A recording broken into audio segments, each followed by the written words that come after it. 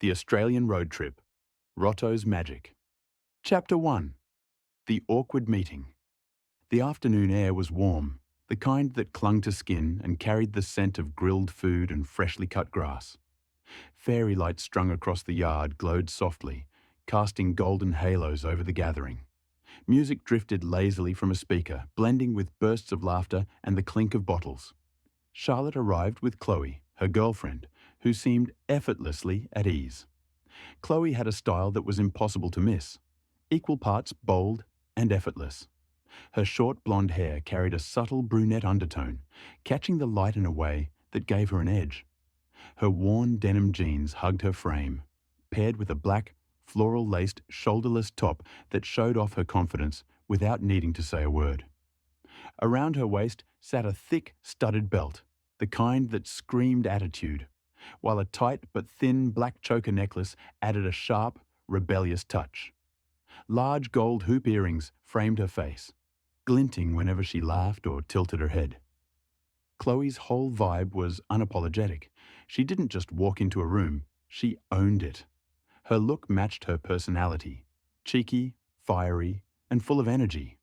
Whether she was teasing Nathan in her bogan lingo or nudging Charlotte toward honesty, Chloe's presence was magnetic, impossible to ignore. Chatting, laughing, moving through the crowd with the confidence Charlotte admired but hadn't yet mastered. Charlotte lingered at the edge, half in the moment, half observing it. Jack stood near the grill with Nathan, his closest friend. Nathan was the kind of bloke you spotted instantly in a crowd. His shaggy blonde hair fell in uneven waves, sun-bleached from too many days at the beach. On his upper arm, the ink of a barbed wire tattoo wrapped tight, a relic of youthful bravado that he wore with pride. He rocked up in his usual uniform, a faded surf singlet clinging to his shoulders, board shorts hanging loose, and thongs slapping against the pavement with every step. It was casual, effortless, and unmistakably him. The archetypal Aussie mate who never tried too hard, because he didn't need to. Nathan's whole vibe matched his personality, loud, cheeky, and unfiltered. He'd swagger into a scene with a grin, stubby in hand, and a line of bogan banter ready to fire. And yet, beneath the rough edges, there was a warmth, an easy loyalty that made him the glue of the group. Trying to look relaxed, but feeling the weight of new responsibilities pressing at the edges of his mind. Should Jack take a gap year or search for work? The crowd making him unsettled. He had just finished university, and though ambition burned in him, uncertainty shadowed every step. Nathan's easy banter was a lifeline, grounding him in the swirl of unfamiliar faces. Nathan, already half a beer deep, spotted Jack lingering near the grill. With Chloe at his side, he waved Charlotte over, his voice booming across the yard. "Oi, Jacko! Stop looking like a lost puppy, mate. Got someone you gotta meet." Charlotte approached, Chloe nudging her forward with a grin. Nathan threw an arm around her shoulder, nearly sloshing his drink. "This here's Charlotte, top chick. Works down at Sparrow's Café. Best bloody muffins in town, swear on me, mum." Charlotte laughed, rolling her eyes. "Don't listen to him. He only comes in for the free Wi-Fi." Nathan smirked. "Yeah, well, can't help it if the place has decent internet and decent company, eh?" He gave Jack a wink, the kind that said, "I know what's going on here." Jack shifted, offering a polite smile. "Nice to meet you, Charlotte." Charlotte tilted her head, curious. "You too. Nathan's been talking you up." Nathan jumped in before Jack could respond, his bogan lingo spilling fast. "Bloody oath I have. This bloke's a good unit. Finished university, got his head screwed on, doesn't whinge too much. Except when the Dockers lose, then he's a sook." Jack chuckled awkwardly, scratching the back of his neck. "Thanks, mate, I think." Chloe leaned in, teasing. "Don't mind him, Charlotte. He's full of it. But he's right about Jack. He's all right." Nathan raised his bottle in a mock toast. "See? Even the missus agrees. Now you two can stop staring at each other like stunned mullets and actually talk." Charlotte's lips curved into a small smile, her eyes meeting Jack's again, curious, searching. Jack held her gaze, steady but unsure, feeling the weight of Nathan's blunt humor and Chloe's knowing grin. Something unspoken lingered in the air, tucked between the laughter and the smell of smoke from the grill. Charlotte noticed Jack's quiet restraint, the way he listened more than he spoke, as if measuring the world carefully before stepping into it. Jack, in turn, was struck by Charlotte's subtle intensity. Her words carried a searching quality, as though she was still mapping out who she wanted to be. The night unfolded in fragments, shared jokes, passing glances, the accidental brush of hands when reaching for a drink. Neither had come expecting connection, but as the music played and the stars emerged overhead, they found themselves drawn into each other's orbit. The city still shimmered with the afterglow of a warm spring night, the kind of heat that lingers in the pavement and clings to skin long after the sun has slipped behind the rooftops. Jack walked the streets with the memory of last night's gathering still flickering at the edges of his mind. A collage of laughter, the clink of bottles, Chloe's easy smile, Nathan's offbeat jokes, and, most of all, Charlotte. He remembered the way she'd stood a little apart from the group, her laughter soft but genuine, her gaze quick to dart away when she caught him looking. There had been something about her, a quietness that wasn't shyness, a self-possession that made her seem both present and slightly out of reach. Now, in the pale gold of morning, Jack's world felt muted, as if the city itself was holding its breath. The air was thick with the scent of cut grass and distant spring rain that fell overnight, and the hum of traffic was softened by the hush that follows a night of revelry. He moved through it all with a sense of anticipation, every step carrying him closer to a decision he wasn't sure he was ready to make. Jack's mind was a tangle of questions and half-formed hopes. He replayed the moments from the party, searching for signs. Had Charlotte lingered near him? He'd been carrying the weight of that barbecue all week. The way Charlotte's laugh had lingered, the way her eyes had caught his for just a second too long. But he hadn't seen her since. And now the question gnawed at him. Should he ask Chloe? Chloe plopped down across from him, her voice casual but sharp, the kind of tone that always seemed to cut through pretense. "So, mate," she drawled, stretching the word, "you've been looking like a stunned mullet all week. What's rattling round in that head of yours?" Jack gave a half smile, shaking his head. "Nothing. Just work stuff." "Bullshit," Chloe shot back, grinning. "You're not thinking about fucking spreadsheets. You're thinking about Charlotte." Jack froze, the bottle halfway to his lips. "What makes you say that?" Chloe leaned back, smirking. "Please? I saw the way you two were eyeing each other at the barbie. Don't play dumb. You've got that look, like a bloke who's keen but too chicken to admit it." Jack sighed, rubbing the back of his neck. "She's different. I don't know. I shouldn't be asking, should I?" Chloe tilted her head, her tone softening just a fraction. "Look, I'm not going to spell it out for you, but if you want to know where she works, I'll tell you. Just don't be a creep about it, all right?" Jack met her eyes, hesitant but hopeful. "Where?" Nathan already spilled it, but I'll remind you. "It's at Sparrow's Café. She's there most morning." Chloe grinned, enjoying the power of the reveal. "Sparrow's Café. Down on High Street. She's there most mornings. Go on, order yourself a latte. Even if it makes you gag. At least you'll get to talk to her." Jack chuckled nervously, the knot in his chest loosening just a little. Chloe's words carried that mix of teasing and truth he couldn't ignore. And for the first time all week, he felt like maybe, just maybe, he had a reason to walk into Sparrow's. Chapter 2. Anticipation at Sparrow's Café. Sparrow's was the kind of cafe that seemed to exist outside of time. Jack paused just inside the door.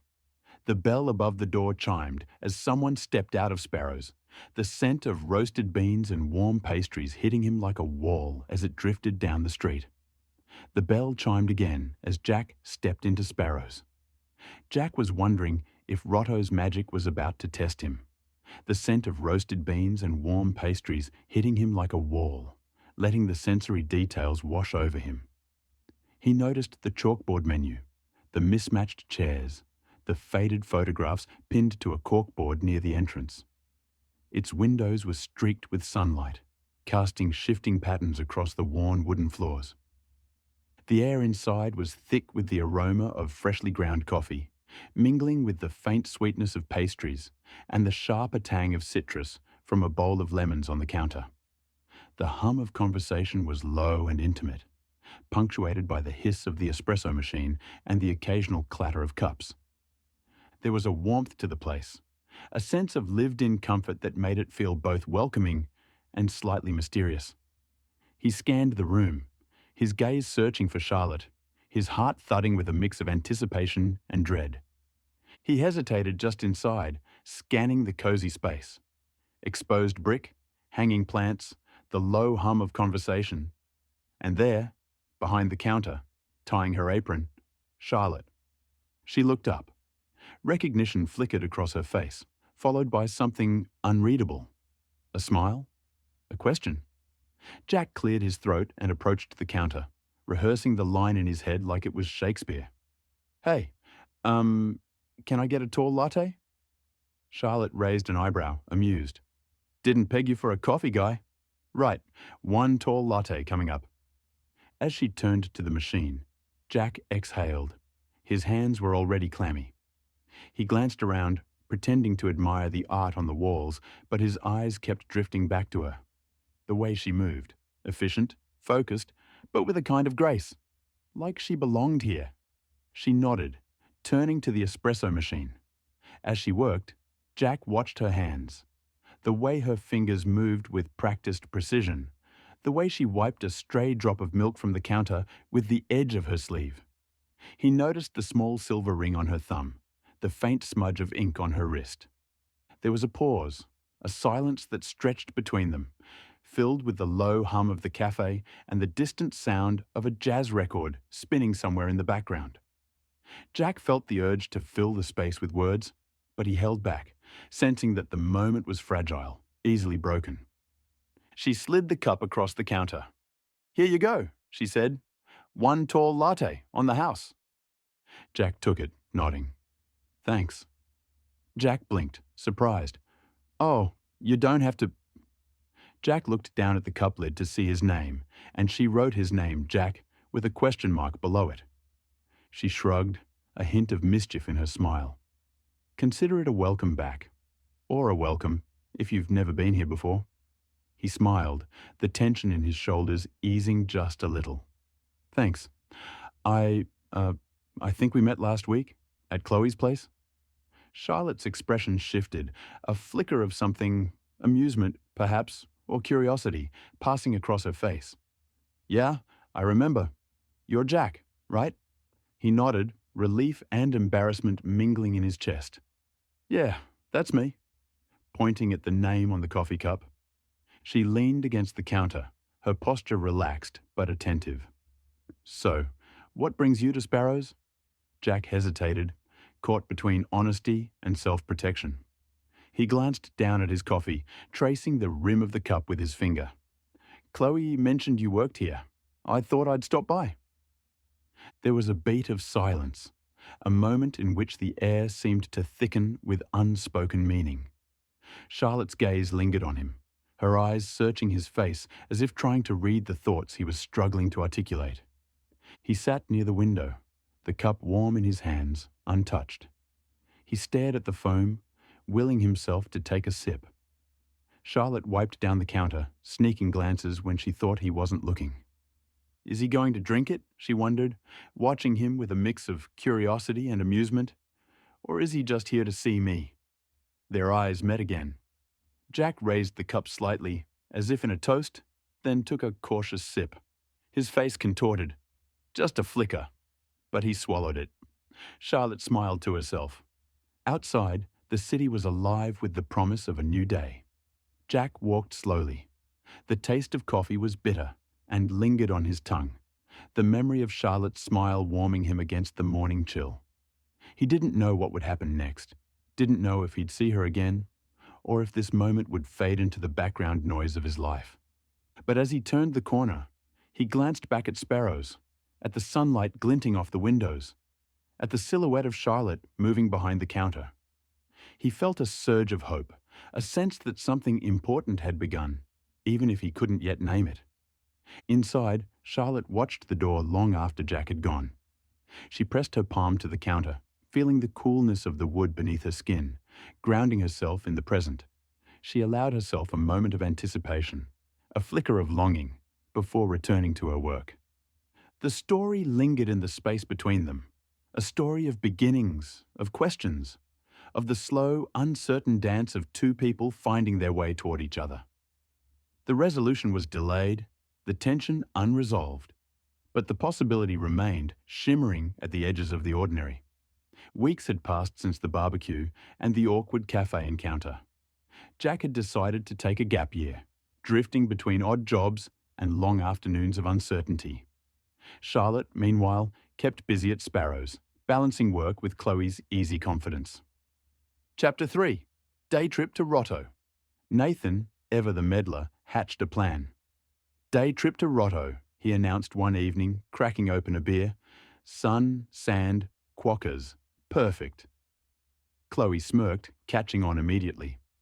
Nathan, sipping from his stubby, leaning back on the couch with a grin that Chloe knew too well.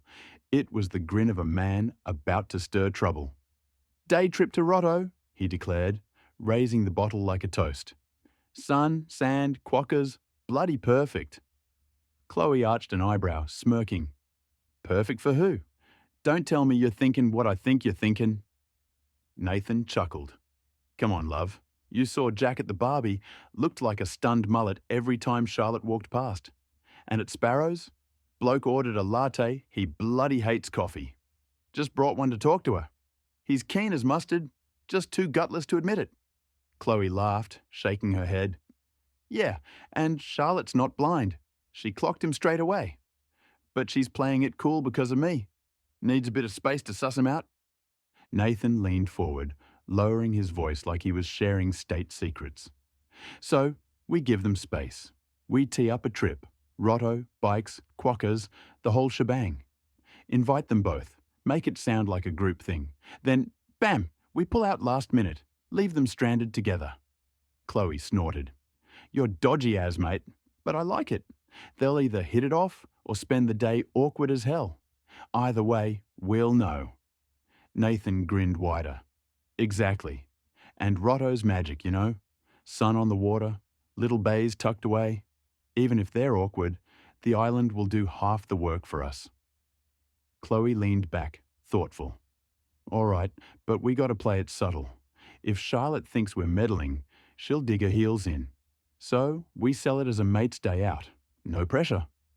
Nathan raised his stubby again. Done deal. Operation Quokka Love is on. Chloe burst out laughing. You're a goose. But fine, let's make it happen. Charlotte's phone buzzed as she wiped down the cafe counter. A message from Chloe lit up the screen. Oi, babe, me and Nath reckon a Rotto day trip's on the cards. Sun, sand, quokkas. You keen? Jack's coming too, so you won't be stuck with just us old farts. Be good to get out of Sparrow's for a bit. Charlotte smiled faintly, reading it twice. Chloe's tone was casual, breezy, but Charlotte caught the undertone. Chloe rarely suggested outings without a reason. Still, Rottnest sounded tempting. Meanwhile, Jack sat on his bed, scrolling aimlessly, when Nathan's message popped up. Mate, Rotto trip next weekend. Bikes, beers, quokkas. Bloody ripper day out. Chloe's keen, Charlotte's keen. You in? Don't be a sook. Gap years for adventures. Jack stared at the screen, heart thumping at Charlotte's name. Nathan's words were blunt, full of that bogan swagger, but the invitation carried weight. He typed back slowly. Yeah, all right. Could be good. Nathan grinned when he saw the reply. Too easy, he thought to himself. On the surface, it looked like nothing more than a friendly outing. Chloe's message to Charlotte was breezy, almost careless. Neither message hinted at the truth that Chloe and Nathan had already decided they wouldn't be there. Their plan was stitched together with deliberate care. Make it sound inclusive, make it sound fun, and then pull out at the last minute with excuses so flimsy they'd barely hold water. The brilliance of the plan lay in its simplicity. By the time Jack and Charlotte arrived at the ferry terminal, tickets in hand, it would be too late to back out. Nathan and Chloe's excuses, "Gotta help me uncle with the ute," or "family drama popped up," would sound believable enough, but not worth questioning. Chapter 4. Just us two at Rotto. And so, Rottnest Island would belong to Jack and Charlotte alone. The turquoise waters, the quokkas, the winding bike paths, every detail of the island would become the backdrop for their story. Nathan and Chloe weren't just setting up a trip, they were setting the stage. A stage where Jack's uncertainty and Charlotte's guarded curiosity would finally have room to breathe, away from the safety nets of their friends. Jack and Charlotte hadn't planned to spend the day alone. The trip to Rottnest Island was meant to be a group outing, a carefree escape with friends. But as the ferry horn sounded and the crowd pressed forward, their friends were nowhere to be seen. "They said they'd meet us at the terminal," Charlotte stammered nervously, scanning the busy jetty. Jack checked his phone, frowning. No message, nothing. It wasn't until later they'd learned the truth. Their friends had cancelled deliberately, thinking the two of them needed time together. But in that moment, all Jack and Charlotte knew was that they were boarding the ferry alone. The empty seats beside them, a quiet reminder that the day would be theirs, whether they wanted it or not. The ferry groaned as it pulled into Rottnest Island, its deck crowded with tourists eager to spill onto the jetty. Jack and Charlotte stepped off together, backpacks slung over their shoulders, both wearing smiles that felt a little too practiced. The morning sun was bright, almost too bright, glinting off bicycles and shop windows, the air thick with chatter and the shuffle of families weaving through the crowd. They walked side by side through the village, dodging cyclists and the occasional quokka darting across the path. Every now and then, their hands brushed, accidental, fleeting, but enough to send a jolt through both of them. The first time, Jack muttered, "Sorry." The second time, Charlotte echoed it. By the third, they didn't bother apologizing. They just exchanged a quick glance, then looked away just as quickly, each wondering if this trip had been a mistake. Friends didn't usually feel this aware of each other. They wandered through shops, pretending to browse. Charlotte lifted a sun hat she didn't really want. Jack inspected a keychain he'd never buy. Their conversation was light, polite, almost too careful, as though they were both trying not to step on something fragile. They sat across from each other at a small café, the breeze carrying the scent of salt and sunscreen with a hint of coffee. Their knees bumped under the table. Twice.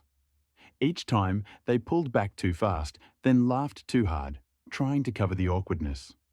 Charlotte unwrapped her chicken wrap, biting carefully, though a streak of mayonnaise clung stubbornly to the corner of her lip. She questioned why Jack didn't get his latte.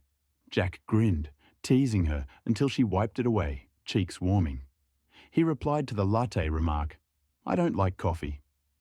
He had a hamburger and chips, and she couldn't resist stealing one, then another. By the third, she laughed, admitting, "I can't stop at one," thinking, why did Jack buy a latte at Sparrow's then? Jack shook his head, pretending to guard his plate. "You're terrible." But his smile betrayed him. As Charlotte reached for her drink, her phone buzzed. She glanced down, not expecting a casual update from Chloe. The message made her pause. "Hey babe, we thought you two needed the day together. Have fun." Her chest tightened. So this wasn't an accident. Their friends had cancelled deliberately. She looked up at Jack, who was busy pretending to shield his chips, his messy dark brown hair falling across his forehead, his green hazel eyes catching the sunlight. For a moment, she considered telling him, but then she slipped the phone back into her bag. After lunch, they walked with no plan, the tension broken and now letting the island guide them. The crowds thinned, the noise fading into the soft rustle of wind through scrub and the distant crash of waves. Eventually, the path opened onto a stretch of beach so clear and inviting, it felt like the island was offering them a reset. Charlotte paused, taking it all in. Her 19-year-old fair skin glowed in the sunlight, freckles dusting her nose and cheeks, with her shoulder-length brunette hair lifted in the breeze, and Jack noticed how her light brown eyes seemed to soften against the horizon. This feels better," she said. Jack nodded, relieved. "Yeah, it does." Jack is in his early 20s, taller than Charlotte, with a lean, athletic build that carries a quiet confidence. His short, dark brown hair is often a little messy, as though the sea breeze has claimed it for its own. His green hazel eyes hold a smouldering intensity, softened by moments of warmth when he looks at her. His posture is relaxed but protective, the kind of presence that makes people feel safe without him needing to say much. Though fit and toned, Jack's appeal lies less in his physique and more in the way he carries himself. Attentive, steady, and quietly magnetic. The shoreline shimmered as the tide rolled in, each wave catching the midday sunlight like liquid gold. Charlotte glanced toward the water, then back at Jack, a flicker of hesitation crossing her face. "I love the ocean, but sometimes the depth gets to me. I'm not exactly tall enough to feel brave out here." Jack smiled gently. "Then stay close to me."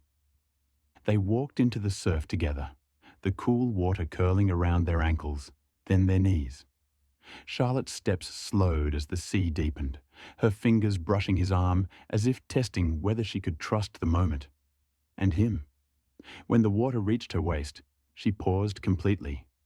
Jack turned toward her, offering his hands without a word. She took them, her grip warm and tight, her eyes searching his. "It's okay," he murmured. "I've got you." She moved closer, letting his arms circle her as the waves lifted them slightly. Her shorter frame fit easily against him, her breath soft against his shoulder. The ocean rocked them gently, as if encouraging them to surrender to the moment. "I always feel small out here," she whispered, "like the sea could swallow me whole." Jack held her tighter. "I get that. I've felt it too. But right now, you're not alone." The water swayed around them, cool against their skin, while the heat of their shared breath filled the space between their faces.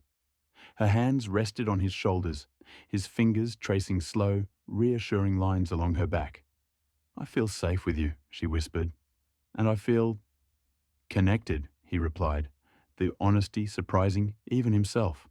Chapter 5. Love on Rotto. Later, as they stood facing each other on the sand, the late afternoon sun turned the beach gold beneath their feet. The breeze carried the scent of salt and warm eucalyptus, brushing gently against their skin.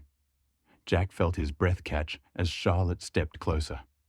Her eyes held a softness he had never seen so clearly before, an openness that made his chest tighten. She reached out, her fingers brushing his forearm, light as a whisper. "Jack," she murmured, her voice low and steady. "I've wanted to tell you how I feel for a long time." Jack's breath caught, the world narrowing to the warmth of her touch. For a heartbeat, he couldn't move, couldn't speak. His mind a storm of doubt and longing.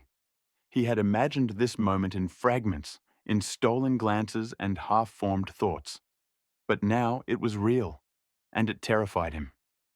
He swallowed, his voice rough at first. "Charlotte, I've been trying to ignore it, pretend it was just me overthinking. But every time I see you, it's like—" He paused, searching for words, his chest tightening. "It's like the rest of the noise fades.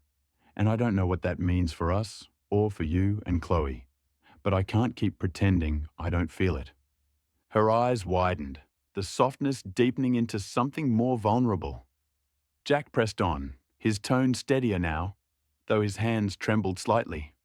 "I don't have all the answers. I don't even know if I should be saying this. But I know that when you're near, I feel alive. And I've wanted to tell you too for longer than I'll admit." He let out a shaky laugh, half relief, half fear. "So yeah, I feel it too. More than I can explain." Charlotte's breath caught at his words, her fingers still resting lightly on his forearm. For weeks, she had wrestled with the weight of her feelings, the guilt of keeping them hidden, the fear of what they might mean for Chloe. But now, hearing Jack speak with such raw honesty, something inside her shifted. Her eyes shimmered, not with tears but with a kind of clarity. She leaned closer, her voice trembling, but steady enough to hold the truth. Jack, you don't know how much it means to hear you say that. I've been carrying this pull toward you, like a secret I couldn't name. I tried to bury it, tried to tell myself it was nothing, but every time you're near, I feel it too. And it scares me. She paused, searching his face as if hoping he could give her permission to feel what she already knew. I don't want to hurt Chloe. She's been my anchor. But with you, it's different. It's not just attraction. It's like you see me in a way no one else does. And I can't pretend anymore. Her hand tightened slightly on his arm, grounding herself in the moment. I don't know where this leaves us. I don't know if it's right. But I know I want to be honest with you. And I want to see where this goes, if you're willing. The late afternoon sun spilled gold across the sand, the waves rolling in with a steady rhythm. Jack and Charlotte sat side by side on their towel, the air thick with everything they had just confessed. Words had carried them this far, but now silence felt heavier, more honest. Jack shifted slightly, his chest tightening as Charlotte leaned into him. Her head rested against his chest, her hair brushing his shirt, the faint scent of salt and sunscreen clinging to her. He wrapped an arm around her shoulders, tentative at first, then firmer, as if anchoring them both in the moment. Neither spoke. Jack's heartbeat thudded against her ear, steady but quick, betraying the storm inside him. Charlotte's fingers curled lightly against his side, her touch saying what her voice couldn't. I'm here. I choose this. The ocean stretched endlessly before them, a horizon painted in fire and fading blue. Seagulls wheeled overhead, their cries distant, almost muted against the quiet intimacy of the embrace. Jack exhaled slowly, his chin resting atop her hair. For the first time in weeks, the uncertainty that had haunted him, the gap year, the awkward café visit, the weight of Chloe's presence, slipped away. All that remained was the warmth of Charlotte against him, the unspoken truth binding them together. Their movements said it all. The lean of her body into his, the protective curve of his arm around her, the way they fit without effort. No declarations, no promises, just the raw, wordless acknowledgement that something had shifted, something real. And as the sun dipped lower, painting the beach in amber light, Jack closed his eyes, letting the silence speak louder than anything he could have said. By the time they rinsed the salt from their skin and shook the sand from their towels, the sun had already begun its slow descent. The island felt different now, calmer, as if the day itself were exhaling after holding its breath. The ferry terminal buzzed with tired families, sunburnt tourists, and cyclists wheeling their hired bikes in long, clattering lines. But the energy was nothing like the morning rush. It was softer, muted, the kind of collective exhaustion that made everyone speak in half whispers. Jack and Charlotte joined the queue, still damp from the ocean, still carrying the warmth of their shared moment in the water. They didn't talk.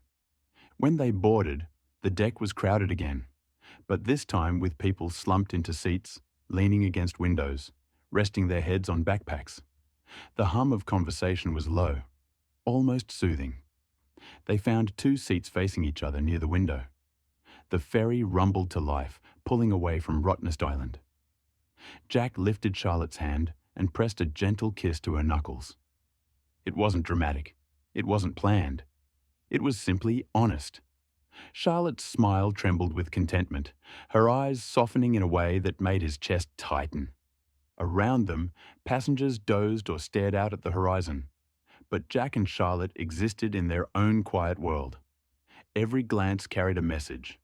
Every squeeze of fingers spoke a sentence. Their silence wasn't awkward anymore. It was full, warm, and deeply understood.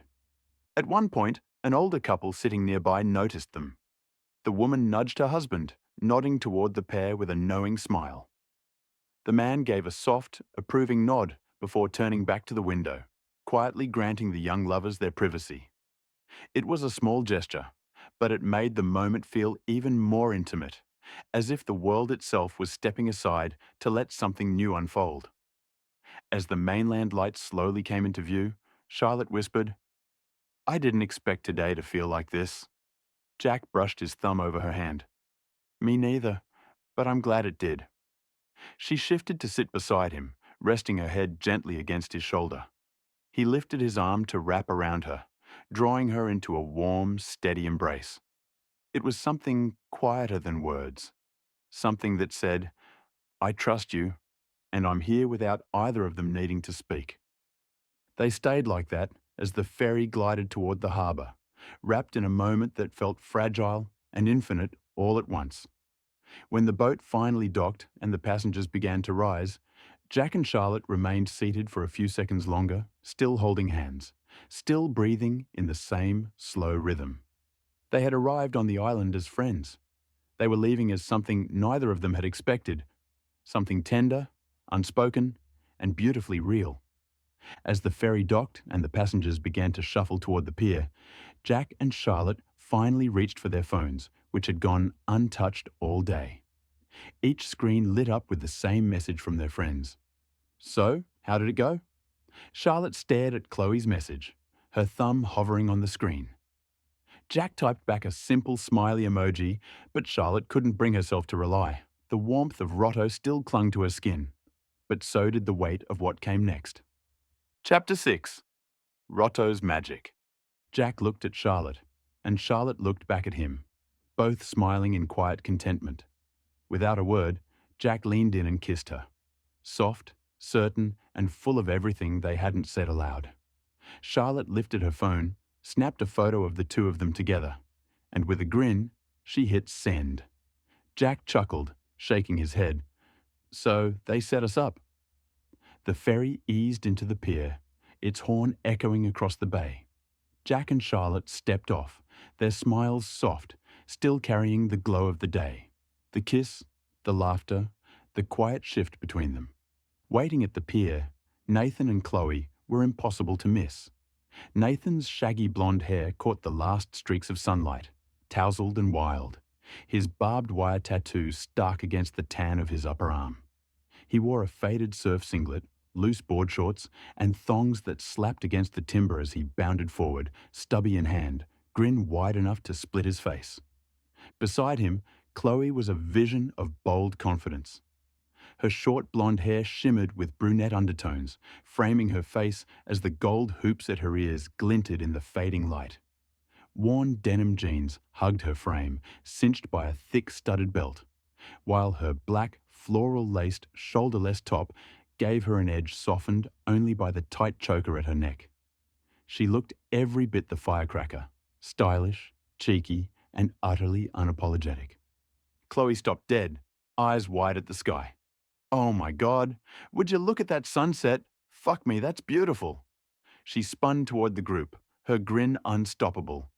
"You two, you're beautiful. Nath, we're beautiful. Oh fuck, I'm tearing up. Come on, group hug." As the laughter echoed across the pier and the sunset burned itself into memory, Charlotte met Jack's gaze. Rotto's magic had done its work, and whatever came next, they would face it together. Nathan barked a laugh, clapping Jack on the back so hard it nearly knocked him forward. "Bloody knew it, mate. Rotto's magic. Sun, sand, quokkas, and now you two making goo-goo eyes. Fair dinkum, couldn't have planned it better." Chloe barreled into Charlotte, wrapping her arms tight, Nathan piling in with a bear-like squeeze. The four of them tangled together on the pier, denim against surf singlet, gold hoops brushing Jack's shoulder, laughter spilling out into the salt air. The amber rose sky stretched above them, painting the ocean in molten gold. And in that chaotic, heartfelt embrace, it was clear. The island had done its work. Weeks had slipped by since Rottnest. The glow of that day, the kiss, the laughter, the pier reunion, had faded into something quieter, heavier. Jack and Charlotte both retreated indoors, each caught in their own thoughts. The warmth of summer pressed against the windows, but neither seemed eager to step outside. Chapter 7. It's Christmas time. Nathan's texts to Jack piled up, full of cheeky bogan banter. Oi mate, don't be a hermit. Come grab a stubby. You're missing out, Jacko. Chloe's making pavlova, you goose. Chloe's messages to Charlotte carried her usual firecracker energy. Babe, where you been? Don't tell me you're hiding. Christmas is coming, don't leave me hanging. We need a girls' day. But neither Jack nor Charlotte replied. Their silence was deliberate, though neither admitted it aloud. The weight of what had happened, what they had confessed, what they had shared, sat between them like an unspoken pact.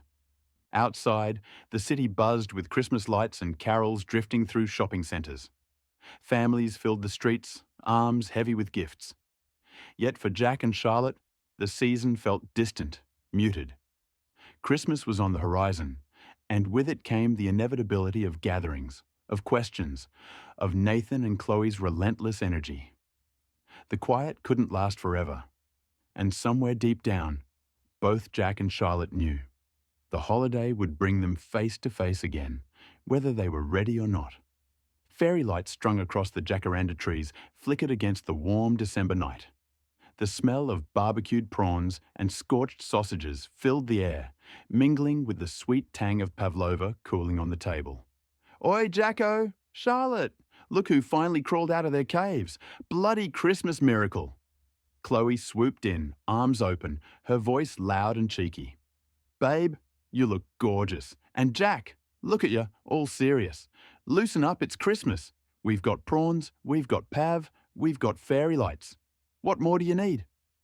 Charlotte smiled faintly, her cheeks flushed, while Jack chuckled, shaking his head. You two never change. Nathan raised his stubby in a toast, voice booming. Bloody oath we don't, and thank God for that. Look at this. Sunset, mates, Chrissy feed. And you two finally showing up together. Fair dinkum, it's the best present we could ask for. Chloe leaned into Charlotte, whispering just loud enough for Jack to hear. See, babe? Told you Rotto was magic. And now look, Christmas, beers and lovebirds. Nathan, me, we're bloody geniuses. Nathan barked out a laugh, pulling Chloe into his side. Group hug, you mob. Chrissy isn't Chrissy without it. Laughter spilling into the warm air. For Jack and Charlotte, the embrace was more than festive cheer. It was a reminder that despite the silence, despite the uncertainty, they belonged here, together, with Nathan and Chloe, with the messy, loud, beautiful chaos of friendship and love. Nathan slapped the carton like it was treasure. You bloody legend, Jacko. Bush chooks. Best Chrissy present ever. Fair dinkum, you know me too well. Chloe held the Shiraz aloft, her grin wide. Oh, babe, this is perfect. Classy as. You've outdone yourself. Jack's gift to Charlotte would naturally carry more intimacy and thoughtfulness, something personal, not just a mate's gesture. Jack had spent days thinking about it, wandering shops with no clear idea until he found something that felt right. For Charlotte, he chose a handmade journal bound in soft leather, its pages blank but inviting. Tucked inside the front cover was a pressed wildflower he'd picked from Rottnest Island, a quiet reminder of the day that had changed everything. It wasn't flashy, but it was deliberate, a gift that spoke to her love of reflection, her quiet strength, and the memory they now shared. When Charlotte unwrapped it on Christmas night, her fingers lingered on the flower, her eyes softening as she looked up at Jack. No words were needed. The gesture said it all. Then it was Charlotte's turn. She handed Jack a neatly wrapped parcel, her smile soft but nervous. Jack peeled back the paper to reveal a vintage compass in a small wooden box, its brass face polished, the needle trembling as if alive. Inside the lid, Charlotte had tucked a handwritten note. For your gap year, so you'll always find your way, even when you feel lost. Jack's chest tightened. He looked up at her, eyes wide, the weight of the gift sinking in. Charlotte, this is... He stopped, words failing, his smile carrying the rest. Nathan leaned over, peering at the compass. Bloody oath, that's a ripper. None of this socks and chocks business. That's proper sentimental. Mate, she's got you sorted. Chloe nudged Charlotte with a grin. See, babe? Nailed it.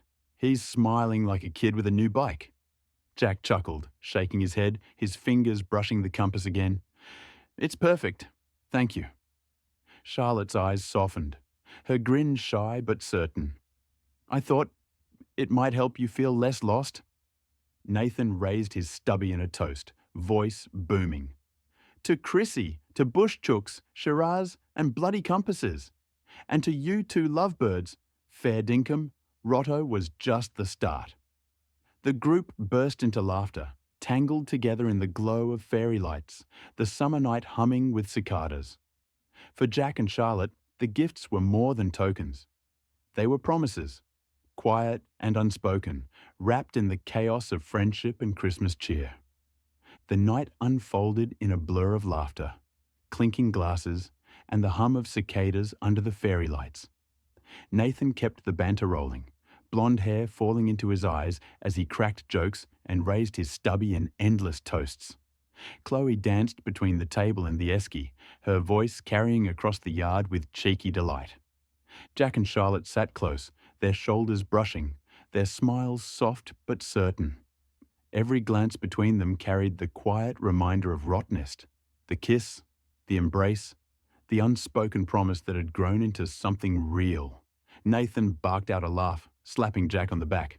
Fair dinkum, mate, you look smitten. Chrissy's done you in. Rotto started it, now look at you. Lovebirds under the fairy lights. Chloe wiped at her eyes, mock dramatic. Oh my God, it's beautiful. Sunset, prawns, pavlova, and now romance. We're bloody geniuses, Nath. Charlotte leaned into Jack's chest, her laughter mingling with his. The warmth of the night, the chaos of their friends, and the glow of Christmas wrapped around them like a promise. As the hours slipped by, the four of them played out their Christmas night with delight. Nathan's booming voice, Chloe's fiery energy, Jack's quiet chuckles, Charlotte's soft smiles.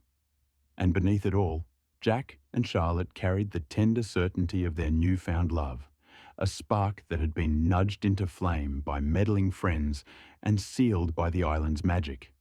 The night ended not with words, but with the kind of laughter that lingers, the kind of embrace that says more than any toast could. The laughter and chaos of Chloe and Nathan's backyard slowly faded as the night wound down. Fairy lights still glowed against the jacaranda trees, but the esky was nearly empty, the pavlova reduced to crumbs, and Nathan's booming voice finally softened into a lazy hum as he stretched out in his chair. Chloe leaned against him, her gold hoops catching the last flicker of light, her grin mellow now, content. Jack and Charlotte slipped away together, their departure unnoticed in the haze of summer night. The streets were quiet, lined with houses dressed in Christmas lights, twinkling reds, greens, and golds that shimmered against the warm air. They walked side by side, Charlotte's hand brushing Jack's, until finally her fingers curled into his. Neither spoke. The silence between them wasn't heavy anymore. It was comfortable, full of everything they didn't need to say aloud. Jack glanced at her, the compass she'd given him tucked safely in his pocket. Charlotte's journal rested in her bag, the pressed Rottnest flower hidden inside. Their gifts weren't just tokens. They were anchors, reminders of the day that had changed them, and the promise of what lay ahead. At her doorstep, Charlotte leaned into him, her head resting against his chest. The hum of cicadas filled the air, the glow of Christmas lights painting her face in soft color. Jack wrapped his arms around her, holding her close, his breath steady against her hair. No words. Just the quiet aftermath of a night filled with laughter, sealed now in intimacy. For Jack and Charlotte, Christmas had not only reminded them of friendship and joy, it had reaffirmed their newfound love, but a bond also that had grown from a mischievous plan into something undeniable. And as the night settled into stillness, they both knew this was only the beginning. Chapter 8. New Year's Eve. The city buzzed with anticipation, the Swan River shimmering under strings of lights as crowds gathered along the foreshore. Music pulsed from speakers, Laughter carried on the warm summer air, and the scent of food trucks drifted through the crowd. Jack and Charlotte arrived together, their hands brushing, their smiles quiet but certain. Weeks of silence had given way to Christmas warmth, and now, under the glow of New Year's Eve, their bond felt stronger, steadier. Nathan was already there, shaggy blonde hair wild as he waved them over. His barbed wire tattoo caught the light as he raised a stubby high. "Oi, Jacko, Charlotte. Bloody oath you made it. Best night of the year, mate. Fireworks, beers, and lovebirds. Fair dinkum. Couldn't ask for more." Chloe spun toward them, her short blonde hair shimmering with brunette undertones. Studded belt gave her that firecracker edge. She grabbed Charlotte's hand, pulling her close with a squeal. "Oh my God, babe. Look at you. That dress is bloody gorgeous. Flowing like sunshine. You'll be glowing brighter than the fireworks. Fair dinkum, you're stunning." Charlotte laughed, cheeks flushed, the compliment warming her more than the summer night air. Jack glanced at her, his smile soft, pride flickering in his eyes. "See, babe, told you Rotto was magic. Now look at you, New Year's Eve, lovebirds and that dress. You're bloody radiant." Charlotte squeezed Jack's hand, her smile lingering. They looked at each other, wondering how long this Rotto Magic quote can continue. The dress wasn't just fabric. It was a symbol of her openness, her newfound confidence, and the love she'd finally allowed herself to embrace. And as the countdown ticked closer, Chloe's words hung in the air like a blessing. Charlotte was glowing, and Jack knew it wasn't just the dress. It was love. "We're gonna dance, we're gonna drink, and we're gonna watch the sky explode." The four of them settled into the crowd, laughter spilling as Nathan cracked jokes and Chloe teased mercilessly. Jack and Charlotte leaned into each other, their quiet intimacy a counterpoint to their friends' chaos. As midnight approached, the crowd grew electric. The countdown began. 10, 9, 8. Nathan bellowed along, Chloe squealing with delight, her arms thrown around Charlotte and Jack. 3, 2, 1. Fireworks erupted over the river, painting the sky in gold, crimson, and violet. The air shook with thunder, the reflections shimmering across the water. Jack turned to Charlotte, her face lit by the bursts above. Without hesitation, he kissed her, soft, certain, full of everything the past weeks had built. Charlotte melted into him, her hand tightening around his. Nathan roared, clapping his stubby against Jack's back, with warm beer dripping down his back, wetting his shirt. "Bloody knew it. Rotto, Chrissy. And now New Year's. Ya two are stitched up proper. Fair dinkum, 2025's gonna be your year." Chloe wiped at her eyes, laughing through tears and looking at Jack's expression on his face from the beer now dripping into his boxers. "Oh my God, it's beautiful. Fireworks, lovebirds, and us. Look at us, Nath, we're bloody geniuses." The four of them tangled into a group hug, laughter mixing with the crackle of fireworks. And as the sky burned bright above the Perth foreshore, Jack and Charlotte knew their story had only just begun. Nathan commenting, "Hey Jack, you piss yourself or something?" Nathan feeling the dampness on the back of his shirt. "Come on, bro, it's New Year's." The crowd slowly thinned along the foreshore, the echoes of fireworks still rumbling faintly across the Swan River. Fairy lights strung through the trees flickered as Jack, Charlotte, Nathan, and Chloe made their way down the quiet streets, the summer night warm and humming with distance traffic. Charlotte's light yellow flowing dress swayed with each step, catching the glow of passing Christmas lights still strung on porches. Nathan shuffled along in his thongs, his beer long since finished. Nathan, still buzzing, broke the silence with a laugh. "Bloody oath, Rotto Magic. From quackers to Chrissy to fireworks. Fair dinkum, it stitched you two up proper." Chloe chimed in, nudging Charlotte playfully. "See, babe? Told ya. Rotto Magic. It's our catchphrase now." Charlotte stopped, turning to face them with a grin that was warm but firm. "You two, the Rotto Magic quote has done its dash.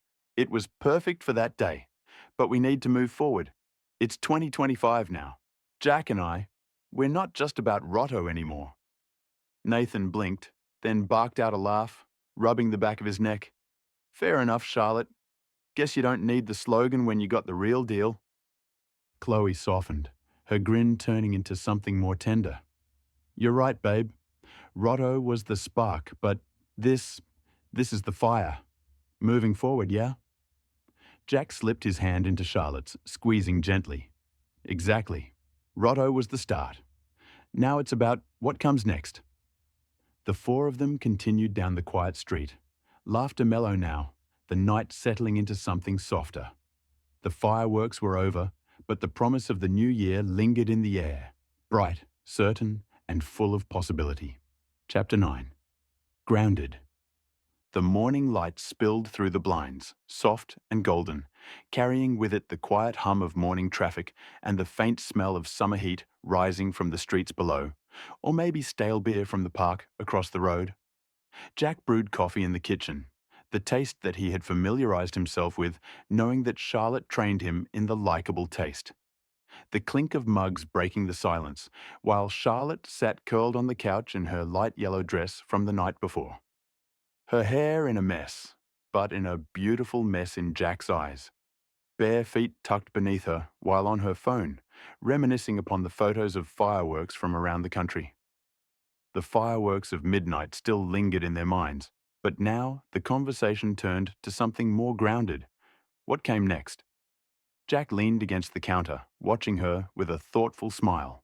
You know, he began, last night felt like a turning point. Rotto, Christmas, New Year's, it's been magic. But I think we need something new. Just us. A proper adventure away. Charlotte tilted her head, her eyes narrowing with curiosity. Adventure away? Like what? Another island trip? He shook his head, chuckling. Bigger. A road trip. Maybe up the coast. Coral Bay, Exmouth, Carragini. Something that's ours, beyond the Rotto Magic. Charlotte's smile softened, though she hesitated. I'd love that, but not straight away. Let's get through Australia Day first. Family, friends, all the chaos. After that, we go. Jack nodded, the certainty in her voice enough to settle him. After Australia Day, done. Nathan and Chloe turned up unannounced, thongs slapping against the pavement as Nathan carried a six-pack of bush chooks with one hand. Chloe, fiery as ever in her studded belt and gold hoops, barged in with a grin. Morning, lovebirds. Thought we'd check if you survived the fireworks. Jack and Charlotte exchanged a glance, the secret of their conversation still fresh. Nathan, ever the nosy mate, caught the look immediately. He cracked open a can, smirking. Oi, what's this? You two plotting something? Don't tell me you're sneaking off without us. Jack looking at Nathan. Was it shock? Nathan, a beer this early? It's not even 8 yet. Nathan's quick-witted reply knocked Jack back. Yo, mate, it's 5 o'clock somewhere. Besides, it's a public holiday anyways. Chloe perched on the arm of the couch, eyes sharp. Yeah, spill it. You've got that look, like you're hiding a plan. Travel, maybe? Adventure? Charlotte laughed, shaking her head. You two are relentless. We were just talking about maybe a trip, but not until after Australia Day. Nathan leaned forward, brushing blonde hair from his eyes. Fair dinkum, a trip. Where to? Don't say Bali. Everyone does Bali. You got to go proper Aussie. Up north, red dirt, whale sharks, the lot. Chloe clapped her hands, her gold hoops swinging. Yes, Coral Bay, dolphins. Oh my God, Jack, you're such a bloody romantic. Babe, imagine the photos. Me in the outback, you with a bush chook, Charlotte glowing in her dresses, Jack pretending he's Bear Grylls. Bloody perfect. Jack chuckled, trying to deflect. It's just an idea, nothing set in stone. But Nathan and Chloe weren't letting go.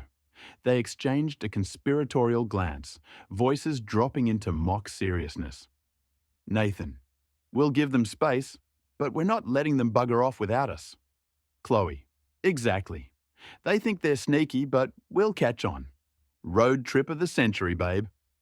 As the morning stretched on, Nathan and Chloe kept circling back, probing at Jack and Charlotte's ideas with relentless energy. Nathan rattled off destinations: Kalbarri, Shark Bay, Ningaloo Reef, each suggestion louder than the last. Chloe teased Charlotte about packing dresses for the desert, while Nathan joked about bringing his surf singlet and thongs into Carragini's gorges. Charlotte, amused but firm, repeated her line: "After Australia Day. That's when we'll decide." Jack, though, couldn't hide his grin. The thought of the road ahead, sunsets, red dirt, ocean horizons, was already alive in him. And Nathan and Chloe, for all their chaos, were part of that vision too. The four of them sat together, laughter spilling into the warm New Year's morning. Plans weren't yet concrete, but the seed had been planted. Rotto Magic had done its dash. 2025 would be about something bigger, an adventure that tested love, friendship, and the messy, beautiful bond they all shared. Jack and Charlotte approached each other, holding each other's hands. Maybe we should both introduce ourselves to our parents first? Chapter 10. Dinner Date. Early January, both Jack and Charlotte set up a dinner day with their respective parents. When Jack and Charlotte arrived at her family home for the dinner, the atmosphere was carefully prepared to feel warm yet formal. The welcoming moment set the tone for the evening, and both sets of parents revealed their personalities in how they greeted one another. The initial greetings blended into a polite, slightly cautious warmth. Charlotte's parents carried an air of formality, wanting to ensure their daughter's relationship was taken seriously, while Jack's parents brought a more relaxed energy, eager to show acceptance and friendliness. Together, the dynamic balanced: sharpness softened by humor, reserve eased by warmth. Charlotte and Jack, sitting side by side, felt the tension ease as the parents settled into conversation. The welcoming wasn't just about politeness. It was about two families beginning to weave themselves together, each bringing their own style of love and care. The table was set with care: roast lamb at the center, vegetables steaming, and a bottle of white wine breathing beside the glasses. Jack and Charlotte's hands brushing occasionally, while their parents faced each other across the polished red wood. It was the first time both families had gathered, and the air carried a mix of politeness, curiosity, and the weight of unspoken questions. Conversation began lightly. Jack's dad cracked a joke about the lamb being better than his backyard barbecue, earning a laugh from Charlotte's mum. Jack's mum poured the white wine, her warmth filling the room. Charlotte's dad, quieter, observed with thoughtful eyes, measuring Jack's sincerity in every word. As plates were cleared after a well-portioned meal, Charlotte spoke softly, almost testing the waters. "Jack and I have been talking about a trip, a proper adventure. Maybe after Australia Day?" The table shifted. Four parents leaned in, each with their own perspective, while his parents embraced the idea, exclaiming that travel broadens the mind. "They'll see things you can't learn here. It's wonderful to do it together," while Jack's dad raised his glass. "Gap years are about freedom. You'll come back with stories, resilience. Best time to do it, I'd say." Charlotte's mum added, "Don't lose sight of stability. Work, study, it all matters. A year away can make it harder to settle back," while her dad leaned forward. "Money's no joke. Road trips, flights, all that, it adds up. You'll need a plan, not just a dream." Dessert arrived, a lovely cheesecake with strawberries, and laughter returned to the table. The subject of travel lingered, but now it felt less like a question and more like a shared vision: cautious, hopeful, and grounded in love. With one-on-one questions with both families, Jack's parents saw a chance to broaden horizons and deepen Jack and Charlotte's bond, while a value of freedom and resilience of a gap year could bring. But he also raised practical concerns about cost and the need for a clear plan. While Charlotte's parents admired the ambition, acknowledging that shared travel could test and strengthen their relationship, and both worried about appearances, her mum cautioned against looking like they were avoiding responsibility, while her dad stressed safety and the risks of remote or foreign travel. Both Jack and Charlotte could see that none were unreservedly supportive.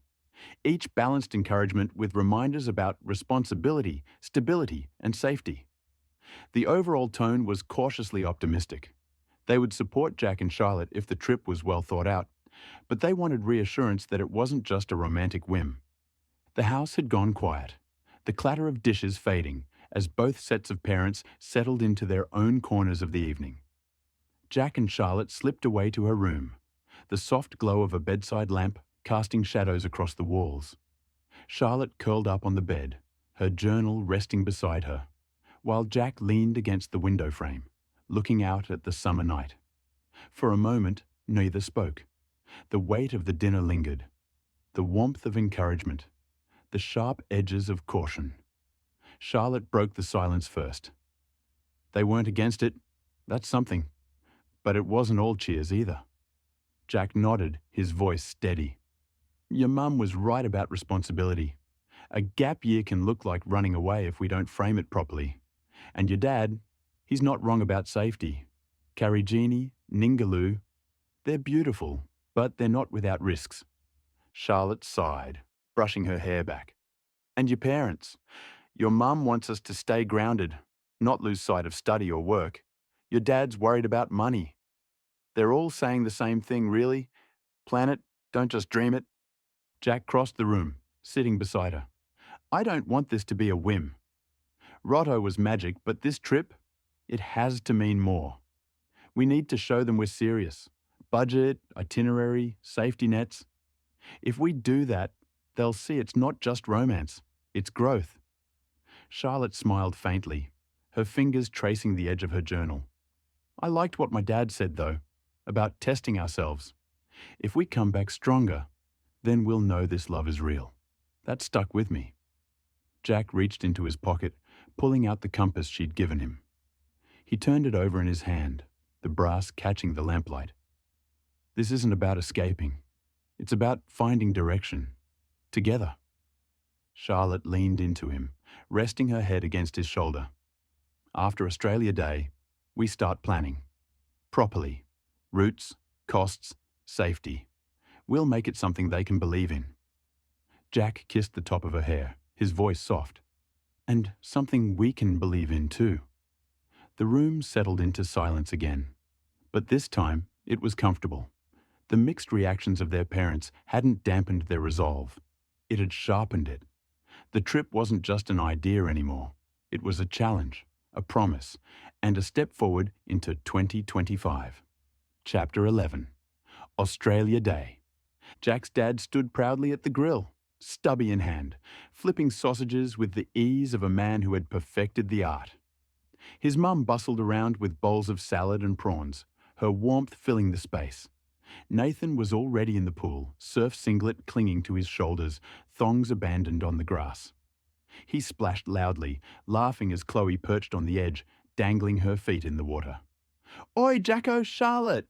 Get in, you lovebirds! It's bloody Australia Day, not a tea party. Charlotte, in a breezy sundress, laughed as Jack shook his head, cooler in hand. We'll get there, Nath. Let me set this down first. Later, as plates filled with sausages and prawns were passed around, Jack's mum leaned in, her voice warm but curious. So, Charlotte, tells us about the road trip. A proper adventure after today? Charlotte nodded, her smile soft. Yes, we want to plan something bigger. A road trip north, maybe further. But after Australia Day, family first. Nathan splashed water toward the table, earning a sharp Nathan from Jack's mum. He grinned sheepishly. Sorry, Mrs. H. Just celebrating. But seriously, Jacko, you can't ditch us. Road trip of the century. We're coming along. Jack's dad raised his stubby voice, booming. Adventure's good. Gap years toughen you up. You'll learn more on the road than in a classroom. But don't forget, money's no joke. You'll need a plan, not just a dream. Chloe nudged Charlotte with a grin. Tell us everything, babe. Where to? Coral Bay? Exmouth? Carigini? You can't keep secrets from us. Jack's mum added, her tone gentle but firm. Travel broadens the mind, but stability matters too. Work, study, they don't pause. Just promise you'll think it through. Charlotte nodded, her voice steady. We will. It's not about escaping. It's about growing together. Chloe rolled her eyes, laughing. Babe, imagine us in Karajini. Nath in his thongs, me in the dust. Bloody chaos, but we'd make it fun. Jack chuckled, shaking his head. We'll see. This trip's about Charlotte and me. But you two, you always find a way to crash the party. Nathan, dripping wet from the pool, barked out a laugh. Fair dinkum, a trip. You two stitched up proper. Rotto Magic's done its dash. Now you're off to chase sunsets. The conversation about travel lingered, balanced between encouragement and caution. Jack and Charlotte felt their resolve sharpen. The trip wasn't just a dream anymore. It was a plan, acknowledged by family, teased by friends, and strengthened by love. As the sun dipped lower, the pool shimmered with golden light. Nathan floated lazily on a lilo. Chloe snapped photos with her phone, and Jack's parents shared quiet smiles, watching the four of them together. And as fireworks began to crackle faintly in the distance, the backyard buzzed with laughter, sausages, splashes, and the promise of what 2025 would bring. The pool shimmered under strings of fairy lights, the smell of barbecue still lingering in the warm night air. Jack's dad had set up folding chairs on the lawn, and everyone gathered as the distant crackle of fireworks began to echo across the suburbs. Jack and Charlotte sat close together, Charlotte's sundress brushing against his arm, their voices low as they spoke about the day. After tonight, Jack murmured, we start planning. Routes, budget, safety. It's real now. Charlotte nodded, her smile soft. Yes. After Australia Day, we move forward. Nathan and Chloe, however, had taken full advantage of Jack's dad's cooler. Nathan's stubby was his fifth, his laugh booming across the yard. Chloe, cheeks flushed, gold hoops glinting in the light, leaned against him with a grin. Oi, Jacko, Nathan shouted, raising his can. You reckon you're going to travel without us? Fair dinkum, you'd be lost in the red dirt without me. I'm the bloody compass, mate. He slapped his chest, nearly spilling his drink. Chloe chimed in, her voice loud and heartfelt. And me? Babe, you think you can go gallivanting through Coral Bay without my fashion sense? Without my chaos? No way. You two need us. We're the bloody glue. Nathan wrapped an arm around her, his voice suddenly softer, almost tender. Truth is, Chloe's my world. Fair dinkum, I love this woman. Couldn't do life without her. And you two, Jacko, Charlotte, you're stitched up proper. But you need us too. We're the four of us, yeah? Rotto, Chrissy, New Year's, now this. You can't leave us behind. Chloe wiped at her eyes, laughing through tears. See? He's a bogan poet when he's drunk. But he's right. We're family now. You can't travel without us. Jack chuckled, squeezing Charlotte's hand. We'll see. This trip is about us. But you two, you always find a way to crash the party. Charlotte leaned into him, whispering just for him. No matter what, it's our adventure.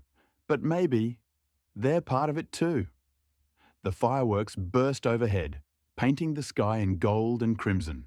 Nathan and Chloe cheered loudly, clinking cans together, while Jack and Charlotte shared a quiet kiss beneath the thunder of colour. The night carried laughter, drunken declarations, and whispered promises. And as the sky burned bright above Jack's parents' backyard, the four of them knew the road ahead would be messy, loud, and beautiful, just like them. Chapter 12. Love's New Turn. The backyard had fallen quiet after Jack's parents retreated inside after the table was cleared.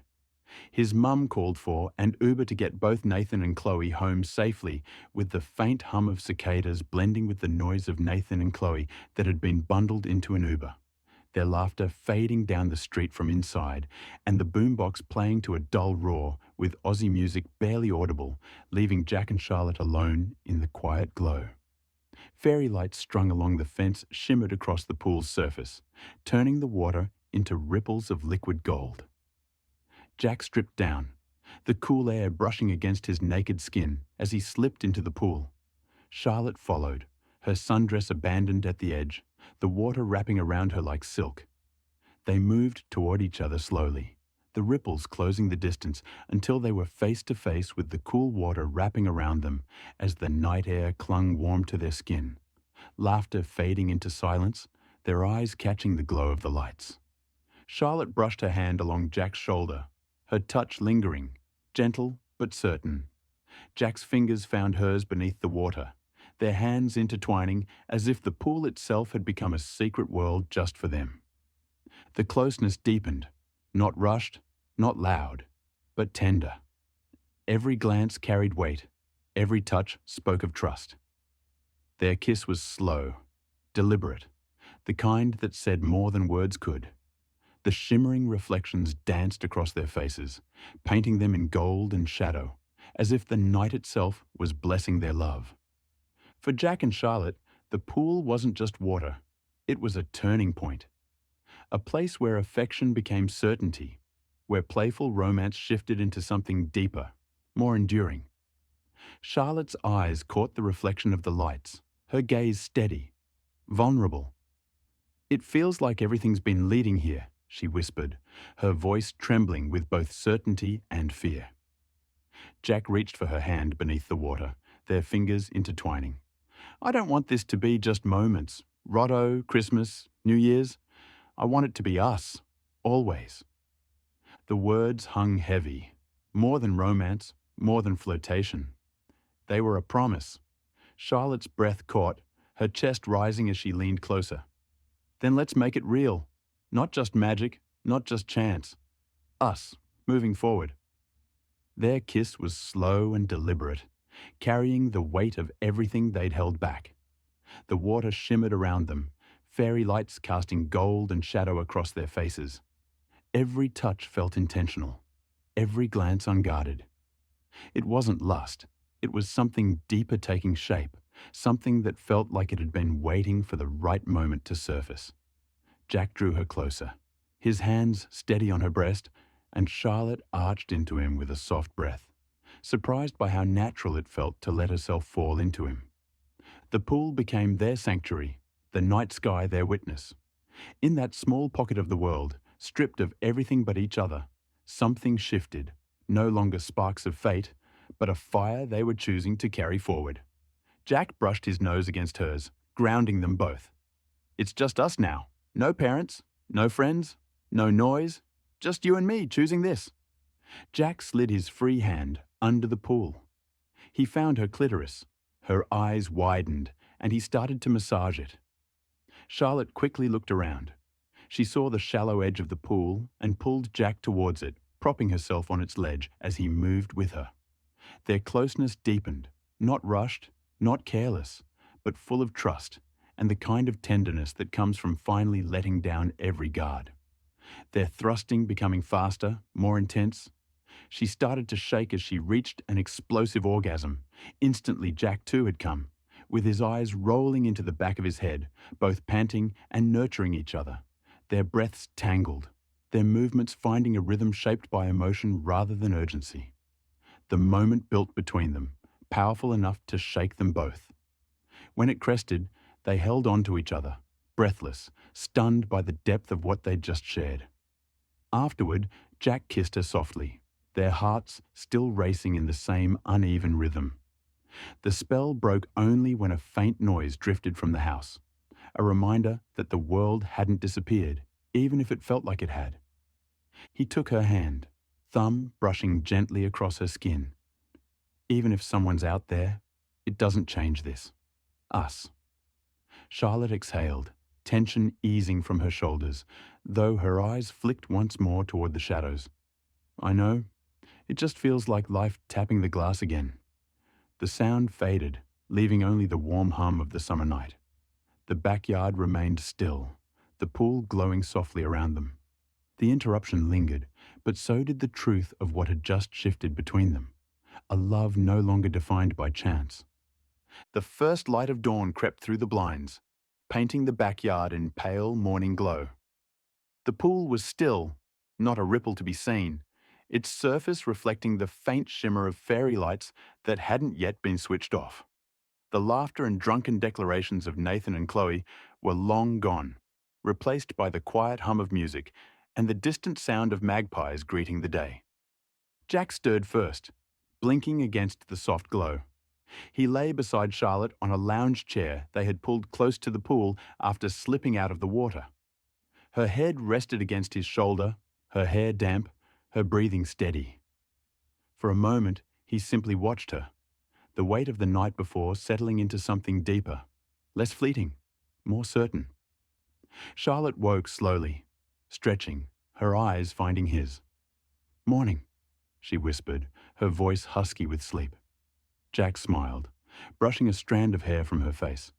"Morning. You know, last night felt like more than just us. It felt like a promise."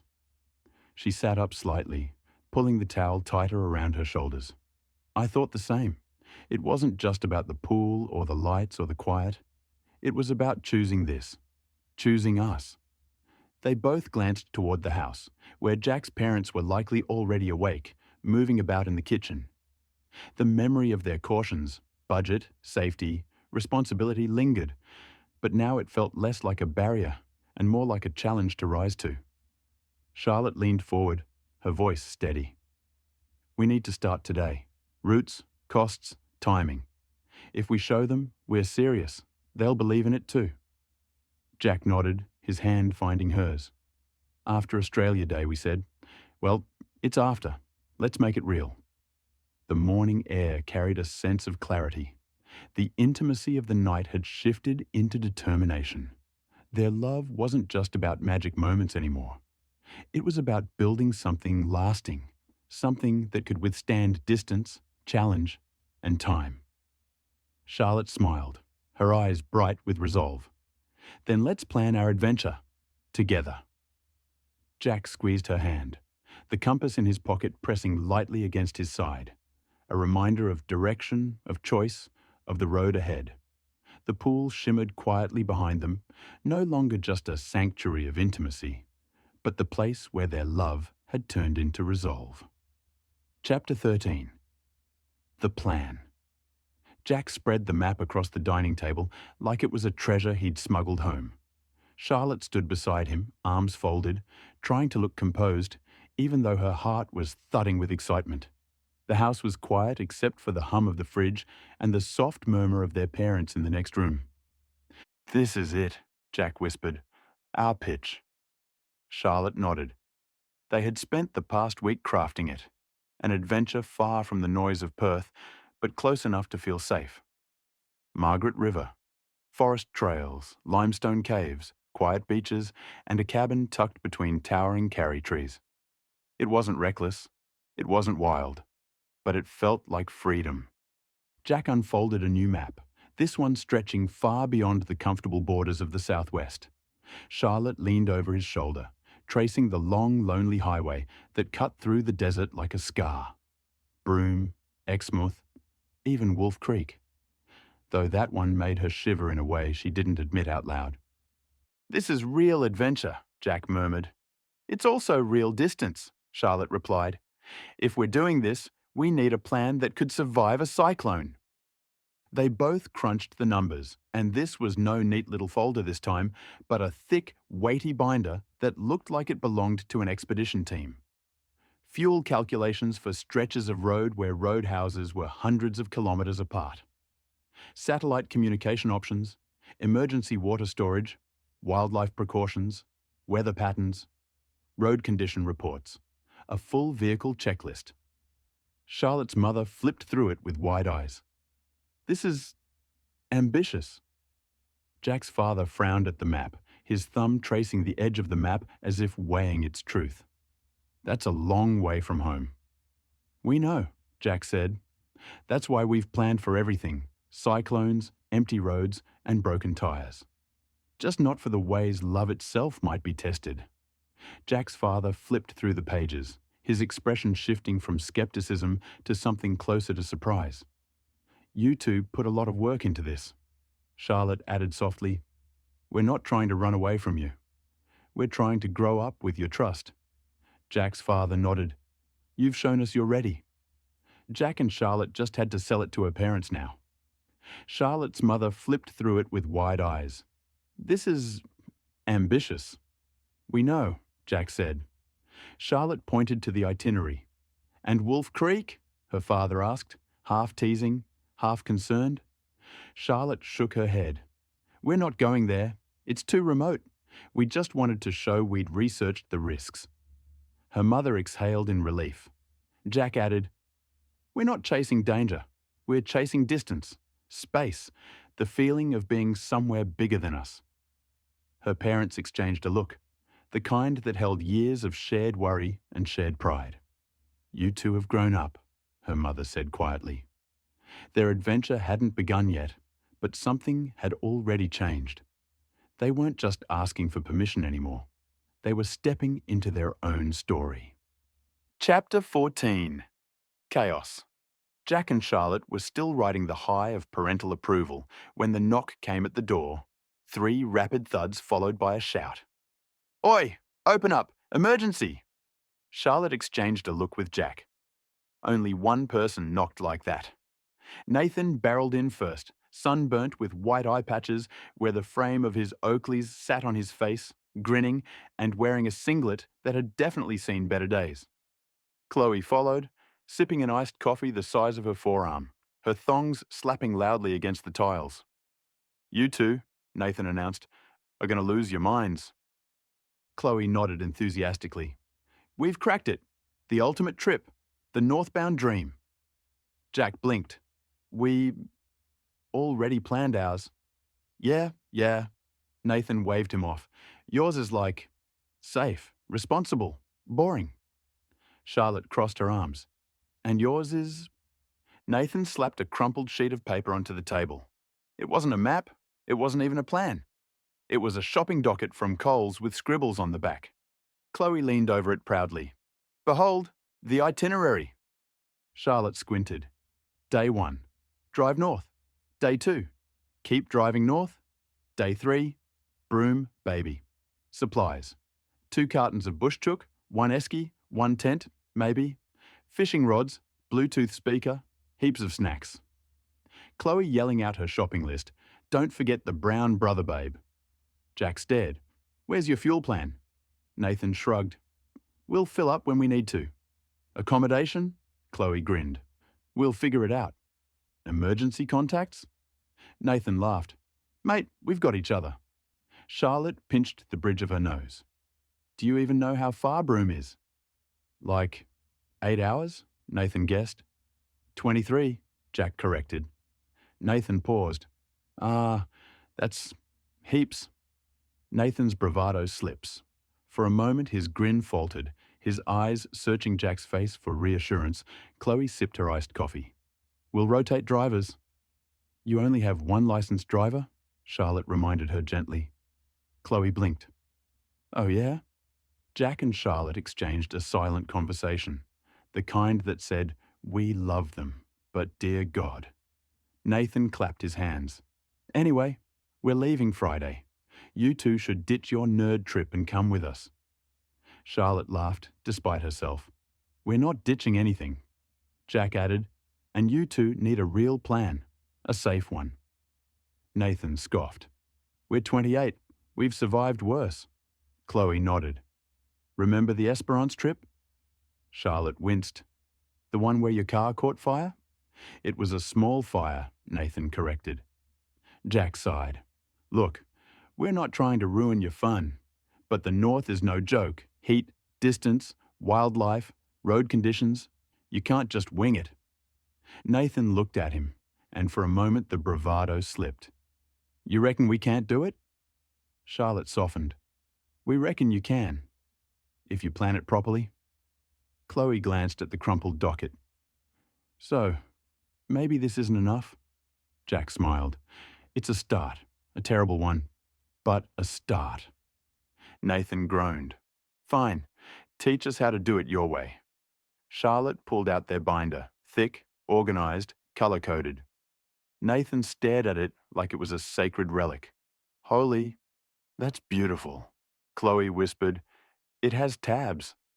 Charlotte's tone softened, steady as a compass. She wasn't dismissing them, she was guiding them. And just like that, the 4 of them sat around the table, the responsible pair and the chaotic pair, planning a journey that suddenly felt bigger, wilder, and far more unpredictable than before. With the binder and the docket, side by side, two worlds are about to collide. Because adventure wasn't just the destination, it was the road ahead. It was the people you dragged along with you. It was the chaos and care you carried with you, too. Chapter 15. Let's go shopping. Nathan's voice shattered the calm. Oi, check out these swags, he shouted, already sprinting toward the display. Before anyone could react, he launched himself into one, zipped it shut, and began wriggling like a trapped caterpillar. Babe, this is bloody amazing. I'm never getting out. Chloe rolled her eyes fondly and abandoned the lantern she'd been inspecting. Move over, you muppet, she said, attempting a dramatic dive into the swag beside him. Her aim was optimistic. She clipped the edge, rolled sideways, and disappeared halfway under the display stand. There's a spider in here, came her muffled, outraged voice, followed by a thud as she tried to escape and smacked her head on the underside. Jack froze, staring at the ceiling as if appealing to some higher power for patience. A staff member glanced over. Jack pretended he hadn't noticed. Charlotte nudged him gently. Charlotte, looking at Jack, they're your friends too. Not right now, they're not, Jack murmured, though the faint smile. Charlotte laughed.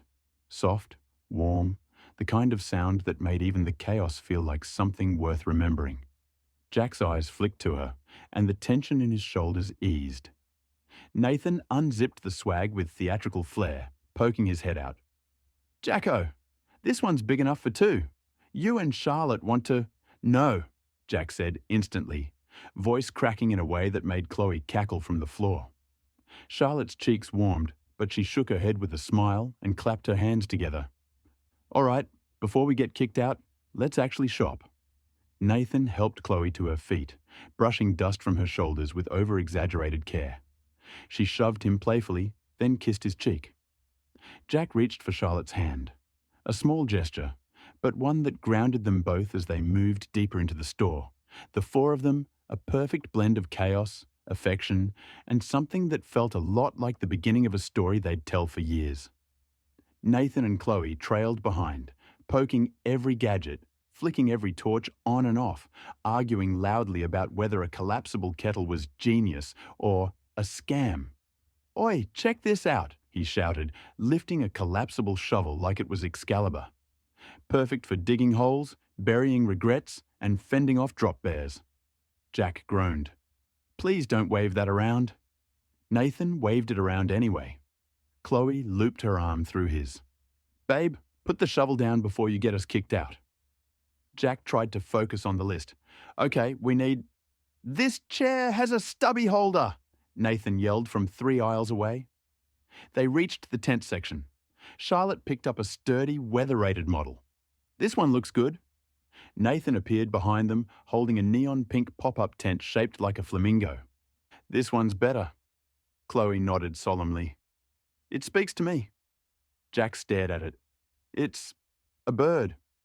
It's a lifestyle, Chloe corrected. Charlotte laughed so hard she had to lean on a shelf.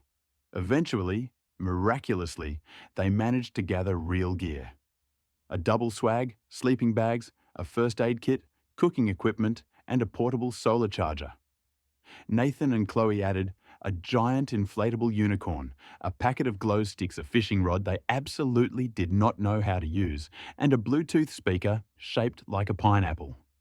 Jack paid for his share while pretending not to know the two adults arguing over which esky had better vibes. As they walked out of the store, bags in hand, Charlotte bumped her shoulder against Jack's. See, she said, not so bad. Jack exhaled. This trip is going to be chaos. And behind them, Nathan and Chloe were already planning which swag they were going to test next. Loudly, enthusiastically, and with absolutely no shame. They stood beside the car as the midday sun warmed the car park. Nathan and Chloe had wandered off again. Something about testing the durability of camp chairs, leaving Jack and Charlotte alone by the car. Charlotte leaned against the bonnet, under a shady tree. Charlotte squeezed his hand gently. I'm glad we're doing this together, she said. Jack's voice dropped to something soft, something real. Me too, and I meant what I said. I love you. I want this, us, to be something we build, not something we hide. Her breath caught, her eyes shining. I love you too. Nathan's voice exploded across the car park like a foghorn. Charlotte, I know you told me not to, but it's back, babe. Rotto Magic, I can feel it in the air. Chloe stumbled after him, wiping tears from her eyes. He's been yelling that for the last 5 minutes. I think he's high on adrenaline and poor decisions. Nathan skidded to a stop in front of Jack and Charlotte, panting dramatically. You two feel it, yeah? The Rotto Magic? The universe aligning? The vibes immaculate? The adventure gods smiling down on us? Jack stared at him. We were in the middle of something. Nathan slapped Jack's shoulder. Yeah, mate. Destiny. Romance. Road trip. Rotto Magic never dies. Charlotte laughed so hard she had to turn and lean on the car. Nathan, we're not even going to Rottnest. Jack reassuring Nathan, I'm really glad you said that. I haven't heard it in so long. Their quiet moment dissolved into laughter, chaos, and the familiar warmth of friendship. And somehow, that made the trip feel even more right. Chapter 16. Last Family Dinner. After a busy day of last-minute checks, both Jack and Charlotte pulled into Jack's parents' driveway. The familiar crunch of gravel under the tires made something in Jack's chest tighten. Nostalgia mixed with nerves. Charlotte felt it too. She squeezed his hand gently as they stepped out of the car. The porch light flicked on. His mum appeared first, wiping her hands on a tea towel, her face brightening the moment she saw them. There you two are. Jack smiled, but Charlotte noticed the way his shoulders softened. Home did that to him. His dad followed, slower, leaning against the doorframe with that quiet, steady presence Jack had inherited. You made good time, he said, nodding approvingly. Inside, the house smelled like rosemary lamb and fresh bread. They sat around the kitchen table, the four of them, talking about the trip, where they were headed, how long they'd be gone, what they still needed to pack. Mum poured tea for everyone. So, you're leaving first thing in the morning? Jack nodded. Yeah. Want to get on the road early? Charlotte added, We're hoping to reach the campsite before the heat really kicks in. His mum smiled warmly at her. You'll love it out there. Just make sure he eats something other than muesli bars. Jack groaned. Mum.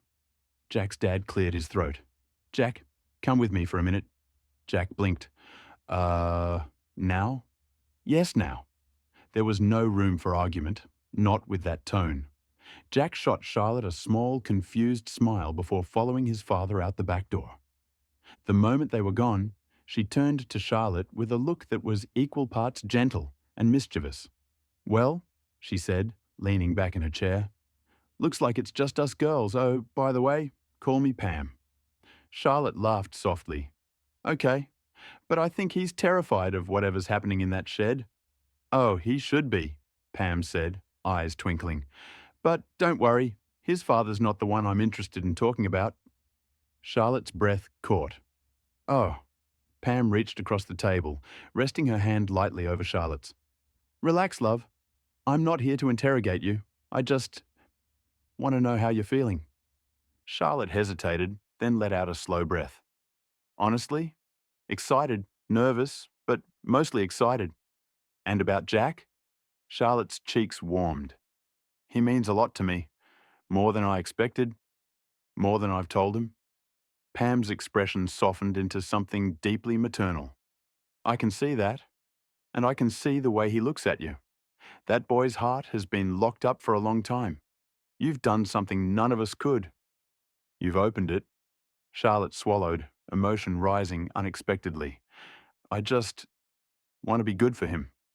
You already are, Pam said simply. Just be patient with him. He feels deeply, even when he doesn't say much. Charlotte nodded, absorbing every word. And, Pam added, standing and moving to a drawer, I want you to have something. She returned with a small, delicate object. a silver chain with a tiny locket shaped like a heart. Charlotte's eyes widened, her fingers brushing the delicate heart. It's beautiful. It feels so right, like you're all close to my heart. Charlotte's eyes widened. I can't take this. You can, Pam said firmly. It's yours now. It belongs to you. Consider it a welcome to the family. Her fingers trembled as she fastened the chain, the weight of it both grounded and overwhelming. Charlotte's throat tightened. Thank you, truly. The shed smelled like oil, timber, and old summers. Jack stood awkwardly near the workbench while his father rummaged through a drawer. Dad, what's going on? Michael, his dad, didn't answer immediately. He pulled out a small wooden box, worn smooth with age, and set it on the bench between them. Open it. Jack lifted the lid. Inside lay a pocket knife. Not new, not shiny, but beautifully crafted. The handle was carved from dark wood, initials burned into the side. R.H. Jack looked up sharply. This was yours? His dad nodded. My father, Roger, well, he gave it to me when I was about your age. Said it was for the road ahead, whatever that road turned out to be. Jack ran his thumb over the initials. Dad, I can't. You can, Michael said. Son, you're not a boy anymore, you're a man. Jack swallowed hard. Why now? His father leaned against the bench, arms crossed. Because you're not a boy anymore, and because you're taking someone with you who matters. That changes things. Jack's chest tightened. I love her. I know, Michael said quietly. And she loves you. I can see it. Jack imagined the knife tucked in his pack. Not a weapon, but as a reminder of the road behind him and the one ahead. Jack blinked, surprised. You can? Son, I've been married 30 years. I know what it looks like when someone's heart is safe in someone else's hands. Jack looked down at the knife again, emotion thick in his throat. Thank you. For this. For everything. Michael placed a hand on his shoulder. Firm, grounding. Take care of her, son. Take care of yourself. And remember, you can always come home. Jack nodded, unable to speak. When Jack and Charlotte stepped back into the kitchen, they both noticed the other was holding something. Jack lifted the pocket knife. Dad gave me this. Charlotte touched the silver chain with a tiny locket shaped like a heart at her neck. Your mum gave me this. They stared at each other, surprised, moved, connected in a way that felt deeper than before. Jack stepped closer, voice low. They really like you. Charlotte smiled softly. They really love you. He brushed his thumb over the tiny locket charm. Looks good on you. She touched the knife in his hand. So does that. For a moment, the world felt still. 2 gifts, 2 hearts, 1 path ahead. Tomorrow, the road would test them. Tonight, they carried the weight of love and legacy. But for now, they stood in the warmth of a family that had quietly, gently welcomed them both home. Chapter 17. Karnama. The highway stretched ahead in a long, shimmering ribbon, heat rising off the bitumen in soft waves. 3 hours in, the car had settled into its natural rhythm. Nathan and Chloe arguing cheerfully about music, Charlotte leaning her head against the window with a soft smile, and Jack keeping one hand on the wheel and the other resting near hers whenever he could. As she started to drift off to sleep, he embraced her by interweaving his finger with hers, raising their hand and giving a subtle kiss on her hand, with a soft, love you. They'd talked about everything and nothing. Old school stories, favourite beaches, whether glow sticks counted as essential survival gear. Nathan insisted yes, and the philosophical question of whether a pineapple-shaped speaker improved sound quality. Chloe insisted absolutely. Nathan and Chloe were already in full chaos mode in the back seat, arguing about whether a kangaroo could outrun a horse if it really committed emotionally.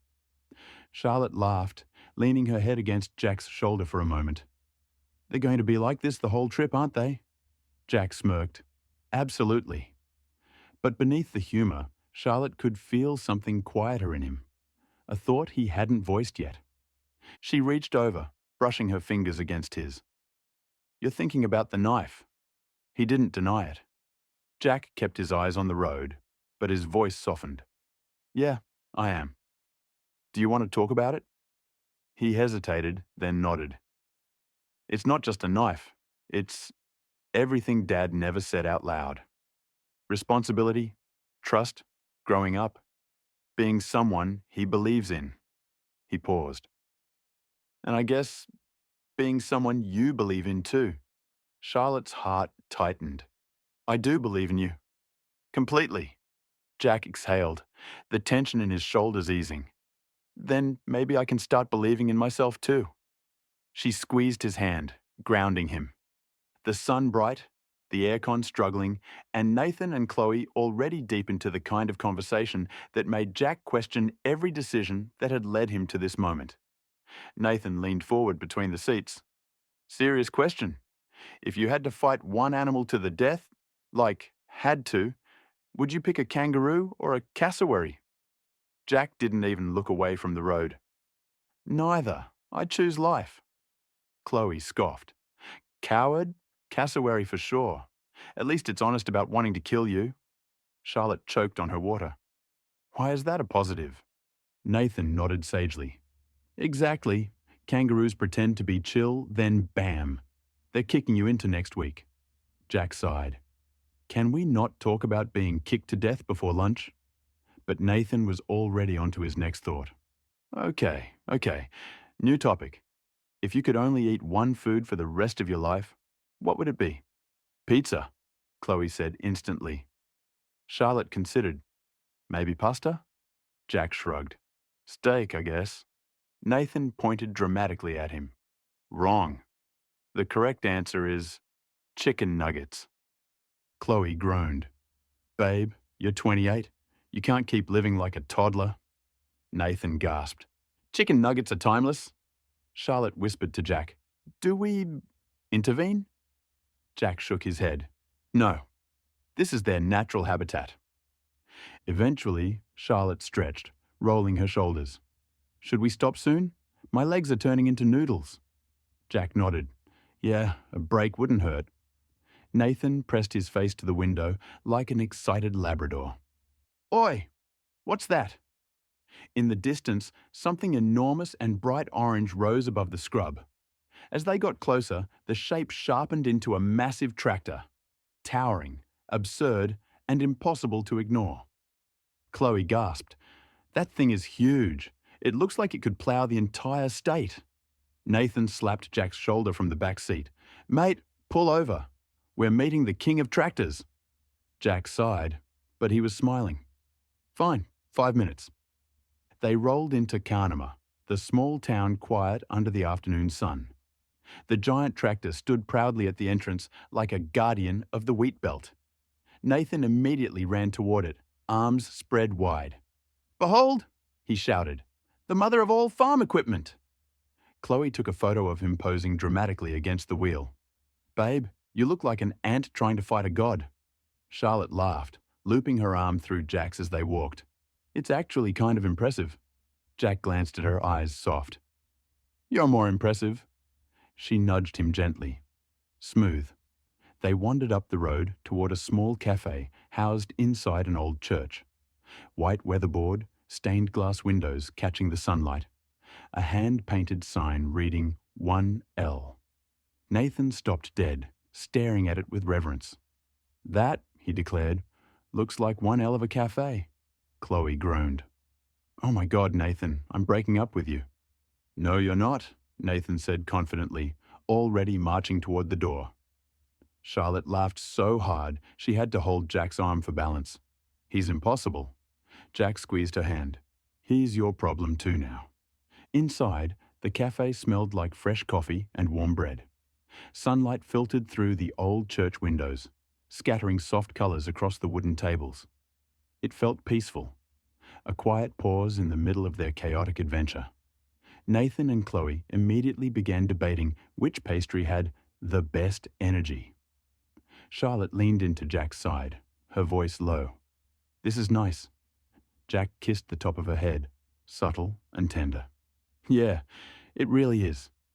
Outside, the giant tractor waited. Inside, the four of them settled into a booth, laughter rising like the stained glass light around them.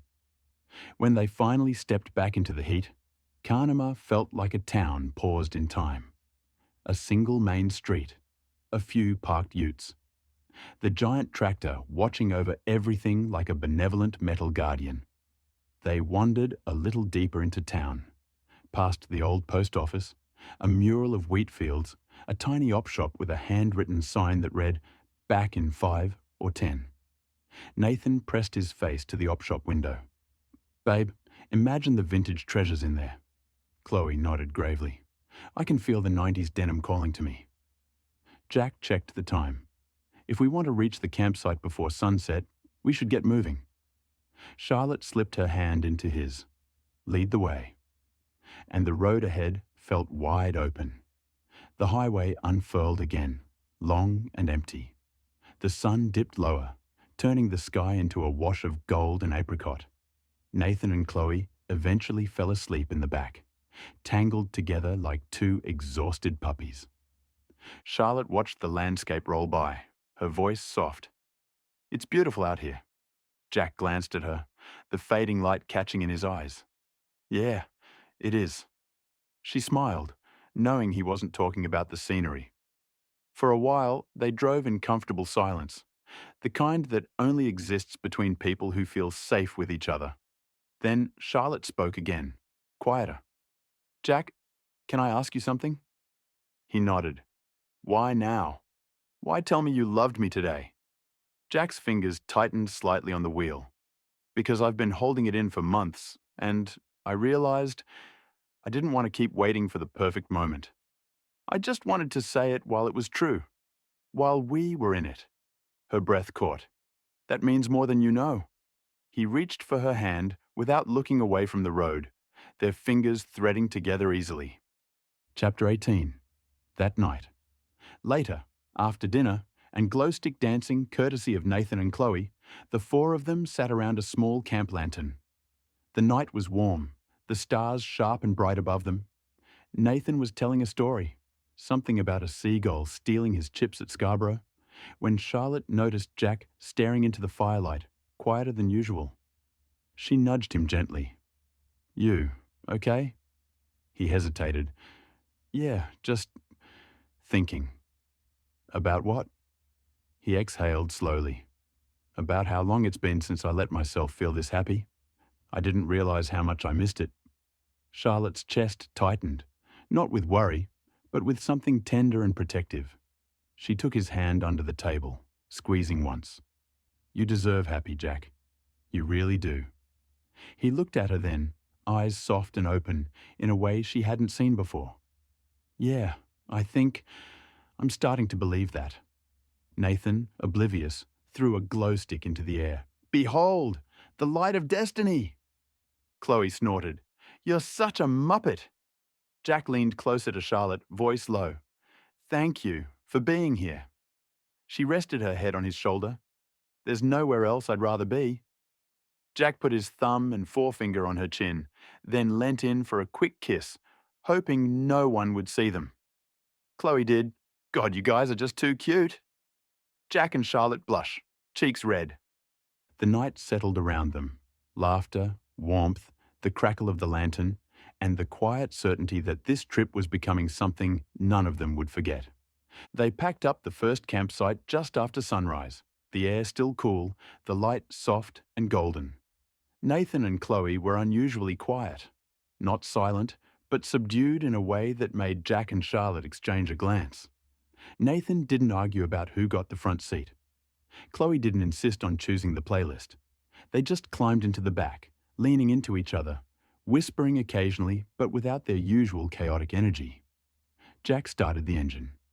Charlotte rested her hand on his thigh, a silent check-in. "You good?" she murmured. He nodded, though his eyes flicked to the rearview mirror. "Yeah, just keeping an eye on them." Charlotte squeezed his leg gently. "They'll tell us if something's wrong." Jack wasn't so sure. But he drove. By the time they reached Dongara, the sun was high and the sky impossibly blue. The big western rock lobster towered over the roadside like a bright red guardian of the coast. Nathan stared up at it, hands on his hips. "Behold," he said solemnly, "the king of seafood." Chloe nudged him. "You're allergic to shellfish." "Yeah," Nathan said proudly, "but I respect the craft." Charlotte laughed, leaning into Jack's side. "It's actually kind of cute." Jack smirked. "You say that about everything?" "Not everything," she said, brushing her fingers against his. "Just the things that make me smile." Nathan gagged loudly. "I'm allergic to PDA too." Chloe elbowed him. "Shut up, babe." But even with the jokes, something in their tone was off, softer, less spark. Jack noticed. Charlotte noticed. Neither pushed. The drive into Kalbarri was breathtaking. Red cliffs rising like ancient walls, the Murchison River carving its way through the gorge. They hiked to nature's window, the sandstone arch framing the landscape like a painting. Nathan and Chloe took a photo together, smiling, but the smile didn't quite reach their eyes. Jack and Charlotte stood a little apart, the wind tugging at Charlotte's hair. "It's beautiful," she whispered. Jack looked at her instead of the view. "Yeah, it is." She blushed, nudging him. "You're supposed to look at the scenery." "I am." She rolled her eyes, but her smile was soft. At the skywalk, they stood on the steel platform suspended over the gorge. The wind was warm, the drop dizzying, the view endless. Nathan leaned on the railing, staring out. "Feels like the world's too big to worry about anything," he said quietly. He formulated a brew of saliva and spat it out over the edge, only to get a light shower in its return over himself. Chloe slipped her hand into his. "Yeah." Jack and Charlotte exchanged another glance, this one heavier. Something was definitely wrong, but the moment wasn't theirs to take. They reached the next campsite just as the sky turned violet. Nathan and Chloe set up their swag without the usual bickering. They crawled inside early, murmuring to each other in low voices. Jack and Charlotte sat a little distance away, wrapped in a blanket, watching the stars spill across the sky in a glittering river. For the first time all trip, it was just them. No jokes, no chaos, no interruptions. Just the night, the warmth of the blanket, and the quiet rhythm of their breathing. Charlotte rested her head on Jack's shoulder. "They're not okay," she said softly. "No," Jack agreed. "They're not." "Do we ask?" Jack shook his head. "They'll come to us when they're ready." Charlotte nodded, trusting him. Silence settled again. But this time it was warm, intimate, full of unspoken things. Jack reached into his pocket, fingers brushing the knife his father had given him. He didn't pull it out. He just held it, grounding himself. Charlotte noticed. "You are thinking about home?" He hesitated. "Yeah, and about what it means to be responsible for someone, for us, for this." Charlotte shifted so she could see his face. "You don't have to carry everything alone." Jack's voice was low. "I know, but I want to be someone you can rely on." "You already are," she whispered. He exhaled, tension melting from his shoulders. Charlotte cupped his cheek gently. "Jack, you don't have to be perfect. You just have to be honest." He leaned into her touch, eyes soft. "I'm scared sometimes," he admitted, "of messing this up, of not being enough." Charlotte's heart tightened. "Hey," she said, brushing her thumb across his skin, "you're enough, more than enough. And I'm here. I'm not going anywhere." He kissed her, slow, deep, steady. The kind of kiss that wasn't about passion, but about truth. When they pulled apart, the stars above them seemed brighter. Charlotte rested her forehead against his. "We're growing up, aren't we?" Jack smiled faintly. "Yeah, I think we are." Behind them, Nathan and Chloe whispered quietly in their swag, their own storm brewing. But for now, under the vast Kalbarri sky, Jack and Charlotte held on to each other, letting the night make them a little braver, a little older, and a little more in love. Chapter 19. Trouble on the horizon. The sun was barely up when they started packing.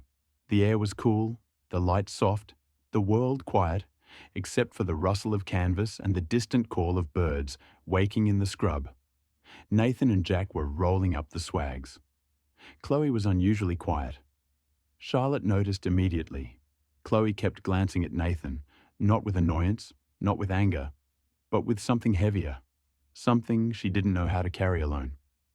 Finally, she stepped toward Charlotte, voice low.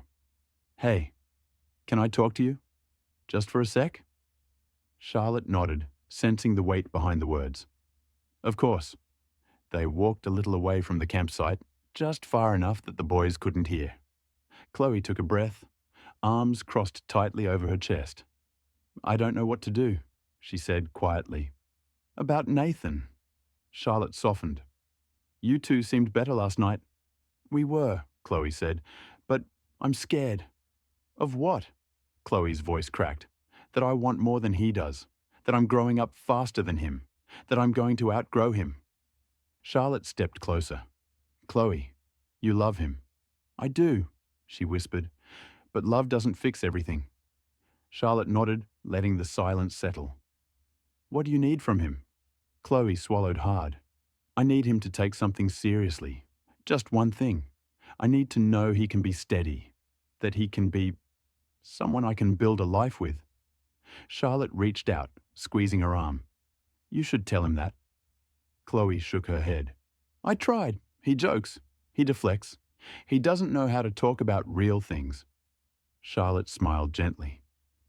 "Then maybe he needs someone who can show him how." Chloe blinked. "You think he can change?" "I think," Charlotte said softly, "that he already has.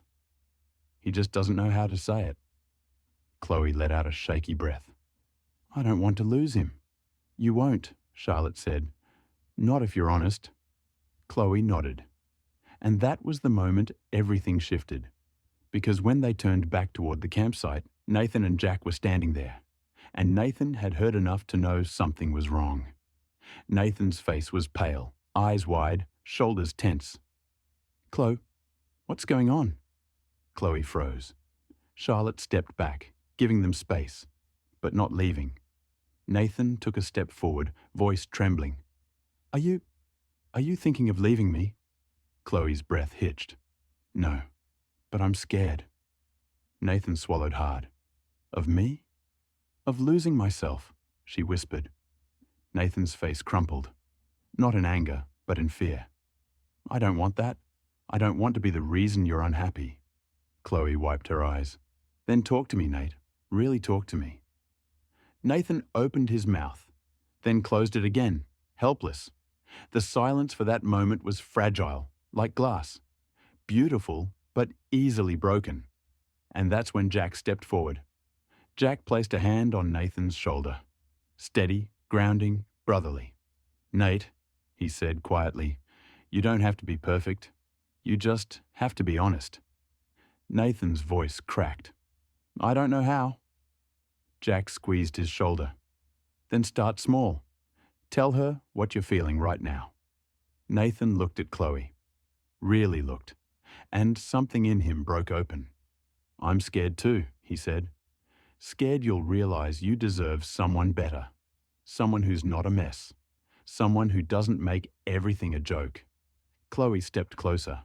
"I don't want someone better. I want you. But I need you to meet me halfway." Nathan nodded, tears gathering. "I can try. I want to try. I just need help." Jack's voice was gentle. "You've got it. From both of us."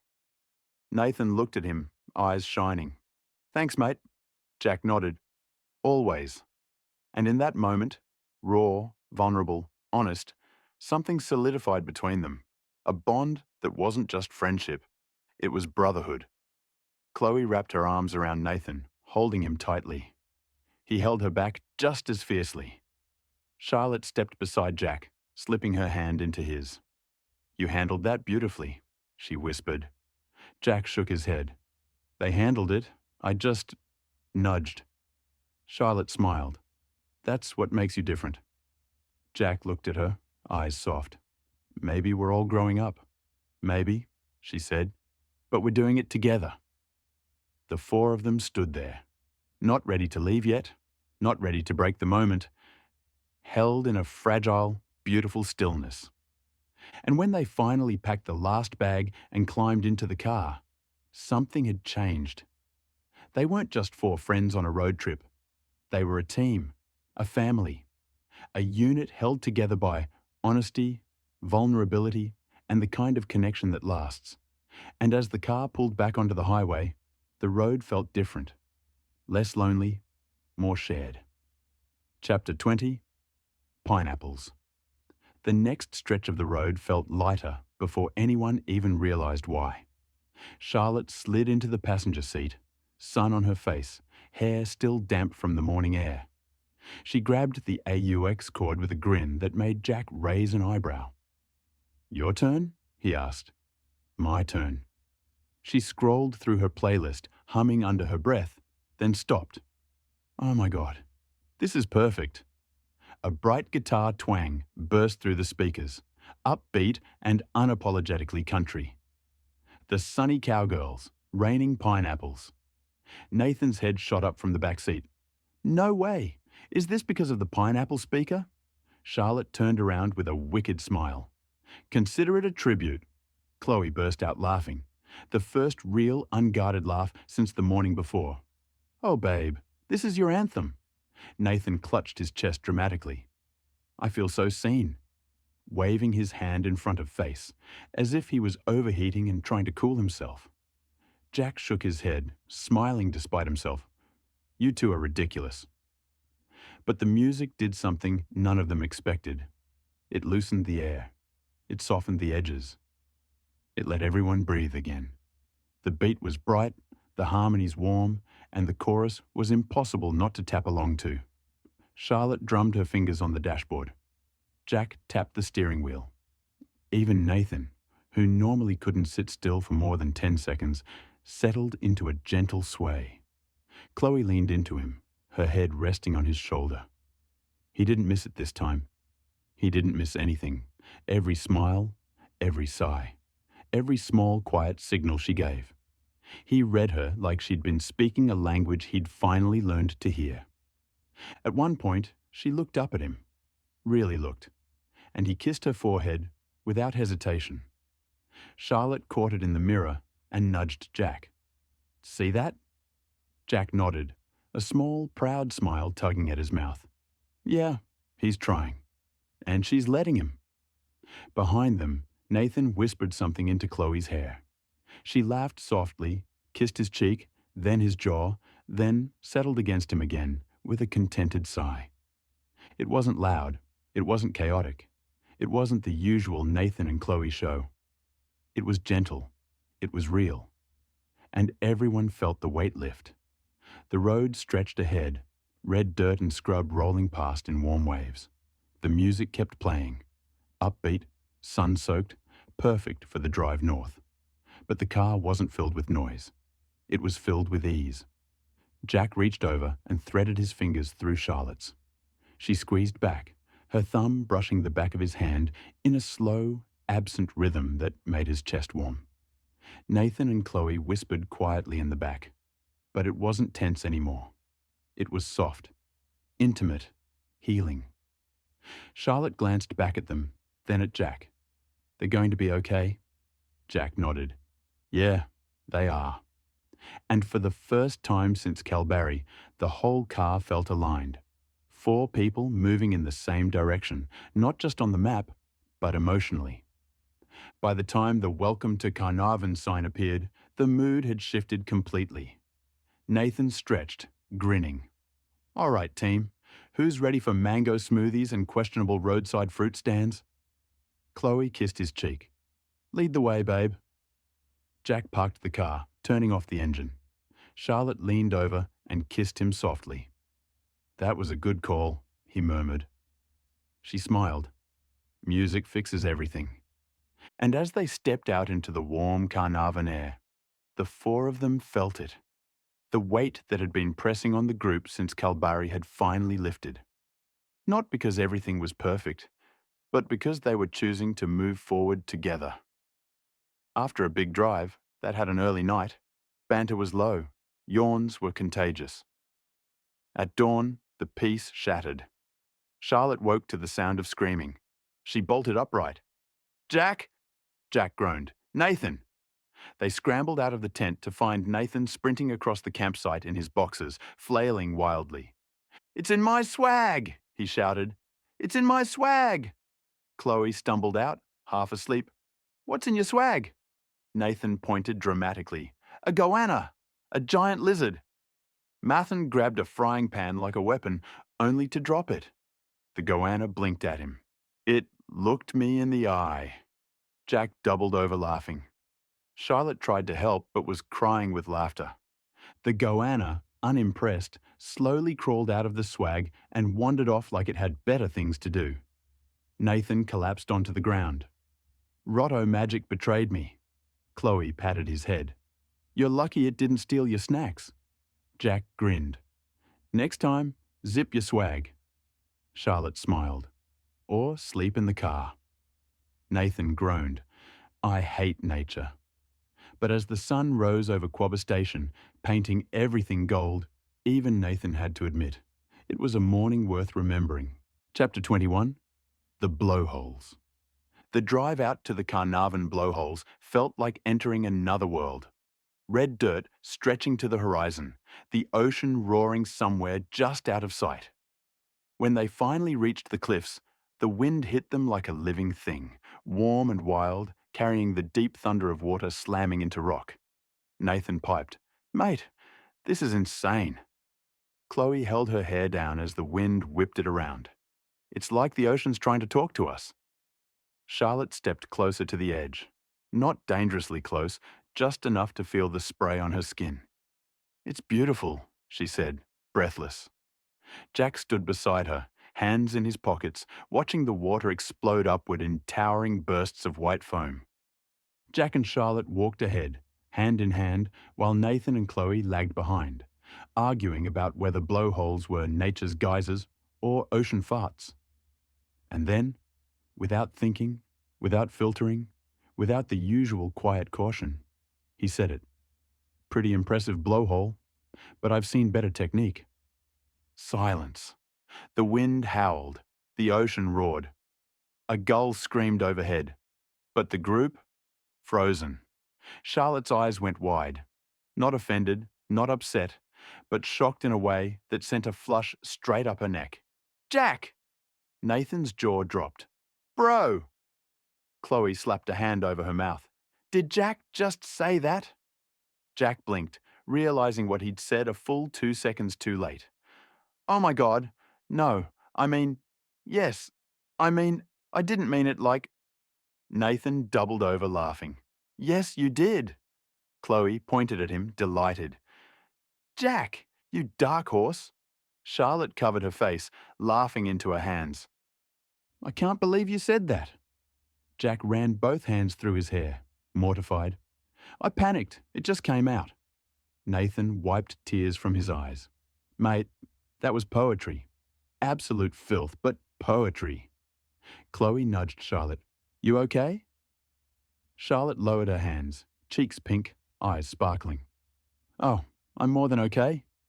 Jack froze. "You are?" She stepped closer, voice low enough that only he heard. "Maybe I like this version of you." Jack's brain short-circuited. Nathan saw the look on his face and cackled. "He's gone. You broke him." Chloe looped her arm through Nathan's. "Come on, let's give the lovebirds a minute before Jack combusts." They wandered off toward another lookout, still laughing. Charlotte stayed by the railing, watching the spray leap into the air. Jack approached slowly, still red-faced. "I'm really sorry," he said. "I don't know what that was." Charlotte turned to him, eyes soft, amused, warm. "That was you being bold." He swallowed. "Too bold?" She shook her head. "No, just surprising, in a good way." Jack exhaled, relief washing through him. "I thought I'd embarrassed you." "You did," she said, stepping closer. but only because you caught me off guard." He hesitated. "Is that bad?" She smiled, slow, sweet, and a little wicked. "Not even slightly." Jack blinked. "Oh." Charlotte laughed softly, taking his hand. "Come on, let's go before Nathan starts yelling about blowhole energy or something." Jack groaned. "He absolutely will." They walked back toward the others, fingers intertwined, the wind whipping around them, the ocean roaring below. And for the first time, Jack felt something new settle in his chest. Confidence, maybe. Or the thrill of knowing Charlotte liked every part of him, even the parts he didn't mean to show. Behind them, Nathan shouted, "Hey, Jack! Got any more innuendos, or are you spent?" Jack covered his face. Charlotte laughed and kissed his cheek. The wind picked up as they reached the edge of the cliffs. The sea was wild, waves crashing against the rocks, spray misting the air. The blowholes hissed and roared, unpredictable and mesmerizing. Charlotte stepped closer to the edge, her eyes wide with awe. "It's beautiful." Jack nodded, but his gaze was cautious. "It's dangerous too. The swell's huge today." But then, a sound like a cannon blast. A rogue wave slammed into the rocks, sending a geyser of water through the blowhole with terrifying force. The spray hit Charlotte square in the chest, knocking her backward. She slipped. Her foot skidded on the wet rock, and she tumbled toward the edge. Jack moved before he could think. He lunged, grabbing her wrist just as her body tilted over the drop. His feet slid, knees scraping against the stone, but he held on. Muscles straining, heart pounding. "Charlotte!" he shouted. She gasped, clutching his arm. "I'm okay. I'm okay." He pulled her back with everything he had, dragging her away from the edge until they collapsed together on the ground, breathless and shaking. Nathan and Chloe came running, eyes wide. "What the hell just happened?" Nathan shouted. Jack held Charlotte close, his voice rough. "Wave hit harder than expected. She slipped." Charlotte buried her face in his shoulder, trembling. "I didn't see it coming." Jack stroked her hair, his voice low. "I've got you, always." Chloe knelt beside them. "You're okay. You're safe." Nathan looked at the blowhole, then back at Jack. "Mate, that was intense." Jack nodded, still holding Charlotte. "We're done here. Let's head back." They walked slowly, Charlotte leaning into Jack, her steps careful. The adrenaline faded, replaced by a quiet, shaken intimacy. Back at camp, Charlotte sat beside Jack, wrapped in a blanket. She looked at him, really looked, and saw the fear in his eyes, the love, the rawness. "You saved me," she whispered.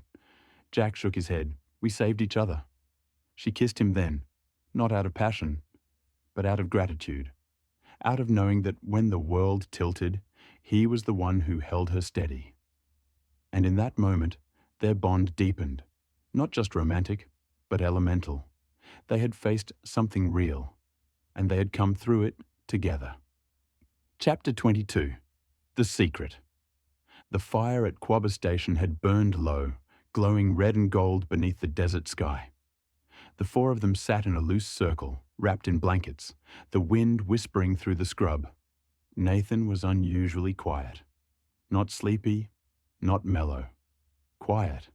Chloe noticed first. "Oi, you look like you swallowed a cactus." Nathan stared into the flames, jaw tight. "I've been thinking, maybe it's time I tell you lot something." Jack raised an eyebrow. "If this is about the goanna." "It's not the goanna," Nathan snapped, then sighed. "It's bigger." Charlotte leaned forward. "Nathan, what's going on?" He rubbed his hands together, the firelight catching the tension in his shoulders. "Okay, so, you know how I said I had to sort some stuff out before we left Perth?" Chloe frowned. "Yeah, you said it was bills." Nathan shook his head. "It wasn't bills?" Jack's posture straightened. "Nathan?" Nathan took a breath. "I'm pretty sure I'm being looked for." The wind seemed to stop. Charlotte blinked.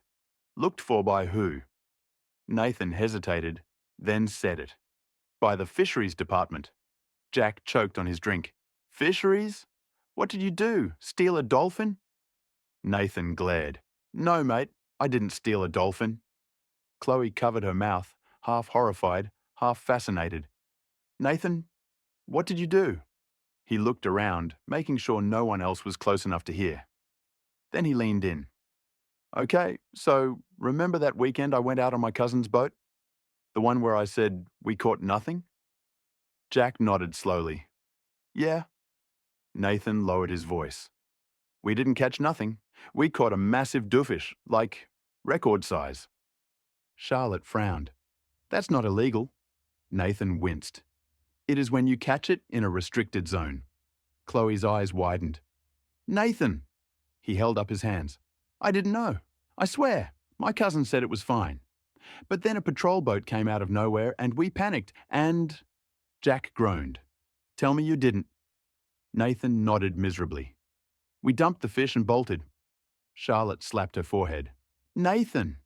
Nathan continued, voice low. But the thing is, they got our rego, and apparently they've been asking around. My cousin reckons they think we were poaching. Jack stared at him. Nathan, that's serious. I know it's serious, Nathan hissed. That's why I didn't tell you. I didn't want to ruin the trip. Chloe leaned back, stunned. So you're telling us you're basically on the run from fisheries? Nathan groaned. Not on the run, just avoiding them. Jack pinched the bridge of his nose. Nathan, you're an absolute muppet. Charlotte looked at him, half horrified, half impressed. This is the least surprising thing you've ever said. Nathan threw his hands up. Look, I didn't mean for it to happen. And it's not like I killed anyone. It's just a fish. Chloe Googled the result, then smacked his arm. A protected fish. Nathan winced. Okay, I stuffed up. But I'm telling you now because, well, we're heading north, and fisheries patrol up here too. If someone recognizes me, I just want you to know why. Jack exhaled slowly. Mate, this is next level stupid. Charlotte shook her head. But at least it's honest. Chloe sighed, leaning into him. You're lucky we love you. Nathan looked around the circle, sheepish. So, we're good? Jack snorted. No, but we're not leaving you behind. Charlotte smiled. Just, don't go near any boats. Chloe added, or fish. Nathan nodded solemnly. Fair call. And everyone was still processing. Jack rubbed his temples. Mate, this is bad, but maybe they can't prove it was you. Nathan swallowed. Yeah, about that. Chloe turned slowly. Nathan, what did you do? He stared into the flames, jaw tight. It wasn't my cousin's boat. Silence. The wind stopped. The fire popped. Charlotte's breath caught. Jack leaned forward. Whose boat was it? Nathan hesitated, then said it. It was my uncle's. And the rego is in my name. Charlotte's eyes widened. Nathan, why? Nathan threw his hands up. Because he asked me to. He said it was easier for insurance. I didn't think it mattered. Jack stared at him, horrified. Nathan, that means the patrol boat didn't just get a rego. They got your rego. Chloe's face drained of colour. Nath, that means they think you were the skipper. Nathan nodded miserably. Yeah, I know. Jack exhaled sharply. And the skipper is the one legally responsible for the catch. Charlotte whispered, Oh my God. Nathan continued, voice low. And my uncle, he didn't correct them. He told me to keep quiet. Said it'd blow over. Chloe's jaw dropped. He threw you under the bus. Nathan shrugged helplessly. He said it was just fisheries and they wouldn't care. Jack shook his head. Nathan, they do care. Restricted zone fishing is a big deal. They can fine you thousands. Charlotte added, and they can suspend your license. And not just your fishing license. Your car license too. Nathan groaned. I know. That's why I didn't want to tell you. Chloe stared at him, stunned. So you're telling us... The authorities think you illegally caught a protected fish on your boat and then fled a patrol. Nathan nodded weakly. Pretty much. Jack leaned back, stunned.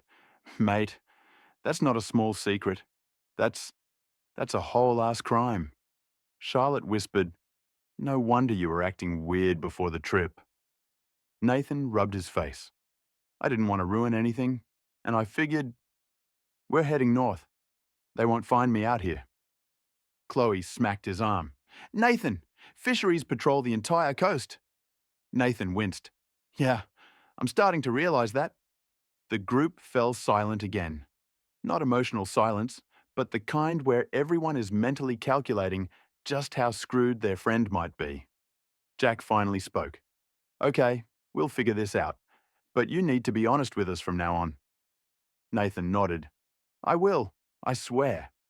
Charlotte sighed. This trip just got a lot more complicated. Chloe leaned into Nathan, shaking her head. You're lucky we love you, you idiot. Nathan managed a weak smile. As if to ask a question, Rotto Magic? Jack groaned. Rotto Magic is not getting you out of this one. But the truth was, they all knew this wasn't just a funny story anymore. It was a problem, a real one, and it was coming for Nathan whether he liked it or not. Chapter 23. Paranoid. Night had settled over Quabba Station, the fire crackling low as the wind whispered through the scrub. Everyone else was finally relaxing, but Nathan sat bolt upright in his camp chair, eyes darting at every sound like a meerkat on espresso. Chloe sighed. Nath, you're twitching. I'm alert, he whispered. There's a difference. Jack poked the fire. Mate, fisheries isn't coming for you. Nathan leaned in, voice deadly serious. That's exactly what they want you to think. Charlotte laughed. Nathan, they're not Navy SEALs. Nathan pointed at her. You don't know that? A gust of wind rustled the bushes behind them. Nathan shot to his feet. That's them. Jack didn't even look up. It's the wind. Nathan grabbed a frying pan like a shield. That's what they want you to think. Chloe groaned. Put the pan down. But Nathan was already creeping toward the noise, pan raised like he was about to duel a ghost. He kicked the bush dramatically. A plastic bin bag tumbled out. Nathan screamed, like full-body horror movie scream. Charlotte doubled over laughing. Oh my God, it's a bin bag. Nathan clutched his chest. It moved with intent. Jack. It moved with the wind. Nathan. Same thing.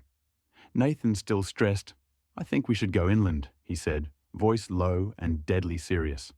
Just for a day, maybe two. Let things cool off. Let the situation pass. Jack blinked. Nathan, there is no situation. Nathan pointed at him. Not yet. Charlotte sighed. Nathan. But he wasn't done. Nathan leaned forward, eyes wide.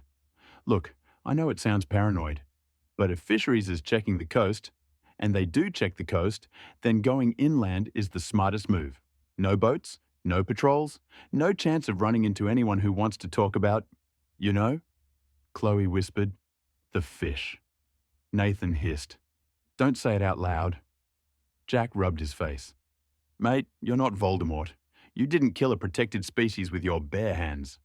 Nathan jabbed a finger at him. I might as well have, Jack. That fish was huge. Charlotte laughed despite herself. This is ridiculous.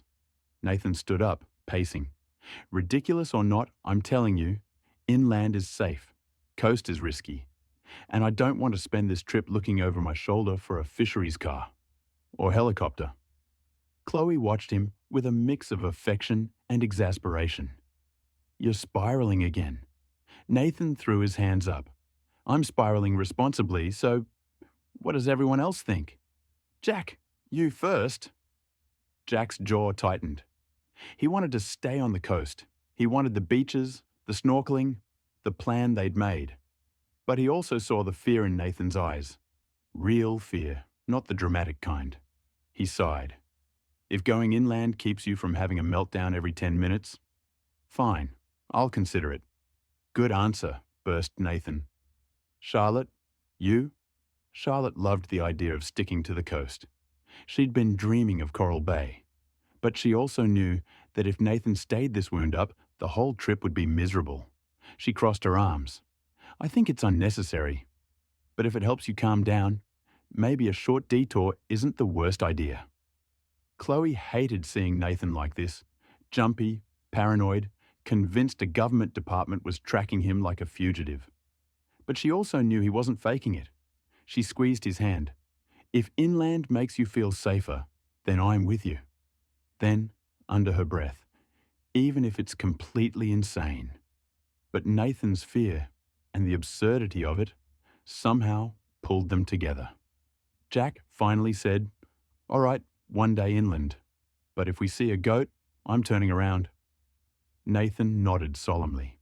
"Deal." Charlotte laughed. "This is going to be a disaster." Chloe smiled. Nathan puffed out his chest. "Rotto Magic never fails." Jack groaned. "Please stop saying that." Chapter 24. Inland.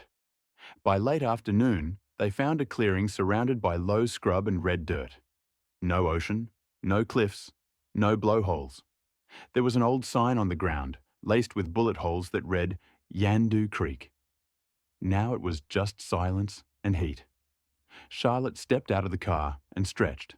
"It's peaceful," Jack nodded. "Quiet," Chloe smiled. "Kinda beautiful." Nathan scanned the horizon like a soldier on patrol. "And secure." Jack rolled his eyes. "Mate, we're in the middle of nowhere.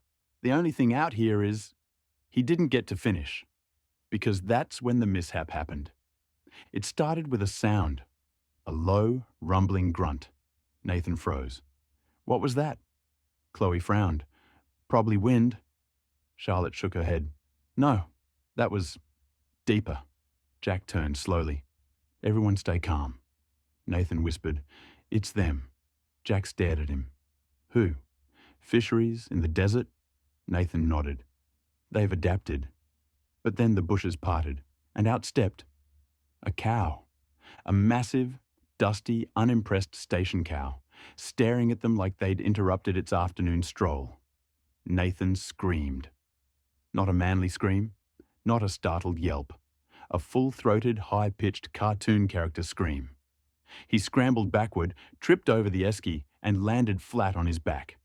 Chloe burst into laughter. "Nathan, it's a cow!" Nathan pointed at it, horrified. "It's huge!" Charlotte doubled over. "It's literally just standing there." Jack was wheezing. "This is the threat you dragged us inland to avoid?" The cow blinked slowly, chewed, and took a single step closer. Nathan scrambled behind Jack. "It's charging." Jack, "It's walking." Charlotte, "Barely." Chloe, "It's probably looking for water." Nathan, "It wants blood." The cow wandered past them, sniffed the esky, and then, with the casual confidence of a creature that feared nothing, nudged it over, spilling their snacks across the dirt. Nathan gasped. "It's attacking our supplies." Jack laughed so hard he had to sit down. "Mate, it's a cow, not a tactical strike unit." Charlotte wiped tears from her eyes. "This is the funniest thing I've ever seen." Chloe hugged Nathan from behind. "You're safe from the cow." Nathan, still shaking, whispered, "We should have stayed on the coast." Jack smirked. "Oh, now you want to go back?" Nathan nodded vigorously. "Yes, the coast is safer." Charlotte grinned. "Safer than the cow?" Nathan didn't hesitate. "Absolutely." The sun was dipping low, turning the red dirt gold. The group had finally stopped laughing about the cow, though every now and then Jack would snort and Nathan would glare at him. Nathan stood up suddenly, dusting off his shorts. "All right," he announced. "Time to prove I'm not completely useless." Chloe raised an eyebrow. "This should be good." Charlotte smirked. "What exactly are you planning?" Nathan puffed out his chest. "A bush survival demonstration." Jack leaned back in his camp chair. "Oh boy." Nathan ignored him. "I've watched so many survival videos. I know how to find water, build shelter, track animals." "You screamed at a cow," Jack reminded him. Nathan pointed dramatically. That cow was aggressive. Charlotte laughed. It was chewing grass. Nathan waved her off. Anyway, I'm going to show you how to start a fire using nothing but sticks. Chloe blinked. We already have a fire. Nathan shook his head. Not the point. Jack muttered. This is going to end in blood or embarrassment. Charlotte whispered, probably both. Nathan gathered 2 sticks, one long, one short, and knelt in the dirt like a man about to summon ancient spirits. He rubbed the sticks together, fast, aggressively, with the confidence of someone who had never actually tried this before. Within seconds, he was sweating. Chloe watched, amused. You okay there? Nathan grunted. This is how you make fire. Jack sipped his water. Or how you get splinters. Nathan kept rubbing. Faster, harder, more desperately. Nothing happened. Charlotte leaned over to Jack. Should we tell him that's not the right technique? Jack shook his head. No, let him cook. Nathan growled in frustration. Why isn't it working? Chloe patted his back. Because you're rubbing 2 random sticks together like a toddler. Nathan glared. I am summoning flame. Jack, you're summoning disappointment. Nathan, determined to prove them wrong, doubled down. He planted the long stick upright in the dirt, placed the short stick against it, and began spinning it between his palms like he'd seen on TV. Except he didn't brace it properly. The stick slipped. Nathan lost control, and the short stick shot out of his hands like a missile. It flew across the clearing, hit the esky, bounced, and smacked Nathan square in the forehead. He toppled backward into the dirt.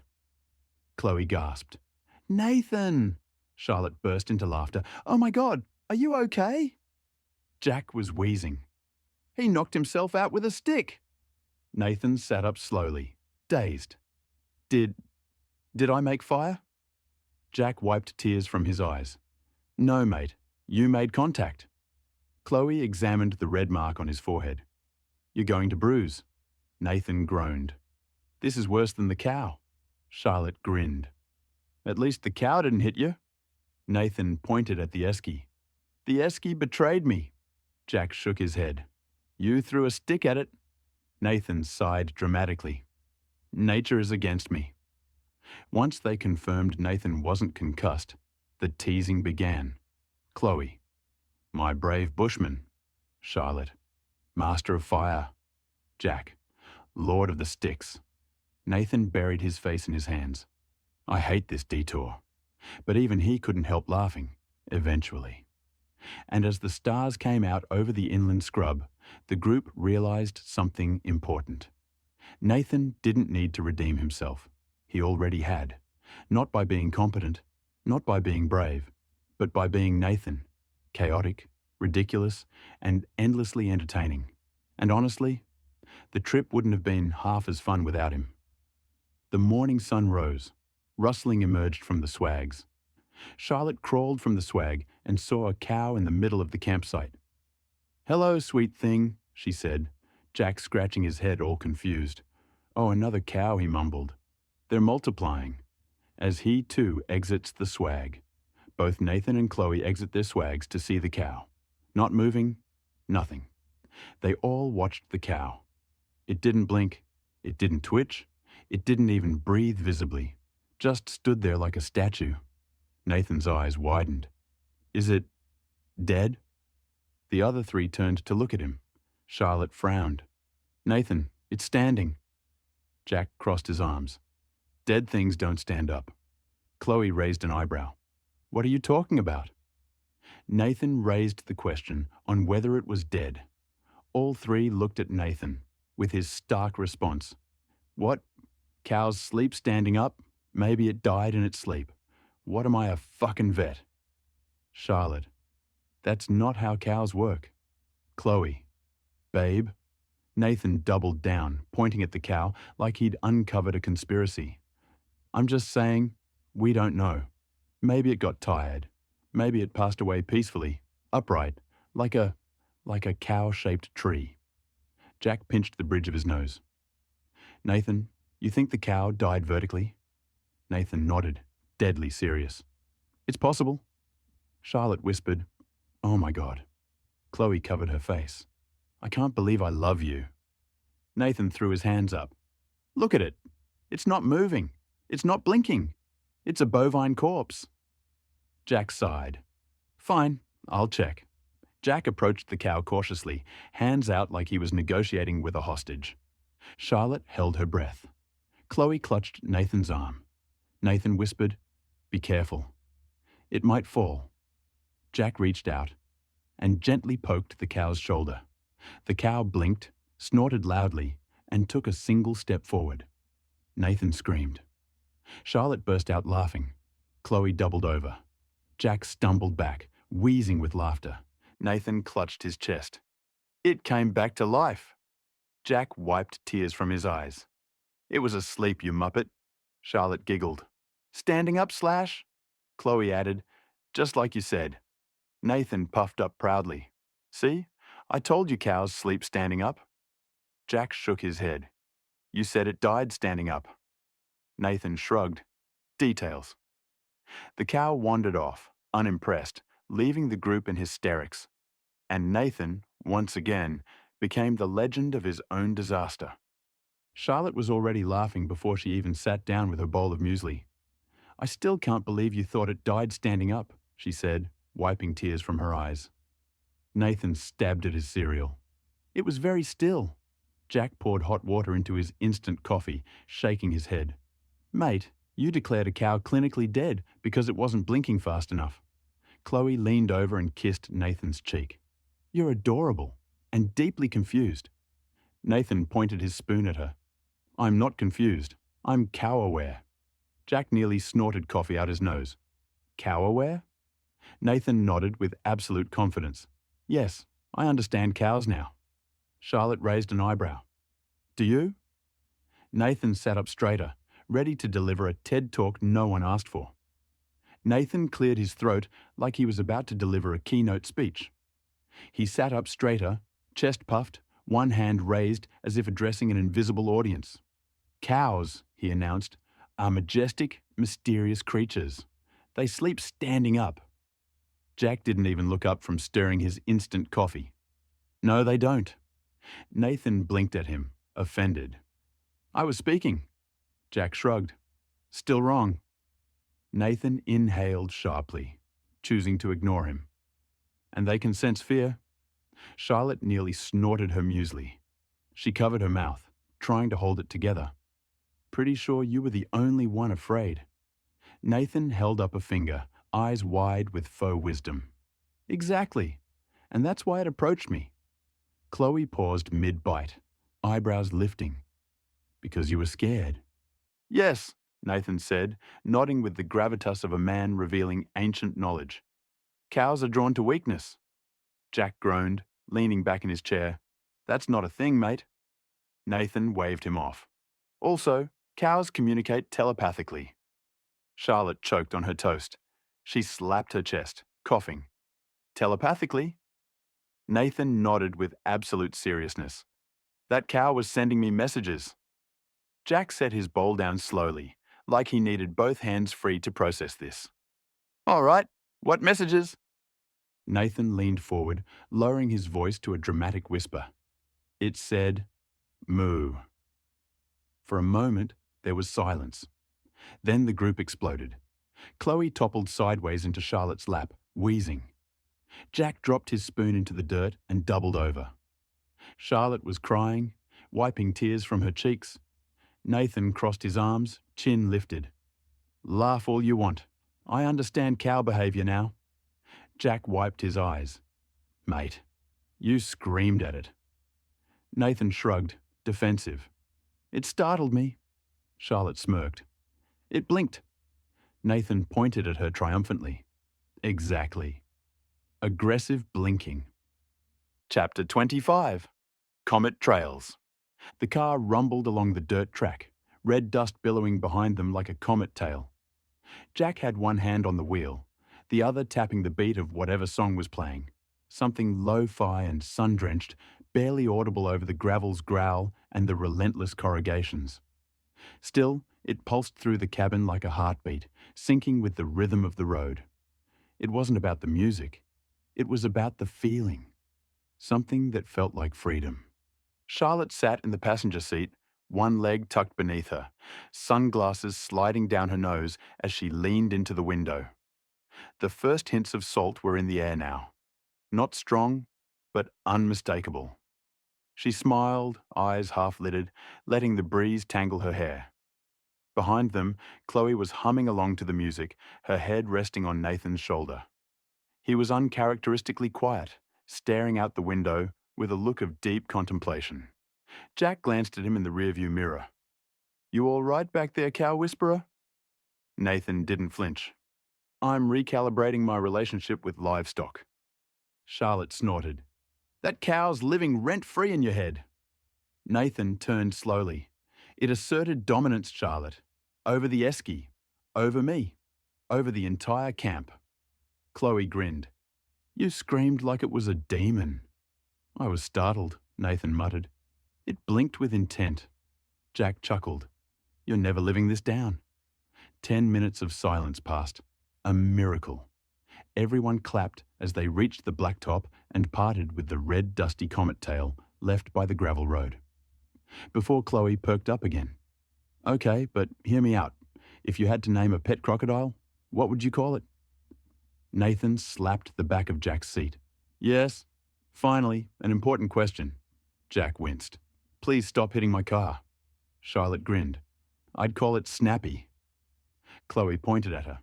"See? She gets it." Jack muttered, "I'd call it Animal Control." Nathan gasped again. "No imagination. I'd call mine Craig." Chloe blinked. "Craig?" "Yeah, Craig the Croc. He'd wear sunglasses." Charlotte laughed so hard she had to wipe her eyes. "Why sunglasses?" Nathan shrugged. "He's cool." Jack shook his head. "I regret everything." They crested a rise, and suddenly the world opened up, and silence went through the car once more as the coastline unfurled before them in a sweep of impossible blue. Coral Bay, glittering like a mirage. The reef shimmered beneath the surface, patches of turquoise and sapphire swirling like brush strokes. The ocean stretched out like a promise. "Whoa," Charlotte breathed, sitting up straighter. Chloe pressed her face to the glass. "It's even better than I remember." Jack slowed the car, letting the moment settle. "Welcome back to the coast." Nathan leaned forward, eyes wide. "I feel like I've been reborn." Jack smirked. "You were gone for one night." "Time works differently inland," Nathan said. "It's a lawless place." But then Charlotte pointed toward the beach. "Guys, what's that?" A crowd had gathered near the shoreline. Not tourists with towels, people standing still, clustered, watching something in the water. Jack narrowed his eyes. "Is that a boat?" Chloe squinted. "No, it's moving." Nathan's voice cracked. "Is it fisheries?" Jack groaned. "Mate, not everything's about fisheries." They pulled into the car park, dust settling around them, and then they saw it. A massive shape gliding just beneath the surface, its dappled back breaking the water in slow, graceful arcs. "A whale shark," Charlotte whispered. "It's a whale shark."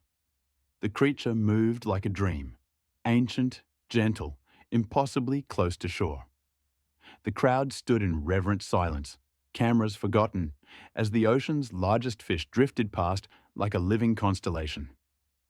Nathan stepped out of the car, mouth open. "It's beautiful." Chloe took his hand. "See? This is why we came back." A ranger waved them over. "You're in luck," he called. "She's been hanging around all morning. We're running a shallow water swim if you're keen. Only a few spots left." The ranger handed them a clipboard for they to sign. Jack looked at the others. "Well?" Charlotte was already nodding.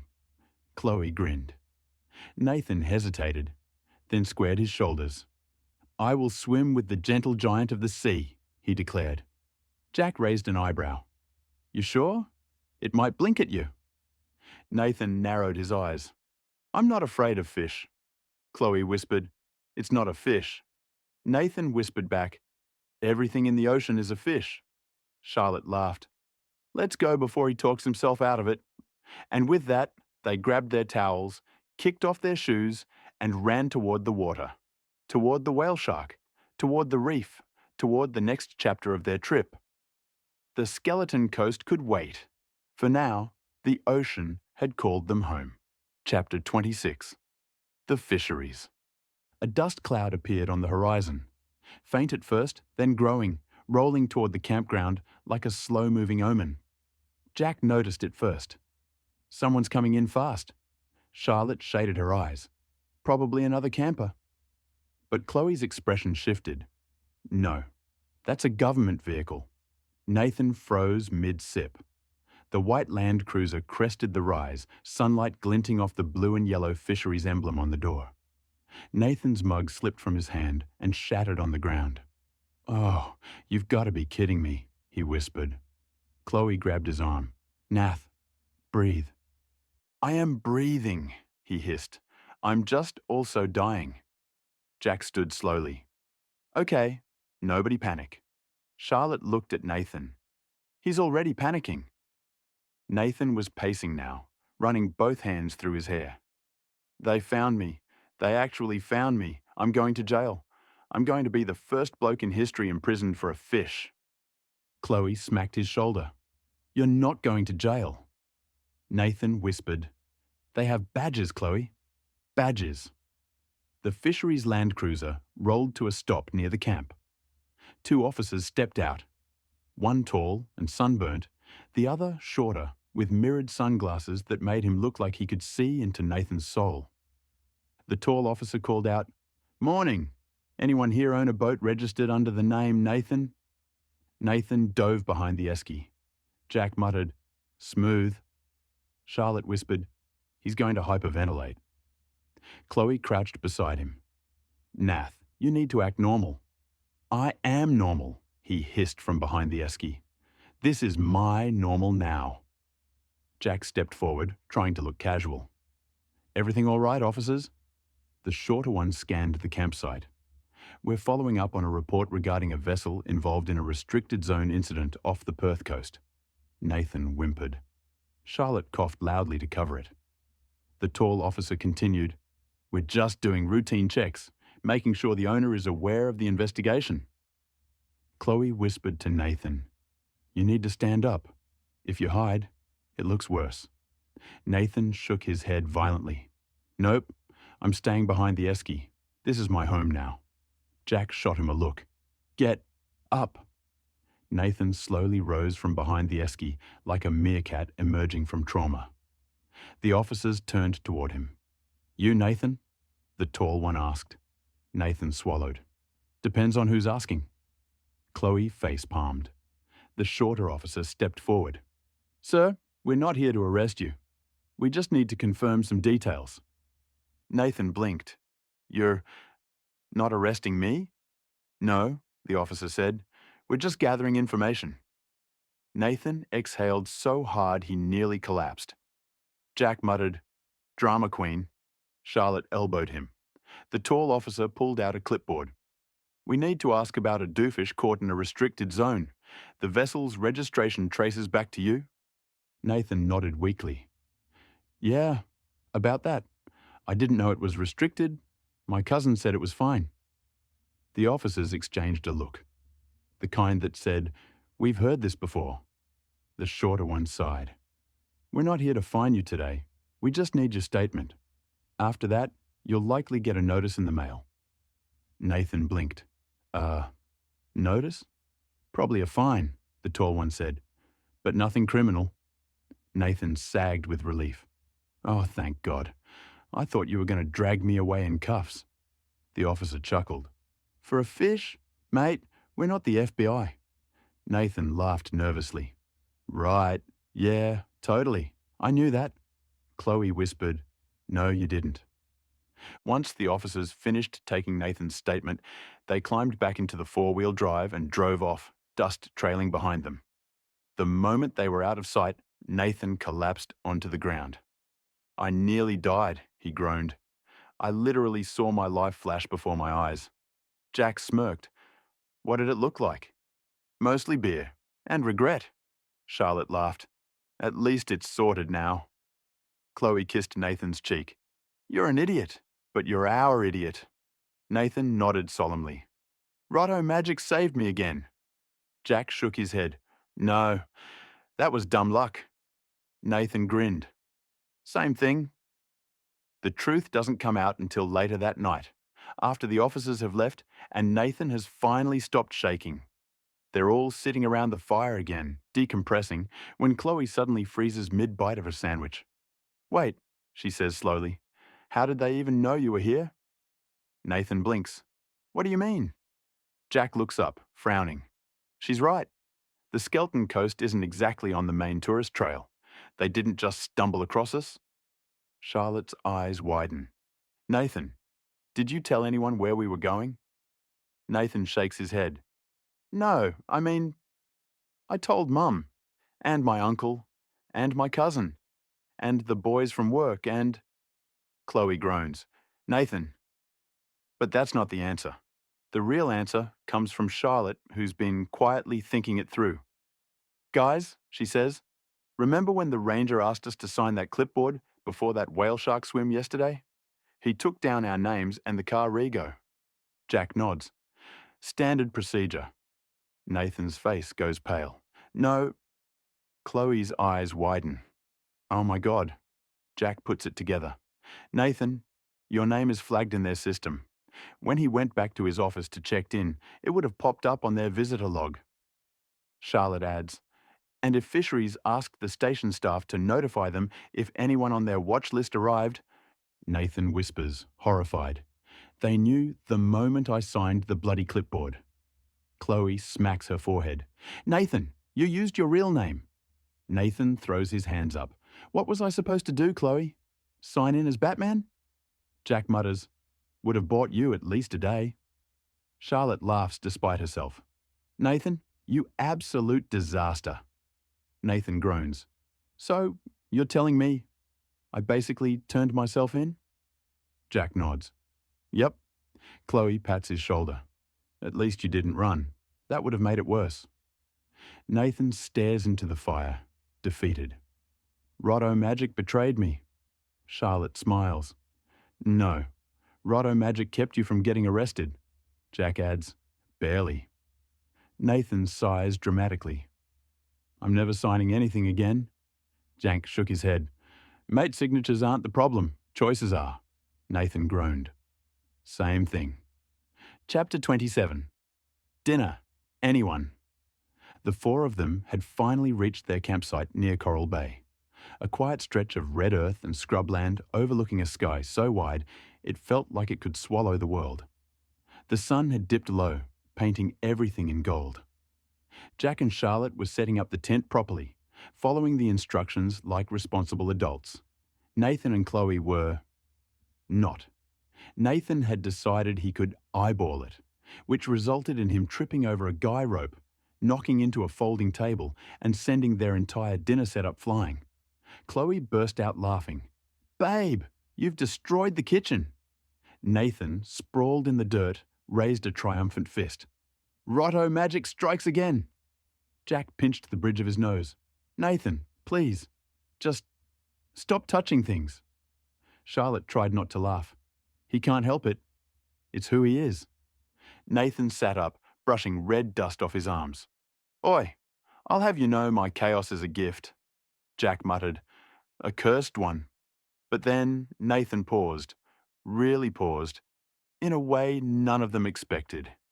He looked at Jack and Charlotte, the tent half built behind them, the sunset catching in their hair, the quiet closeness between them impossible to miss. You know, Nathan said, voice softer than usual, I'm actually glad you two dragged us along. Jack blinked. Dragged you? Yeah, Nathan said, shrugging. If it was just me and Chloe, we'd be halfway to Darwin by now, with no fuel, no food, and a tent made of bad decisions. Chloe nodded. He's not wrong. Nathan continued, dusting his hands off. But watching you two, I don't know. You make things feel steady, like the world's not as messy as I make it. Charlotte's breath caught. Jack looked at him, surprised. Nathan scratched the back of his neck, suddenly awkward. And seeing you both fight for this trip, for each other, it kinda reminds me that people like us, we need people like you. Chloe slipped her hand into his, her smile softening. He means it, in his own bogan way. Nathan nodded. Yeah, I do. You two, you're good together. Like, properly good. And if your parents can't see that yet, they will, because it's obvious. Jack swallowed, emotion tightening his chest. Charlotte's eyes shimmered. Nathan stood, brushing off his jeans. Anyway, enough mushy stuff. Who wants to help me rebuild the kitchen I destroyed? Jack laughed, a real warm laugh. Come here, you idiot. Nathan grinned and pulled him into a rough, one-armed hug. See, chaos brings people together. Charlotte stepped beside Chloe, watching the boys. He's right, you know. Chloe smiled. He usually is, accidentally. The four of them stood there for a moment. The sunset behind them, the red earth beneath them, the air warm and still. And something settled between them. Not chaos, not luck, not even Rotto Magic. Just connection, messy, imperfect, real. And it mattered. The beach curved gently around the bay, the tide whispering against the shore. As they walked, hand in hand, Charlotte spotted a small outcrop of limestone rising from the sand, pale and pitted, shaped by wind and salt into a natural alcove. She tugged Jack's hand, wordlessly guiding him toward it. The rock offered a pocket of shade, a hush from the open sky. Inside, the air was cooler, the sound of the ocean muffled. Charlotte stepped in first, her fingers still curled around his, then turned to face him, eyes soft. Jack smiled, brushing a strand of hair from her cheek. She leaned into his touch, resting her forehead against his chest. For a moment, they just stood there, the world outside fading to nothing but breath and heartbeat. She looked up at him, her expression unreadable, but full of something deep and quiet. Then, with a gentle press of her hand to his chest, she guided him to sit on the smooth stone ledge. He followed without question, watching her with a kind of reverent curiosity. Charlotte knelt before him, her hands resting lightly on his thighs. Jack's breath caught, not from surprise, but from the weight of the moment, the way her gaze held his, steady and sure. There were no words, just the hush of the sea, the warmth of her hands, the closeness of skin and stone, and trust. She closed her eyes at his touch, leaning into it, her breath slow and even. Time stretched. As she knelt to her knees, dropping his pants, and started playing with it. His member getting increasingly bigger, she put it in her mouth, engaging his every thought until he was ready to come. He tapped her on the shoulder, asking her to move, but she continued. Done, she swallowed. The walk back from the limestone hollow was quiet, but not in the same way as before. The air between them had shifted, cooler, less charged, a little unsteady. Jack's hand was still in Charlotte's, but his grip had loosened, his thumb brushing her knuckles absent-mindedly as if trying to ground himself. She glanced over at him, catching the flicker of something in his expression. Not discomfort exactly, more like awe, and maybe a little confusion. You okay? She asked, her voice soft, almost teasing. Jack blinked, then gave a half laugh. Yeah, just surprised. Charlotte tilted her head. By what? He looked at her, really looked. Sunlight catching in her hair, the corners of her mouth still curved from the last smile, eyes steady and unreadable. I've just never seen you like that, he said. So, sure, so bold. Charlotte's smile deepened, but there was something quieter behind it now. That's still me, Jack. Just a part you hadn't met yet. He nodded slowly. Yeah, I guess I thought I knew all your sides. She stopped walking, tugging him gently to face her. You know the parts I've shown you. Doesn't mean there aren't more. Jack searched her face, his own expression softening. I liked it. I just wasn't expecting it. Charlotte stepped closer, her hand resting lightly on his chest. You don't have to expect everything. You just have to be open to it. He let out a breath he hadn't realized he was holding. I am. I don't want to mess this up. You won't, she said, brushing her thumb along his collarbone. Not unless you start running from the parts of me you don't understand. Jack smiled, a little crooked.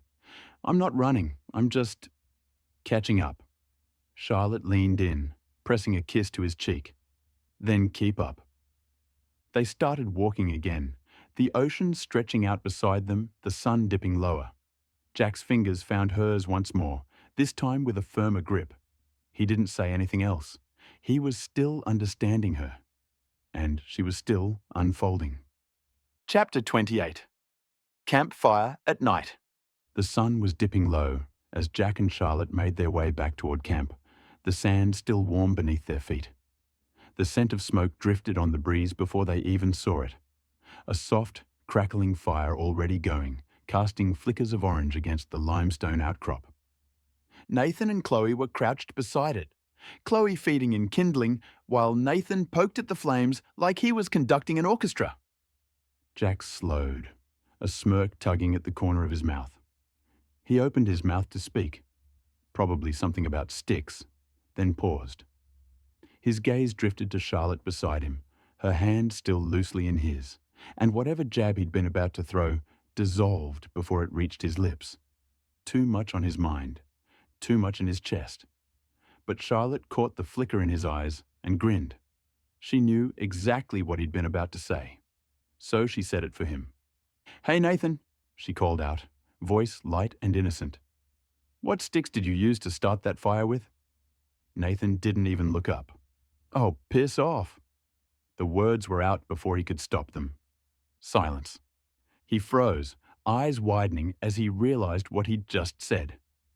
And who he'd said it to. Slowly, he turned toward Jack, bracing for the comeback. But Jack just walked past him, calm and unreadable, and dropped into a camp chair with a quiet sigh. No smirk, no jab, no reaction at all. Nathan blinked. Wait, nothing? You're not gonna... He didn't get to finish. Chloe, without missing a beat, swung her hand and smacked him upside the head with a sharp thwack. Oi! Nathan yelped, rubbing the back of his skull. Chloe glared. Apologize. Nathan looked sheepish, eyes darting between Charlotte and Jack. Sorry, Charlotte. Like a child who knew that they spoke out of turn. Charlotte just smiled sweetly. Accepted. But I'm still telling everyone about the cow. Nathan groaned. I deserve that. Jack finally looked up, a slow grin spreading across his face. You really do. Chloe tossed another stick into the fire. You're lucky I didn't use this one. Nathan held up his hands in surrender. Noted. No more sass. I'm reformed. Charlotte sat beside Jack, leaning into his shoulder. You're not reformed. You're just outnumbered. Nathan sighed. Same thing. The fire crackled between them, warm and steady. The sky above was streaked with lavender and gold, and the ocean whispered just beyond the dunes. For the first time in days, the group felt still. Not because there was nothing to do, but because, for once, there was nowhere else they'd rather be. The fire crackled softly, casting flickering shadows across the sand and the curve of the limestone behind them. The night had settled in completely now. Stars scattered across the sky like salt. The ocean a dark hush just beyond the dunes. A small speaker played something slow and low, barely louder than the breeze, a melody that felt like memory. Jack sat cross-legged near the fire, his hands wrapped around a tin mug gone cold. He wasn't drinking anymore, just holding it, watching the flames, watching her. Charlotte was curled up in her camp chair, legs tucked beneath her, hoodie sleeves pulled over her hands. Her face was lit in amber and gold, eyes half-lidded, lost in the music or the fire or her own thoughts. Maybe all three. Jack couldn't stop looking at her, not because of what had happened earlier, though that still echoed in his chest like a struck bell, but because of what it had revealed. There was a part of her he hadn't seen before, a quiet boldness, a kind of fearless intimacy. She hadn't asked for anything. She'd just given, unapologetically, unflinchingly. And now he sat there, wondering how to meet her in that space, how to show her that he saw her, that he wanted to be seen too. He wasn't good with grand gestures.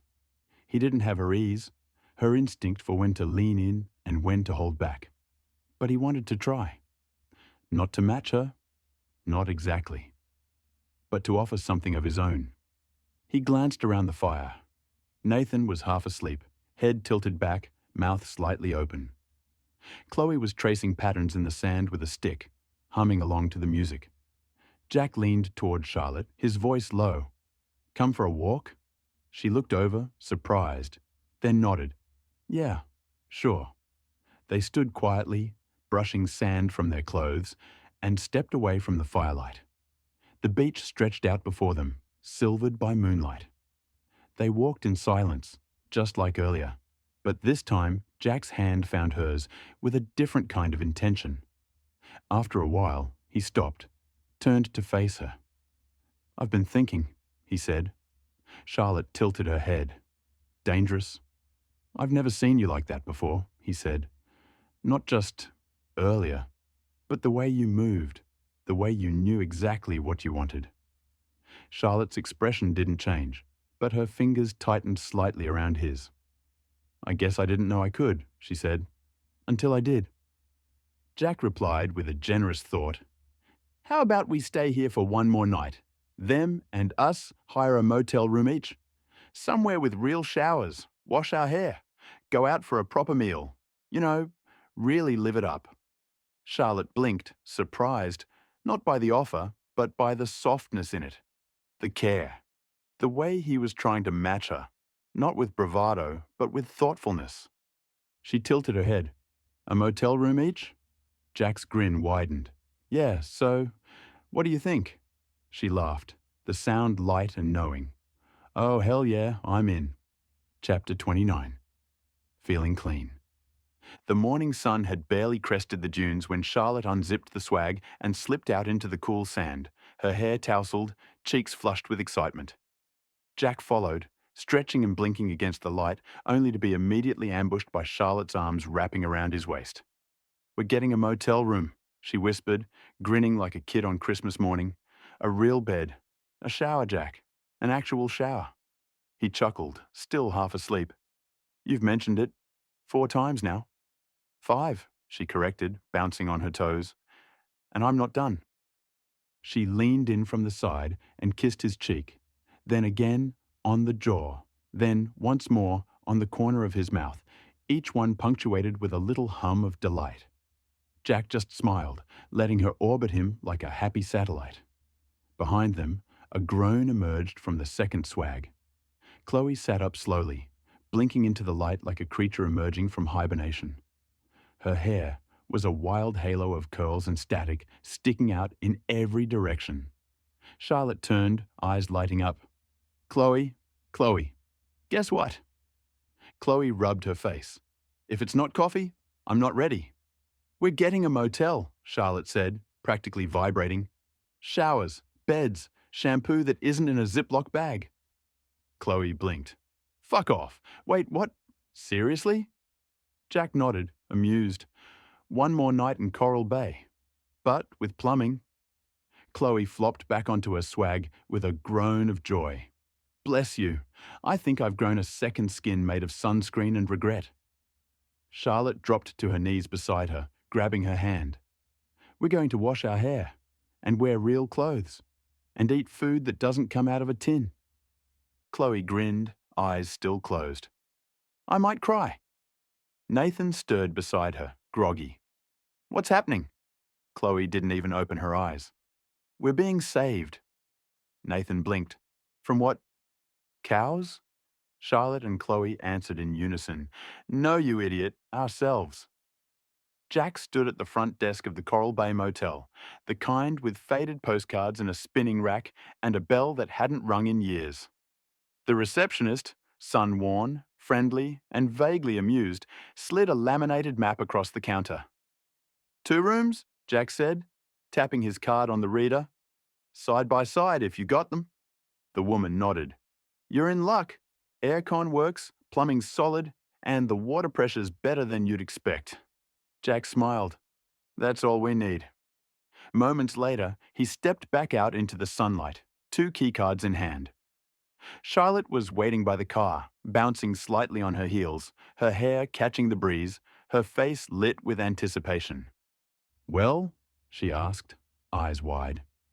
Jack held up the keys, like a magician revealing the final card. 2 rooms, real beds, real showers, aircon that doesn't hum like a dying fridge. Charlotte let out a delighted squeal and launched herself at him, arms around his neck. You're a hero. He laughed, catching her easily. I try. She kissed him once, then again, then snatched her key and sprinted toward the rooms like a woman possessed. I'm going to be clean, Jack. Clean. Jack watched her go, grinning. Behind him, Chloe and Nathan were still unloading the car. Chloe looked up, saw the keys in his hand, and let out a groan of joy. Tell me that's what I think it is. Jack tossed her a key. Room 6, hot water and a door that locks. Chloe caught it mid-air. I could cry. Nathan blinked. Wait, we're not camping. Chloe was already halfway to the room. Nope, we're evolving. Nathan looked at Jack. You caved? Jack shrugged. I upgraded. Nathan narrowed his eyes. You're up to something. Jack just smiled. Maybe. And with that, he turned and followed Charlotte, the motel door swinging shut behind him with a satisfying click. The inland dust was behind them. The ocean breeze was back. And tonight, for the first time in days, they'd sleep on mattresses that didn't roll up in the morning. Jack's plan, the real one, would come later. But for now, he had a shower to take, and a girl who'd never looked happier to be near plumbing. The morning unfolded with a kind of lazy, sun-drenched rhythm, the kind that only happens when you've slept in a real bed, and your skin no longer feels like it's coated in salt and campfire smoke. Charlotte and Chloe were the first to claim the showers, emerging one after the other with damp hair, fresh clothes, and the kind of radiant energy that only comes from hot water and decent shampoo. Charlotte was practically glowing, towel drying her hair on the motel balcony, humming to herself as she watched the street below. Meanwhile, Jack and Nathan had taken charge of laundry duty. Or rather, Jack had taken it seriously, and Nathan had come along for the ride, dragging a duffel bag full of sandy clothes and half-melted muesli bars. The laundromat was tucked behind the servo, humming with the low rhythmic churn of machines. Jack was sorting whites from colours with military precision. Nathan was leaning against the dryer, arms crossed, watching the spin cycle like it owed him money. So, Nathan said, stretching the word out like it had weight, you and Charlotte disappeared for a while last night. Jack didn't look up. We went for a walk. Nathan smirked. Sure, a walk. Jack raised an eyebrow. What's your point? Nathan shrugged, eyes on the dryer. Just wondering if you got your... Jack cut him off with a look. Don't. Nathan held up his hands, grinning. All right. I'll keep it classy. There was a pause. Then Nathan leaned in, voice low. But seriously, did you get your... Jack tossed a damp sock at his face. Nathan yelped, swatting it away. Oi, that's assault. Jack went back to folding. That's mercy. Nathan chuckled, rubbing his shoulder. Fine, I'll behave. But for the record, I'm just saying, I wouldn't mind getting my own little motel miracle today. Jack gave him a sidelong glance. You're unbelievable. Nathan grinned. And yet, here I am, doing laundry, growing, evolving. Jack shook his head, smiling despite himself. You're evolving into a pest. Nathan pointed at the dryer. A clean pest. Back at the motel, Charlotte and Chloe were already planning lunch. Something with real cutlery and a menu that didn't involve flipping a tin lid. The day was young, the clothes were drying, and for once, no one was being chased by cows or haunted by esky-related trauma. Chapter 30. Feeling New. The motel doors creaked open almost in sync. room 5 and room 6, and out stepped Jack and Nathan, freshly showered, sun-kissed, and looking like entirely new men. Jack's hair was still damp, pushed back in a way that made him look effortlessly put together. He wore a clean white tee and board shorts that hadn't seen red dust in days. Nathan, meanwhile, had somehow found a shirt with buttons and was wearing it unbuttoned halfway down his chest like he was auditioning for a beachside cologne ad. Charlotte, perched on the bonnet of the car with Chloe, looked up and let out a low whistle. "Well, hello," she said, grinning. "Who are you two and what have you done with our feral travel companions?" Chloe laughed, nudging her. I'm not complaining."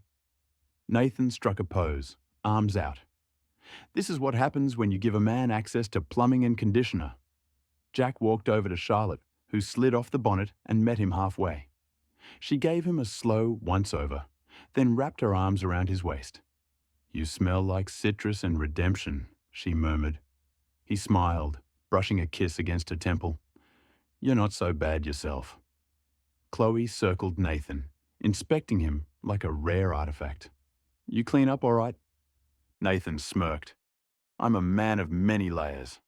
"Yeah," she said, poking his chest. "Most of them were dirt." They all laughed, the kind of easy, sunlit laughter that only comes after a good night's sleep and a hot shower. For the first time in days, they weren't just surviving. They were glowing. Charlotte leaned into Jack, her voice low. "You look good." Jack glanced down at her, his eyes warm. "You make it easy." And just like that, the day stretched out before them, full of possibility, salt air, and the promise of something more. The skeleton coast could wait a little longer. For now, they had clean clothes, clear skies, and each other. Bill's bar was humming with the low, easy buzz of lunchtime, cutlery clinking, the scent of grilled meat and garlic butter thick in the air, ceiling fans spinning lazily overhead.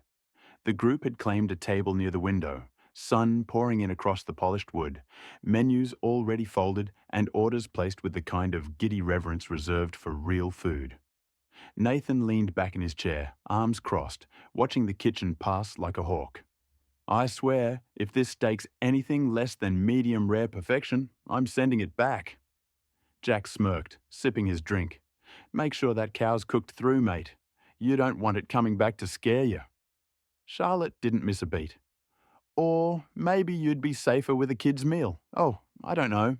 Maybe chicken nuggets?" She and Jack turned to each other and slapped a high five, grinning like co-conspirators. Nathan's jaw dropped. "Wow, betrayed by both of you." He turned to Chloe, eyes wide with mock desperation. "Are you seriously just going to let them bully me like this? I thought we had a pact." Chloe raised an eyebrow, swirling her drink. "You broke the pact when you told Jack about the esky incident." Nathan winced. "That was a moment of weakness." Chloe leaned in, deadpan. "So's ordering a steak after being emotionally mauled by a cow." Jack chuckled. "You're outnumbered, mate." Nathan sighed dramatically, placing a hand over his heart. "I came here for a meal, not a roast." Charlotte grinned. "Too late." Their meals arrived moments later. Sizzling steak, towering burgers, golden calamari.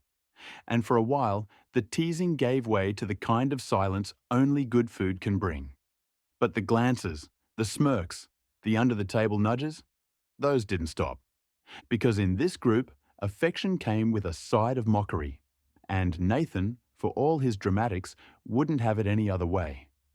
After their lunch, the mid-afternoon sun cast shadows across Robinson Street as the group wandered slowly toward the end of town, their steps heavy with the weight of full bellies and the easy satisfaction of a proper meal. The scent of grilled steak and salt air still lingered faintly on their clothes, mingling with the warm breeze that drifted in from the bay. Nathan and Chloe led the way, their hands loosely clasped, occasionally bumping shoulders as they walked. Chloe had kicked off her sandals and was walking barefoot along the edge of the grass, her laughter drifting back every so often as Nathan pointed out something ridiculous. A dog in sunglasses, a caravan with a crooked awning, a seagull that looked like it had seen things. Behind them, Jack and Charlotte strolled at a slower pace, their fingers intertwined, their steps unhurried. Charlotte leaned into him now and then, her head brushing his shoulder, her other hand gesturing toward the park as she pointed out the little things. A kid doing cartwheels, a couple of galas squabbling in a tree, the way the light caught the tops of the palms. Jack didn't say much. He was still full from the big owl, and fuller still from the way Charlotte had looked at him across the table, her eyes soft, her foot nudging his under the table like a secret. She glanced up at him now, her smile lazy and content. "This is nice." Jack nodded. "Yeah, it is." They passed the edge of the park, where the grass gave way to sand again, and paused to watch the horizon. The ocean shimmered in the distance, calm and endless, the sky above it streaked with the first hints of gold. Nathan turned around, walking backward. "You two coming, or are we leaving you to start your own rom-com?" Charlotte grinned. "We're in the slow burn portion of the plot." Jack added, "You're just jealous we're not arguing about who forgot the laundry." Chloe raised a hand. "That was his job." Nathan threw his arms up. "I folded. That's growth." They all laughed, the sound easy and unforced, carried off by the breeze. And as they reached the end of the street where the town gave way to open sky and the promise of the road ahead, they paused. 4 friends, 2 couples, full of food, sun, and something that felt a lot like freedom. Chapter 31. Jack's side revealed. The motel door clicked shut behind them, the soft hum of the air conditioner filling the quiet. Afternoon light filtered through the blinds, casting golden stripes across the carpet. Jack dropped the room key on the bedside table, still feeling the warmth of Charlotte's hand in his. She turned toward him, her eyes playful, cheeks flushed from the walk and the sun and something else entirely. "I'm taking another shower," she said, already slipping off her sandals. Jack opened his mouth to respond, but the words caught somewhere between his chest and throat. Charlotte reached for the hem of her blue sundress, lifting it in one smooth motion. It fluttered to the floor like a wave collapsing, and she stepped over it with a dancer's grace, bare feet padding toward the bathroom. Just before disappearing behind the door, she glanced back at him, a look that was equal parts invitation and mischief. Jack stood frozen, one hand still hovering near his pocket, as if he'd forgotten what he was about to do. Then, thud. A loud, unmistakable thump echoed through the shared wall, followed by a burst of giggling from Chloe's room next door. Charlotte didn't flinch. She reached for the bathroom light, the corner of her mouth twitching. "Ignore them," she said, disappearing into the steam. Jack, however, stared at the wall like it might crack open and reveal a live studio audience. He blinked, then muttered under his breath, "I swear, if Nathan's doing cartwheels in there." Another giggle, a muffled shh. Jack shook his head, running a hand through his hair. "This place needs thicker walls." But even as he said it, he was smiling, because the chaos next door only made the quiet thrill in his own room feel more electric. The sundress still lay on the floor, a splash of blue against the beige carpet. The bathroom door was closed, steam curling from beneath it. And Jack, still standing there, felt the weight of the moment settle in. Not heavy, but full of possibility. Jack blinked once, twice, then exhaled. A slow, steady breath that grounded him. The sound of running water from the bathroom was already filling the room, soft and rhythmic, like a tide pulling him forward. He peeled off his shirt, then stepped out of his shorts, folding them neatly and placing them on the edge of the bed, where Charlotte's sundress still lay in a pool of blue. For a moment, he looked at the 2 garments side by side, hers light and fluttering, his plain and practical, a quiet contrast, a quiet invitation. The bathroom was warm with steam, the mirror already fogged. He stepped inside, the tiles cool beneath his feet, and slid open the shower door. As he stepped into the cubicle, Charlotte turning to face him, his hand brushed the edge of the shelf, knocking a sponge to the floor with a soft thwack. He bent to pick it up, chuckling under his breath. "Smooth," he muttered to himself. The water hit his shoulders, hot and steady, washing away the last traces of dust and salt and hesitation.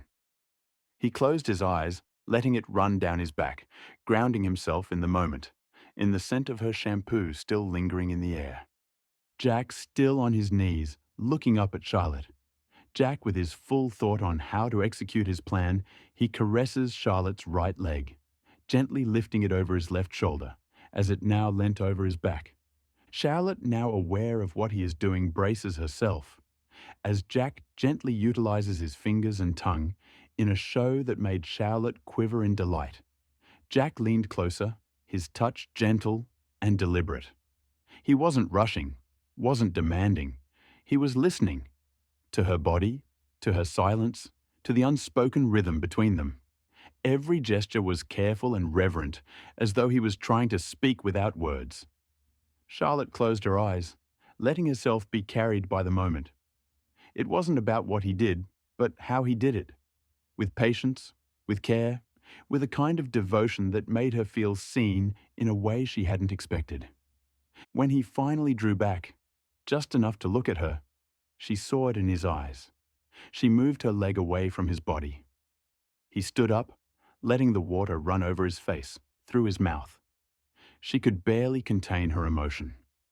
The steam curled around them like a veil, softening every edge, blurring the world beyond the glass. Charlotte lifted her leg, bracing it gently against the tiled wall beside Jack. The movement slow, deliberate, confident in a way that made his breath catch. Water cascaded over them, warm and steady, tracing the lines of their bodies as she leaned in. Skin met skin, a warm, electric press that sent a shiver through both of them. For a heartbeat, neither of them moved.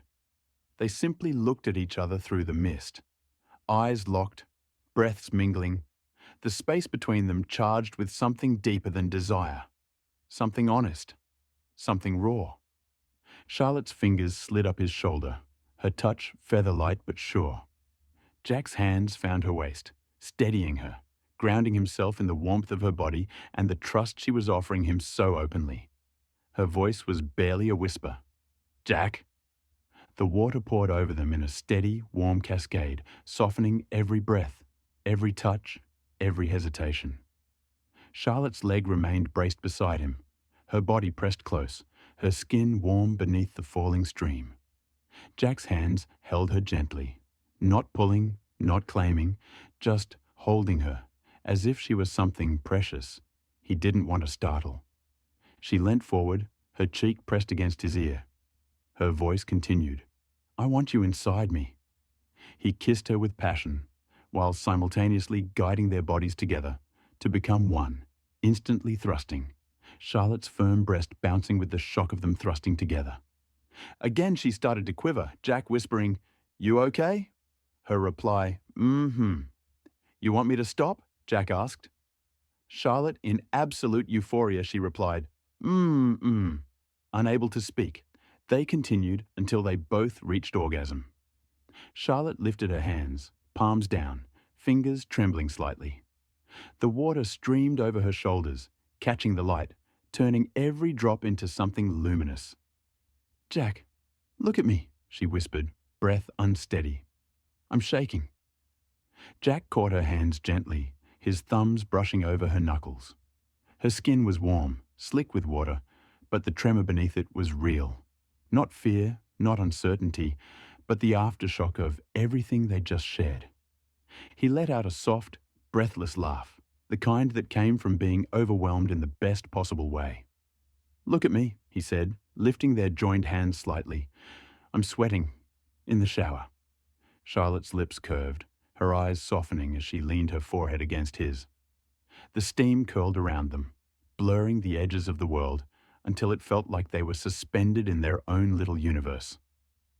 "You okay?" Jack murmured, his voice low, steady, grounding. She nodded, still catching her breath. "More than okay, just overwhelmed."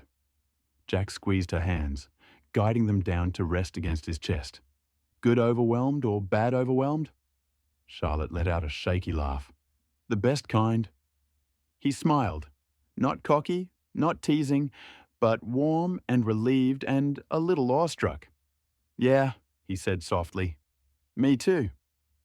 For a long moment, they just held each other under the falling water, her shaking slowly easing, his heartbeat steady beneath her palms, the intimacy between them shifting from wild to quiet, from intense to deeply, deeply tender. It wasn't about what they'd done, it was about what it meant, and they both felt it. Chapter 31. In the motel. The shift from heat to softness was almost seamless. They stepped out of the shower together, steam rolling into the small motel bathroom like a warm fog. Charlotte reached for a towel, wrapping it around herself in one smooth motion, her hair dripping down her back in dark, wet waves. Jack grabbed his own, rubbing it over his face and shoulders before draping it loosely around his waist. For a moment, neither of them spoke. The air was quiet, thick with the afterglow of closeness, not just physical, but emotional. The kind that left your chest full and your thoughts strangely clear. Charlotte leaned against the counter, still catching her breath, her fingers absently tracing the edge of the towel at her collarbone. Jack stood a step away, watching her with a softness he didn't bother hiding anymore. She looked up at him, a small, almost shy smile tugging at her lips. I'm still shaking a little. Jack let out a quiet laugh, stepping closer. Good. Means I'm not the only one. He reached out, brushing a strand of wet hair from her cheek. His fingers lingered there, warm and gentle, and Charlotte leaned into the touch without thinking. You okay? He asked, voice low, steady. She nodded. Yeah, I just didn't expect any of this to feel so real, he offered. She exhaled, relieved. Yeah, exactly. Jack wrapped his towel a little tighter, then rested his hands lightly on her hips, not pulling her in, just grounding her, giving her something solid to lean into if she wanted. Charlotte's hands slid up his arms, slow and tentative, until they rested on his shoulders.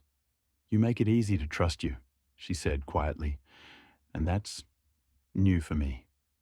Jack's expression softened, his thumb brushing her hip in a slow, reassuring arc. Then I'll keep earning it. She swallowed, her eyes shining in the soft bathroom light. You already are. They stood there like that, wrapped in towels, wrapped in warmth, wrapped in something neither of them had expected when this trip began. The steam faded from the mirror, the water dripped softly from their hair, and the world outside the bathroom felt far away. Jack's breaths mingling. Stay with me tonight, he murmured. Not for anything, just stay. Charlotte's smile widened, small and certain. I wasn't planning on going anywhere. And in that quiet, towel-wrapped moment, the intimacy between them deepened, not through heat, but through honesty, through the simple act of choosing each other, again and again, even in the softest spaces. The shift from steam-softened closeness to the quiet of the motel room felt almost surreal. They stepped out of the bathroom wrapped in towels, skin still warm, hair damp, the world outside reduced to the hum of the air conditioner and the faint sound of gulls somewhere beyond the balcony. Jack sat on the edge of the bed first, towel draped loosely around his waist, elbows resting on his knees.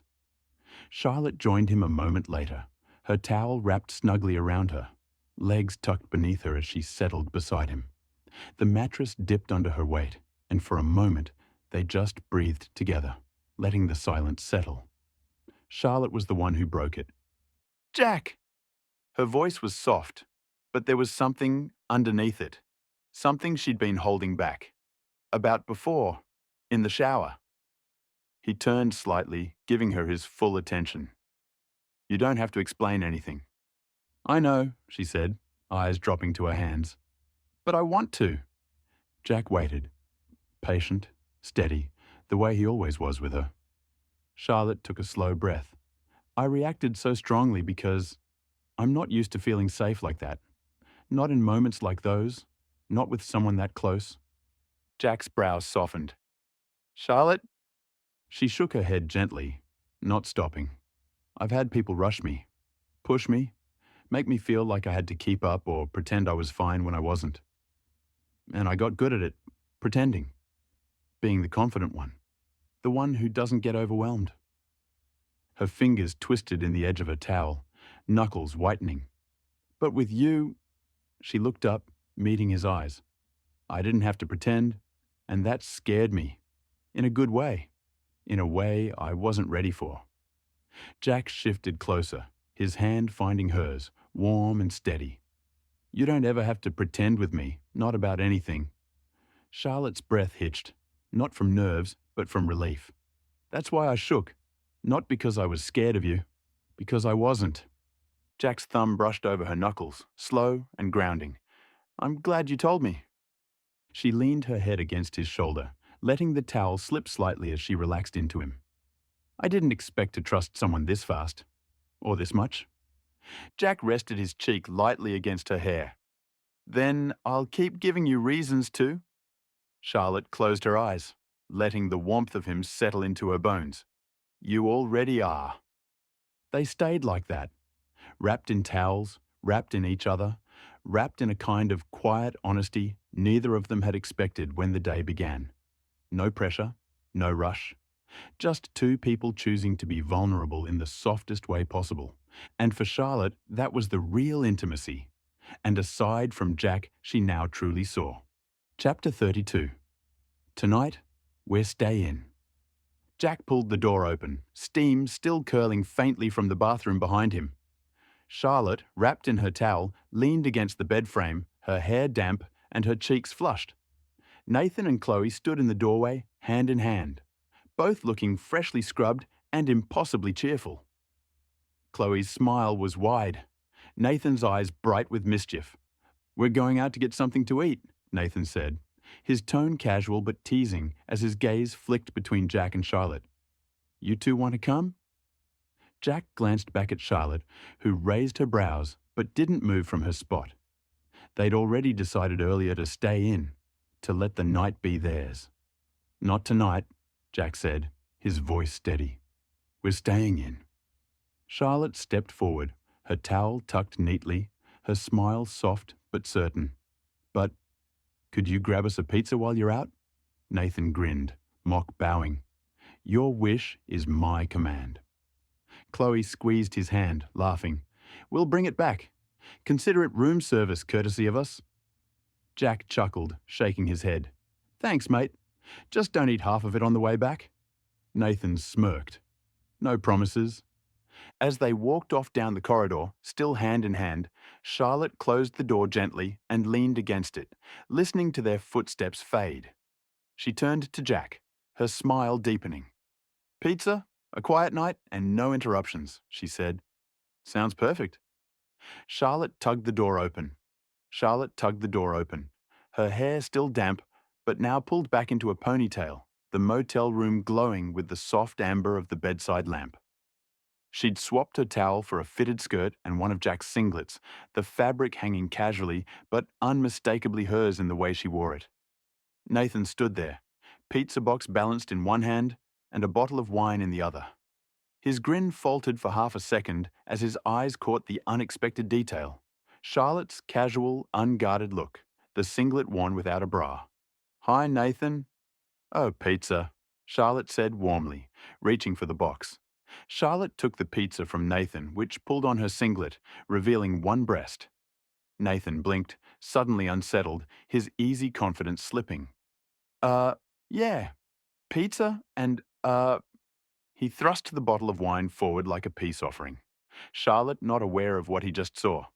Right, yep, enjoy, Nathan stammered, already half turning down the corridor. See you tomorrow. Charlotte closed the door with a soft laugh, setting the pizza and wine on the table.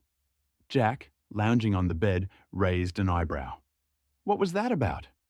Charlotte shook her head, smiling as she slipped back into the room. Nathan got flustered. Guess he wasn't expecting my outfit. Jack chuckled, pulling her close as she sat beside him. Well, that's his problem. More pizza for us. The two of them settled in, the wine uncorked, the pizza box opened, The night stretching ahead. Theirs alone, wrapped in laughter, warmth, and the quiet comfort of being exactly where they wanted to be. They made the motel room their little world for the night. After Nathan's pizza delivery and the awkward dash down the corridor, Charlotte and Jack settled in with the box still warm on the table and the bottle of wine uncorked. They ate cross-legged on the bed, laughing at how Nathan had practically fled, teasing each other about who got the last slice. Chloe could be heard they the wall, "Are you serious? That was our wine." With Nathan comment faintly being heard, "I panicked."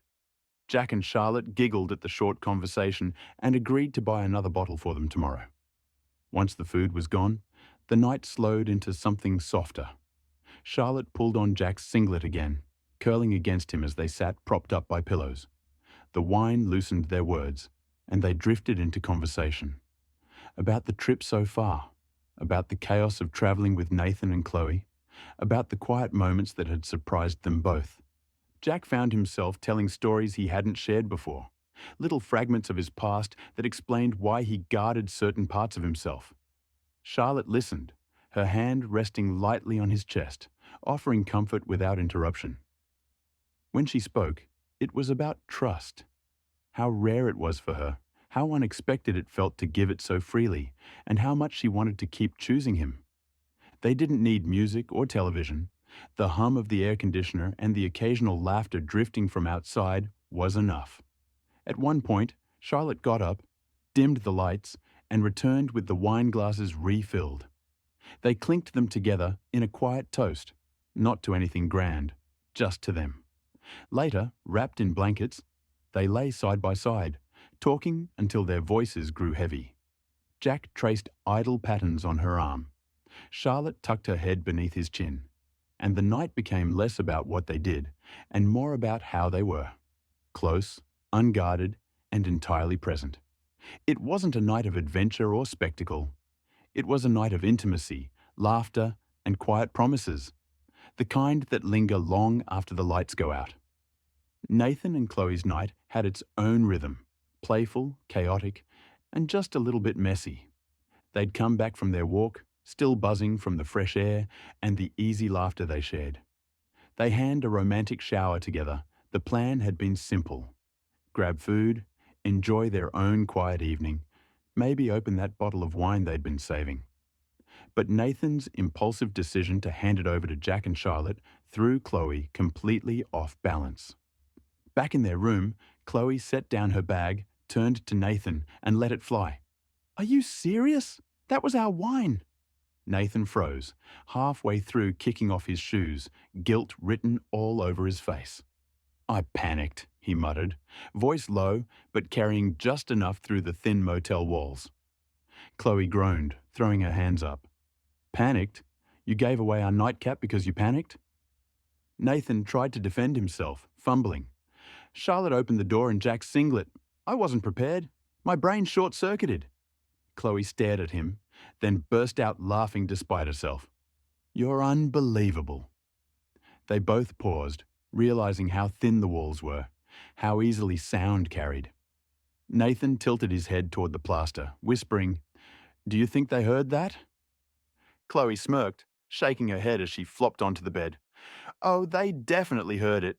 And now they know you panic-gifted our wine." Nathan groaned, burying his face in a pillow. "Great. Now I'm the guy who panics at doors." Chloe laughed again, softer this time, tugging the pillow away. "Relax.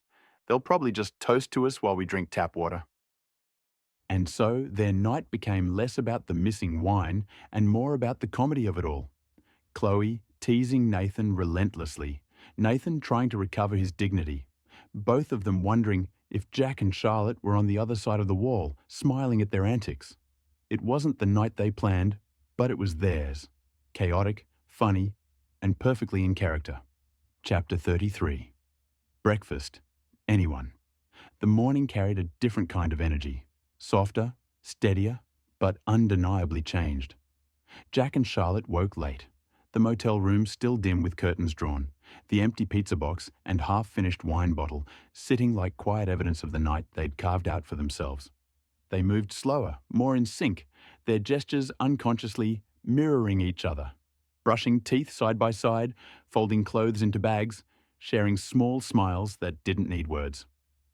Jack returns their belonging to the car, while Charlotte turned from the mirror, still adjusting the hem of her skirt, when Chloe slipped into the room with her usual breezy energy. "Hey, hon," Chloe said, closing the door behind her with a grin. She leaned against the frame, arms folded, eyes flicking knowingly over Charlotte's outfit. Jack's singlet paired with her own skirt. Casual, but unmistakably intimate. Charlotte raised an eyebrow, half smiling. "You're early. Thought you'd still be wrangling Nathan." Chloe laughed, shaking her head. "He's outside trying to prove he's useful by helping Jack with the bags. Honestly, I think he's just trying to recover from last night's wine fiasco." Charlotte chuckled, sitting on the edge of the bed. "We heard him. Thin walls." "Oh, I know you did," Chloe teased, stepping closer. "I could practically feel you two laughing at us through the plaster." Charlotte tilted her head, playful but guarded. "Maybe we were." Chloe softened then, her grin fading into something warmer.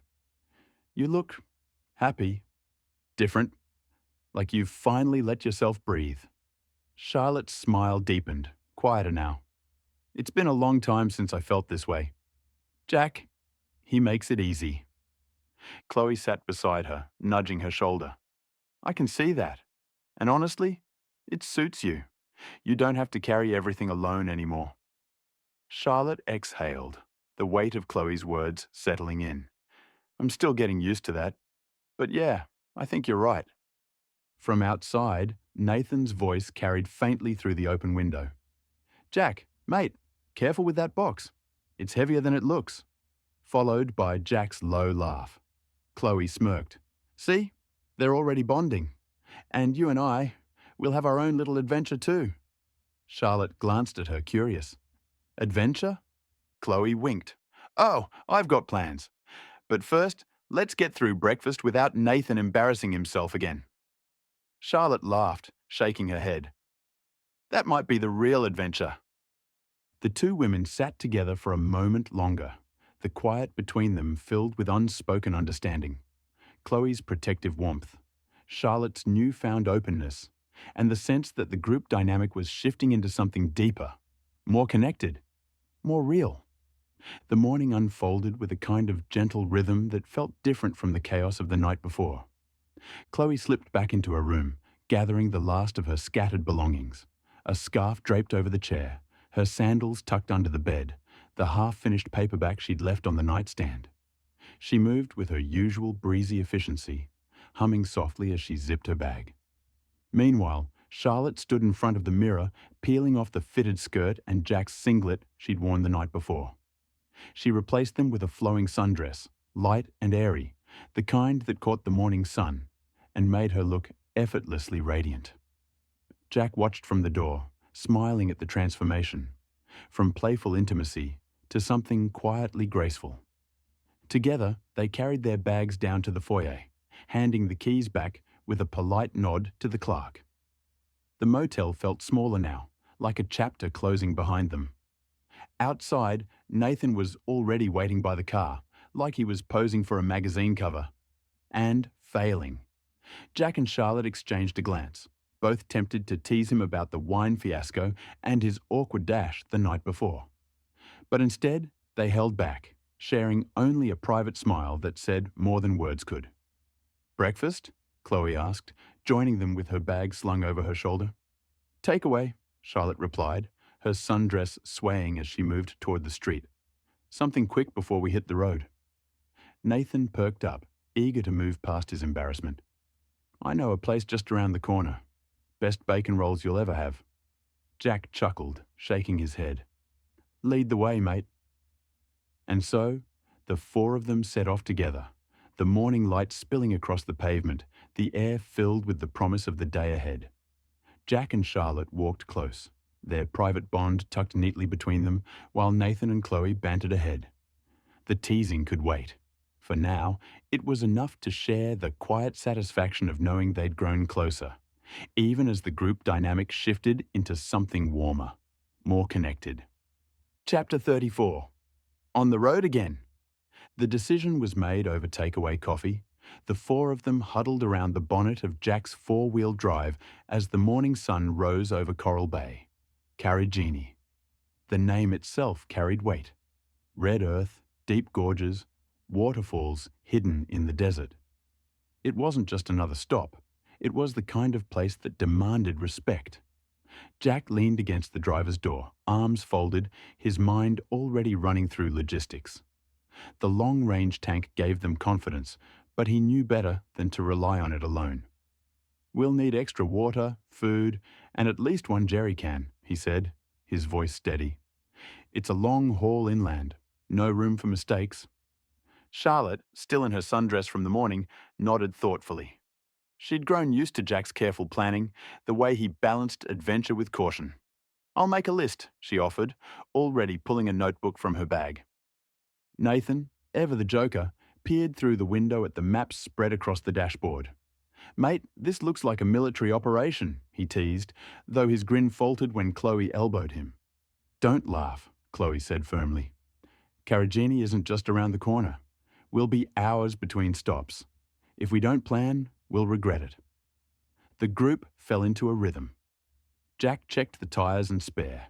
Charlotte organised supplies. Chloe inventoried the food, and Nathan, after some grumbling, was sent to fill water containers.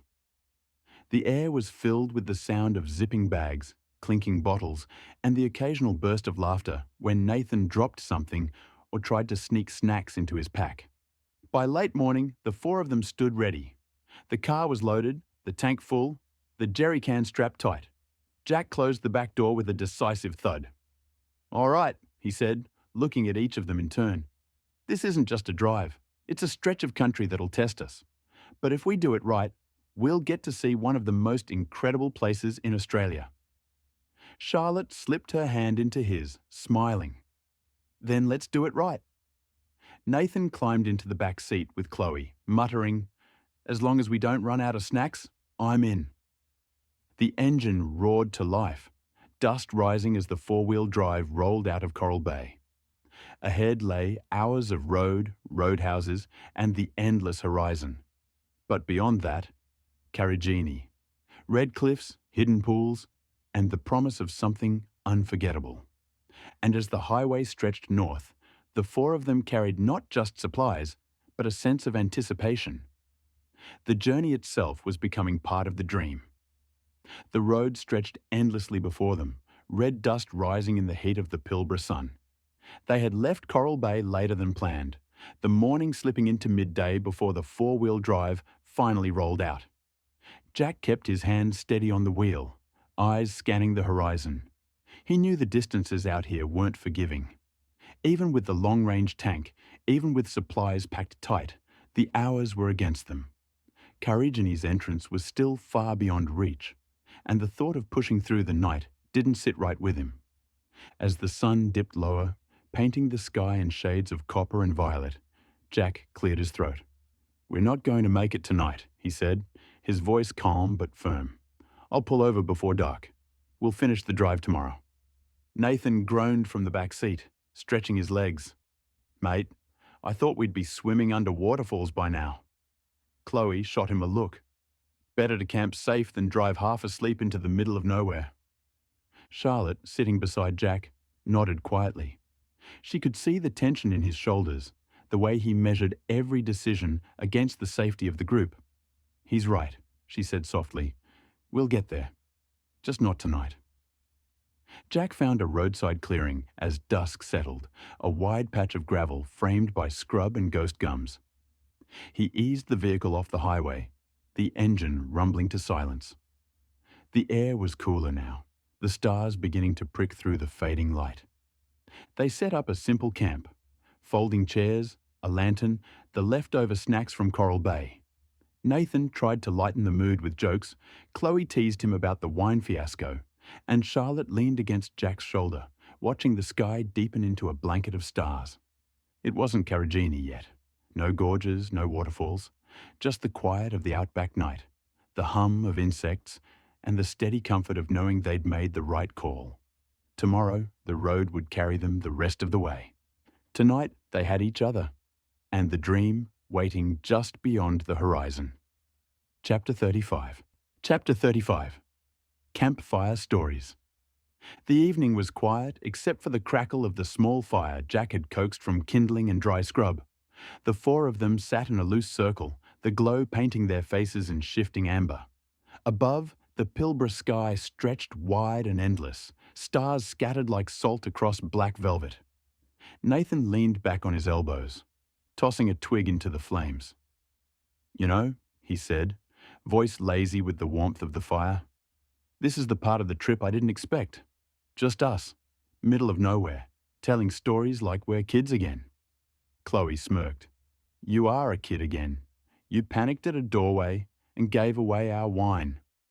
Nathan groaned, covering his face. "You're never going to let that go, are you?" Jack chuckled, shaking his head. "Not a chance."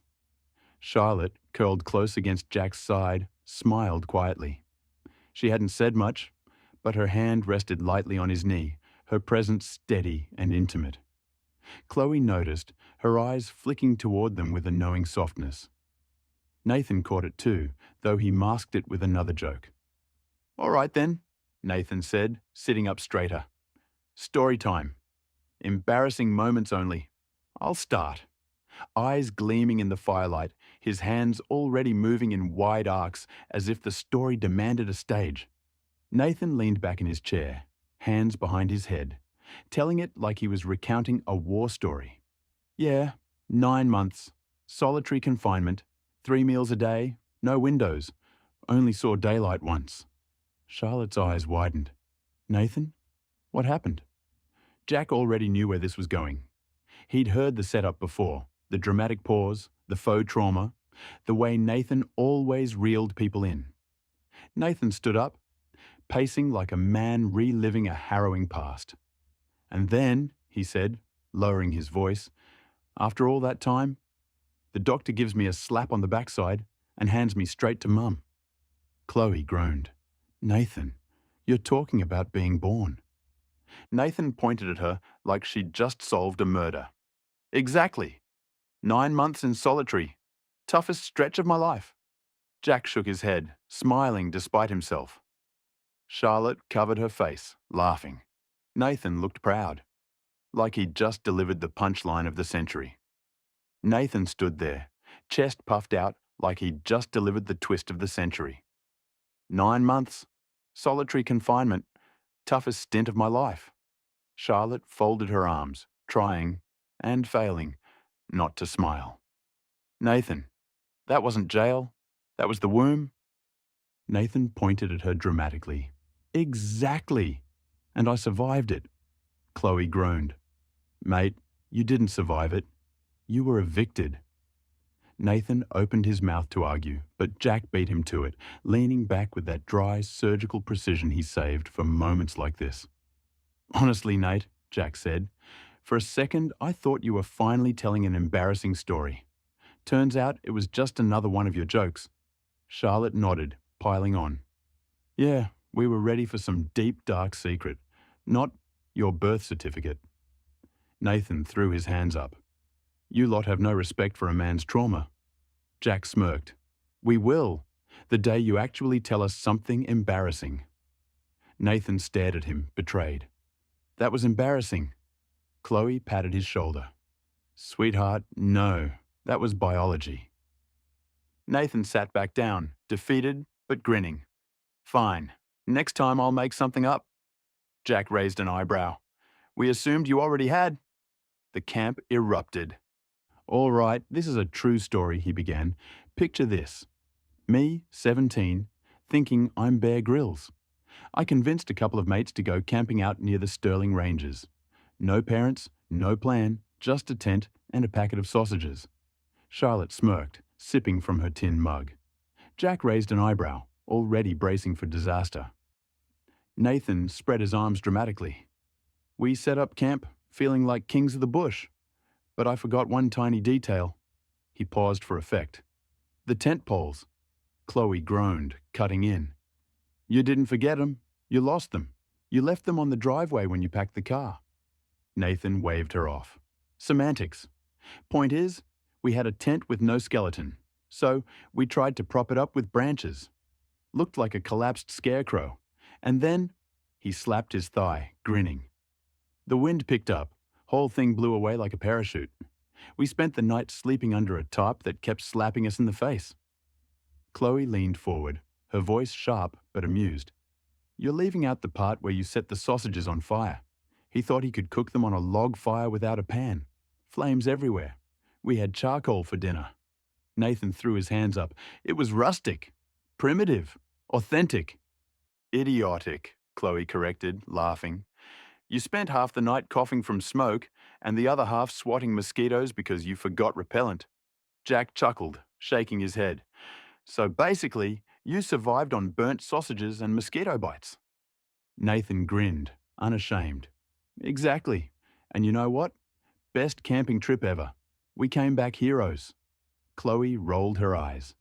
You came back covered in bites, smelling like smoke, and your mum had to wash your clothes 3 times to get the stench out. The fire crackled, laughter spilling into the night. Charlotte leaned closer to Jack, whispering, I think Nathan's definition of hero is a little skewed. Jack smirked. At least he's consistent. Nathan, catching their quiet exchange, pointed across the flames. Hey, don't laugh too hard. You'll have to share your own embarrassing stories next. Charlotte shifted in her seat, the firelight catching the curve of her smile. All right, she said, her voice steady but with a hint of nerves. If we're doing embarrassing stories, I've got one, and it's bad. Nathan leaned forward eagerly. Finally, let's hear it. Charlotte tucked a strand of hair behind her ear, glancing at Jack before she began. So, back in high school, I had this huge crush on a guy in my drama class. We were rehearsing for a play, and I was supposed to make this big, dramatic entrance. You know, all confidence and flair. She paused, already laughing at herself. Except the door was stuck, and when I finally shoved it open, I tripped over the threshold, flew forward, and landed flat on my face. In front of the entire cast. And him! Nathan burst out laughing, clapping his hands. Classic! Chloe grinned. Oh, that's nothing. Tell them what happened next. Charlotte groaned, covering her face with her hands. Fine. I tried to play it off, so I stood up and said, that was intentional. Very method acting. But my skirt was tucked into my tights the whole time. Everyone saw, including him.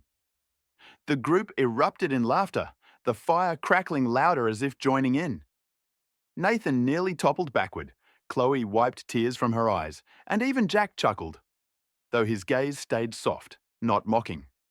Charlotte lowered her hands, cheeks flushed, but smiling. I wanted the ground to swallow me whole. But you know what? He actually came up afterward and said it was the funniest thing he'd ever seen.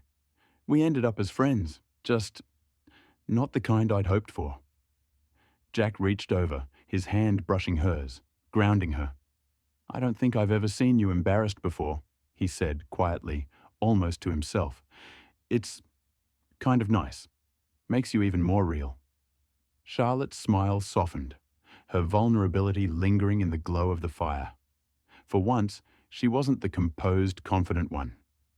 She was just herself, clumsy, human, and open. And Jack's reaction told her everything she needed to know. He wasn't laughing at her. He was seeing her. Nathan, still chuckling, pointed across the flames. All right, Charlotte wins. That's unbeatable.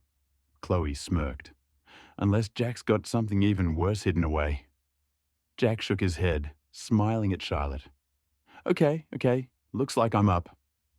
Jack leaned forward, the firelight catching the edge of his grin. All right, he said, his voice low but carrying. If we're doing embarrassing stories, I've got one. And it's bad. Nathan perked up immediately. Finally, the mighty Jack admits defeat. Jack shook his head, chuckling. School camp, year 9. We went out to the Blue Mountains for a week, hiking, abseiling, all that. I was trying to impress everyone, especially this girl I liked. Thought I'd show off how outdoorsy I was. Charlotte tilted her head, smiling softly. This already sounds dangerous. Jack sighed. So, one night, we're sitting around the campfire. The teachers had gone off to their tents, and it was just us kids. Someone dared me to sneak into the bush and bring back firewood. Easy, right? Except I wanted to make it dramatic. I grabbed the biggest branch I could find, dragged it back, and threw it onto the fire like some kind of hero. Nathan leaned forward, eyes wide. And? Jack groaned. And the branch wasn't dead. It was full of ants, thousands of them.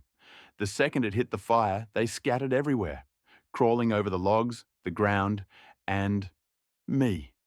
I panicked, jumped up, and tripped over the fire pit stones. Fell flat on my back in front of everyone.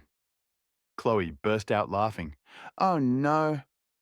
Jack rubbed the back of his neck, his grin sheepish. It gets worse. My shorts caught on one of the stones and ripped straight down the middle. I was lying there, covered in ants, shorts torn open, everyone screaming and laughing. The teachers came running, thought I'd set myself on fire. Nathan slapped his knee, roaring with laughter. Mate, that's legendary! Jack shook his head, smiling despite himself. Legendary? I spent the rest of camp with duct tape holding my shorts together. They called me Ant-Man for the rest of the year. Charlotte laughed, but her eyes softened as she looked at him. That's actually kinda sweet. You were just trying to impress someone. Jack shrugged, his voice quieter now. Yeah, didn't work. But I learned something. Don't try too hard to be impressive. Just be yourself. The fire crackled, Nathan still chuckling, Chloe shaking her head in disbelief. Charlotte leaned closer, resting her hand lightly on Jack's arm. Well, she said softly, I think you've figured that out now. Jack met her gaze, the embarrassment fading into something warmer. Around them, the laughter lingered, but the moment belonged to the two of them. A story of ants, duct tape, and vulnerability that somehow made Jack more real than ever. The fire had burned down to glowing embers when Chloe finally leaned forward, her eyes catching the light. She'd been laughing at Nathan's antics and Jack's Ant-Man disaster, but now her expression shifted. Still fiery, but with a flicker of hesitation.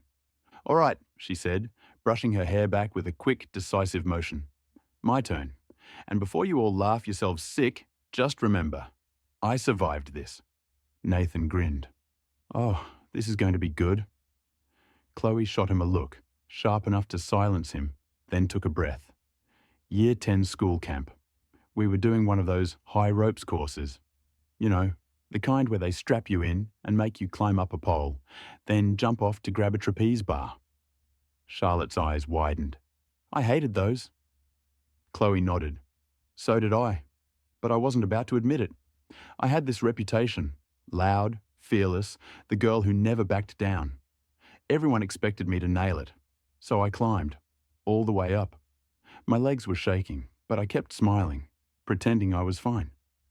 She paused, her voice quieter now. When I got to the top, I froze, completely. Couldn't move, couldn't breathe. Everyone was shouting encouragement from below, but all I could hear was my own heartbeat. And then she laughed, but it was tinged with vulnerability. I burst into tears, full-on, ugly crying, in front of the entire class. Nathan's jaw dropped. Wait, you cried? You never cry. Chloe gave him a pointed look. Exactly. That's why it was so humiliating. I'd built this whole image of being unshakable, and suddenly I was the girl sobbing on top of a pole. Jack leaned in, his voice gentle. What happened next? Chloe's smile softened. One of the instructors climbed up after me. He didn't tell me to be brave or push through. He just sat there quietly until I stopped crying. Then he said, You don't have to prove anything. Coming down is brave too. She exhaled, the memory still vivid. So I climbed back down, didn't jump, didn't grab the trapeze, and for weeks I thought I'd failed. But later, I realized that was the first time I let myself be vulnerable in front of people. And it didn't break me. It made me stronger. Nathan was quiet now, his grin fading into something more thoughtful. I Never knew that. Chloe shrugged, fiery again, but with a gentler edge. I don't tell that story often, but it's mine, and it reminds me that being fearless isn't about never crying. It's about owning it when you do. The fire crackled, filling the silence that followed. Charlotte reached across, squeezing Chloe's hand. Jack gave her a nod of respect. Even Nathan, usually quick with a joke, just sat back, absorbing the weight of what she'd shared. Chapter 36. Carigini, here we come. The sun was low in the sky as the four of them rolled up their dusty swags from the roadside rest stop. The heat shimmered off the bitumen, the air thick with that dry northern stillness that made every sound feel louder. Jack popped the bonnet to do his usual checks. He checks the oil levels and leaks, checked the tyres, only to find that one tyre was flat. Jack advised Charlotte, "The rear tyre is flat, not just low, dead flat." Charlotte followed his gaze, and her stomach dropped. Nathan's sigh. "Oof, that's cooked." Charlotte's voice tightened. "Do we have a spare?" Jack hesitated. "Yes, but..." "But what?" Chloe asked. Jack opened the boot to clear some cargo out. The spare tyre was there, but the jack was missing. Charlotte blinked. "Where's the jack?" Jack's face went pale. I thought it was in the kit." Nathan burst out laughing. "Mate, you forgot the jack." Jack's jaw clenched. "It must have been left out when the car got serviced." Chloe looked around. "There's no reception out here. We can't call anyone." Charlotte exhaled slowly. "Okay, don't panic. We'll figure something out."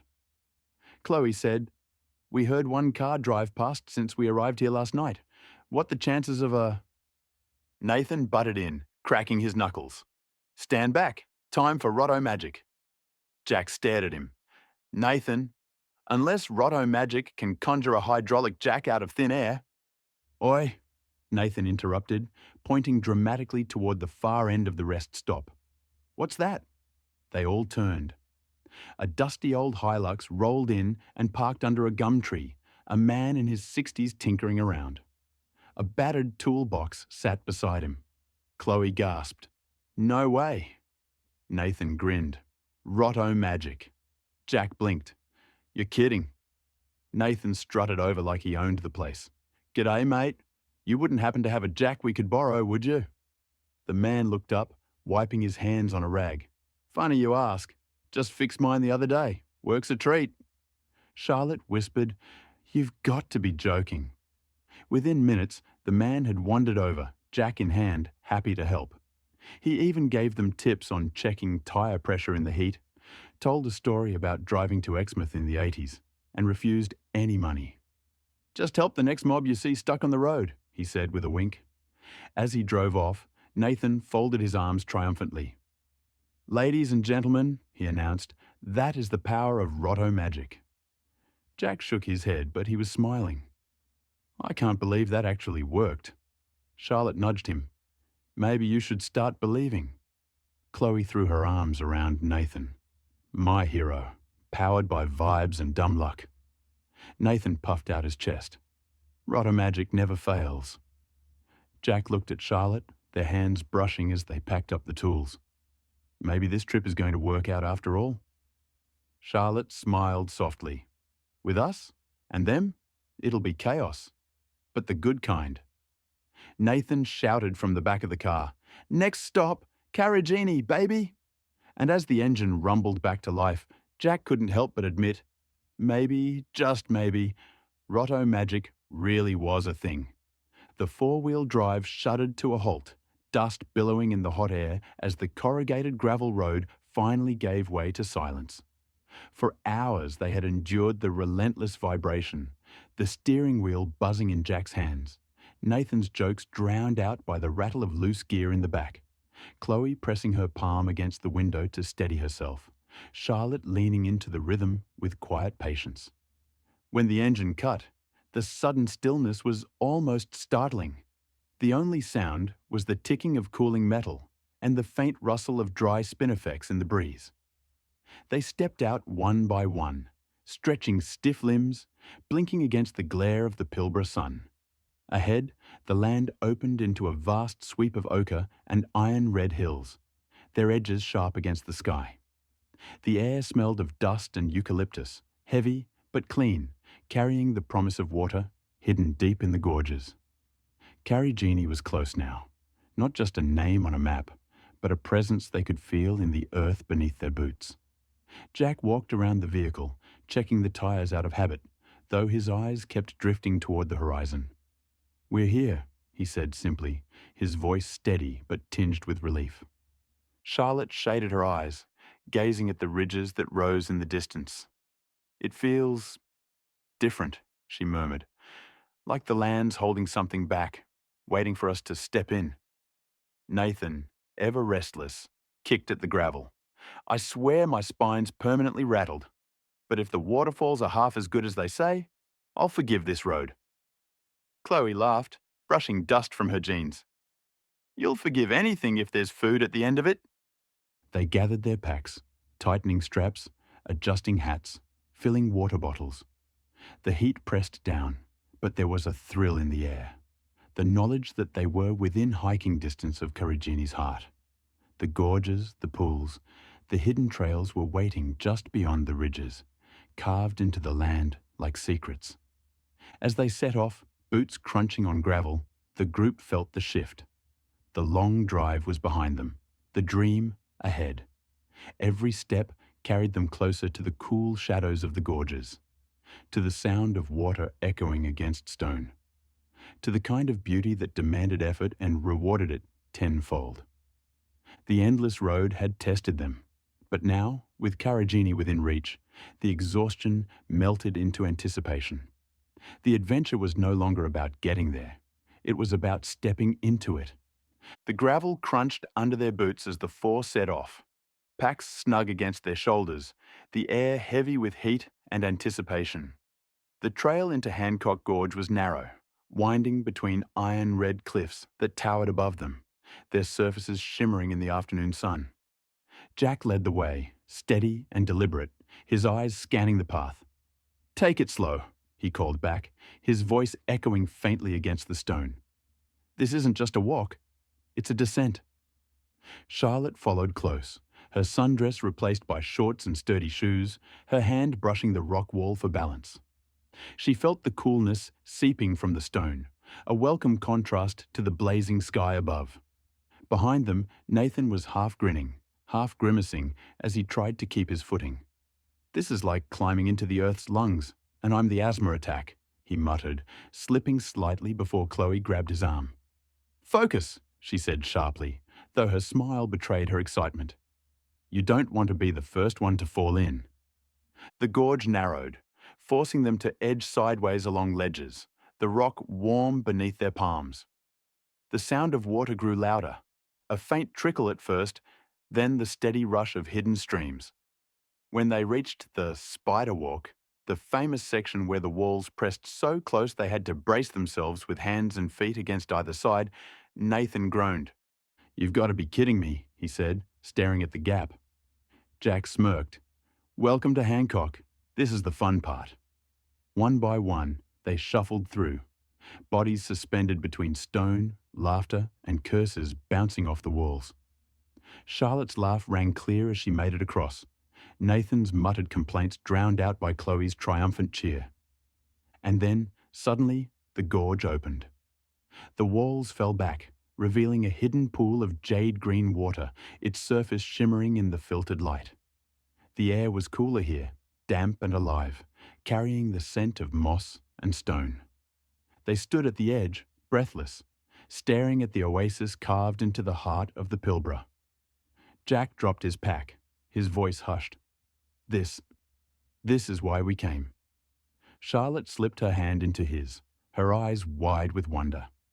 Nathan kicked off his shoes, already wading in with a laugh, while Chloe shook her head, but followed, splashing him as she went. The long drive, the corrugated roads, the dust and exhaustion, all of it melted away in that moment. Hancock Gorge had welcomed them, tested them, and finally revealed its secret. And as they swam beneath the towering cliffs, their laughter echoing against ancient stone. The four felt it. They weren't just travellers anymore. They were part of the land's story. The sun had long slipped behind the iron-red ridges, leaving the Pilbara sky awash in indigo and stars. The four had pitched camp at one of Karijini's designated sites, their tent flaps open to the cooling night air.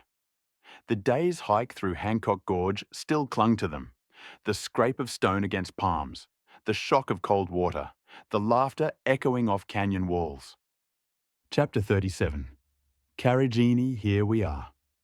Jack and Charlotte sat close together, quietly sharing the kind of murmured conversation that didn't need an audience. Their bond was steady, almost understated, a warmth that radiated without words. Across the fire, Chloe and Nathan had fallen into their own rhythm. At first, it was the usual banter. Chloe teasing Nathan about his clumsy footing in the spider walk, Nathan defending himself with exaggerated reenactments that had her laughing so hard she nearly spilled her drink. But as the fire burned lower, their voices softened. Nathan leaned back, staring at the stars. "You know, I didn't think I'd make it through today. That gorge, it was brutal." Chloe smirked, nudging him with her shoulder. "You were fine. A little dramatic maybe, but fine." He turned to her, more serious now. "I only kept going because you were there. You didn't let me quit." The words hung between them, heavier than his usual jokes. Chloe blinked, caught off guard, then smiled. Not her usual fiery grin, but something gentler. "That's what friends do. They don't let you give up." Nathan hesitated, then added, "Yeah, but it felt like more than that." His voice was quiet, almost swallowed by the crackle of the fire. Chloe looked at him, the glow painting her face in amber. For once, she didn't deflect with sarcasm. "Maybe it was," she said softly. They sat in silence for a moment, the night pressing close, the stars endless above them. Nathan reached out, tentative, brushing his fingers against hers. Chloe didn't pull away. Instead, she let her hand rest in his, her fiery edge tempered by the vulnerability she'd shown earlier in her story. Jack glanced over, catching the moment, but said nothing. Charlotte leaned into him, smiling knowingly. The group dynamic was shifting, not in chaos this time, but in quiet, earned connection. The fire burned down to embers, the night deepened, and the four of them lay beneath the Pilbara sky. Jack and Charlotte, steady and sure. Nathan and Chloe, discovering something new. And together, they carried the bond of the day. Laughter, struggle, vulnerability, into the kind of night that would linger in memory long after the road carried them onward. The firelight flickered across the spread of maps, their edges curling slightly in the warm night air. Jack smoothed one flat against his knee, tracing the lines of trails and gorges with a steady finger. Charlotte leaned in close, her hair brushing his shoulder, her voice low but excited. "Fern Pool," she said, tapping the spot. "It's tucked right near Fortescue Falls, shaded, quiet. They say it feels almost sacred." Nathan, sprawled on his back with his hands behind his head, lifted his gaze from the stars. "Sacred or not, if it's got water, I'm in. My legs are still rattling from that gravel road." Chloe smirked, pulling her jacket tighter around her shoulders. "You'll complain all the way there, but you'll be the first one diving in." Jack looked up from the map, his expression calm but purposeful. "It's not a long hike, but we'll need to start early. The heat builds fast out here. We'll pack extra water, and I want us at the trailhead before the sun's high." Charlotte nodded, her eyes shining in the firelight. "It'll be worth it. Fern Pool's supposed to be one of the most beautiful spots in Karijini. A place to swim, but also to just be." Nathan sat up, grinning. "All right then. Tomorrow we swim in a sacred pool. Tonight we survive Chloe's campfire cooking." Chloe threw a twig at him, laughing. "You'll eat it and thank me." The maps folded away, the plan settled. Around the fire, the four of them felt the anticipation settle in. Not the weary kind of the long drive, but the eager kind that comes when the destination is finally within reach. Tomorrow, Fern Pool awaited. Cool water, ancient stone, and the promise of a moment that would etch itself into their journey. The fire burned low, their laughter softened, and the stars wheeled overhead. For now, they rested. Tomorrow, they would step into one of Carragini's hidden treasures together. The morning air was crisp as they packed up camp, the four of them moving with quiet efficiency. Jack checked the straps on the gear one last time before sliding behind the wheel, and soon the four-wheel drive was humming along the road. The drive out toward Fortescue Falls was steady, the landscape shifting from open scrub to the iron-red ridges that signalled they were drawing closer to Carragini's heart. A little over an hour later, they rolled into the trailhead. The heat was already building, but the promise of water kept their spirits high. Packs slung over shoulders, they set off down the trail. The walk began gently, winding through spinifex and ghost gums, the air filled with the faint scent of eucalyptus.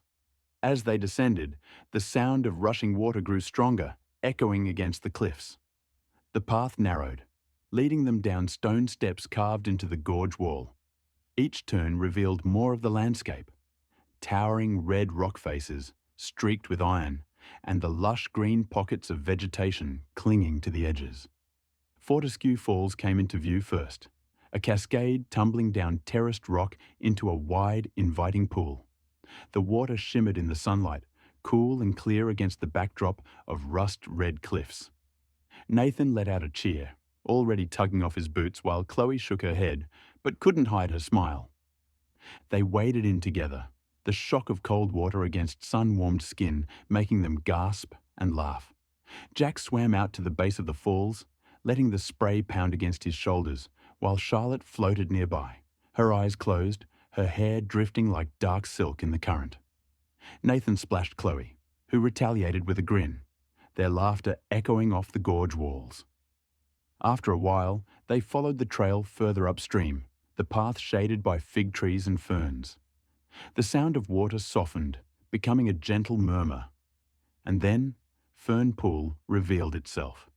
A hidden oasis framed by greenery, its surface glassy and still, broken only by the ripples of dragonflies skimming across. The pool felt different, almost sacred. The air was cooler, hushed, as if the gorge itself demanded reverence. They slipped into the water quietly this time, their movements slower, more deliberate. Jack and Charlotte swam to the far side, resting against the rock ledge, while Nathan and Chloe floated together near the center, their laughter subdued now, replaced by a kind of wonder. The tranquility was complete. The rustle of leaves, the gentle splash of water, the distant call of birds. Time seemed to pause, the four of them suspended in a place that felt untouched, eternal. For a while there was no road, no dust, no long drive behind them, only the cool embrace of Fern Pool, the red cliffs rising above, and the quiet knowledge that they had reached something extraordinary. Chapter 38. Money Worries. The fire had burned down to glowing coals when Charlotte finally spoke, her voice careful, almost hesitant. She didn't want to break the spell of the night, but the thought had been gnawing at her for days. "Guys," she began, glancing at Chloe for reassurance, "how's the money situation going? I mean, we've been on the road a while now." Jack looked up from the map he'd been folding, his brow furrowing. Nathan shifted uncomfortably, and Chloe gave Charlotte a small nod, as if to say thank you for asking. Jack sighed, leaning back against the log he'd been using as a seat. "It's getting low. Not dire, but we can't pretend it'll last forever. Fuel, food, campsites, it all adds up." Nathan scratched the back of his neck. "I've been trying not to think about it, but yeah, my account's looking pretty sad. Another week or two like this and I'll be living on instant noodles." Chloe chimed in, her tone pragmatic. "We're fine for now, but if we want to keep going north, we'll need to top up. I don't want us to get stuck halfway to the Kimberley with empty wallets." Charlotte folded her arms, her expression thoughtful. "So, what if we head for Broome? It's a bigger town, lots of seasonal work. We could stay a few weeks, earn enough to keep the dream alive." Nathan perked up at that, his grin returning. Broome, huh? Cable Beach, camels, sunsets. Doesn't sound like a bad place to be broke. Jack nodded slowly, weighing the idea. It makes sense. Broome's a hub. Tourism, hospitality, even farm work nearby. We could find something, and it's on our route anyway. Chloe leaned forward, her eyes catching the firelight. Exactly. We don't have to give up the trip. Just pause, regroup, and keep going once we've got the funds. There was a moment of silence as the four of them considered it, the crackle of the fire filling the space. Finally, Jack spoke, his voice steady. All right, we'll finish exploring Carragini, then head north to Broome. A few weeks of work, then back on the road. Charlotte smiled, relief softening her features. Nathan raised his mug in mock salute. To Broome, then, may our wallets rise again. Chloe laughed, shaking her head. And may you finally learn how to budget. The decision settled over them like a blanket. Practical, necessary, but not heavy. The dream wasn't ending. It was simply adjusting. Tomorrow, they'd hike Fernpool. Soon after, they'd drive north. And in Broome, they'd find a way to keep the journey alive.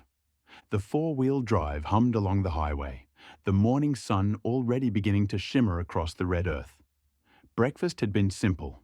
Toast, tea, and Nathan loudly declaring that baked beans were the fuel of champions. Chloe had rolled her eyes. Charlotte had laughed, and Jack had just smirked as he tightened the gear before they set off.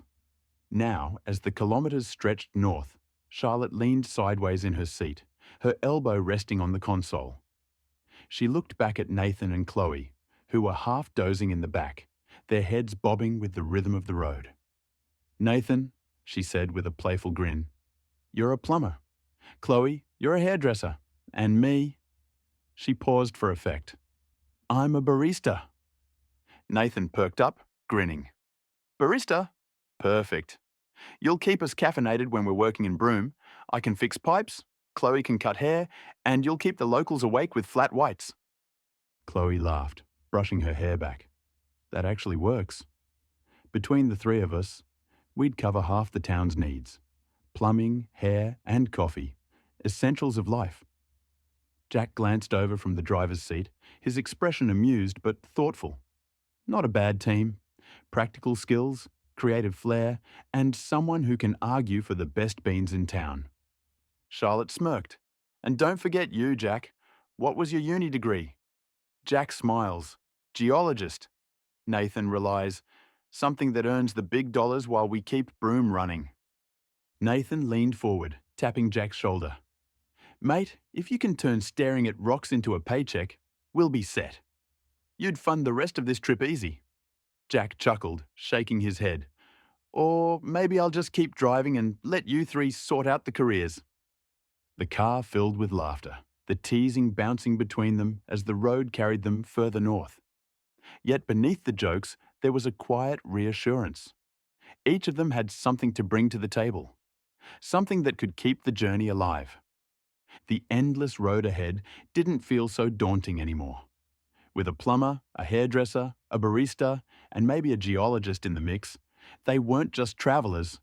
They were a team, ready to face whatever came next. The long drive north finally gave way to the shimmer of the Indian Ocean. After days of red dust and corrugated roads, the sight of Broome was almost surreal.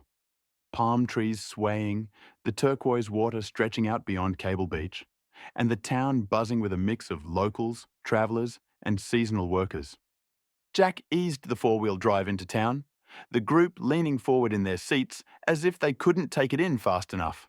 Nathan hummed. Well, this doesn't look like a bad place to be broke. Chloe smirked. Not broke, just temporarily underfunded.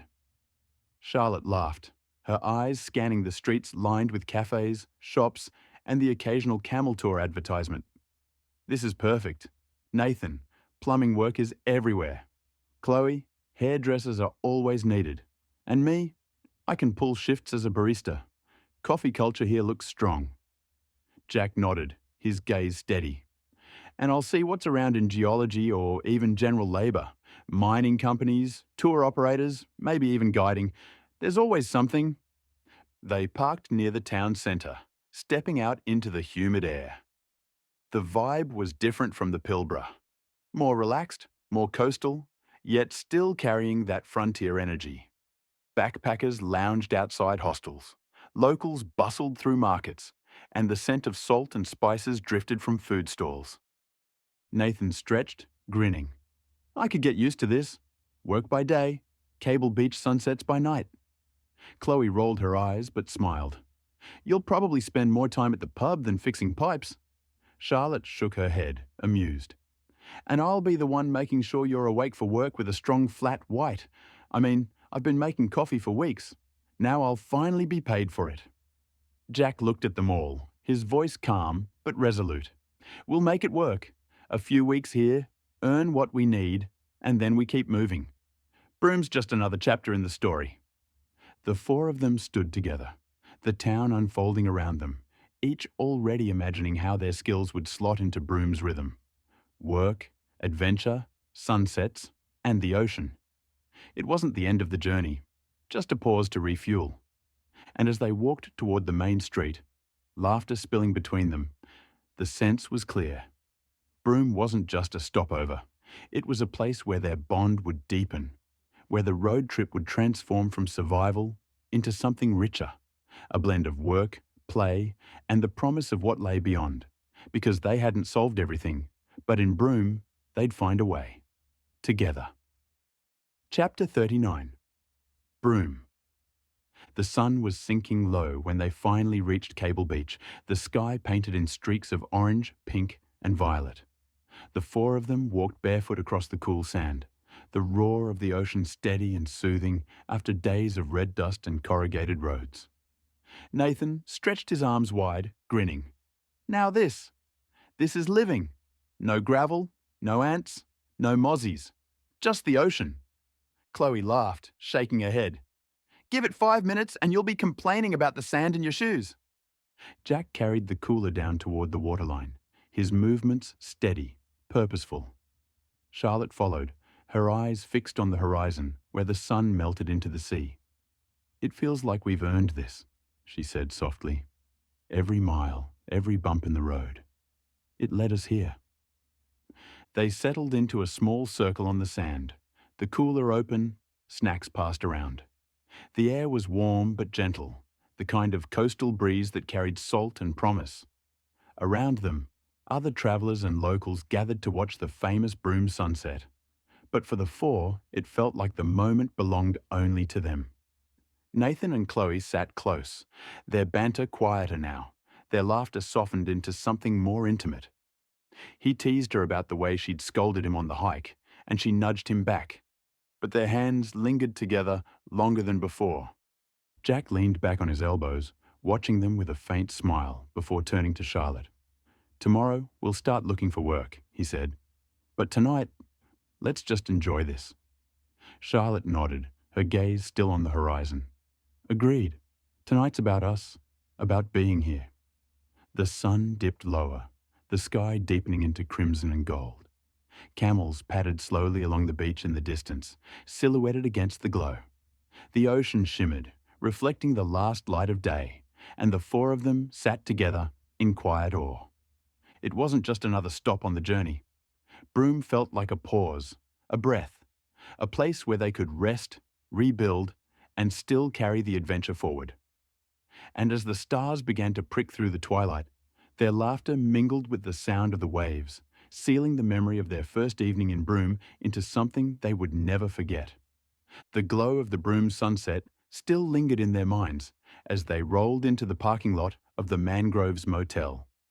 The air was warm and humid, carrying the faint scent of salt from Roebuck Bay. Neon signs flickered gently, and the sound of distant laughter drifted from the bar terrace. Jack parked the car, stretching his shoulders as the engine ticked down. Nathan hopped out first, still buzzing from the beach. This place looks decent. Beds, showers, maybe even aircon. Luxury compared to the tent. Charlotte smiled, pulling her bag from the back. We've earned it. One night of comfort before we start figuring out work. Inside, the reception was cool and softly lit. They checked in quickly, the receptionist handing over 2 sets of keys. 3 rooms apart, she said, with a polite smile. Enjoy your stay. Nathan raised an eyebrow as they walked down the corridor. 3 rooms apart? What's that about? Chloe smirked, swinging her bag over her shoulder. Probably fate's way of giving us some space. You'll survive one night without constant banter. Jack chuckled, unlocking his door. We'll regroup in the morning. Tonight, just rest. Charlotte paused outside her room, glancing down the hall where Chloe and Nathan disappeared into theirs. She felt a quiet satisfaction. They were safe, settled, and together, even if the rooms were scattered.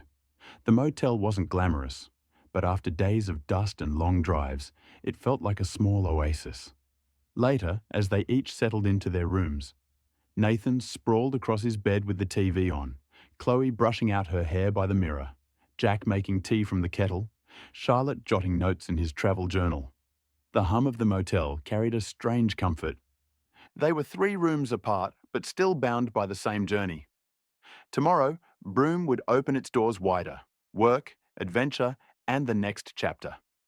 Tonight, the Mangroves Motel was enough. The morning light spilled across Broome as they rolled into town, the air already warm and humming with coastal energy. After a quick breakfast at the motel, Nathan cracked another joke about baked beans being the food of kings, earning groans from Chloe and Charlotte before they all agreed to pop into Coles for supplies. The supermarket felt almost quaint compared to the rugged outback stops they'd grown used to. Bright aisles, locals chatting, the hum of everyday life. Chloe and Charlotte wandered off together, leaving Jack and Nathan debating which snacks would last longest in the heat. When the 2 women returned, their faces were lit with excitement. Chloe held up a flyer, her grin wide. Guess what? I've got a job. At a hair salon down the street. They needed someone straight away. I start tomorrow. Charlotte's smile matched hers. And me too. Café near the bay. They were desperate for a barista. I start the day after. Nathan blinked, impressed. Wait, you just went shopping and came back with jobs? I can't even find decent chips and crackers. Life's unfair. Chloe smirked. That's because you don't have skills people actually want. Jack chuckled, shaking his head. Don't listen to her. Plumbing work will be everywhere in a town like this. And I'll see what geology or labouring jobs are around. But you two, well done. That was fast. The mood lifted instantly. The worry about dwindling funds eased, replaced by the thrill of opportunity. Broome wasn't just a stopover anymore. It was a place where they could settle, work, and keep the adventure alive. As they loaded groceries into the car, Nathan raised his hands dramatically. All right. Tomorrow, Chloe cuts hair, Charlotte makes coffee, and I fix pipes. Jack, you can stare at rocks until someone pays you. The laughter carried them back to the motel. The day suddenly brighter. Work was lined up, the ocean was close, and the road ahead felt secure again. Chapter 40. The Working Class. The morning in Broome dawned bright and humid. Chloe was up early, her nerves buzzing with anticipation as she tied her hair back and slipped into neat clothes for her first day at the salon. Nathan, meanwhile, was grinning ear to ear, proudly announcing over breakfast that he'd landed a job at Galvin's, doing home and business installs. Jack poured coffee, amused at Nathan's enthusiasm. So you'll be crawling under sinks while Chloe's making people look fabulous. Quite the contrast. Charlotte smiled, sipping her tea. It's perfect. We've all got something lined up now. Broome's already working out for us. Chloe's first day at the salon was tucked into a lively street near the bay, its windows bright and welcoming. Chloe walked in, greeted by the hum of hairdryers and the scent of shampoo. The owner, a cheerful woman named Marissa, showed her around quickly before handing her a client list. Her first customer was a local woman wanting a trim before heading to work. Chloe's hands moved with practiced ease. Her fiery personality softened into professional warmth. By the time she spun the chair around, the woman was smiling, running her fingers through freshly cut layers. Perfect, the client said. You'll fit right in here. The day flowed quickly. Cuts, blow dries, a bit of colour work. Chloe thrived in the rhythm, her confidence growing with each satisfied smile. By the afternoon, she was laughing with co-workers, already part of the team. While across town, Nathan reported to Galvin's, where the manager handed him a toolkit and a schedule. His first job was a business install, running piping for a cafe's new espresso machine. He cracked jokes with the staff as he worked, his easygoing nature winning them over. Later, he was sent to a home install, fixing a hot water system. Crawling under the house in the sticky heat wasn't glamorous, but Nathan took it in stride, emerging dusty but triumphant. "All sorted," he said with a grin, wiping his hands. By the end of the day, he was tired but buzzing. "Not bad," he told Jack when they regrouped. "I get paid to fix stuff and chat with people. Could be worse." The news came over dinner at the Mangroves Motel, Jack's tone steady but carrying a weight of excitement. "I've been offered a position with one of the mining companies," he said, setting down his fork. "It means heading to Perth for inductions and training. A few weeks away, but once I'm in, the big dollars start rolling." Charlotte froze for a moment, her smile faltering. She was happy for him, proud even, but the thought of him leaving the group unsettled her. "Perth?" she repeated, her voice quiet. "That's far. We've only just settled here." Jack leaned forward, his eyes meeting hers. "I know, and I don't want to leave you all. But this is the kind of opportunity that changes things. We've been scraping by, worrying about money. This job means we won't have two anymore. It means security." Charlotte asking, "When do you leave?"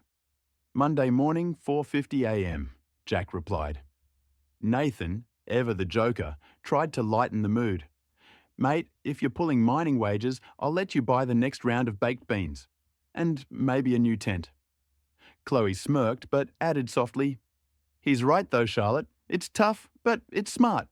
We can keep working here, and when Jack comes back, we'll be stronger for it." Charlotte sighed, folding her arms. "I'm not upset with you, Jack. I'm just worried. We've built something here, the four of us, and now you'll be gone." Jack reached across the table, his voice calm and reassuring. "It's not forever. Think of it as an investment in us. I'll do the training, get the job, and when I'm back, we'll have the funds to keep this journey alive. The big dollars aren't just for me, they're for all of us." Charlotte's expression softened, though the concern lingered. "All right," she said finally, her tone reluctant but sincere. "If this is what it takes, then I'll be happy for you. Just don't forget what we've got here." Jack smiled, squeezing her hand. "Never. This is the reason I'm doing it." The room fell into a thoughtful silence, broken only by Nathan's exaggerated sigh. "Well, guess I'll have to step up as group leader while you're gone. Chloe, you can be my deputy." Chloe rolled her eyes. "God help us all." The laughter that followed eased the tension, but beneath it, the reality remained. Jack was heading to Perth. The group would carry on in Broome, but the promise of mining wages, the big dollars Jack spoke of, had shifted their path once again. Charlotte woke early, nerves fluttering but excitement carrying her forward. She tied her apron neatly, checked her hair in the mirror, and walked down to the café where she'd been hired. The café sat on a corner near Chinatown, its windows wide open to let in the breeze. Inside, the air was filled with the hiss of the espresso machine, the clatter of cups, and the chatter of locals grabbing their morning fix.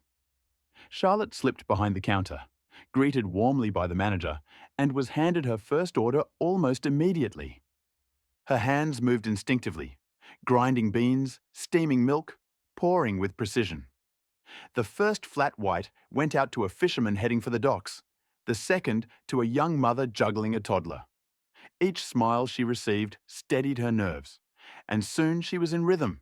Shots pulled clean, milk silky, her barista skills shining.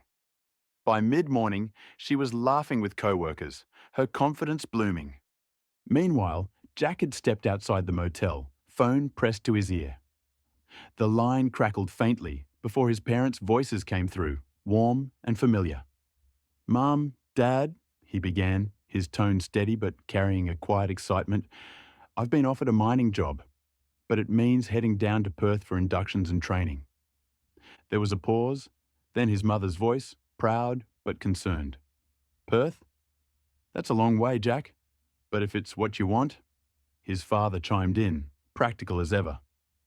"Mining pays well. Big dollars, son. It'll set you up." Jack smiled, though his gaze drifted toward the café where Charlotte was working. "That's what I'm thinking. It's not forever. Just the start. Once I'm in, I can really support the trip. And us." His parents reassured him, their voices carrying both pride and encouragement.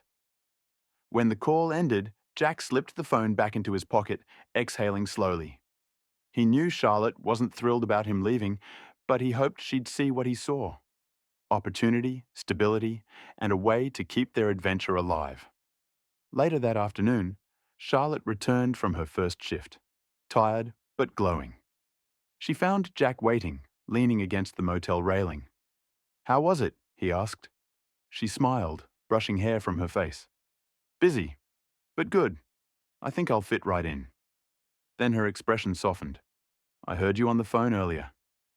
Jack nodded. "I told them about Perth. They're proud. And I meant what I said. The big dollars can really be made now. It's for us, Charlotte. For all of us." She looked at him for a long moment, torn between pride and worry, then finally nodded. "All right. Just promise me you'll come back." Jack's smile was quiet, reassuring. Always. For now, Broome was about work. But for Jack and Charlotte, it was also about trust. Trusting that distance wouldn't undo what they built. Chapter 41. Absence. The morning of Jack's departure carried a heaviness that none of them wanted to name. The four-wheel drive pulled into Broome Airport, its small terminal buzzing with travellers heading out to Perth or arriving from distant towns. The air was thick with humidity, the scent of jet fuel mingling with the salt carried in from Roebuck Bay. Jack shouldered his bag, the weight of it symbolic. Not just clothes and essentials, but the responsibility of stepping away from the group to chase the opportunity that could secure their journey. Charlotte walked beside him, her hand brushing his arm, her smile brave but tight. At the departure gate, Nathan tried to lighten the mood. "Mate, don't forget us little people when you're rolling in mining money. I expect steak dinners when you get back." Chloe smirked, though her eyes softened. "And don't get lost in spreadsheets and safety inductions. We'll hold the fort here." Jack turned to them all, his voice steady but warm. "This isn't goodbye. It's just a step. I'll be back. And when I am, we'll have the funds to keep this adventure alive. You three, keep working, keep laughing. I'll miss you, but I'll be thinking of you every day." Charlotte swallowed hard, her voice quiet. "Just promise me you'll come back." Jack squeezed her hand, his gaze unwavering. "Always." The boarding call echoed through the terminal. Jack gave Nathan a firm handshake, Chloe a quick hug, and Charlotte a longer embrace that lingered, both of them reluctant to let go. Then, with one last smile, he turned and walked toward the gate, disappearing into the stream of passengers. The drive back to the Mangroves Motel felt quieter.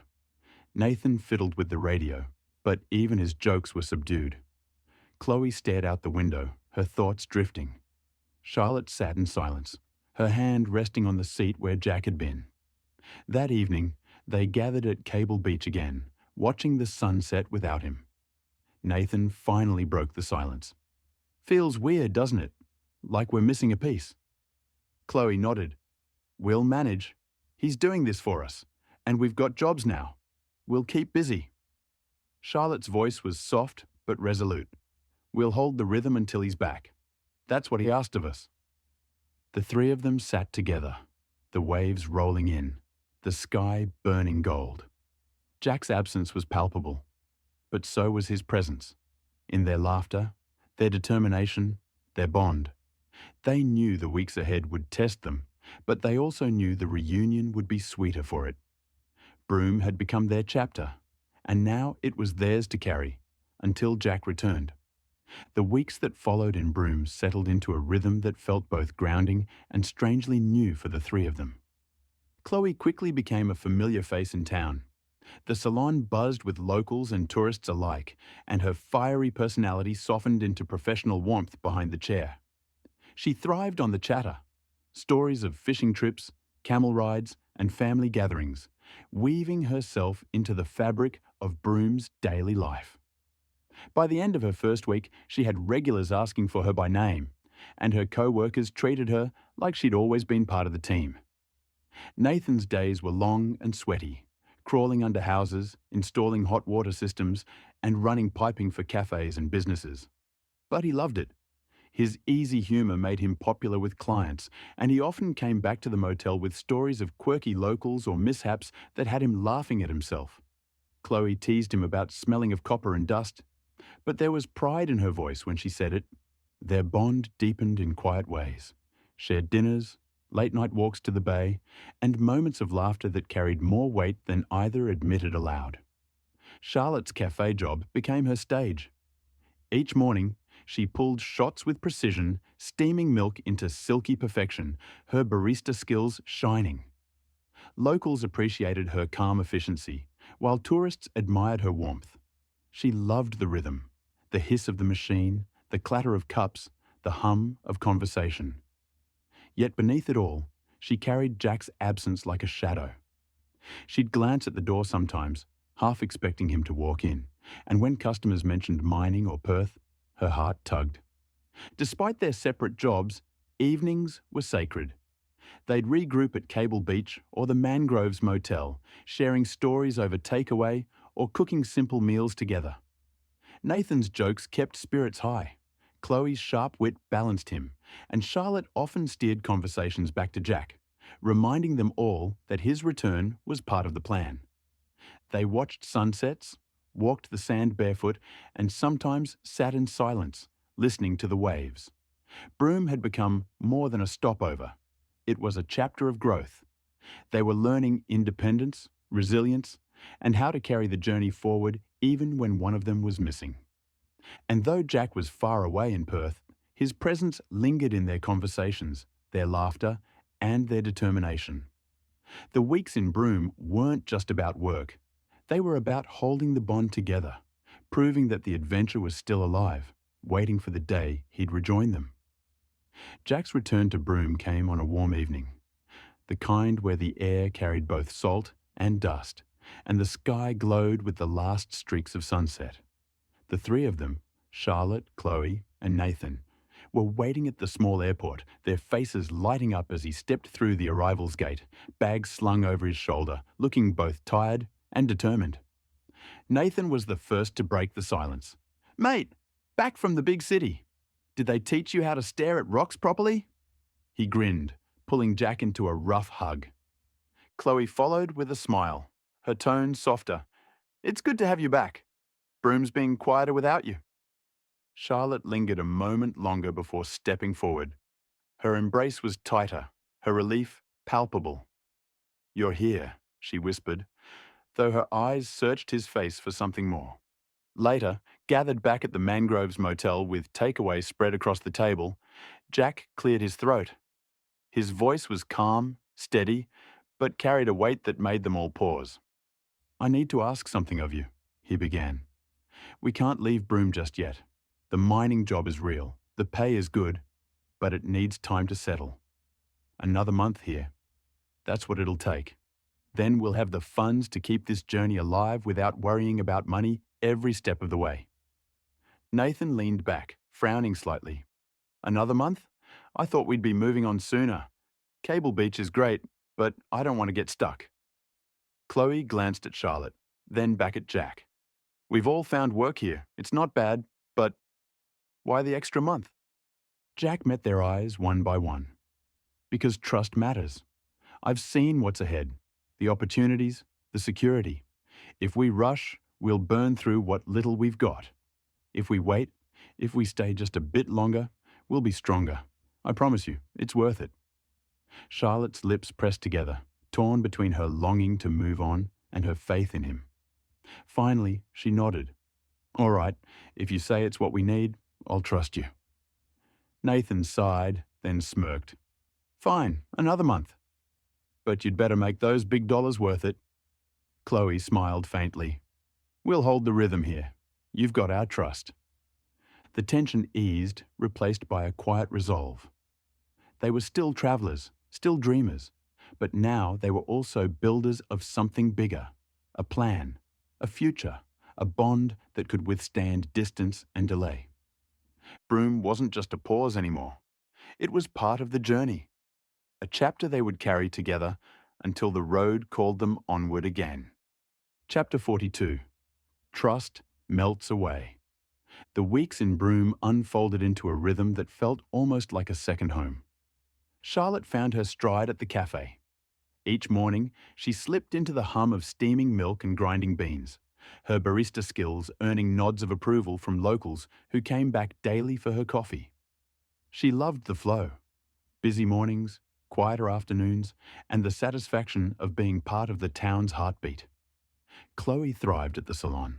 Her chair became a place of stories, laughter, and transformation.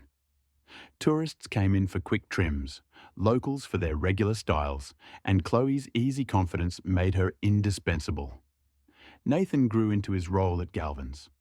The work was hard, but he relished the challenge. He'd return dusty and tired, but proud, often telling comic tales of crawling under houses or improvising fixes.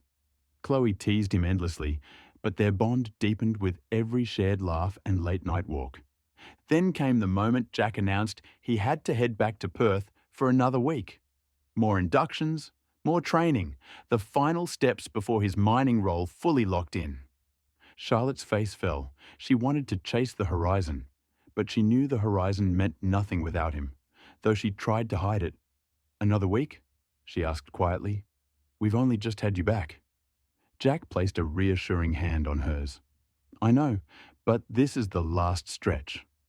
Once it's done, the big dollars are real. We'll have the freedom to keep going without worrying about every cent. Trust me. Nathan sighed, half joking. Mate, you're starting to spend more time in Perth than with us. But if it means steak dinners later, I'll allow it. Chloe added softly, We'll hold things down here. You do what you need to do. Jack smiled, grateful. That's all I ask. One more week. Then we move forward together. His absence was felt immediately. Charlotte threw herself into café shifts, but her eyes lingered on the door at sunset, half expecting him to walk in. Nathan and Chloe kept spirits high, their banter filling the gaps, their closeness growing more obvious. Evenings were quieter, but the three of them leaned on each other, knowing Jack's return would bring the group whole again. Broome had become more than a pause. It was a crucible. Work, leisure, anticipation, and trust were shaping them, preparing them for the next leg of the journey. And though Jack was away once more, his promise of big dollars and freedom kept their eyes fixed firmly on the horizon. Jack's return to Broome after that week in Perth felt fleeting, almost like a breath before the next step. The group had gathered at the Mangroves Motel, eager to welcome him back, but his energy carried a different weight this time, sharper, more focused. Nathan clapped him on the shoulder. Back already? Thought we'd get at least a few nights of beers before you disappeared again. Jack smiled, though it was tinged with urgency. I wish, but it's straight out to sight now. My first stint starts tomorrow. Flights are booked.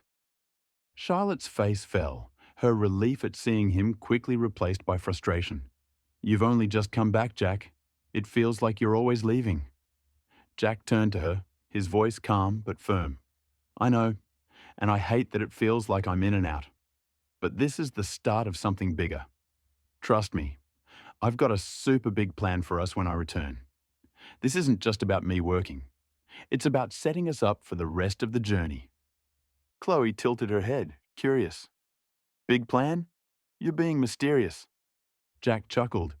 I can't give it all away yet, but think bigger than just topping up accounts. Think about freedom, the kind where we don't have to worry about money, where we can go wherever we want without hesitation. Nathan leaned back, grinning. Sounds like you're plotting something grand. As long as it doesn't involve me crawling under more houses, I'm in. Charlotte sighed, her arms folded, but her eyes softened. All right, I'll trust you. Just don't forget we're here waiting. Jack reached for her hand, squeezing it gently. Never. You three are the reason I'm doing this. Hold the rhythm here in Broome. When I'm back, we'll move forward together. The next morning, they drove him to the airport again. The farewell was bittersweet. Nathan cracking jokes, Chloe offering quiet encouragement, Charlotte holding on to him a moment longer than the others. Jack boarded the plane with a determined smile, leaving behind the promise of something greater. Back in Broome, the three settled once more into their routine. Work, sunsets, laughter, but now with a thread of anticipation woven through it. Jack's super big plan became a point of speculation, a spark of hope that carried them through the days. Jack's absence had tested them, but his return, and the choice to stay, proved their bond could withstand distance, delay, and the weight of reality. After all, Broome wasn't just a pause anymore. It was the waiting ground for something larger, something Jack was building for them all. Chapter 43. On site. Jack's first days on site were a shock to the system. The flight out had been short, but stepping off into the dry heat of the Pilbara felt like entering another world. The mine camp was a grid of dongas, small, functional rooms lined up like soldiers, and the air carried the constant hum of machinery. His role as a geologist meant long hours in the field, surveying rock formations, logging samples, and coordinating with engineers. It wasn't glamorous. Dust clung to everything. The sun beat down relentlessly. But Jack found a quiet satisfaction in the work. Each core sample felt like a puzzle piece, part of a bigger story beneath the earth. Evenings were spent in the mess hall, eating hearty but repetitive meals with other workers. Conversations were blunt, often about shifts, pay, or footy scores. Jack kept mostly to himself, but sometimes shared stories of Broome, the sunsets, the laughter of his friends, which earned him curious smiles from hardened miners. Despite the isolation, Jack made time to call or message the others whenever he could. Jack reassured Charlotte constantly, reminding her that this was temporary, that his super big plan was taking shape. Every day here is one step closer to freedom for us, he told her over the phone, his voice steady even when hers wavered. Charlotte wanted to believe him, but freedom felt fragile when it meant more time apart. He teased Chloe about salon gossip, asking if she'd become the town's favourite stylist yet. Her laughter over the line was a balm against the monotony of camp life. Their calls were full of banter. Nathan bragged about his installs at Galvin's, while Jack joked about staring at rocks for a living. It kept things light, reminding them both of the camaraderie they shared. At night, lying in his small donga bed, Jack thought about the plan he'd hinted at. The mining wages were only the beginning. He envisioned pooling their skills and savings into something bigger. Maybe a business, maybe a journey that stretched further than they'd ever imagined. He didn't share the details yet, but the idea burned bright in him. Back in Broome, Charlotte, Chloe, and Nathan carried on their routines. But Jack's absence was felt in every sunset. Still, his calls and promises kept their spirits alive. They trusted him, even if the waiting was hard. For Jack, the mine site was more than just work. It was the crucible where his determination hardened, where the super big plan began to take shape. And every day he spent in the dust and heat, he carried the image of Broome's ocean and his friends' laughter, knowing he'd return with something that could change everything. Jack's return to Broome after his first stint on site felt heavier, more charged than any of his earlier arrivals. When he walked into the Mangroves Motel lounge where Charlotte, Chloe, and Nathan were waiting, he carried himself differently. Not just tired from the mine, but with a quiet confidence. The dust of the Pilbara still clung to him, but there was something else in his eyes. A plan. They greeted him warmly, Nathan cracking jokes about rock watching and Chloe smiling with relief. But Jack didn't waste time. He leaned forward at the table, lowering his voice just enough to make them lean in. "Listen," he began, his tone deliberate. "The job's tough. Long hours, dust everywhere, and the camp life isn't exactly glamorous. But here's the thing. The money changes everything. It's not just enough to keep us afloat. It's enough to give us freedom." Charlotte frowned slightly, her arms folded. "Freedom? You've been gone so much already, Jack. What do you mean?" Jack's smile was small but certain. "I mean Bali, 2 weeks, flights, accommodation, everything covered. My work will fly me wherever I am so I can meet you there. That's the pro of this job. They'll move me around. The con is that I'll always have to return to site, which means travel has long stops for me and sometimes for all of us. But the money isn't a problem anymore. We can afford to dream bigger." Nathan's eyes widened, his grin breaking across his face. "Bali? Mate, you're talking cocktails by the pool, nasi goreng every night, and me finally getting a tan that isn't just dust." Chloe laughed, shaking her head. "That's incredible. I thought you meant saving for the next leg of the trip, not flying us overseas." Jack nodded, his voice steady. "That's the point.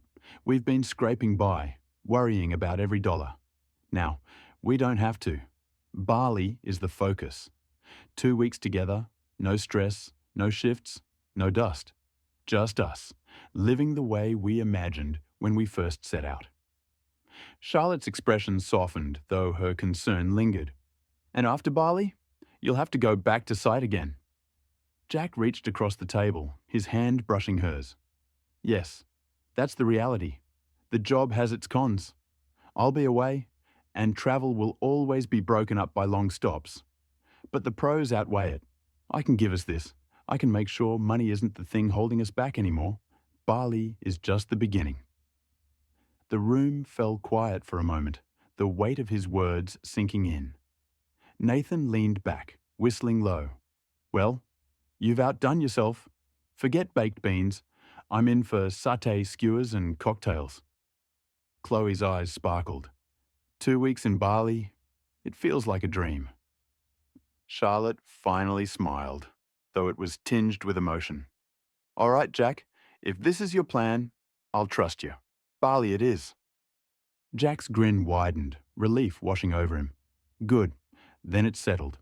Bali is our focus. Everything else, the job, the long stops, the dust, it doesn't matter right now. What matters is us, together, in Bali."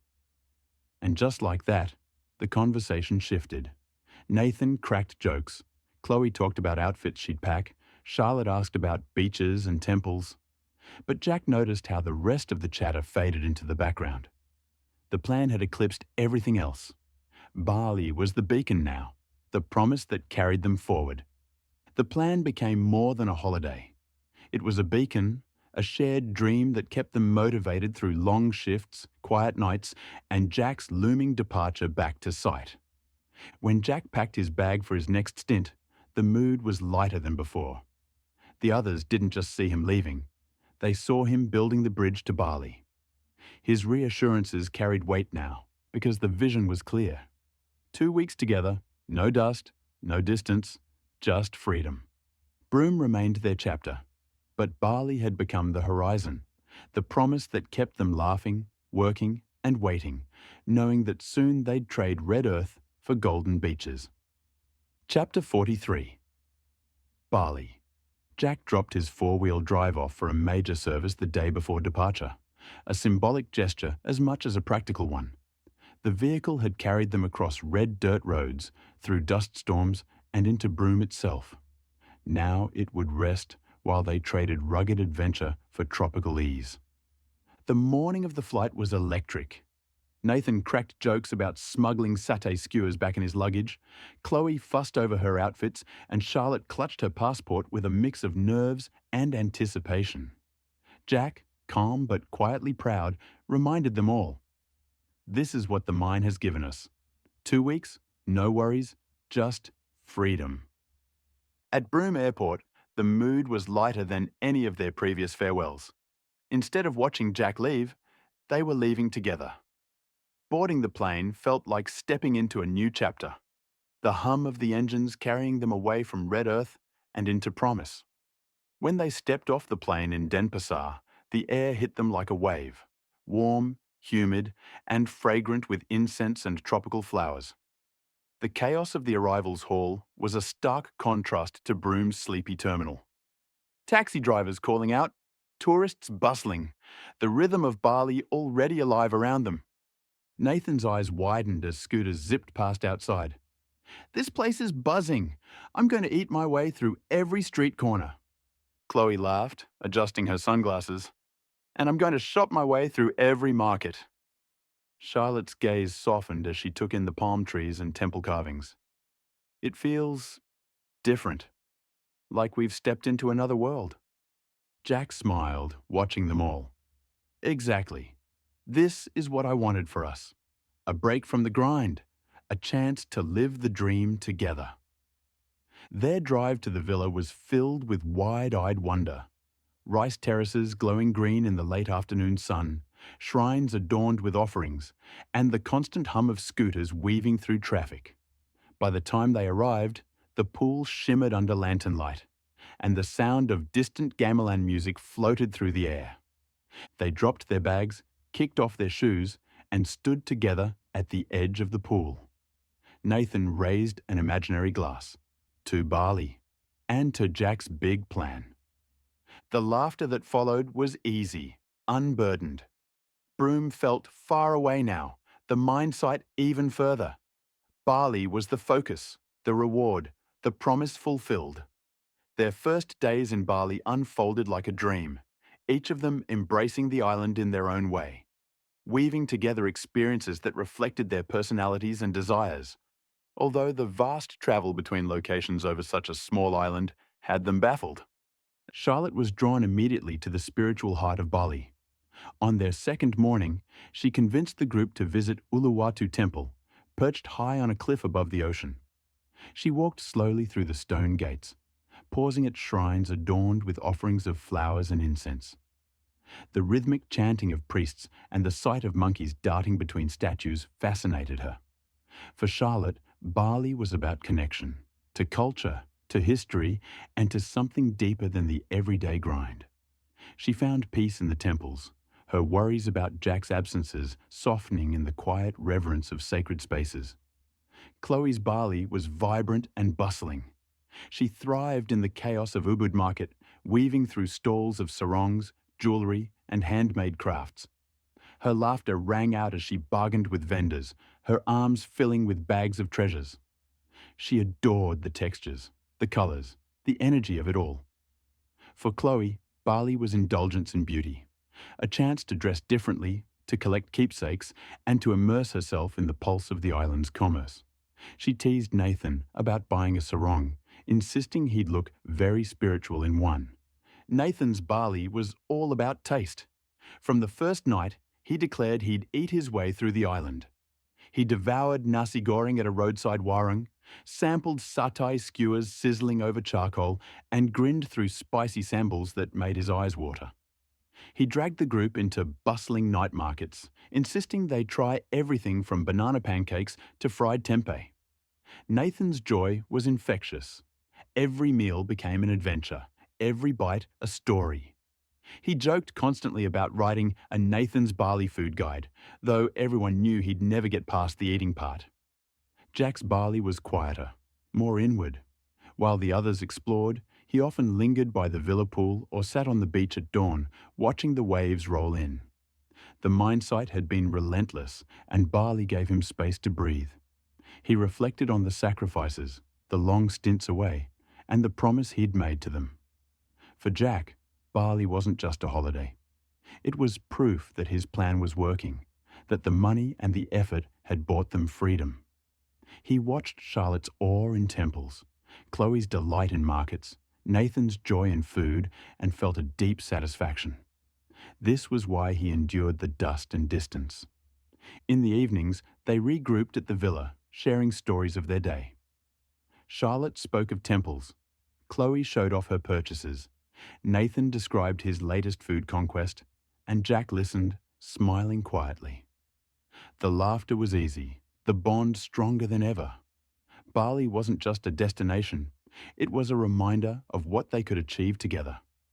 Each of them embraced the island differently, but the shared joy became the glue that held them close, even as Jack's next stint at the mine loomed on the horizon. The four of them decided to indulge in one of Bali's most famous luxuries, a traditional Balinese massage. After days of exploring temples, markets, and food stalls, their bodies ached for rest, and the idea of lying back in a quiet spa while the sound of gamelan music drifted through the air was irresistible. They entered a serene villa-style spa tucked away from the busy streets, greeted by the scent of frangipani and lemongrass. Each was led to their own space, soft light filtering through bamboo shades, the air cool and calming. Charlotte melted into the rhythm of the massage, her mind drifting back to the temples she'd visited. For her, it was a spiritual reset, a way to carry the serenity of Bali deeper into herself. Chloe adored the indulgence, already planning to book another session before they left. She laughed afterward, saying she felt reborn and ready to dive back into the chaos of the markets. Nathan, ever the joker, couldn't help but let his mind wander. He secretly hoped for something more than just relaxation, though he kept those thoughts to himself. Outwardly, he played it cool, joking afterward about how he'd never felt so bendy. Jack used the quiet to reflect. The massage wasn't just physical relief, it was a pause, a chance to think about the mine, the sacrifices, and the promise of Bali. He lay there, listening to the soft music, feeling the weight of responsibility ease for a moment. When they regrouped afterward, sipping ginger tea in the spa's courtyard, the mood was light and content. Nathan cracked jokes, Chloe teased him, Charlotte smiled quietly, and Jack simply watched them all, grateful. The massage wasn't just relaxation. It was symbolic. Each of them embraced Bali differently, but together they found balance, laughter, and a reminder of why they were here. The midpoint of their Bali trip arrived with a lazy afternoon by the villa pool, the sun high and golden, the air thick with the scent of frangipani. The four of them stretched out on lounges, the sound of splashing water and distant scooters blending into a rhythm that felt worlds away from Broom's red dust. A waiter appeared with a tray of icy bintangs and colourful cocktails. Charlotte's came garnished with a slice of dragon fruit, Chloe's with a tiny paper umbrella, Nathan's with 2 straws, for efficiency, and Jack's with a simple lime wedge. The drinks loosened their laughter. Nathan teased Chloe about bargaining too hard at the markets. Charlotte promised to drag them all to another temple ceremony, and Jack listened, smiling. "Bali is just the start," he said, his voice calm but deliberate. "The job means I'll always have to return to site, and travel will have long stops. But money isn't the problem anymore. We can think beyond Broome, beyond Bali. Trust me, this is only the beginning."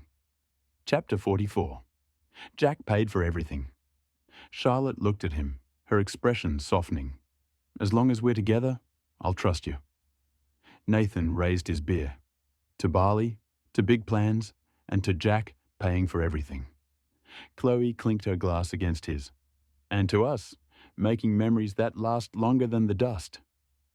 The laughter carried across the pool, the clinking of glasses sealing the moment. The midpoint of Bali wasn't just relaxation, it was a turning point.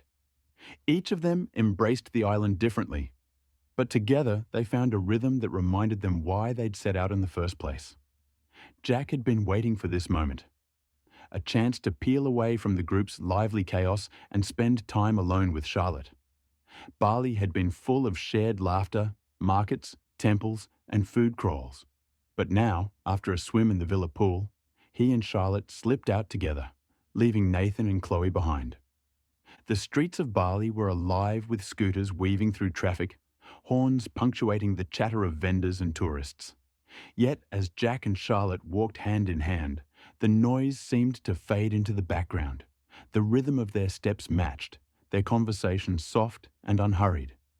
For Jack, it was the walk he had longed for, not just through Bali's streets, but into a pocket of intimacy, where it was just the two of them.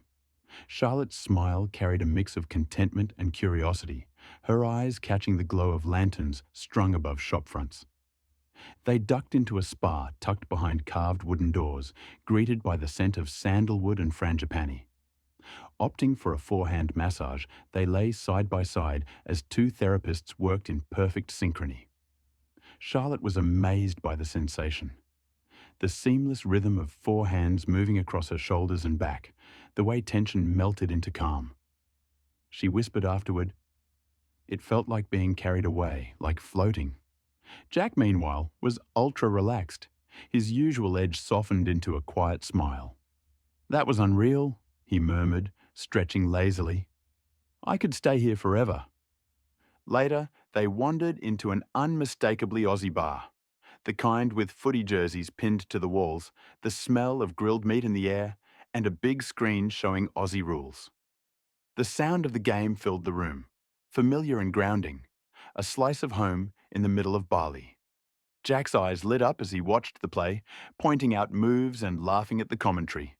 Charlotte, amused, leaned against him, sipping her drink and enjoying his excitement. They ordered steak meals, hearty and satisfying, the kind of food that reminded them of pub nights back in Australia. The chatter around them was lively, but they were in their own bubble, sharing bites, laughing at the rowdy cheers, and savouring the comfort of something familiar in a foreign place. The walk back to the hotel was quieter, the streets calmer as the night deepened. Lanterns glowed above, scooters thinned out, and the air carried the scent of incense from nearby shrines. Jack held Charlotte's hand firmly, his thumb brushing against hers, a silent reassurance. Back at the villa, they slipped inside, the pool shimmering under moonlight. The day's adventures, the walk, the massage, the bar, the meal, had left them both content. For Jack, it was more than relaxation, it was connection. For Charlotte, it was a reminder that even amid the group's chaos, there was space for intimacy. They ended the night side by side, the hum of barley outside their window, the bond between them stronger than before. The next morning in Bali dawned warm and bright, sunlight spilling across the villa courtyard and catching the shimmer of the pool. Nathan was already up, lounging with a bintang in hand far too early for anyone's taste, while Chloe fussed with her hair in the reflection of her phone screen. When Jack and Charlotte finally emerged from their room, walking out together with that unmistakable glow of shared time, Nathan smirked immediately. "Well, well," he drawled, raising his bottle like a toast. "Look who's finally decided to rejoin the group. Must have been some deep cultural experience last night." Chloe laughed, her eyes sparkling with mischief. "Yeah, you two look suspiciously relaxed. Forehand massage, was it?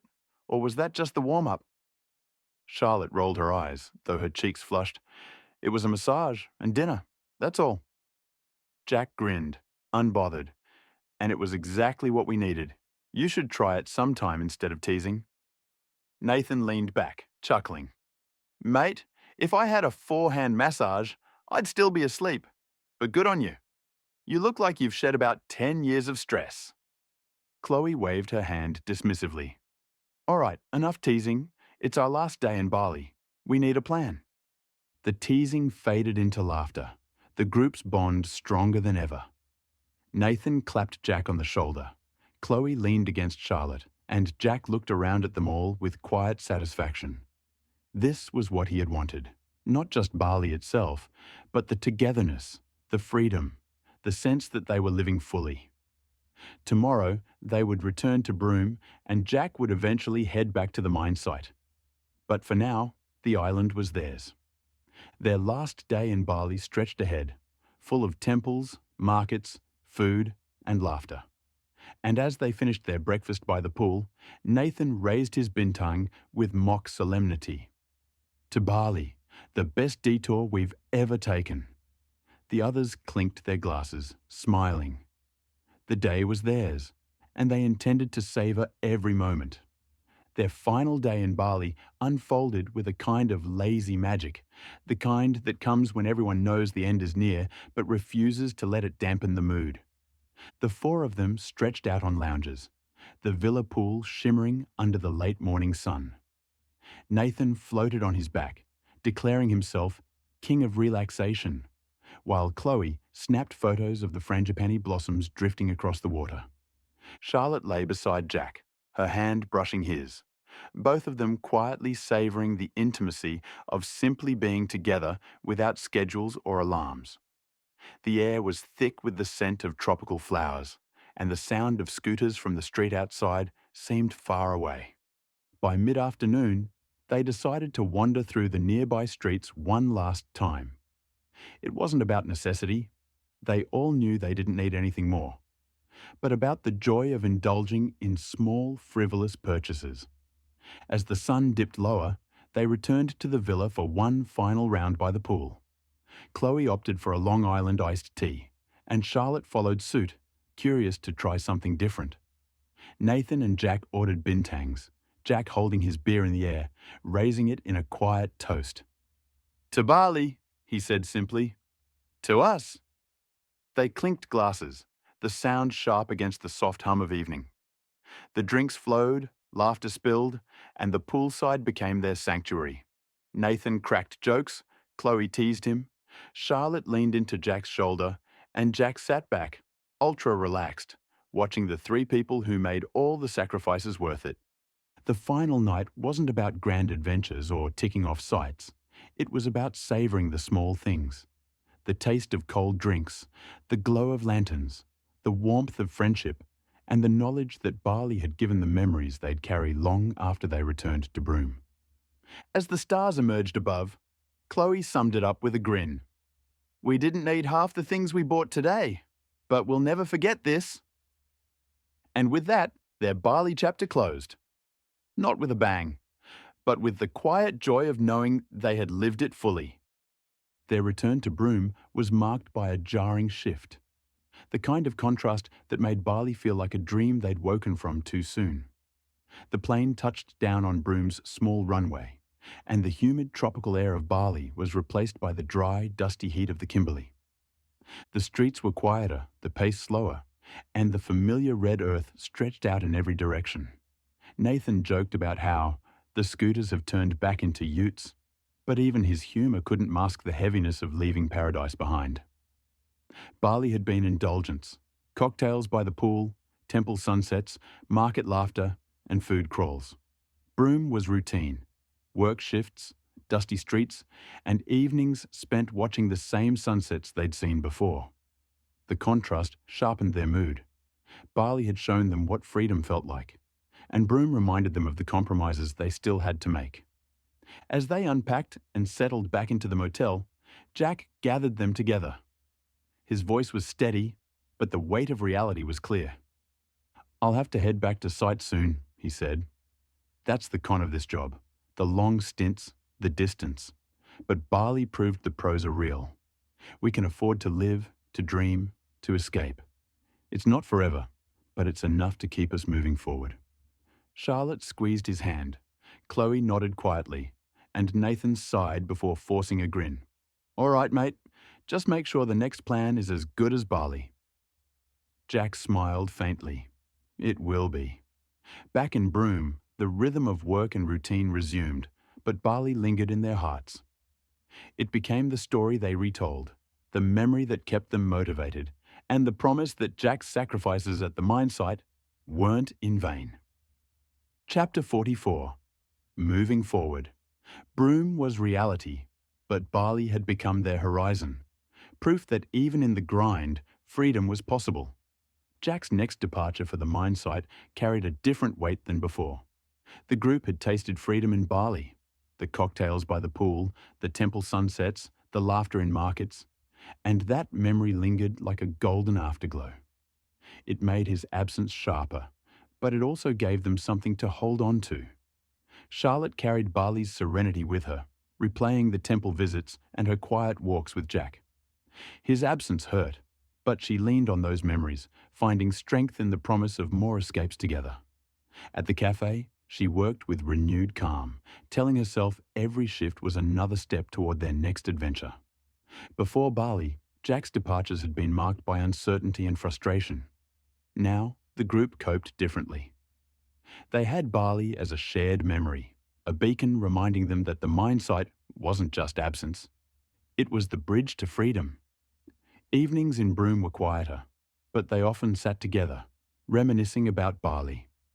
Nathan would joke about his food crawl, Chloe would show off her market finds, Charlotte would talk about temples, and Jack's voice would join them over the phone, promising more. The mine site loomed.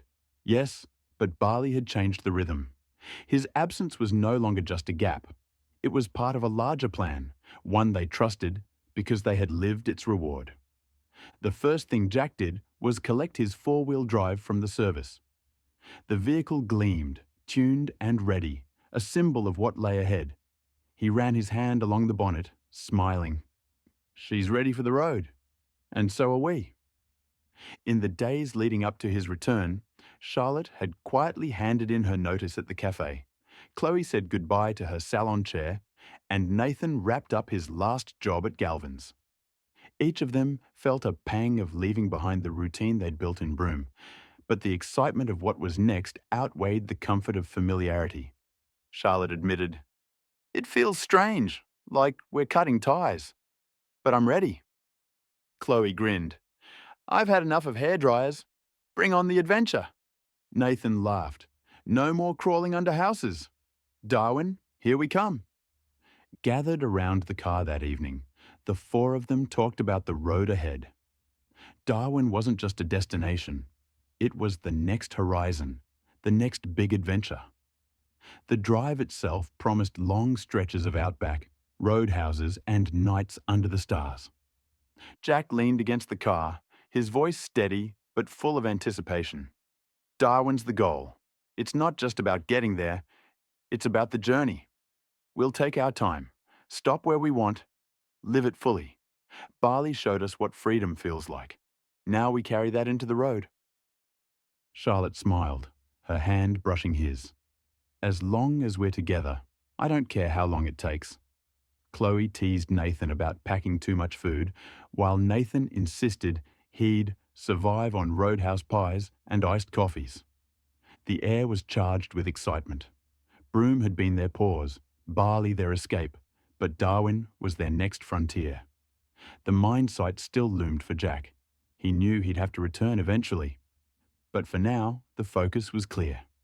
The open road, the four of them together, and the promise of new stories waiting to be lived. That night, they sat by the car under Broome's star-filled sky, sipping cold drinks and mapping out the journey. The red earth stretched ahead, and Darwin felt closer with every laugh, every plan, every shared glance. Chapter 45. Red Dust and Reckoning. The heat in Broome was the kind that didn't just sit on your skin. It wrapped around you, thick and humming, like a second atmosphere. Even in the early morning, before the sun had fully climbed above the horizon, the air shimmered with promise and sweat. Charlotte stood outside the roadhouse, the scent of diesel and salt clinging to everything. She noticed an ominous dark cloud overhead as she watched as Jack tightened the straps on the roof rack. He moved with that quiet efficiency I'd come to recognize. No fuss, no wasted motion. Just strong, capable hands looping the bungee cords over our gear, his brow furrowed in concentration. His shirt clung to his back, damp with effort, and the muscles in his forearms flexed as he pulled the last strap taut. I looked away before he could catch me staring. Chloe emerged from the servo, 2 iced coffees in hand and a packet of shapes clenched between her teeth. "Oi, legends," she mumbled around the box. "Breakfast of champions." Nathan, already shirtless and barefoot despite the gravel, took one with a grin. "You beauty. Reckon this'll keep me going till lunch." "Lunch?" Chloe scoffed, tossing her hair over one shoulder. "Mate, you'll be hungry again by the next roadhouse. You're like a human Labrador." Nathan shrugged, unbothered. "Can't help it if I'm a growing boy." He winked at me as he cracked open the drink, and I smiled despite myself. There was something about Nathan, all sun and swagger, and that ridiculous barbed wire tattoo, that made it impossible to stay annoyed at him for long. He was the kind of person who made you feel like the world was a little less serious than you thought. Charlotte climbed into the back seat of the cruiser, the fabric hot against my legs, even through my shorts. Chloe slid in beside me, already kicking off her thongs and sprawling like she owned the place. Jack took the driver's seat, Nathan riding shotgun, his feet on the dash within seconds. The engine rumbled to life, and with a lurch, we pulled out of the roadhouse and onto the red dirt road that would carry us east, toward the Gibb River Road, toward Darwin, toward whatever came next. The town fell away behind us, replaced by scrub and spinifex, termite mounds like ancient sentinels watching us pass. The road stretched ahead, endless and ochre, dust rising in our wake like a signal to the sky. Chloe had commandeered the aux cord and was blasting something loud and unapologetically pop. She sang along at full volume, off-key and fearless, drumming her hands on the doorframe and throwing her head back with laughter. Nathan joined in, his voice booming and terrible, and soon they were both howling the chorus like it was a war cry. Charlotte leaned my head against the window, the glass warm against my temple, and let their chaos wash over me. Jack caught my eye in the rearview mirror, his lips twitching in amusement. For a moment, the noise faded, and it was just the two of us, suspended in that glance. A flicker of something unspoken, something that made her chest tighten in a way I didn't fully understand. Then Chloe elbowed me. "Oi, Earth to Charlotte, you good?" She blinked. "Yeah, just taking it all in." She grinned. "Don't go all poetic on us now. We've got a long way to go, and I need you to help me keep this lot from getting us killed." I laughed, but there was a knot in my stomach I couldn't quite shake. Something about the road ahead, the wildness of it, the unknown, made everything feel more real, more fragile. As we drove deeper into the Kimberley, the signal dropped out and the music cut to static. Chloe groaned, Nathan whooped. Jack just kept driving, eyes on the horizon, one hand resting on the wheel, the other tapping a rhythm on his thigh. I watched the landscape shift. Red cliffs rising like ancient bones, bobes standing sentinel, their swollen trunks like something out of a dream. The sky stretched forever, impossibly grey, as the clouds seemed to float around us. Charlotte felt small in the best possible way. By early afternoon, the car was a moving island in a sea of red dust, its tyres carving twin tracks through the ochre earth. The sun, once a blazing sentinel overhead, had begun to retreat behind a wall of bruised thunderclouds gathering on the horizon. The sky was shifting, not yet storming, but threatening. The kind of tension that made the air feel electric even before the first flash. Boab trees lined the track like ancient guardians, their swollen trunks gnarled and bulbous, branches reaching skyward like arms mid-gesture. Some stood solitary, others in loose clusters, casting long, warped shadows across the road. Their bark was pale and scarred, carved with initials and dates, love declarations, road trip graffiti, the ghosts of travellers past. Inside the cruiser, the mood had shifted. The earlier chaos had mellowed into something quieter, more contemplative. Chloe had finally relinquished the aux cord, and now a mellow acoustic playlist hummed through the speakers. The kind of music that matched the rhythm of the road and the weight of the sky. Nathan had gone quiet, his feet still propped on the dash, one arm slung out the window, fingers slicing through the wind. His eyes tracked the clouds, watching as they thickened and rolled, darkening the light in slow cinematic degrees. Jack drove with both hands on the wheel now, his jaw set, eyes flicking between the road and the sky. The dry lightning had started about 20 minutes back, jagged forks of white fire cracking across the clouds without a drop of rain. It was beautiful, in a way that made your stomach twist. Charlotte sat forward between the front seats, her hand resting lightly on the back of Jack's headrest. "Do you think it'll hit before we get there?" Jack didn't answer right away.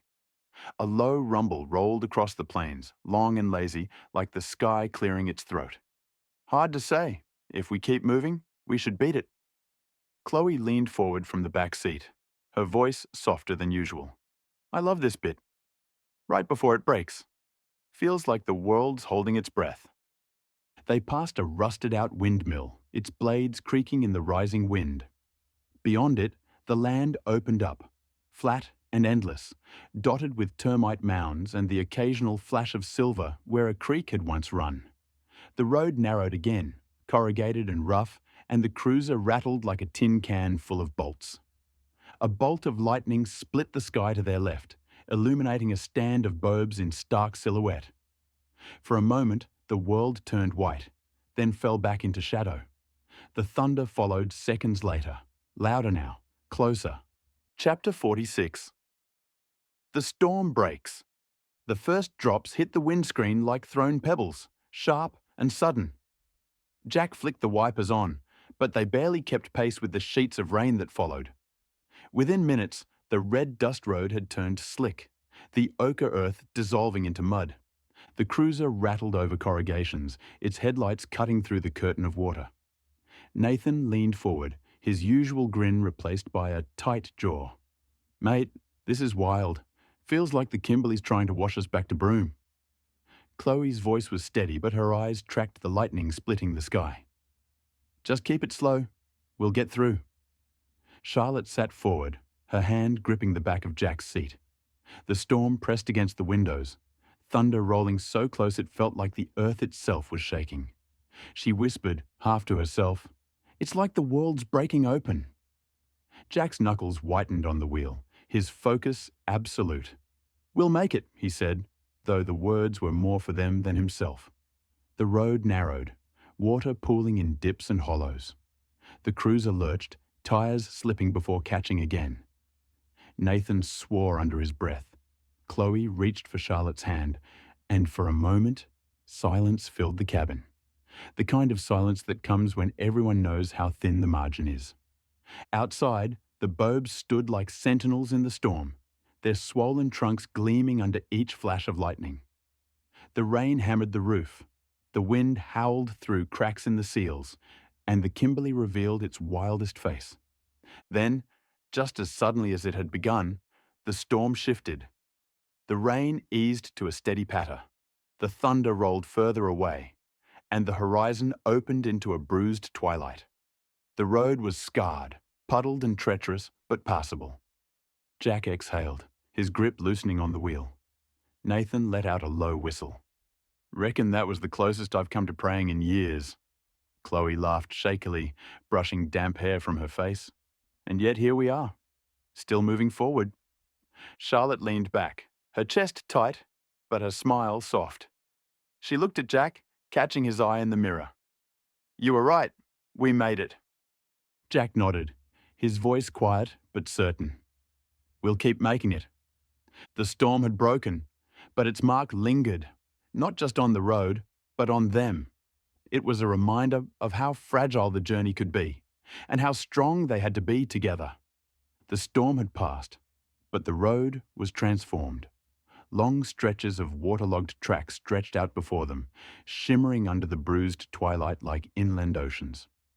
Jack kept the cruiser steady, his hands firm on the wheel, eyes narrowed against the glare of reflected sky.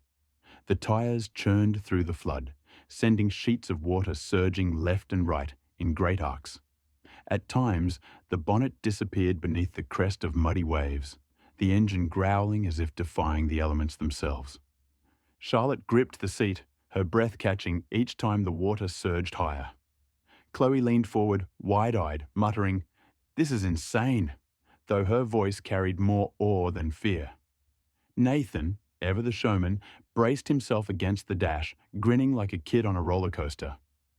Then came the mud. Thick, clinging, treacherous.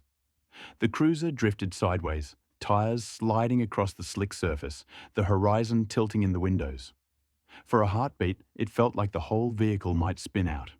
But Jack's hands moved with impossible precision, one on the wheel, one steadying the gearshift, his body leaning into the motion. To the others, it was as if he had 8 arms, like Ganesh himself, orchestrating chaos into control. The drift snapped back, the cruiser straightened, and the cabin erupted in nervous laughter. Nathan slapped the dash, his voice booming over the hum of the engine. "Mate, that was epic! You're not just driving, you're conducting a bloody symphony!" Chloe burst out laughing. Charlotte shook her head in disbelief. And even Jack chuckled, the tension breaking. For a moment, the storm's shadow lifted, replaced by the exhilaration of survival. The road ahead was still scarred and sodden, but inside the cruiser, the mood had shifted. Fear had given way to awe, and Jack's quiet mastery had become the story they'd carry forward. Charlotte glanced at Jack. "Still think we'll beat it?" He didn't look away from the road. "We'll make it." And they did. Just. Chapter 47. Birdwood Station. Birdwood Station appeared like a mirage, a scattering of tin-roofed buildings and dusty paddocks framed by ghost gums and rusted fences. The campground was little more than a clearing near a dry creek bed, but it felt like sanctuary. Jack pulled the car into a spot beneath a massive barb, its roots twisting like buried limbs, its branches heavy with the weight of centuries. They climbed out just as the first gust of wind swept through, lifting dust and leaves in a swirling dance. The air smelled of ozone and eucalyptus, sharp and clean. Overhead, the clouds cracked again, dry lightning lacing the sky in silent fury. Nathan whooped, arms outstretched as if daring the storm to come. Chloe laughed and ducked into the back to grab the tent gear, her hair whipping around her face. Jack and Charlotte moved in sync, unstrapping the swags, anchoring the corners before the wind could snatch them away. The storm never broke. It hovered, growling and flashing, but withheld its rain as if testing their resolve. That night, they sat beneath the barb, the fire crackling low, the sky still flickering with distant light. No one said much. The road had begun to work its magic, stripping things back, sharpening edges, softening others. Tomorrow, the gib would take them deeper. But for now, they were here. Together, under the storm's watchful eye, beneath the ancient limbs of a tree older than memory. And that was enough. The morning broke clean and bright. The storm of the night before now, just a memory etched into the red earth, and the scent of scorched eucalyptus. The sky stretched wide and pale above them, streaked with high, gauzy clouds that promised nothing more than shade. The air was cooler than expected, the kind of crispness that made everything feel possible. Jack crouched beside the four-wheel drive, his hands moving with quiet precision as he checked the tire pressure and wiped red dust from the air filter. The cruiser had taken a beating on the corrugated track, and he wasn't about to let it fall apart on them now. He ran a hand along the chassis, listening for anything loose, anything off. Satisfied, he stood and gave the bonnet a firm pat, as if to say, "Good girl, let's keep going." Behind him, the others were packing up camp with a kind of practiced rhythm. Chloe was rolling up the swags, her hair still wild from sleep, singing a half-remembered 2000s pop song under her breath. Nathan was attempting to fold the tarp, which mostly involved wrestling it into submission, while Charlotte tried not to laugh too loudly at his increasingly creative curses. By mid-morning, they were back on the road, the cruiser humming along the dusty track as the Kimberley unfolded around them in waves of ochre and gold. The bobes thinned out, replaced by low scrub and the occasional burst of wildflowers. Purple molla molla, yellow kapok, and the delicate white stars of bush tomatoes. The land was waking up after the dry, and everything smelled faintly of life returning. They made good time, the road rough but manageable, the cruiser holding steady. Conversation drifted in and out. Stories from the night before, plans for Bell Gorge, debates over who snored the loudest. Chloe insisted it was Nathan. Nathan blamed Jack. Jack said nothing, just raised an eyebrow and kept driving. Around midday, they pulled off the road near a shallow creek that still held water, shaded by a cluster of river gums. The place wasn't marked on any map, but it had the feel of a well-loved stop. Tire tracks in the dust, a circle of stones where someone had once built a fire, and a log worn smooth by countless travellers' backsides. They kicked off their boots and waded into the water, grateful for the cool relief. Nathan cannonballed in with a whoop, soaking everyone within a 10-metre radius. Chloe shrieked and retaliated by splashing him until they were both dripping and breathless with laughter. Jack sat on the bank, legs stretched out, watching them with a half smile, while Charlotte trailed her fingers through the water, her eyes on the ripples rather than the chaos. They sat in the shade of the river gums, legs dangling in the cool water. A half-eaten packet of shapes passed between them. "All right," Chloe said, flicking a beetle off her leg. "If we were stranded out here for a week, who's cracking first?" Nathan didn't hesitate. "Charlotte, no snacks, no Wi-Fi, she'd be feral by day 2. Charlotte raised an eyebrow. "Excuse me? I'm the only one here who remembered to pack the first aid kit. You'd be dead from a stubbed toe before I even got hangry." "Hangry Charlotte is terrifying," Jack added, deadpan. "I've seen her glare at a servo pie like it personally offended her." Chloe cackled. "That pie was asking for it." Nathan leaned back on his elbows, grinning. "All right, fine. I'll admit I'd probably eat all the rations in the first 12 hours. You ate half the trail mix before we even left Broome," Charlotte pointed out. "Exactly. I'm a man of action." "You're a man of snacks," Jack muttered. Chloe raised her iced coffee like a toast. To surviving the outback with a snack bandit, a pie critic, and a human compass. Jack gave her a look. "I'm assuming I'm the compass." "Obviously, you're the only one who knows how to read a map. The rest of us are just here for the vibes." They didn't stay long. Just enough time to eat, stretch, and let the cruiser cool down. As they packed up again, Charlotte tucked a smooth, flat stone into her pocket, its surface warm from the sun. She didn't know why. It just felt right. By late afternoon, they rolled into Dulundi campground, the light slanting gold through the trees. Bell Gorge waited just beyond the ridge, its waterfalls whispering promises of cold water and quiet wonder. They set up camp in the hush of early evening. The only sounds the rustle of canvas, the clink of tent poles, and the distant call of a butcher bird. Tomorrow, they'd hike into the gorge, but tonight, they sat beneath the stars, the fire crackling low, the red dust of the day still clinging to their skin. The road had carried them forward, not just across the land, but deeper into something else. Something shared, something just beginning. Chapter 48. Grounded with Memories. The sun had shifted westward by the time they rolled into Dulundi campground, the light turning soft and amber as it filtered through the ghost gums. They set up camp with the ease of routine, swags unrolled, gear unpacked, the cruiser ticking quietly as it cooled. A kettle hissed over the camp stove, and the scent of eucalyptus mingled with the faint tang of dust and diesel. Charlotte sat cross-legged on a flat rock near the edge of the clearing, her journal balanced on her knees. The leather cover was soft and worn now, the corners softened by months of travel. The spine creased from being opened and closed 100 times. Jack had given it to her last Christmas, wrapped in brown paper and tied with a bit of twine. No card. She hadn't known what to make of it then. A blank book, a quiet gesture. But now it felt like one of the most personal things she owned.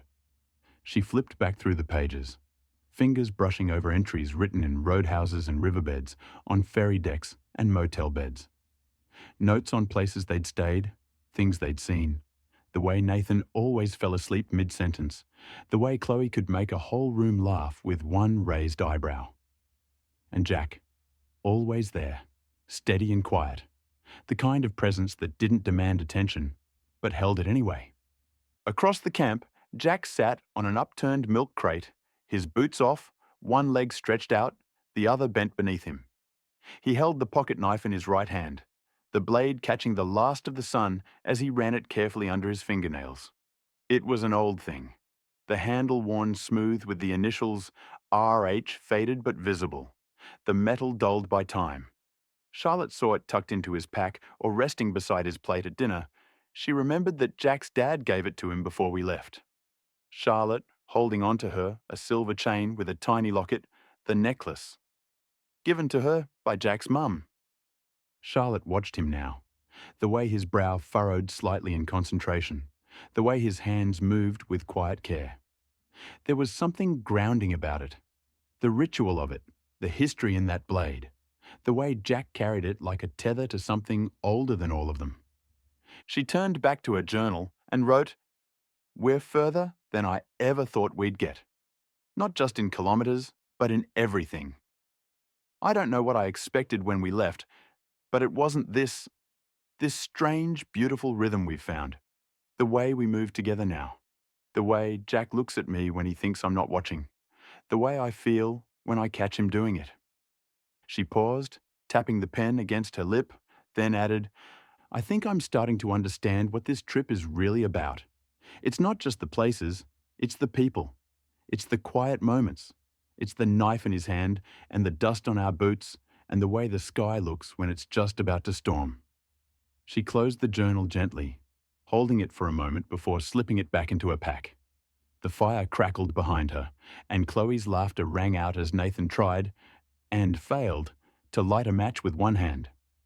Jack looked up and caught her eye. He didn't smile, not exactly, but there was something in his expression, a flicker of warmth, of knowing, that made her chest tighten. She stood and walked over, brushing her hands on her shorts. You always do that? She asked, nodding toward the knife. Jack glanced down at it, then back at her. Yeah, habit, I guess. My dad said every bloke should know how to keep his hands clean even if they're covered in dirt. Charlotte smiled. Sounds like something he'd say. Jack looked at her, surprised. You remember that story? I remember a lot of your stories. He held her gaze for a moment, then folded the knife shut with a soft click and tucked it into his pocket. Good, he said quietly. The wind picked up, rustling the trees above them. Somewhere in the distance, a dingo howled, long and low and lonely. The fire popped, and Chloe cursed as a spark landed on her sock. Charlotte sat beside Jack, close enough that their shoulders brushed. Neither of them moved away. The sky above them was streaked with the last light of day, and the road ahead was still long. But for now, they were still. Together. The fire crackled low, casting flickering shadows across their faces as the night settled in around Dulundi. The stars above were sharp and endless, scattered across the sky like salt on black velvet. The air had cooled, but the warmth of the flames and the closeness of the group kept the chill at bay. They sat in a loose circle, Jack nursing a mug of tea, Chloe curled up in her hoodie with her feet tucked under her. Nathan sprawled on his back with a stick in hand, poking at the embers, and Charlotte cross-legged beside him, her journal tucked away for the night. So, Chloe said, stretching the word like a cat waking from a nap, I think it's time we revisit the cow incident. Nathan groaned immediately. No, absolutely not. That story died with the cow. Jack raised an eyebrow. Did it, though? Because I'm pretty sure the cow wasn't actually dead. It was sleeping, Nathan insisted, sitting up. Cows sleep standing up. That's a thing. It was a hot morning. Maybe it was just meditating, replied Nathan. Chloe cackled. Mate, at one stage you screamed like it was a zombie. I've never seen someone backpedal that fast in thongs. I thought it was going to charge me. It was chewing on grass. Jack sipped his tea. To be fair, I thought it was dead too until I poked it and it walked off. Nathan flopped back down with a groan. I hate all of you. Chloe grinned. Not as much as I hated that shelf at the camping store. Oh, God, Charlotte said, laughing. You mean the one you headbutted trying to get out of the swag display? I was disoriented, and there was a huge bloody spider in there. You were in a king's showroom, Jack said. Middle of the day. Chloe pointed at him. You're one to talk, Mr. I've seen better technique at the blowholes. Nathan sat up, eyes wide. Wait, what? Jack didn't flinch. Just saying, if you're gonna name a natural wonder after something that dramatic, it should at least deliver. Charlotte covered her face, laughing. You're the worst. I'm honest. They dissolved into laughter, the kind that came in waves, one person setting the others off again just as it started to die down. It was the kind of laughter that loosened something in your chest, made the night feel warmer, the stars closer. Eventually, the energy ebbed, and they settled into a quieter rhythm. The fire popped softly, and the wind rustled through the trees. Chloe leaned back on her elbows, gazing up. All right, we've all been roasted. Charlotte, your turn. Most embarrassing moment on this trip? Charlotte blinked. What? Come on, Nathan said. Everyone's got one. She thought for a moment, then shook her head. I honestly can't think of anything. Chloe narrowed her eyes. You're hiding something. I'm really not. Jack glanced at her, a small smile tugging at the corner of his mouth. She's too composed. It's annoying. Charlotte shrugged. I just don't do a lot of embarrassing things. Nathan groaned. That's not fair. I once mistook a dead cow for a sleeping one and screamed like a toddler. You've got to give us something. Charlotte smiled, but it was softer now, thoughtful. I think I've just always been the one watching, not the one doing. That quieted them for a moment. Jack stirred the fire with a stick. Maybe that's why your journal's so good. She looked at him, surprised. You've read it? No, he said quickly, but I've seen you writing. You've got that look, like you're catching things the rest of us miss. Chloe nodded. Yeah, you're like the group's memory, the keeper of all the chaos. Nathan leaned over and bumped her shoulder. Which means you're responsible for preserving the cow story forever. Sorry, mate. Charlotte laughed, but there was a warmth in her chest that hadn't been there before. Not just from the fire, but from the way they saw her. Not just as the quiet one, but as someone who mattered. Someone who noticed. Someone who belonged. The fire burned low, and the stars wheeled overhead. They didn't say much after that. The road would keep moving. But tonight, they were here. Together, tangled in memory and laughter, and the kind of silence that only comes when everything important has already been said. The next morning, they hiked to the trail into Bell Gorge, wound through scrub and stone, the morning sun casting long shadows across the spinifex. They moved in single file, boots crunching over gravel, the occasional call of a cockatoo echoing through the canyon walls. The air was dry, but not oppressive, the kind of heat that clung to your skin without smothering it. Jack led the way, map tucked into his back pocket, eyes scanning the track ahead. Charlotte followed close behind, her breath steady, her gaze flicking between the path and the ridges rising around them. Nathan and Chloe brought up the rear, their banter softer than usual, tempered by the hush of the place. The gorge revealed itself slowly, first as a murmur of water, then a glint of light through the trees, and finally, as they crested a rocky outcrop, the full sweep of it, a wide, terraced waterfall spilling into a deep jade-green pool, framed by sheer rock faces and ghost gums clinging to the ledges like pale sentries. They stood in silence for a moment, the only sound the rush of water and the wind threading through the gorge. Then Nathan let out a cry. Bloody hell, Chloe grinned. Told you it'd be worth it. They scrambled down the last stretch, boots slipping on smooth stone, until they reached the water's edge. The pool was cool and still, the surface broken only by the steady fall of the cascade. Dragonflies skimmed across it, their wings catching the light like shards of glass. Without a word, Nathan stripped off his shirt and dove in, surfacing with a gasp and a grin. Freezing! Get in here! Chloe followed, cannonballing with a shriek that echoed off the rocks. Jack hesitated, then peeled off his shirt and waded in, the muscles in his back flexing as he moved through the water with quiet ease. Charlotte lingered at the edge, toes curled over the stone. The water looked impossibly clear, the kind that promised both shock and renewal. She glanced at Jack, who was floating on his back now, eyes closed, the sun painting his skin gold. She stepped in. The cold hit her like a breath held too long. Sharp, clean, alive. She gasped, then laughed, the sound surprising even herself. Jack opened his eyes and smiled, and for a moment, the world narrowed to that. The water, the light, and the way he looked at her, like she was something rare. Later, they lay on the warm rocks, drying in the sun. Chloe and Nathan dozed, limbs tangled, their laughter finally quiet. Jack sat beside Charlotte, knees drawn up, arms resting loosely across them. You all right? He asked, voice low. She nodded. Yeah, just taking it in. He didn't press, just sat with her, the silence between them easy now, full of things that didn't need saying. Above them, a wedge-tailed eagle circled high, its shadow gliding across the gorge wall.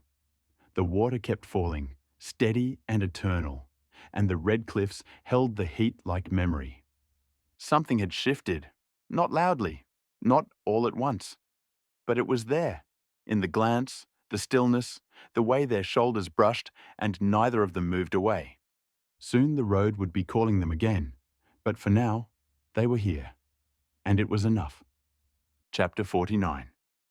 Sacrifice to the Gib gods. By the time they returned to the four-wheel drive, the sun had started to rise behind the ridgelines, casting long shadows across the Bell Gorge car park.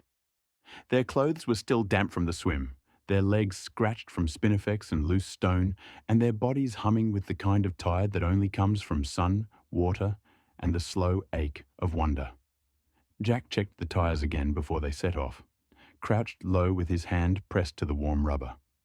The others moved slower now, Charlotte brushing dust from her calves, Chloe digging through the esky for any sign of an iced coffee, Nathan already half asleep in the passenger seat before the engine even turned over. The road east toward Manning Gorge was rougher than the morning's drive. The Gib River Road stretched ahead like a scar, corrugated and unpredictable, the red dust rising behind them in thick, choking plumes.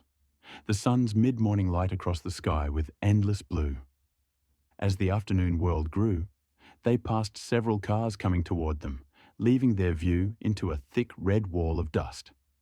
Every so often, they passed the skeletal remains of old vehicles, rusted utes with doors hanging open, trailers half swallowed by scrub, tires long since deflated and frames twisted by time. They sat like forgotten relics, their metal bones slowly being reclaimed by the land. "Reckon that one's been there since the 90s, Nathan murmured, nodding toward a crumpled caravan as they passed. "Longer," Jack said. "Some of these have been here decades.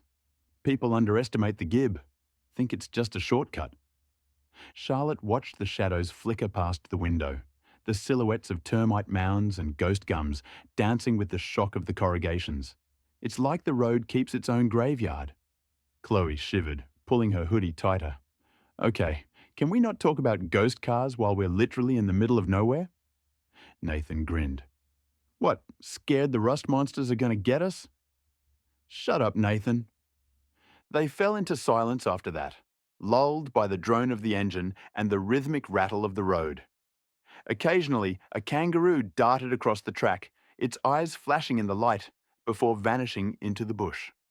The drive felt longer than it was, not because of the distance, but because of the sense of isolation that pressed in from all sides. There was no signal, no music, just the sound of tires on gravel and the occasional murmur of conversation. When they finally pulled into Manning Gorge campground, it was late afternoon. The site was quiet. No one spoke much.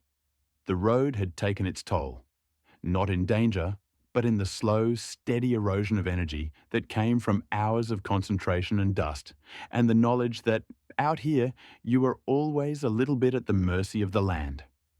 Charlotte lay in her swag, staring up at the birds singing, the sound of insects and distant frogs filling the air. Somewhere nearby, Jack's silhouette moved, checking the cruiser one last time before starting on some dinner. She closed her eyes and let the road settle in her bones.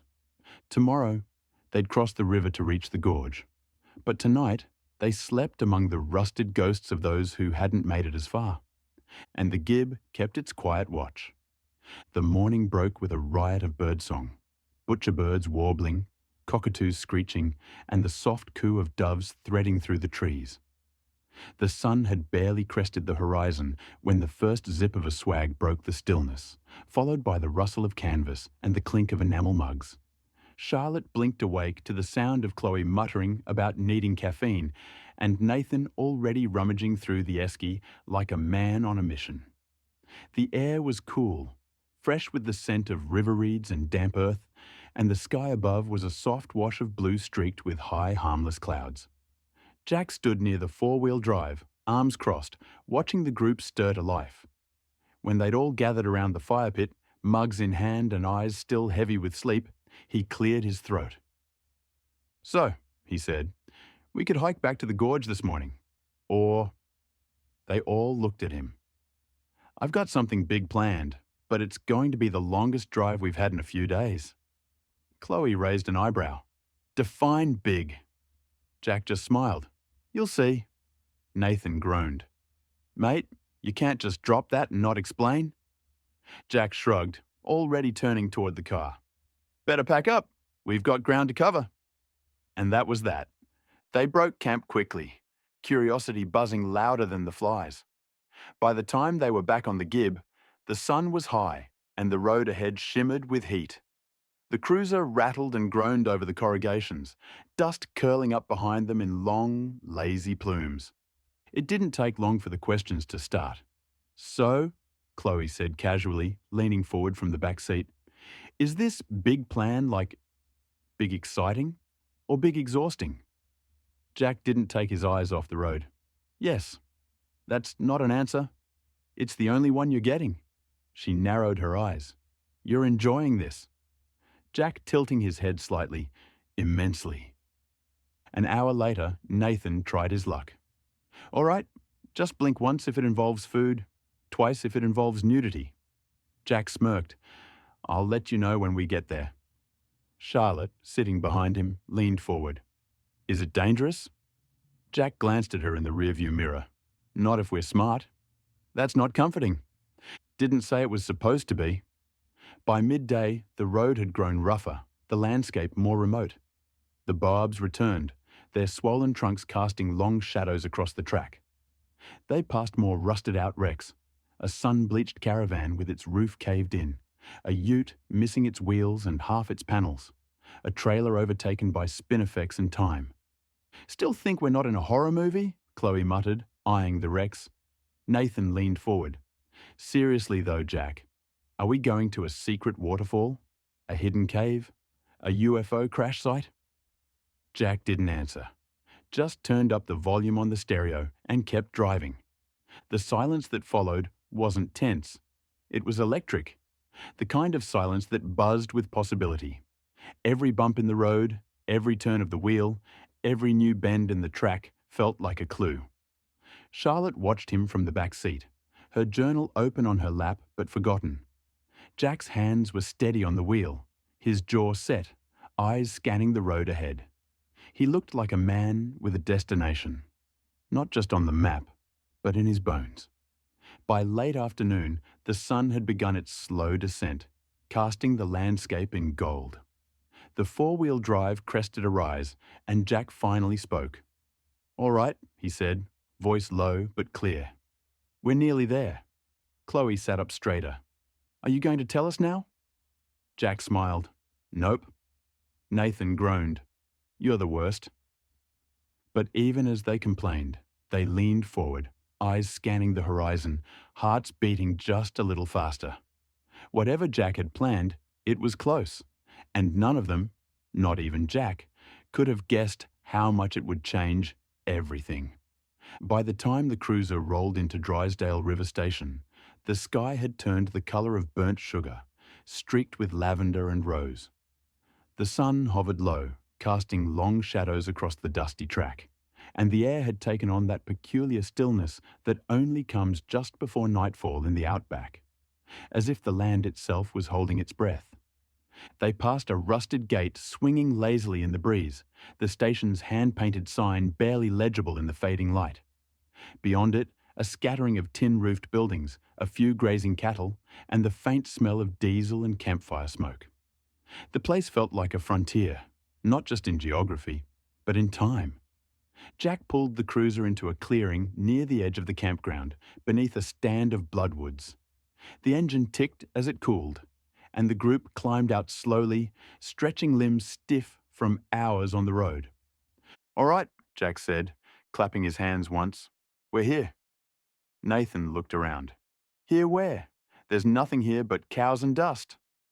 Chloe squinted toward the horizon. "Is this the surprise? Because I've got to say, mate, I was expecting something a little more, I don't know, less bovine." Jack just smiled. That maddening, unreadable smile he'd been wearing all day. Trust me? Charlotte watched him, her curiosity now fully eclipsing her fatigue. He'd been holding this secret close since morning, and whatever it was, it had carried them through the longest drive yet, past rusted-out wrecks, through creek crossings and cattle grids, into the heart of the Kimberley. They set up camp as twilight deepened, the stars beginning to prick through the indigo sky. A fire crackled to life, and the group gathered around it, bowls of reheated curry in hand, the day's dust still clinging to their skin. "So," Chloe said, poking at her food, "are you going to tell us now, or are we waiting for a telegram from 1983? Jack leaned back on his elbows, eyes on the fire. "Tomorrow morning, early." Nathan groaned. "You're killing me." Jack's grin widened. "Good. That means it's working." Charlotte tilted her head. "Can we at least have a hint?" Jack hesitated, then looked up at the sky. "You've seen the gib from the ground. Tomorrow, you'll see it from the air." Silence. Then Chloe sat bolt upright. "Wait, are you serious?" Jack nodded. "Scenic flight, Mitchell Falls." Nathan dropped his spoon. "You're joking." "Nope. Booked it back in Kununurra. Figured we'd earned something big." Charlotte stared at him, heart thudding. "You planned this the whole time?" Jack met her eyes. "Yeah, thought it might be worth it." The fire popped, sending a spray of sparks into the night. Around them, the station settled into sleep. The lowing of cattle in the distance, the hum of a generator, the occasional bark of a dog. But within their circle of firelight, something had shifted. Not just excitement, not just surprise. Gratitude, wonder. The quiet realization that this trip, this group, was becoming something more than any of them had expected. Tomorrow, they would rise before dawn and fly into the heart of the wild. Chapter 50. The Edge of the Map. The morning rose like any other at Drysdale Station. Soft light spilling across the red dirt, the distant lowing of cattle, the smell of dew settling on dust. But beneath it all thrummed a current of excitement none of them bothered to hide. Even Chloe was up early, hair tied back, boots laced, practically vibrating with anticipation. Inside the station lobby, the ceiling fan clacked lazily overhead as the pilot ran through the induction. Nathan raised a hand halfway through, his expression earnest. "Yeah, what's the in-flight menu? I'm hoping for a flat white and a bacon and egg roll." The pilot grinned, adjusting his sunglasses. "You'll get a minty and a bottle of water, mate. And a view you'll never forget." Chloe elbowed Nathan. "Don't worry, Nathan. If you get peckish, you can chew on your own foot." Charlotte managed a small smile, the banter grounding her nerves. Jack caught her eye and stepped closer, slipping an arm around her shoulders in a quiet, steadying hug. "I'm here," he murmured. And somehow, that was enough. They walked across the dusty airstrip toward the small Cessna, its white fuselage glowing in the early light. The cabin smelled of aviation fuel, sun-warmed vinyl, and the faint tang of metal. As they climbed aboard, the pilot handed each of them a headset. "Plug in, keep the mics close, and try not to deafen me," he said, eyeing Nathan pointedly. Chloe leaned forward. He might want to turn Nathan's headset off. Nathan stuck his tongue out at her like a sulky child. "You're just jealous of my radio voice." The propeller spun to life with a rising whine that vibrated through the floor and up their legs. The plane taxied down the strip, the Kimberley opening before them, a wild, ancient land waiting to be seen from above. The Cessna lifted off with a shudder, wheels leaving the earth in a spray of red dust. The world below shrank. The station becoming a toy set, the bush stretching out in endless waves of ochre and green. Early sunlight slanted through the windows, painting the cabin in gold.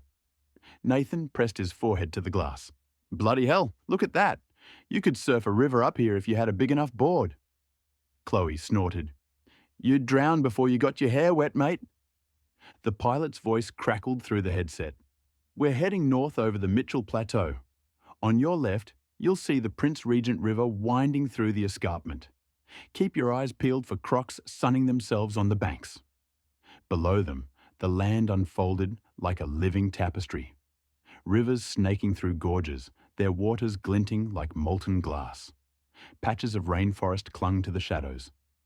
Sandstone cliffs rose in improbable stacks, streaked with iron and time. Charlotte lifted her phone, hands trembling. Through the lens, the Kimberley felt both vast and intimate, a mosaic of rock pools, hidden canyons, and ancient trees. She felt the weight of history in every curve of the land, the sense that this place had endured for millennia, unchanged and unyielding. Jack watched her, his gaze soft. He reached over, resting his hand lightly on her arm. "You all right?" She nodded, blinking back tears she couldn't quite explain. It's so much. I've never seen anything like it." He squeezed her arm, silent but steady. Chloe leaned in, grinning. "Don't worry, Charlotte. If you start blubbering, we'll just say it's the wind." Nathan chimed in. "Yeah, or the altitude. Gets to the best of us." Charlotte laughed, the tension easing, right up until the plane banked sharply, tilting the horizon. She jolted, gripping the seat, but Jack's hand found hers instantly. The Kimberley stretched to infinity, and for a moment, they were the only souls in the sky. The pilot pointed out landmarks as they flew. "That's Mount Han.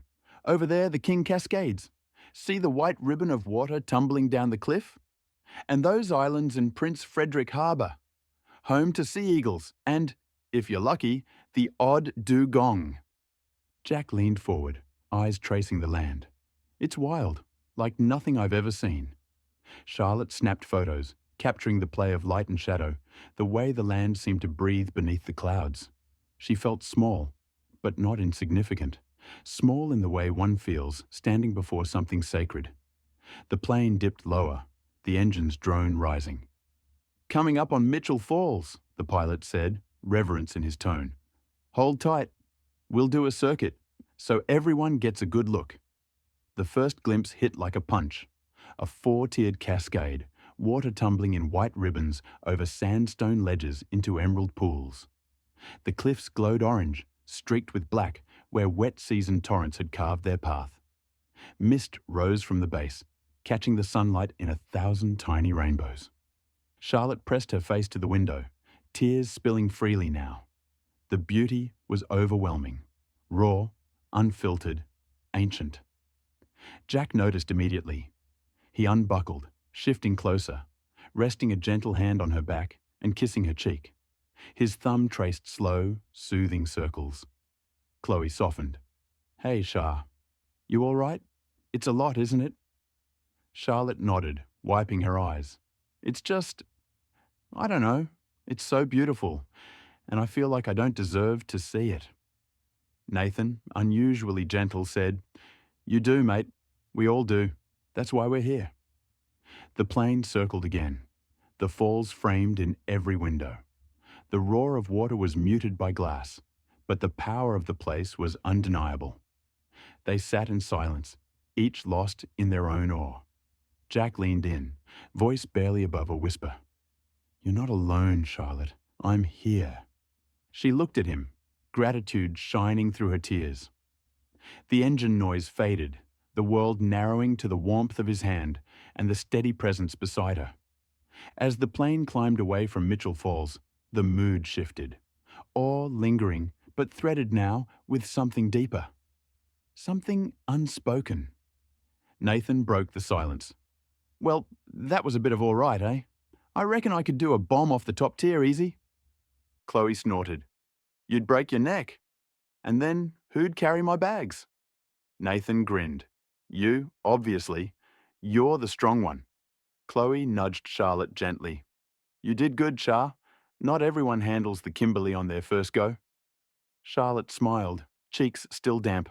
"Thanks, I just didn't expect it to hit me like that." "That's the Kimberley," Chloe said. "Gets under your skin." The pilot chimed in. "The Wunumbal Gambera people believe the spirits of their ancestors live in these falls and pools. Some of the rock art here is over 12,000 years old. This land remembers everything, Nathan blurted. Makes you feel small, eh? Chloe nodded. Small, but lucky. The plane banked west toward the coast, the Kimberley rolling out beneath them. Wild, eternal, breathtaking. The red earth gave way to mangrove-lined inlets, the sea turning brilliant turquoise against the ochre cliffs. Coming up on the horizontal falls, the pilot said. Watch the tidal surge. It's like nothing else on Earth. From above, the horizontal falls churned and boiled, seawater rushing sideways through narrow gaps in the cliffs, defying gravity and expectation. And for the first time all morning, none of them spoke. There were no words big enough. Nathan whistled softly. Makes you feel small, eh? Chloe nodded, her voice quieter than usual. Small, but lucky. The plane banked again, the Kimberley rolling out beneath them. Wild, eternal, untouched. The red earth shifted into mangrove-fringed inlets, the sea turning a brilliant turquoise that glowed against the ochre cliffs. The pilot's voice crackled through the headset, animated now. Coming up on the horizontal falls, folks, one of the world's great natural wonders. Watch for the tidal surge.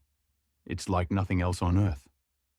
From above, the horizontal falls looked alive. Seawater rushed through twin gaps in the cliffs, creating sideways rapids that defied logic, gravity, and every instinct about how water should behave. The tide was turning, and the water boiled and frothed, white against deep cobalt blue. Nathan leaned forward, forehead nearly pressed to the glass. That's mental. Looks like the ocean's trying to escape. Chloe grinned.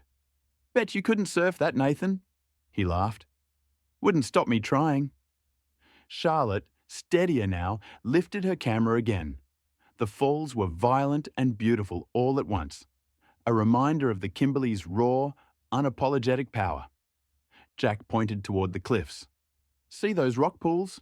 Crocs love them, and sometimes you'll spot a turtle or a dugong if you're lucky. The pilot added, this area's rich in indigenous history too. The Bunuba and Gooniyandi peoples have stories about these falls, about the spirits that live in the water. It's a place of power. The plane circled, the falls pulsing with the tide like a heartbeat. The Kimberley felt alive beneath them, ancient and breathing. They followed the coastline, weaving over canyons carved by rivers older than memory. The land was a labyrinth of gorges and chasms, their walls striped with iron and ochre. Pools of water gleamed in the shadows, hidden gems tucked into the rugged terrain. That's Emma Gorge, the pilot said, pointing to a turquoise pool nestled in red rock. One of the best swimming holes in the region. Cold as anything, but worth the shock. Nathan grinned. You first, mate. Chloe nudged him. You'd scream like a girl. Charlotte laughed, the sound light and free. She leaned into Jack, resting her head on his shoulder. He wrapped an arm around her, protective and gentle, grounding her in the moment. The plane dipped lower, the canyons rising to meet them. Rock pools mirrored the sky, reflecting cliffs and clouds in perfect stillness. The group fell silent, each lost in the beauty of it. Chloe broke the quiet. You know, I used to think places like this only existed in postcards, but it's real. We're actually here. Nathan nodded. Yeah, makes you want to look after it, doesn't it? Jack squeezed Charlotte's hand. We're lucky. Not everyone gets to see this. Charlotte's eyes shone. I'll never forget it. The pilot continued, his voice reverent. You're flying over Wunambal Gambera country now.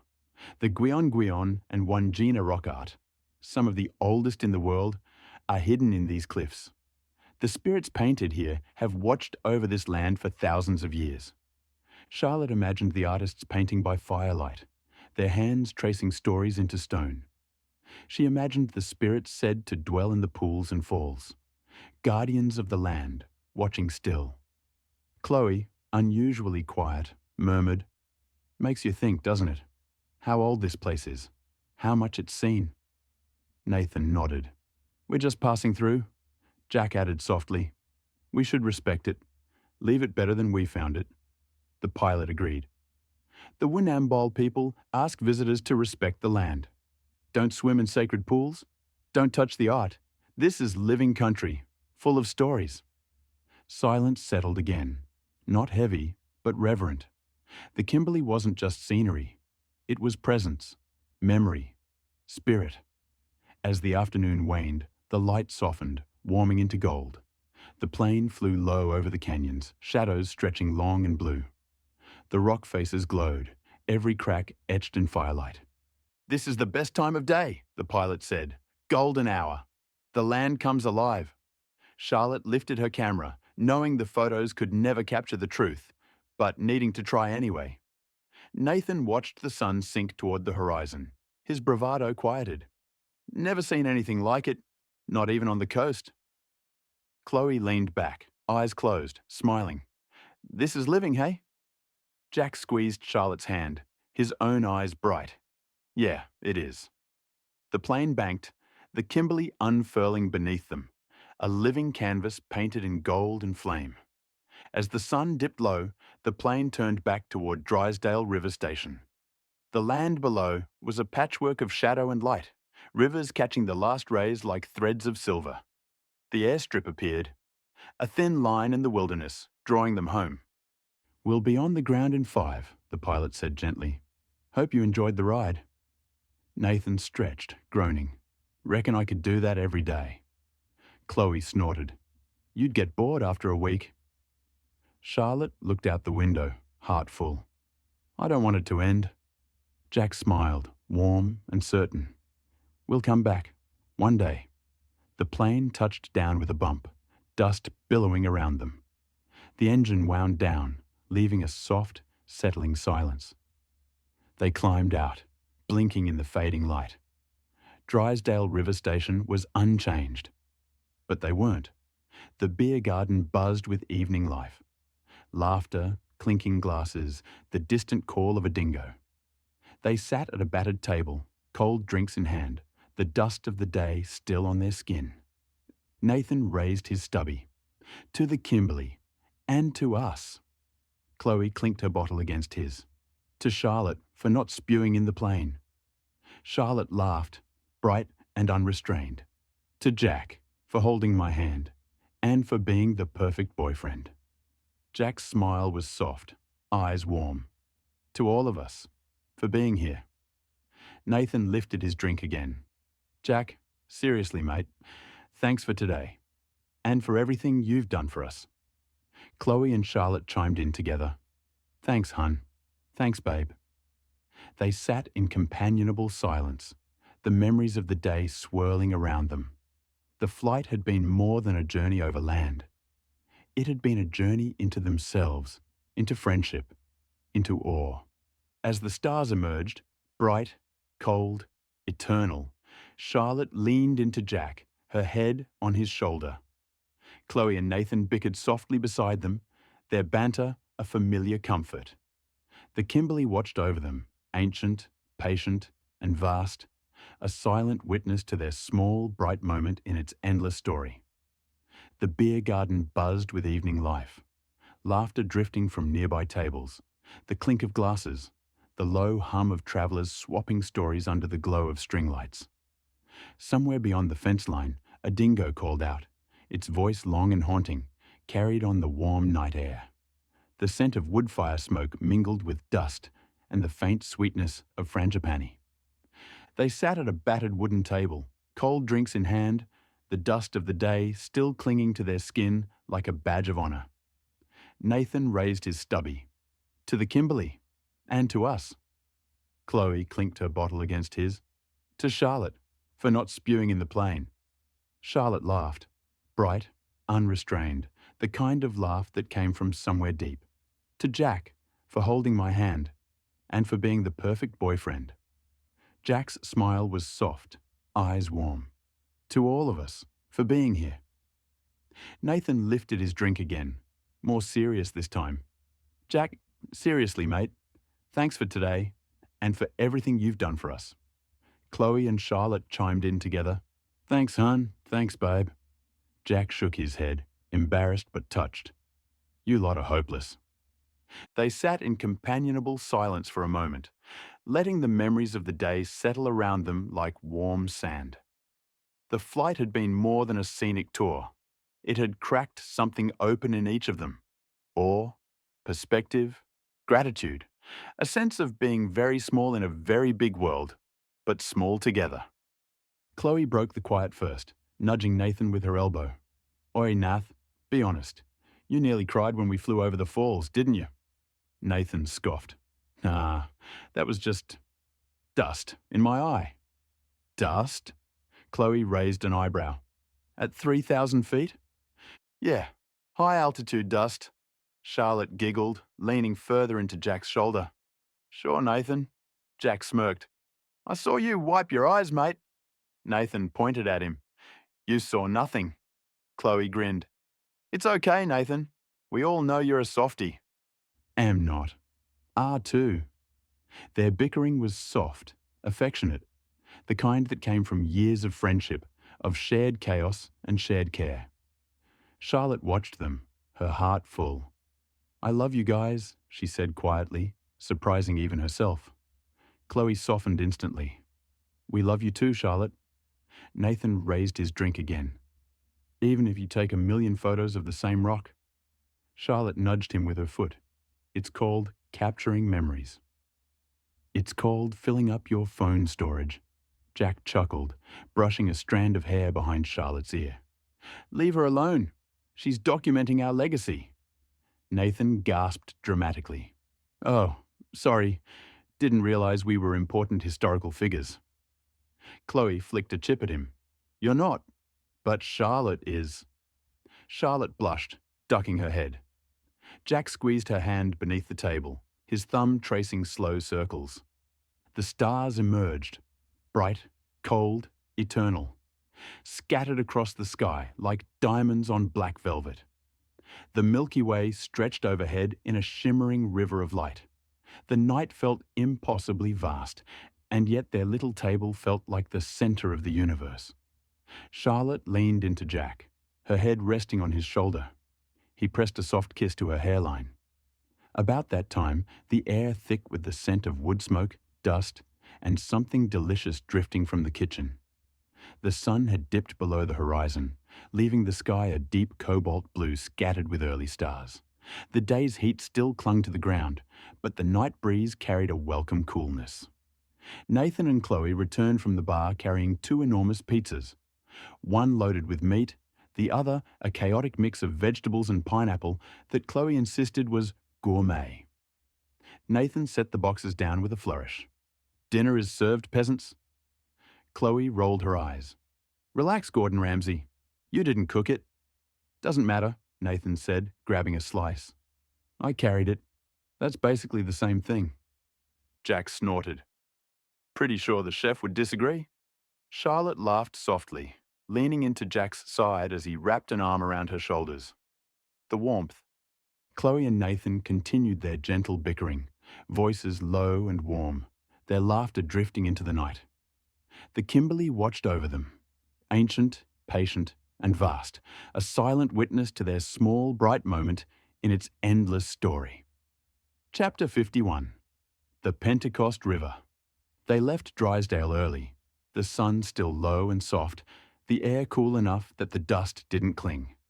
The cruiser rumbled back onto the Gibb River Road, tires crunching over gravel, the land stretching wide and ancient around them. Jack drove with one hand on the wheel, the other resting loosely on the open window, the breeze tugging at his shirt. All right, he said, glancing at the map wedged between the seats. We've got a long run today, and we've got across the Pentecost River before we stop. Nathan perked up instantly. The river crossing? The big one? Jack nodded. Yep, proper one, deep in parts, rocky, croc country. Chloe clapped her hands. Adventure! Charlotte swallowed. Croc? Country? Jack reached over and squeezed her knee. We'll be fine. The reassurance settled her nerves. Mostly. The road rolled on, red dust swirling behind them like a comet tail. The cruiser rattled over corrugations, the windows humming, the heat slowly building. They passed the occasional wreck. rusted utes with their bonnets peeled back, trailers half swallowed by spinifex. A caravan collapsed in on itself like a crushed tin can. "Bloody hell," Nathan muttered, staring at one as they passed. "The Gib really does keep its own graveyard." Jack nodded. "People underestimate it. One bad decision out here and the road eats your car." Chloe shivered dramatically. "Love that for us."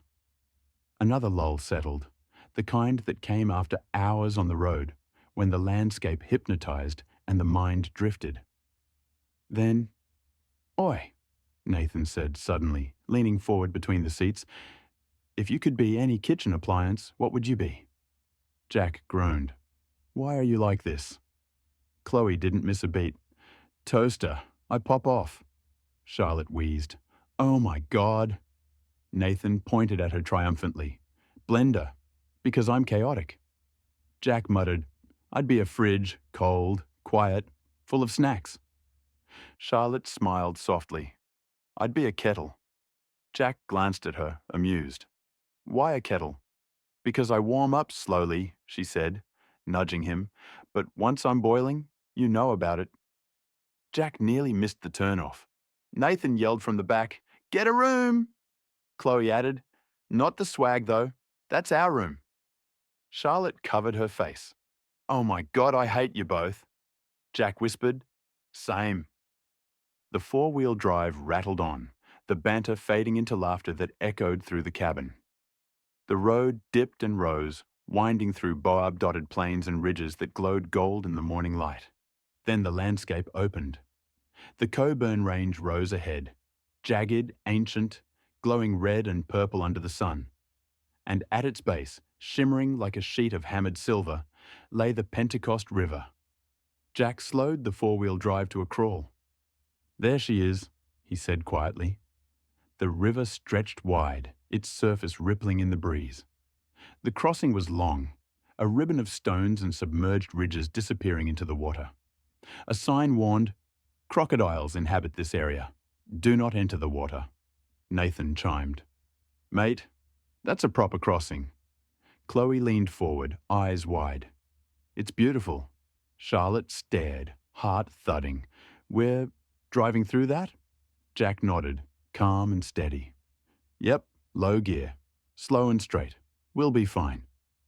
He looked at her, voice softening. "Trust me?" She nodded. "Always." Jack smiled, shifted the cruiser into low range and eased them forward, toward the river, toward the unknown, toward the next chapter of their journey. The cruiser rolled to a stop at the river's edge, the engine rumbling low as Jack shifted into neutral.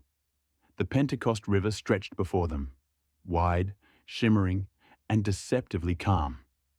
The morning sun glinted off the surface, turning the water into a sheet of hammered silver. Beneath it, the riverbed was a mosaic of boulders, ridges, and deep pockets where the current curled dark and slow. The Coburn Range loomed in the distance, its jagged red peaks glowing like embers. The whole scene looked like something out of a postcard. Beautiful, intimidating, ancient. Nathan leaned forward, eyes wide. "Mate, that's a proper crossing." Chloe pressed her face to the window. "It's stunning. Terrifying, but stunning." Charlotte swallowed hard. "We're really driving through that?" Jack nodded, calm and steady. "Yep, low gear, slow and straight. Don't worry, the cruiser is built for this." He turned to her, voice softening. "Trust me?" She nodded. "Always." Jack eased the four-wheel drive forward until the front tires kissed the water. The river lapped against the rubber, cool and clear, swirling around the tread. "All right," he murmured, shifting into low range. "Here we go." The car crept forward. The moment the tires dropped off the bank, the river surged around them. Not violently, but with a steady, insistent push. Water climbed up the wheels, swirling around the hubs, splashing against the undercarriage. Charlotte gripped the seat. "Oh my God!" Nathan whooped. "This is sick!" Chloe slapped his arm. "Shut up, you're making it worse." Jack kept both hands on the wheel, eyes locked on the exit point across the river. "Stay calm. We're good." The cruiser rocked as the tires rolled over submerged boulders, the whole chassis tilting left, then right. The water rose higher, halfway up the doors now, and the current tugged at them like invisible hands. Charlotte's breath hitched. "Jack, I've got it," he said, voice low and steady. "Just a few more meters." The engine growled, the exhaust bubbling beneath the surface. Water splashed up over the bonnet, glittering in the sunlight. The four-wheel drive lurched as a tire slipped off a rock, dipping into a deeper pocket. Chloe shrieked. "Nope, absolutely not." Nathan laughed nervously. "We're fine. Probably." Jack didn't flinch. "Hold on." He feathered the throttle, letting the tires grip, feeling for traction through the steering wheel. The mighty cruiser climbed the submerged ridge, water cascading off the sides. Charlotte squeezed her eyes shut. "Tell me when we're out." Jack smiled despite himself. "Open your eyes, Char. You'll want to see this." The four-wheel drive surged forward, climbing the last rocky rise. The water dropped away, sliding off the tires in sheets. The nose lifted, the engine roared, and suddenly, they were out. The cruiser rolled up onto the far bank, dripping and triumphant, red dirt replacing riverbed beneath the wheels. Nathan threw his hands up. "We did it!" Chloe sagged back in her seat. "I swear I aged 10 years. Charlotte let out a shaky laugh, adrenaline buzzing through her veins. "That was insane." Jack exhaled slowly, tension melting from his shoulders. "Pentecost River crossing," he said with a grin. "One of the big ones." Charlotte leaned over and kissed his cheek. "You're incredible." Nathan groaned dramatically. "Get a room," Chloe added. "Preferably not the swag. That's our room." Charlotte covered her face. "I hate you both." Jack whispered, "Same." They drove on, the Coburn Range glowing behind them, the river glinting like a silver scar across the land. They had crossed the Pentecost, and the Gibb River Road stretched ahead, wild, unforgiving, and full of promise. Chapter 52, El Questro. The cruiser rolled back onto the Gibb, tires still dripping from the Pentecost crossing, spirits high and buzzing with adrenaline. The Coburn Range faded behind them, glowing like embers in the rearview mirror. The road ahead stretched long and red, but Jack wore a secretive smile that made everyone suspicious. They'd barely driven 10 minutes when he cleared his throat. "All right," Jack said, eyes on the road but voice warm with mischief. "I've got another surprise." Nathan groaned dramatically. "Mate, if it's another river crossing, I'm out." Chloe leaned forward. "If it's a croc encounter, I'm definitely out." Jack shook his head. "Better, much better."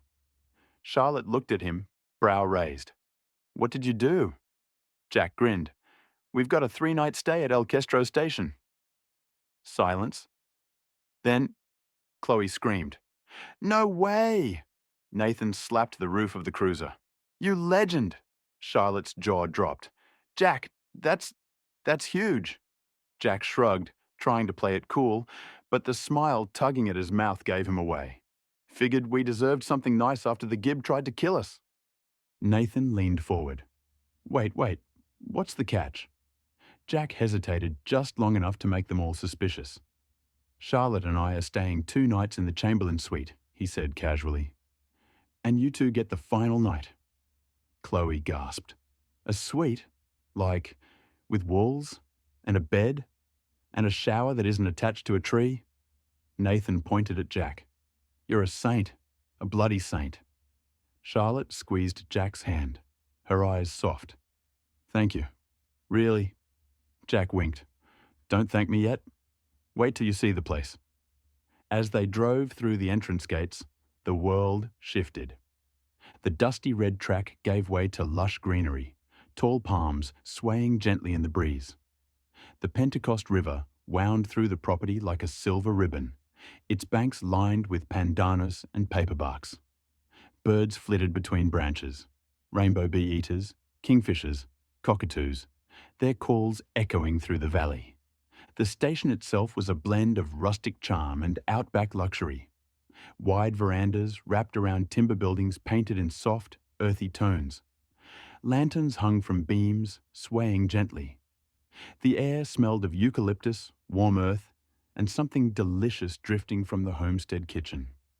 Cattle grazed lazily in the distance, their silhouettes framed by the towering escarpments that rose like ancient guardians around the property. The cliffs glowed gold in the afternoon sun, streaked with iron and shadow. Chloe pressed her face to the window. "This is insane. It's like a movie set." Nathan nodded, awestruck. "I feel underdressed, and I'm wearing my good shorts." Charlotte laughed. "You only have one pair of good shorts." "Exactly," Nathan said proudly. Jack pulled up near the reception building, a beautiful timber structure with wide steps, polished floors, and a view that stretched across the river flats to the distant ranges. A staff member greeted them with cold towels and iced lemon water. Chloe nearly cried. "This is the fanciest thing that's ever happened to me." Nathan took a sip of the lemon water and whispered, "I feel like I should apologize for existing." Charlotte looked around, eyes shining. "It's beautiful, all of it." Jack watched her, his expression softening. "Wait till you see the rest." Chloe spun in a slow circle. "I'm never leaving." Nathan nodded. "We live here now." Charlotte slipped her hand into Jack's. "This is perfect." Jack smiled. "Just wait." He didn't say more. The suite, their suite, waited somewhere beyond the gardens, tucked into the landscape like a secret. But that moment would come later. For now, the four of them stood together in the heart of the Kimberley, surrounded by beauty, comfort, and the promise of 3 unforgettable nights. Jack collected the keys from reception, a single brass tag engraved with Chamberlain Gorge Suite, and slipped it into his pocket with a quiet, satisfied smile. Charlotte walked beside him, fingers brushing his, her curiosity bubbling just beneath the surface. Chloe and Nathan were already drifting toward the gardens like 2 kids let loose in a theme park. "We're going to explore," Chloe called over her shoulder. "If we find a bar, we're starting without you." Nathan added, "If we find a pool, I'm pushing her in."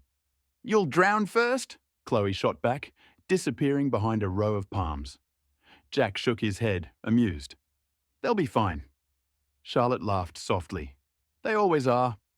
They followed the winding path toward the suites, a secluded cluster of timber buildings nestled among pandanus and boab trees. The air smelled of warm earth, eucalyptus, and something floral carried on the breeze. Sunlight filtered through the leaves, dappling the path in shifting gold.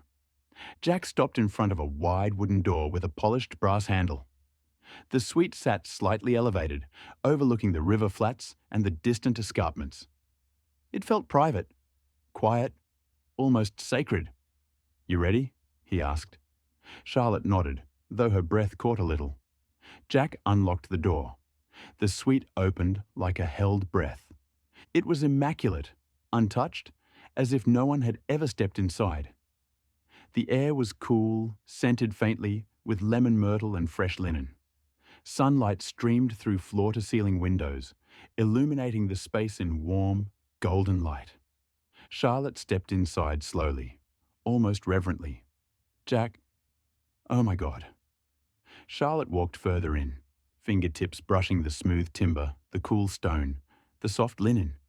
Everything felt intentional, peaceful, like the room had been waiting for them. Jack watched her, his expression softening. "Worth the drive?" She turned to him, eyes shining. "Jack, it's beautiful. It's perfect." He stepped closer, brushing a strand of hair behind her ear. "You deserve something special." She smiled, cheeks warming. "So do you." They stood there for a moment, wrapped in the quiet, the sunlight, the soft hum of the Kimberley outside. Meanwhile, Chloe and Nathan wandered the station grounds with the enthusiasm of backpackers who'd accidentally stumbled into a 5-star resort. "Look at this place," Chloe said, spinning slowly under a canopy of fairy lights strung between the trees. "It's like bougie outback." Nathan pointed at the river. "Is that a crock or a log?" "Probably both." They crossed the swinging bridge, Chloe shrieking every time it swayed. "Nathan, stop jumping!" I'm testing its structural integrity. You're testing my patience. They found the thermal springs next. Crystal clear pools tucked among palms, steam rising gently from the surface. Chloe gasped. We're coming back here tonight. Nathan nodded. Giggity, I'm soaking until I prune. They wandered past the stables, where horses flicked their tails lazily, and the lookout trail, where the valley opened in a breathtaking panorama of cliffs and river. Nathan whistled. Jack really outdid himself. Chloe grinned. Yeah, he's a good one. Charlotte knows that, right? Oh, she knows. They shared a quiet smile, the kind that came from years of friendship and the rare joy of seeing someone you love find something good. Charlotte stood at the window, staring out at the river flats glowing in the late afternoon sun. The escarpments rose like ancient guardians, their shadows stretching long and blue. Jack came up behind her, wrapping his arms around her waist. It's beautiful, she whispered. It is, he agreed, resting his chin on her shoulder. But not as beautiful as seeing you happy. She leaned back into him, letting the moment settle deep into her bones. For the first time in days, maybe weeks, she felt completely still, completely safe. Chapter 53. Swinging Armbar. While Jack and Charlotte settled into their suite, Chloe and Nathan made a beeline for the swinging armbar, El Questro's beating social heart. The place was alive with the hum of travellers, stockmen, and station workers unwinding after a long day. Lanterns hung from the rafters, casting warm pools of light over timber tables. A guitarist strummed quietly in the corner, his voice low and smoky. Chloe pushed through the crowd like she owned the place. 2 beers, please. Coldest you've got. Nathan leaned on the bar, grinning at the bartender. And maybe a bowl of chips? Or a steak? Or both? The bartender laughed. You two new here? Just arrived, Chloe said proudly. We're staying 3 nights. Luxury life. Nathan added, We crossed the Pentecost today. Nearly died. Twice. You tripped over your own thong, Chloe corrected. Same thing. They took their drinks to a table near the railing overlooking the river. The water glimmered in the fading light, and the escarpments glowed deep red. Chloe raised her glass. To not drowning. Nathan clinked his beer against hers. To being alive. And to Jack, the legend. They sipped, sighing in unison. Then the chaos began. Nathan spotted a dartboard. Chloe, bet you $20 I can hit bullseye. You can't even hit the toilet bowl in the dark. Rude and untrue. He grabbed the darts, took aim, and missed the board entirely. The dart bounced off the wall, ricocheted off a chair, and landed in someone's hat. Chloe wheezed. Nathan! The hat's owner, a friendly stockman, burst out laughing. Mate, you're dangerous. Nathan bowed. Thank you. Chloe dragged him away before he could cause structural damage. They wandered the bar, chatting with travellers, swapping stories, laughing until their sides hurt. By the time Jack texted to meet for dinner, they were rosy-cheeked, buzzing, and absolutely starving. The restaurant sat on a wide veranda overlooking the river, lit by candles and soft amber lanterns. The night air was warm, carrying the scent of lemon myrtle, grilled meat, and fresh bread. A soft breeze rustled the paperbarks along the water's edge. Jack, dressed in a nice button-up shirt, while Charlotte in her favourite sundress. They were already seated when Chloe and Nathan arrived, slightly dishevelled, slightly tipsy, and very pleased with themselves. Nathan flopped into his chair. We made friends. Chloe nodded. And enemies, but mostly friends. Jack raised an eyebrow. Do I want to know? No, Charlotte said immediately. The waiter arrived with menus, and the group fell into easy chatter. Nathan scanned the options. Holy hell, they've got barramundi and steak. I'm ordering both. Chloe snorted. You'll explode. Worth it. Charlotte smiled at the view. This place is incredible. Jack reached for her hand under the table. Told you. Dinner arrived. Plates of Kimberley barramundi with lemon myrtle butter, slow-cooked beef cheek, roasted vegetables, fresh damper with bush honey. The kind of food that made you close your eyes on the first bite. Nathan groaned happily. I'm never leaving. Chloe pointed her fork at him. You say that everywhere. This time, I mean it. Charlotte laughed softly, leaning into Jack. Thank you again, for all of this. Jack brushed his thumb over her knuckles. Anything for you? Nathan gagged dramatically. I'm eating here, Chloe added. Save it for the sweet. Charlotte covered her face. I hate you both. Jack smirked. Same. They ate, drank, and talked long into the evening. About the flight, the river crossing, the ridiculousness of the Gib, the beauty of the Kimberley, and the strange magic of being exactly where they were, with exactly the right people. The guitarist played a slow, warm tune. The stars glittered above the escarpments. The river murmured softly below. And for a moment, a perfect, fleeting moment, everything felt still. Everything felt right. The night at El Questro settled warm and humming, the kind of night where the stars felt close enough to touch, and the air carried the faint scent of river water and eucalyptus.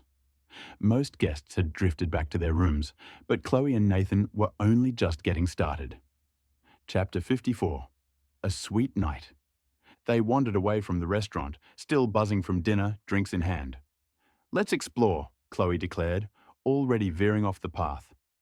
Nathan followed, because of course he did. Define explore. Find trouble? Ah, my specialty.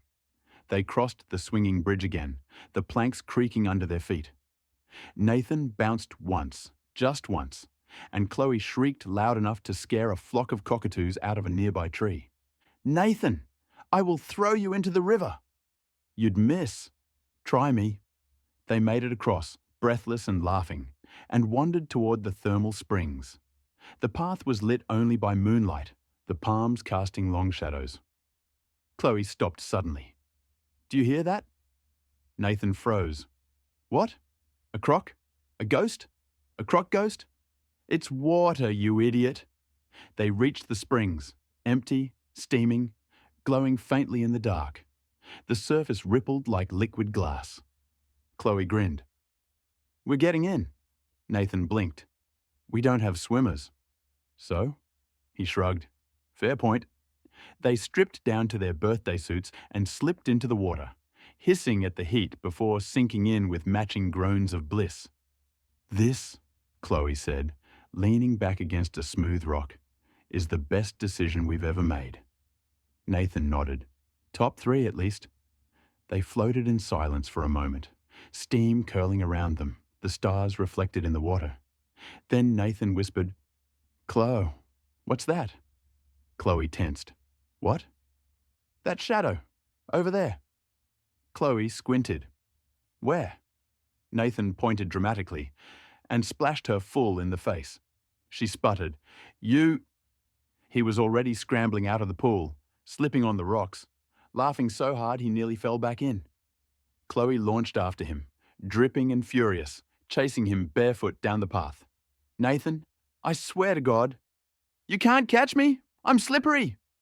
They tore through the gardens like two feral children, startling a couple walking back to their cabin, who stepped aside with the weary look of people who had seen backpackers before. Nathan ducked behind a bob tree. Chloe tackled him. They hit the grass in a heap, breathless, soaked, laughing so hard they couldn't speak. Finally, Chloe rolled onto her back, staring up at the stars. We're idiots. Nathan nodded, equally winded. The best kind. They lay there for a long moment, the night warm around them, the Kimberley vast and ancient above. Then Chloe said, We should probably go to bed.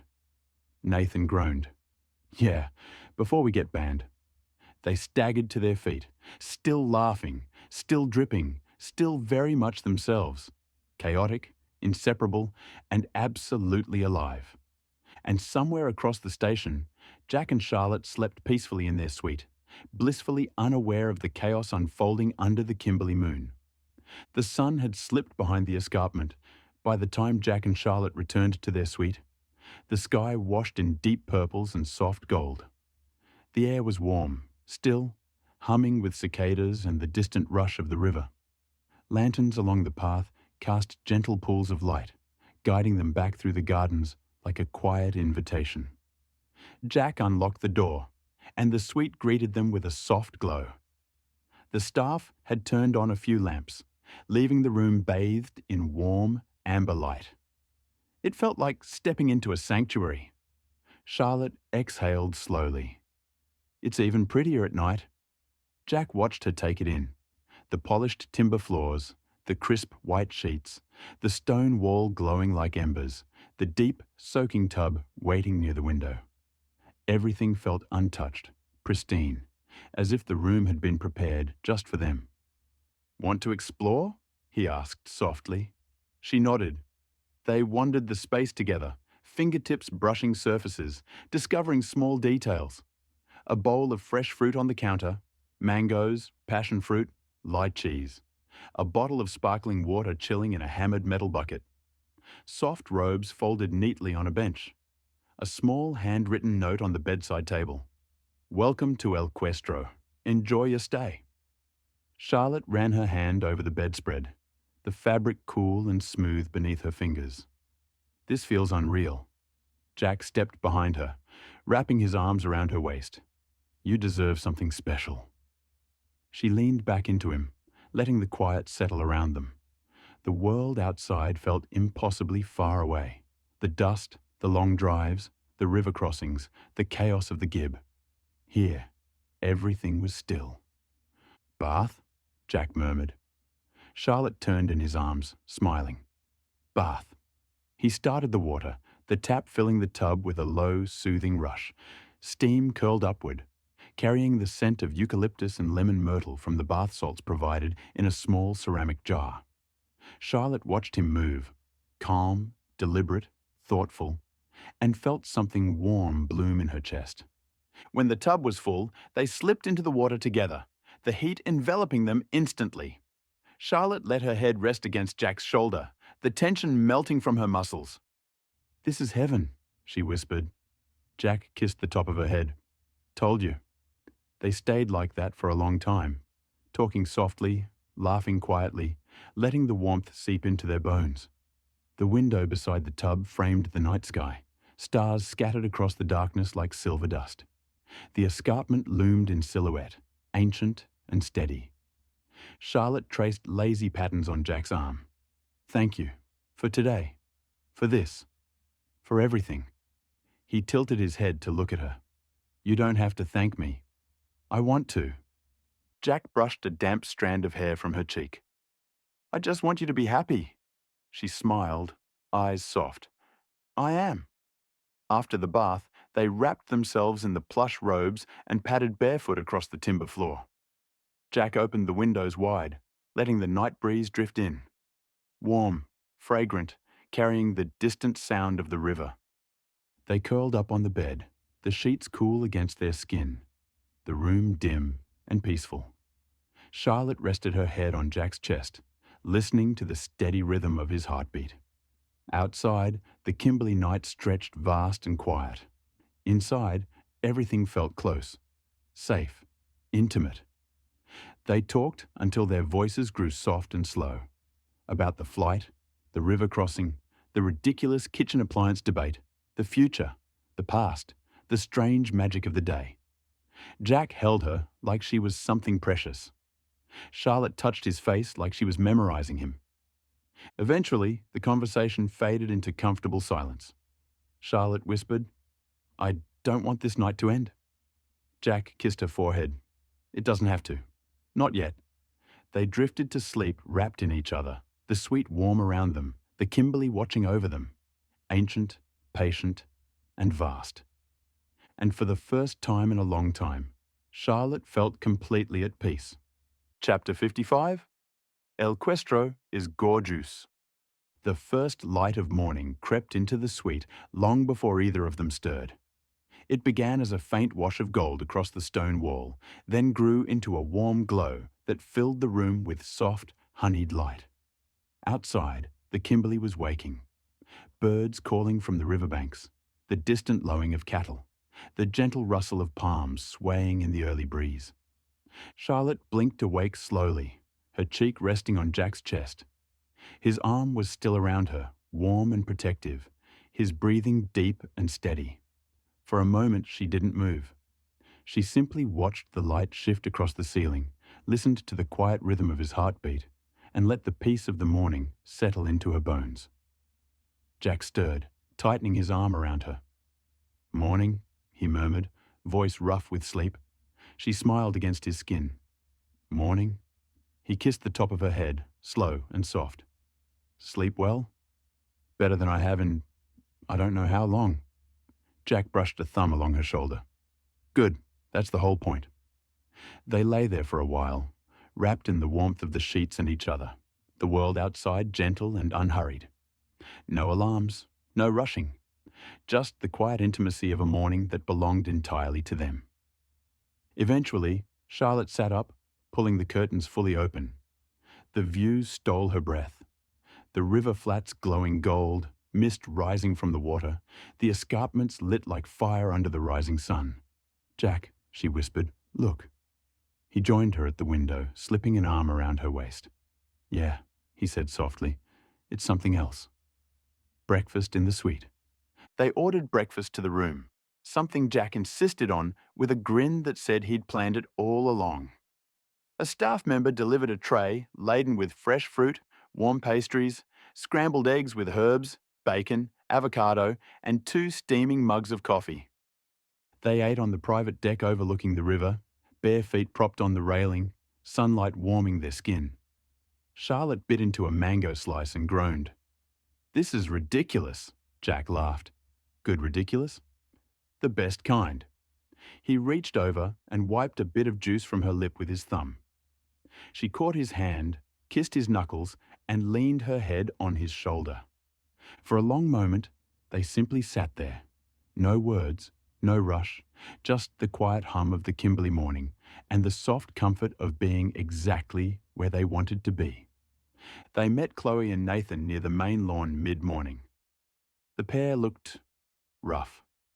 Chloe had her hair in a messy bun that was definitely not intentional. Nathan wore sunglasses despite the shade. Charlotte tried not to laugh. "Late night?" Chloe groaned. "Don't speak loudly." Nathan pointed at her. "She pushed me into a bush." "You deserved it," Jack smirked. "You two ready for an adventure?" Chloe perked up instantly. "Always." Nathan nodded. "Where to?" Jack grinned. "El Questro Gorge." Chloe gasped. "The one with the crystal clear pools?" "And the boulders you have to climb over?" Nathan added, suddenly awake. "That's the one," Jack said. The trail began beneath towering palms and pandanus, the air cool and damp compared to the dry heat outside the valley. The gorge walls rose high on either side, streaked with iron and moss, the canopy above filtering the sunlight into soft green beams. Water trickled along the path. Pooling in shallow streams they stepped through barefoot. The air smelled of wet stone, earth, and the faint sweetness of wildflowers. Chloe splashed ahead. "This is like a rainforest?" Nathan slipped on a rock and caught himself. "This is like a death trap." Charlotte laughed. "You're so dramatic." Jack offered her his hand as they crossed a deeper pool. "Careful." She took it, smiling. "Always." They climbed over boulders, waded through waist-deep water, and ducked beneath hanging vines. The gorge narrowed, the walls closing in until the sky was just a thin ribbon above them. Finally, they reached the halfway pool. The gorge narrowed until the sky was just a thin ribbon of blue above them. The air grew cooler, the light dimmer, the sound of trickling water echoing off the stone walls. Pandanus roots twisted down the cliffs like ancient ropes, and the scent of wet earth and moss filled the air. Then the path opened. The halfway pool appeared like a hidden jewel, a deep emerald basin carved into the rock, its surface glassy and still, except for the gentle ripple of a small waterfall feeding it. Sunlight filtered through the canopy in soft beams, turning the water into shifting shades of green and gold. Chloe gasped. Holy, this is unreal. Nathan whistled low. This is like something out of a fantasy movie. Nathan stripped off his shirt. I'm going in. Chloe shoved him. Wait for us. Chloe and Nathan cannonballed in, sending up a spray that drenched everyone. Idiots! Charlotte shrieked, laughing. Charlotte dipped her toes in. It's freezing, Jack grinned. Only one way to get used to it. He took her hand and pulled her gently into the water. She squealed again as the water reached her waist, then her ribs, then holding her breasts with both hands. Oh my God, I can't breathe. Jack wrapped an arm around her waist, steadying her. You're all right, just breathe. She did, slowly, and the cold shifted from shocking to exhilarating. Her skin tingled, her heart raced, and suddenly she felt more alive than she had in weeks. Nathan splashed them both. Hurry up, lovebirds! Chloe smacked him. Stop being feral! Charlotte laughed, the sound echoing off the gorge walls. She pushed off Jack's chest and floated on her back, staring up at the thin slice of sky above. It's beautiful, she whispered. Jack swam beside her, his voice soft. Yeah, it is. Chloe and Nathan were already climbing the boulders at the far end, arguing about who could jump from the highest point. You'll break your neck, Chloe yelled. Worth it, Nathan shouted back. Charlotte swam to the waterfall, letting the cool spray hit her face. Jack joined her, brushing wet hair from her forehead. You okay? He asked. She nodded, eyes bright. More than okay. They swam together beneath the falls, the water pounding gently on their shoulders, the sound drowning out everything else. For a moment, it felt like the world had shrunk to just the two of them. The cold water, the warm sun, the echo of their laughter. Eyes stared, lips locked. It was a passionate moment for them both. Charlotte floated closer, her hands brushing Jack's chest, fingertips tracing the line of water running down his skin. Jack's breath hitched, just slightly, the kind of reaction he never tried to hide with her.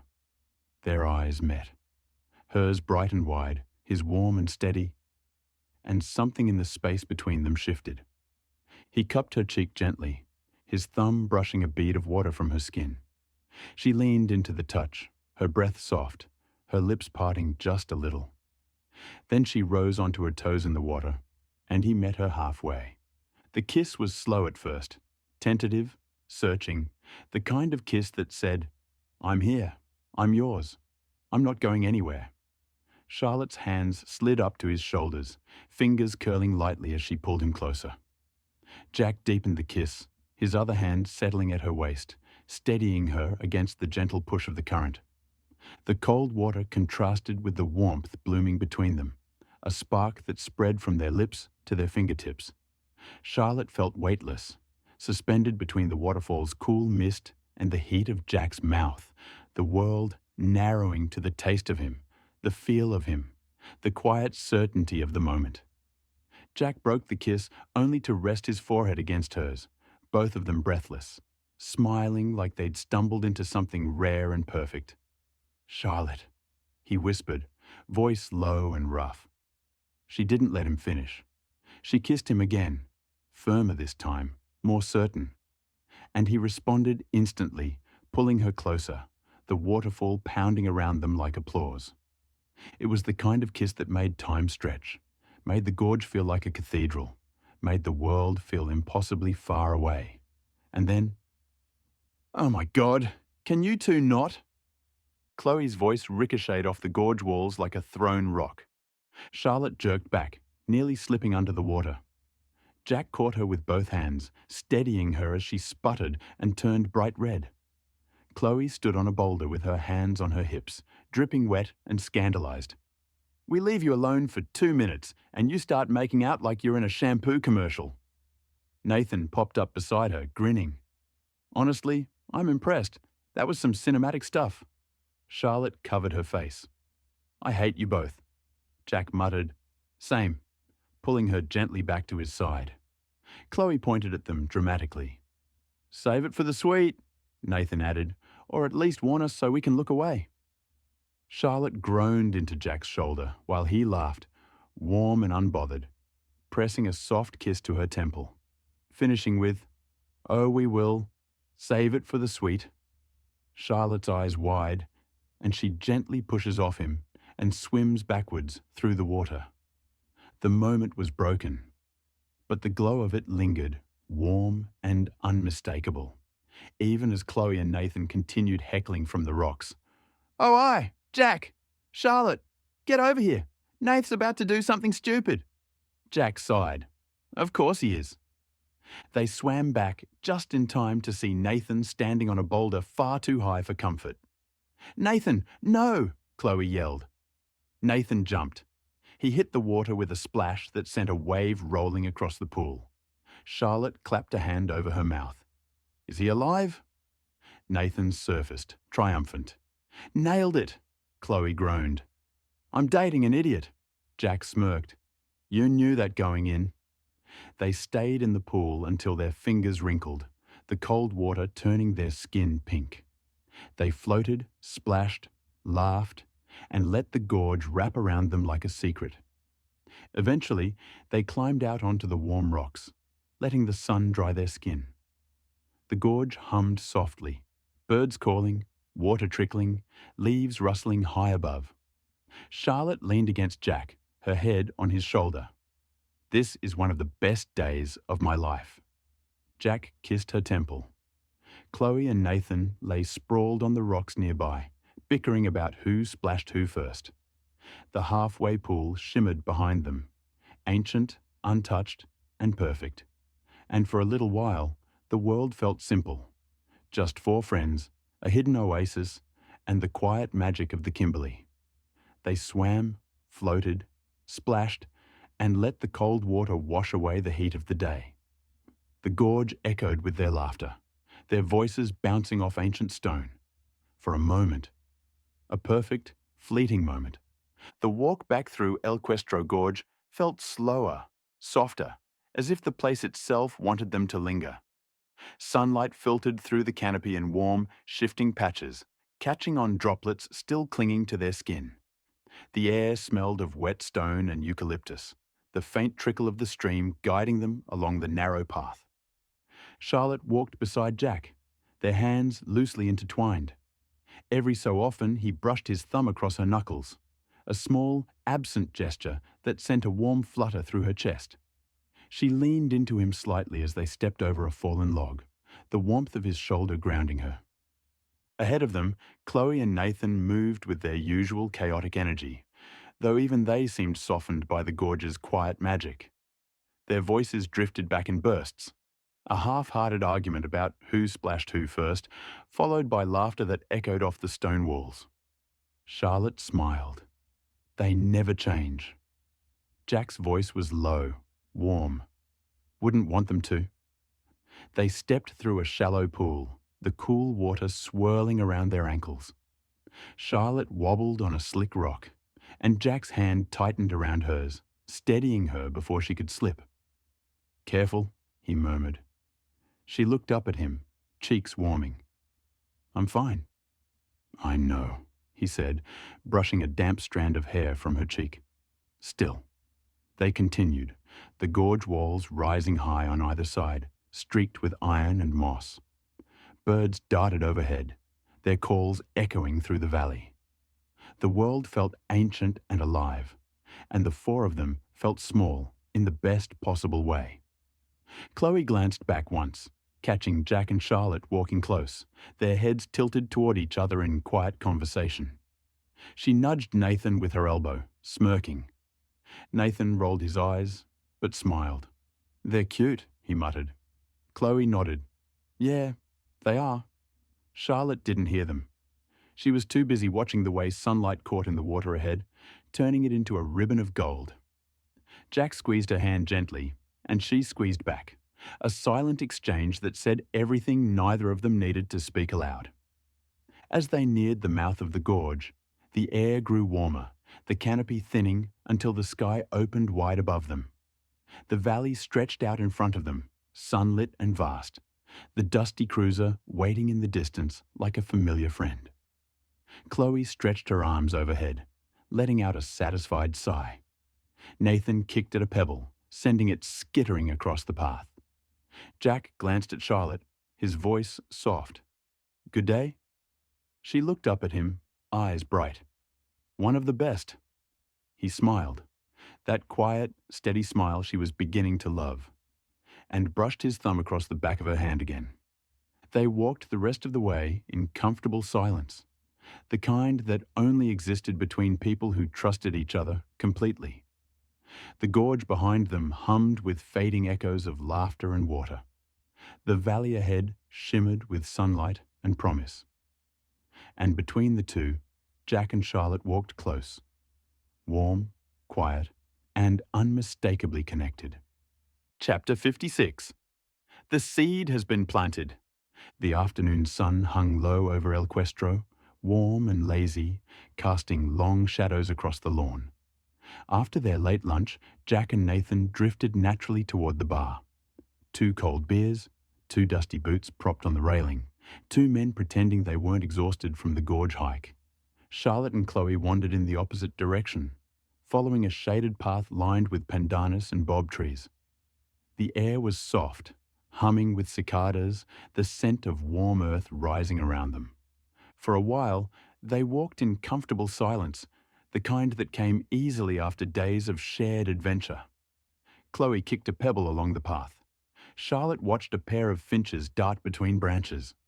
Then Charlotte spoke, gently, but with purpose. "Chloe, can I ask you something?" Chloe glanced over, curious. "Sure." Charlotte hesitated for a moment, choosing her words. "When are you and Nathan going to stop hiding behind all that chaotic energy and actually let yourselves be passionate with each other?" Chloe blinked, caught off guard. "What? We're passionate. We argue passionately. We annoy each other passionately." Charlotte smiled softly. "That's not what I mean." Chloe opened her mouth to deflect. A joke, a quip, something loud and distracting. But Charlotte cut her off with a look that was far too perceptive. "You two care about each other," Charlotte said. "A lot. Anyone can see it. But you keep using the chaos as a shield. Like, if you're loud enough, or silly enough, or ridiculous enough, you won't have to admit how much he actually means to you." Chloe stopped walking. The breeze rustled the leaves overhead. A bird called somewhere in the distance. Charlotte stepped closer, her voice warm but steady. "Tomorrow night, you two have the suite. Just the two of you. No distractions, no jokes, no running away from it." Chloe swallowed, her bravado slipping. "Char." "Make it count," Charlotte said gently. "Let yourself feel something real. Let him feel it too." Chloe looked away, staring at the river through the trees. Her shoulders rose and fell with a slow breath. "I don't know if I can," she admitted quietly. "What if I mess it up? What if he doesn't feel the same way? What if—" Charlotte touched her arm. "Chloe, he does. He absolutely does. And you won't mess it up. Not if you're honest." Chloe's throat tightened. She blinked hard, trying to chase away the sudden sting in her eyes. "God, Char," she muttered, half laughing, half shaking her head. "Why'd you have to go all wise and emotional on me?" Charlotte smiled. "Someone has to balance out your chaos." Chloe let out a breath, shaky but real. "Tomorrow night," she repeated softly, almost to herself. "Make it count." Charlotte nodded. "Yeah." They started walking again, slower this time. Chloe was quieter than usual, her mind clearly turning over Charlotte's words. The armor of jokes and noise had slipped, revealing something softer beneath. Something she rarely let anyone see. And for the first time, Chloe didn't rush to put the armor back on. She just walked beside her friend, thinking. Really thinking. Tomorrow night would be different, and she knew it. The walk back to the suite was slow and warm, the late afternoon sun dipping low behind the escarpment and turning the whole valley gold. The path wound between tall pandanus and boab trees, their shadows long and soft across the ground. Jack walked beside Charlotte, their hands brushing now and then, the quiet between them comfortable and full, And then Charlotte had been thinking about it the whole way from the bar. Chloe's face when she'd spoken, the way her bravado had cracked just a little. She glanced at Jack, who was watching the trail ahead, relaxed and content. "Hey," she said gently. Jack looked over, his smile easy. "Yeah? I talked to Chloe earlier." He raised an eyebrow, amused. "That sounds dangerous." Charlotte nudged him with her shoulder. "Not that kind of talk?" She hesitated for a moment, choosing her words. "I asked her when she and Nathan are going to stop hiding behind all the chaos and actually let themselves be real with each other." Jack slowed his steps, turning to look at her fully. "You said that?" Charlotte nodded. "Yeah, I told her tomorrow night is their night in the suite, and that she should make it count." Jack let out a low breath. Not surprised, but impressed. "You're braver than you think, I'll give you that." Charlotte shrugged, though her cheeks warmed. I see how much they care about each other, and I think Chloe's scared to admit it." Jack nodded thoughtfully.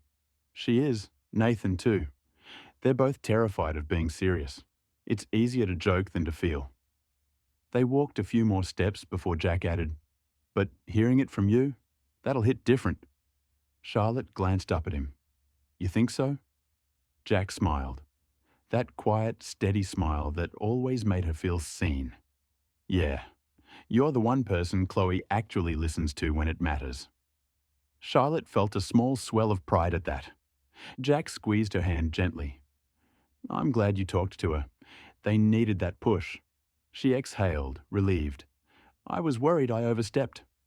"You didn't," Jack said, brushing his thumb over her knuckles. "You care. That's never the wrong thing." They walked in silence for a moment, the path opening up to reveal the river flats glowing in the fading light. The suite sat ahead, warm lanterns already lit, waiting for them like a quiet promise.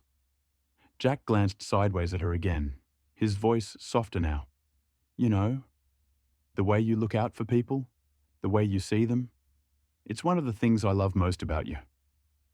Charlotte's breath caught, not because the words were unexpected, but because of how gently he said them. Tomorrow night would be different, for all of them. The sun had long disappeared behind the escarpment when Jack and Charlotte returned to their suite. The air was warm and velvet soft, carrying the scent of river water and eucalyptus. Lanterns glowed along the path, their light flickering across the timberboards like scattered fire. Inside, the suite was dim, lit only by a few low lamps. The stone wall glowed amber. The bed looked impossibly inviting. The night felt thick with possibility. Charlotte stepped inside first, her breath catching at the quiet beauty of the room. Jack closed the door behind them, the soft click echoing in the stillness. For a moment, neither of them spoke.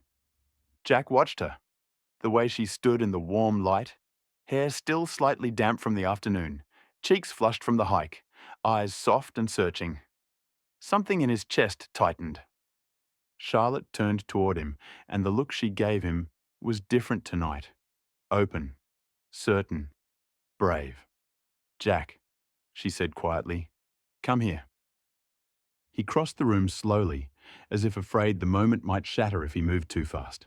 When he reached her, she lifted her hand and touched his jaw, her thumb brushing lightly along the line of stubble. The touch was gentle, but it lit something in him. Jack cupped her face with both hands, his forehead resting against hers. Their breaths mingled, warm and uneven. "You sure?" he whispered. Charlotte nodded, her voice barely a breath. "I've never been more sure." He kissed her, slow at first, soft and deliberate, like he was memorizing the shape of her mouth.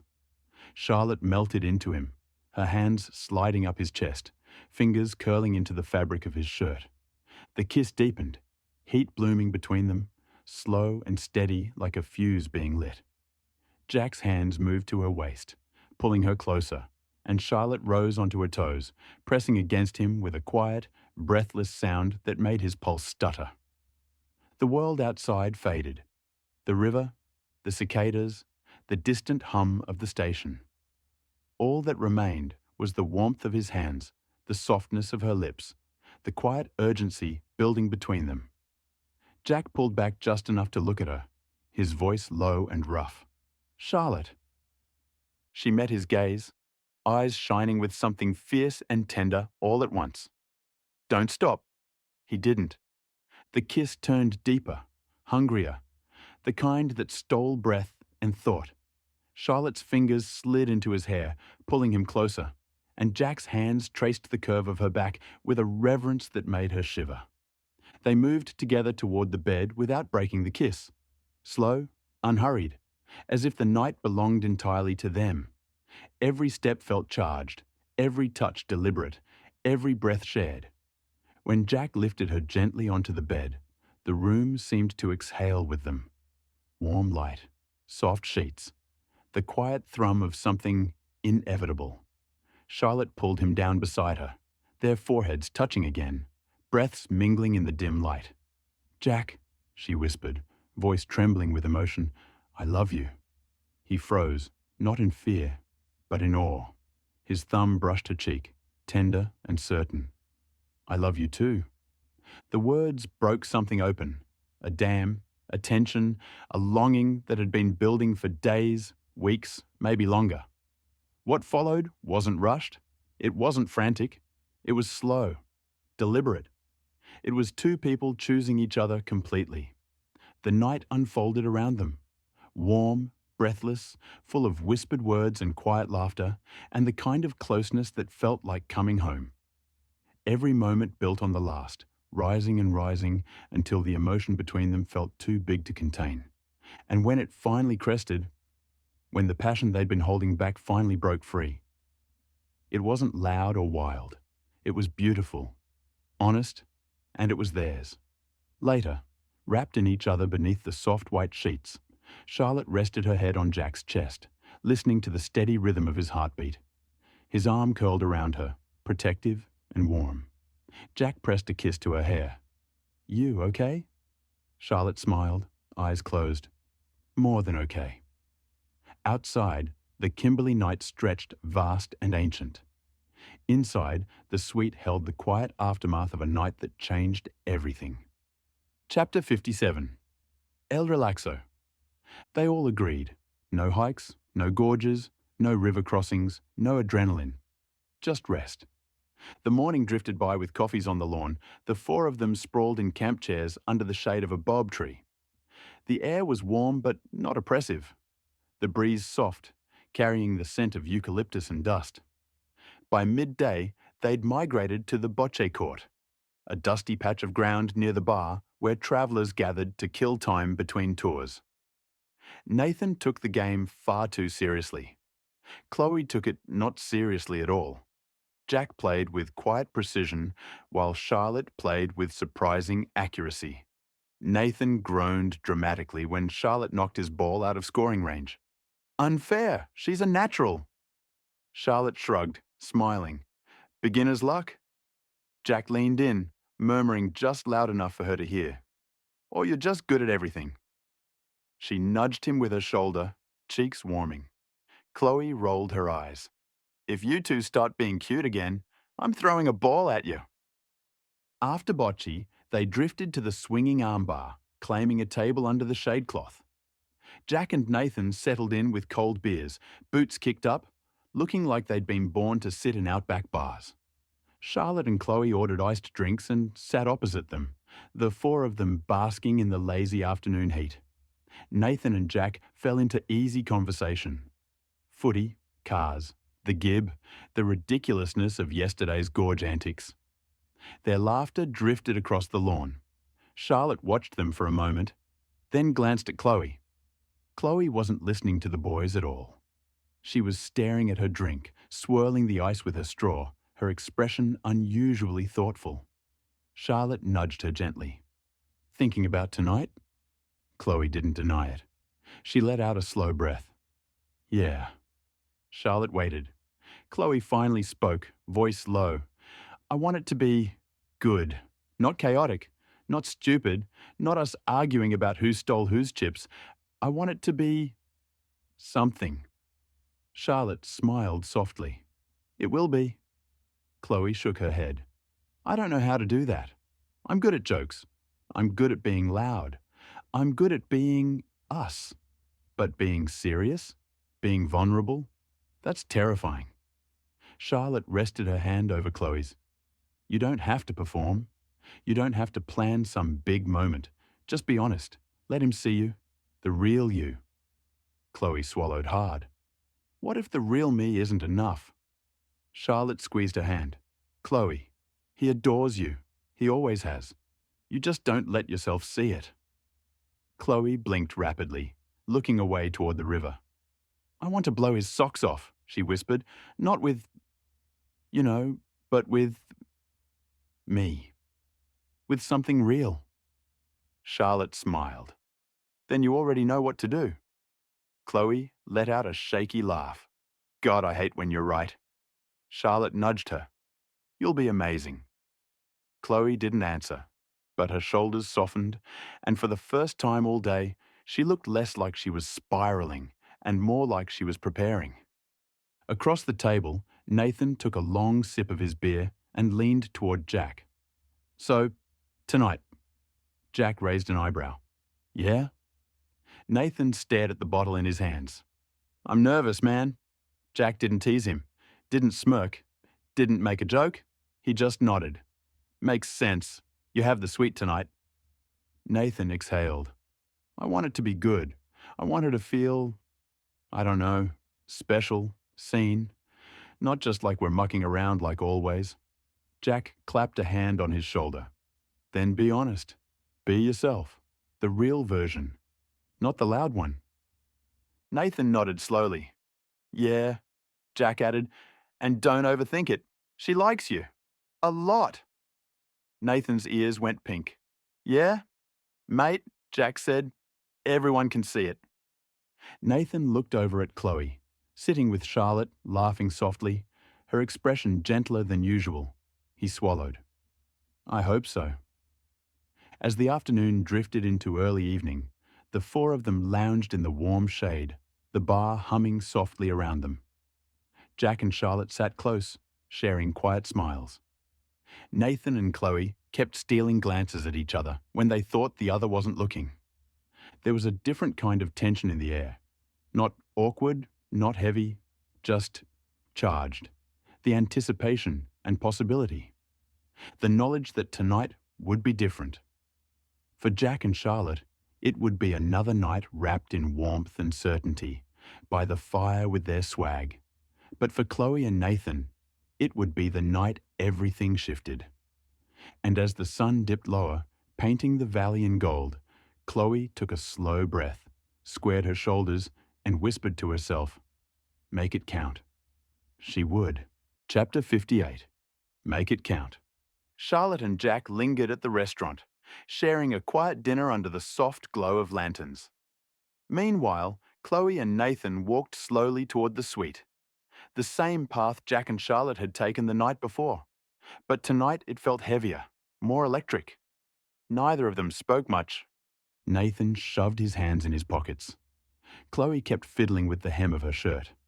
The closer they got, the more the air seemed to thicken around them. When they reached the door, Nathan paused. You ready? Chloe swallowed. Yeah, I think so. He unlocked the door.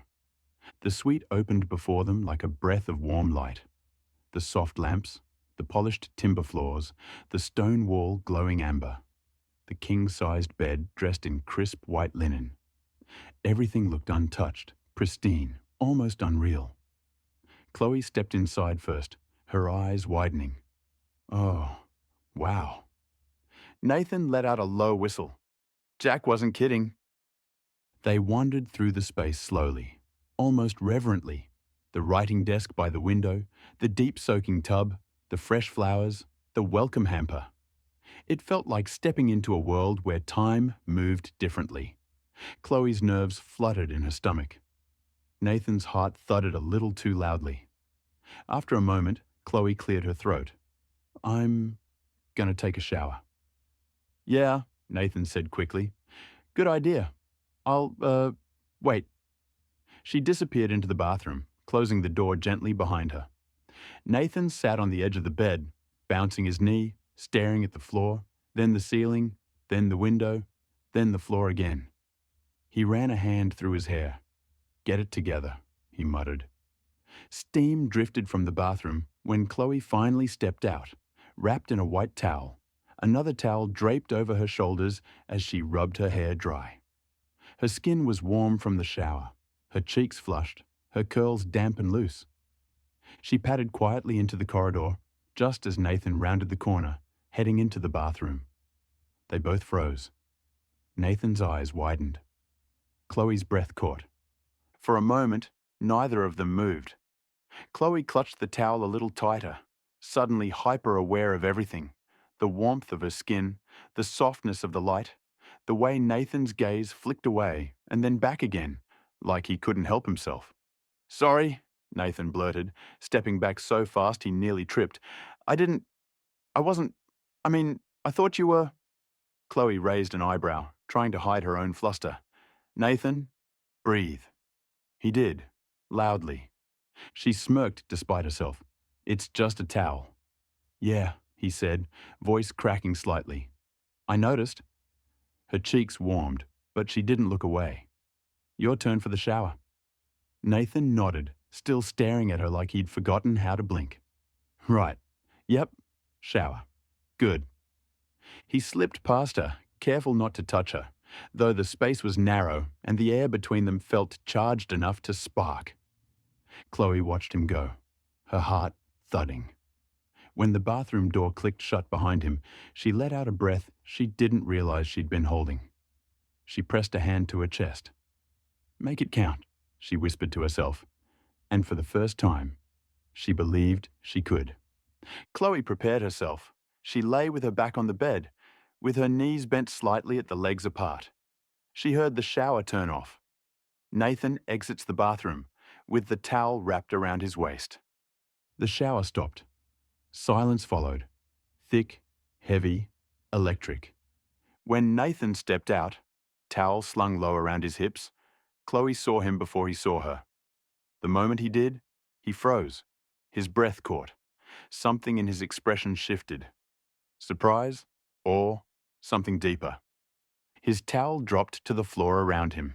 He took one step toward her, then slowed, as if the air between them had turned to warm syrup. He stopped at the foot of the bed. Chloe felt her heartbeat everywhere, in her throat, her fingertips, her stomach.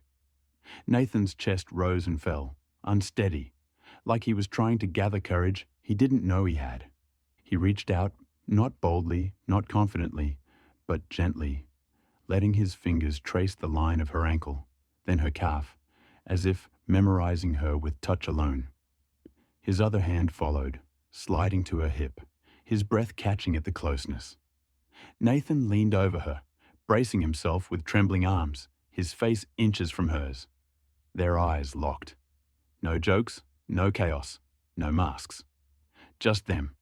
When he finally kissed her, it wasn't rushed or hungry. It was slow, careful, reverent. The kind of kiss that said everything he'd never been brave enough to say out loud. For the first time, they weren't hiding behind noise or laughter. He lowers his body back down the bed, stopping at her breasts, wrapping his tongue around her nipples, moving his lips over them, sucking on one, then the other, making them erect. Chloe's hand slid to his waist, pulling him closer, her own fear dissolving into something warm and certain. They had been together before, in rushed moments, in laughter-filled chaos, in ways that felt like accidents they never talked about afterward. It had always been easy to pretend those moments didn't mean anything. Easy to hide behind jokes, noise, and the comfortable messiness of who they were. But tonight wasn't like that. Tonight, everything slowed, and how they chose each other. When Nathan finally joined Chloe on the bed, the air between them shifted. Warm, quiet, charged with something neither of them had ever dared to name. There was no teasing, no bravado, no frantic energy. Just two people who had spent years circling each other, finally letting the walls fall away. Their hands found each other first, tentative, searching, then certain. Their kiss wasn't rushed or careless. It was slow, deliberate, full of everything they'd never said out loud. Chloe felt it in her chest, in the way her breath caught, in the way Nathan held her like she was something precious. Nathan felt it in the way she touched him back, not pulling him into chaos, but into closeness. For the first time, they weren't hiding behind noise. They weren't pretending. For the first time, it wasn't about distraction or impulse. It was about them, and choosing to be vulnerable, about letting themselves feel something real. When they finally came together, it wasn't wild or careless. It was slow, warm, and full of emotion they'd both been too scared to admit. Every movement felt intentional. It felt shared. It felt like a quiet confession. And when it was over, they didn't roll away or crack a joke or pretend it hadn't happened. They stayed close. Nathan's head resting against his pillow. Chloe's fingers traced slow patterns on his back. Their breathing steadied together, their hearts still racing for the same reason. It wasn't the first time they'd been together. It meant something. It felt like love, or the beginning of it, and they both understood that everything between them had just changed. Steam curled around them as the water poured down, warm and steady, softening the world into a blur of heat and breath. Chloe reached for the soap first, her hands trembling just slightly as she lathered Nathan's shoulders, the muscles shifting beneath her touch. He closed his eyes, letting her take her time, letting himself be cared for in a way he wasn't used to. When he opened them again, she was looking at him, really looking, her expression open, vulnerable, unguarded. Nathan lifted his hands to her arms, running them slowly from her shoulders, down to her elbows, rinsing away the suds with gentle, deliberate movements. They stood like that for a long moment, the water cascading over them, the steam rising around them like a veil. Then Chloe stepped closer. Nathan didn't move, didn't breathe, didn't dare break the moment. First, a soft, tentative brush. Their lips met. The kiss was slow, warm, and full of everything they'd been too afraid to say. The water ran over their faces, down their bodies, but neither of them noticed. All they felt was each other. The closeness, the heat, the quiet certainty that something had shifted between them forever. Nathan cupped her face with both hands, his thumbs brushing her cheeks. Chloe's fingers curled into his shoulders, pulling him closer, grounding herself in the warmth of him. Just the softness of the moment. Just the way their breaths mingled. Just the way their bodies fit together under the falling water, as two bodies became one. Again. What happened next wasn't rushed or careless, and it was intentional. It was full of emotion they'd both been holding back for far too long. And when they finally held each other afterward, still under the warm rain of the shower, foreheads pressed together, breaths unsteady, they both knew it. This time was real. Chapter 59. A sober moment. Steam still drifted faintly from the bathroom as Chloe and Nathan stepped out, wrapped in soft white towels. Their hair was damp, their cheeks flushed, their breathing still settling. The suite felt different now, quieter, softer, as if it understood something important had just happened. They sat side by side on the edge of the bed, shoulders touching lightly. Neither of them spoke at first. The silence wasn't awkward. It was full, warm, fragile, and new. Chloe stared at her hands in her lap, twisting the corner of her towel. Nathan watched her for a moment, then gently reached over and took her hand, threading his fingers through hers. She looked up, surprised by the tenderness of the gesture. Nathan's voice was quiet, almost shy. "You all right?" Chloe nodded, her throat tightening. Yeah. Yeah." He let out a breath he'd been holding. "Good." She leaned her head against his shoulder, and he rested his cheek on her hair. The room hummed with the soft sound of the air conditioner, the distant murmur of the river outside, the steady rhythm of their breathing. Chloe whispered, "That felt different." Nathan swallowed. "Yeah, it did." She turned slightly, looking up at him. "In a good way." Nathan's eyes softened. In the best way. Her chest warmed. She shifted closer, letting her head rest fully against him. He wrapped an arm around her, pulling her gently into his side. They sat like that for a long time, wrapped in towels, wrapped in each other, wrapped in the quiet certainty that something had changed. They just stayed there, warm, close, and quietly overwhelmed, until the towels cooled and the night settled around them like a soft blanket. Inside, Chloe blinked awake slowly, her cheek resting on Nathan's chest. His arm was draped around her, heavy and warm. For a moment, she didn't move. She just listened to the steady beat of his heart beneath her ear. Then the memory of the night washed over her. The closeness, the softness, the honesty. And her cheeks flushed. Nathan stirred beneath her. "Morning," he murmured, voice rough with sleep. Chloe lifted her head slightly. "Morning." They stared at each other for a beat, shy, warm, unsure, happy. Nathan rubbed the back of his neck with his free hand. "So, last night." Chloe laughed softly. "Yeah, last night." Looking for an excuse, he looked nervous. "You're not freaking out, are you?" She shook her head. "No, are you?" "A little," he admitted, "but in a good way." Chloe smiled. A real soft smile he didn't see often. "Me too." They lay there for a moment, letting the newness settle between them. Warm, tentative, hopeful. Then Chloe nudged him playfully. "We're going to be weird today, aren't we?" Nathan groaned. "So weird," she laughed, burying her face into her pillow. "Good. I like weird." He wrapped his arms around her, holding her close. "Yeah, me too." They stayed like that until the sun climbed higher, until the warmth of the morning seeped into their bones, until the awkwardness softened into something sweet and steady. When they finally got up, they moved around each other with shy smiles and quiet glances, brushing hands accidentally, bumping shoulders, laughing softly at nothing. Chloe and Nathan sat side by side in bed, still glowing with the kind of warmth that only comes from a night that changes everything. Their shoulders brushed now and then, and each time it happened, neither of them pulled away. Chloe shot him a glare, then turned back to Nathan. And that's when it happened. She leaned in just slightly. "Hey," she murmured, eyes sparkling with a mix of mischief and something softer. "Do you maybe want to, you know, shower together?" Then a slow, stunned smile spread across his face, the kind that reached his eyes, the kind that said last night had meant as much to him as it had to her.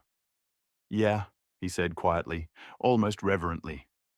"Yeah, I really do. Just two people discovering something real." Chloe's hair was still damp from the morning shower, her cheeks a little pink. Nathan looked like he'd barely slept, but was somehow more relaxed than Charlotte had ever seen him. Their steps were in sync. Their shoulders brushed once, and both pretended it hadn't happened. Charlotte's eyebrows lifted. Jack let out a low wolf whistle under his breath. Chloe spotted them and immediately straightened, trying to slip back into her usual swagger. "Morning," she said, a little too brightly. Nathan echoed her, voice cracking slightly. "Yeah, morning." Charlotte smiled warmly. "Sleep well?" Chloe froze for half a second, just long enough for Jack to catch it. "Yep," she said quickly. "Great, amazing, best sleep of my life." Nathan nodded vigorously. "Same. Slept like a log." Jack leaned back in his chair, arms crossed, enjoying every second. "Huh. Must be something about that sweet."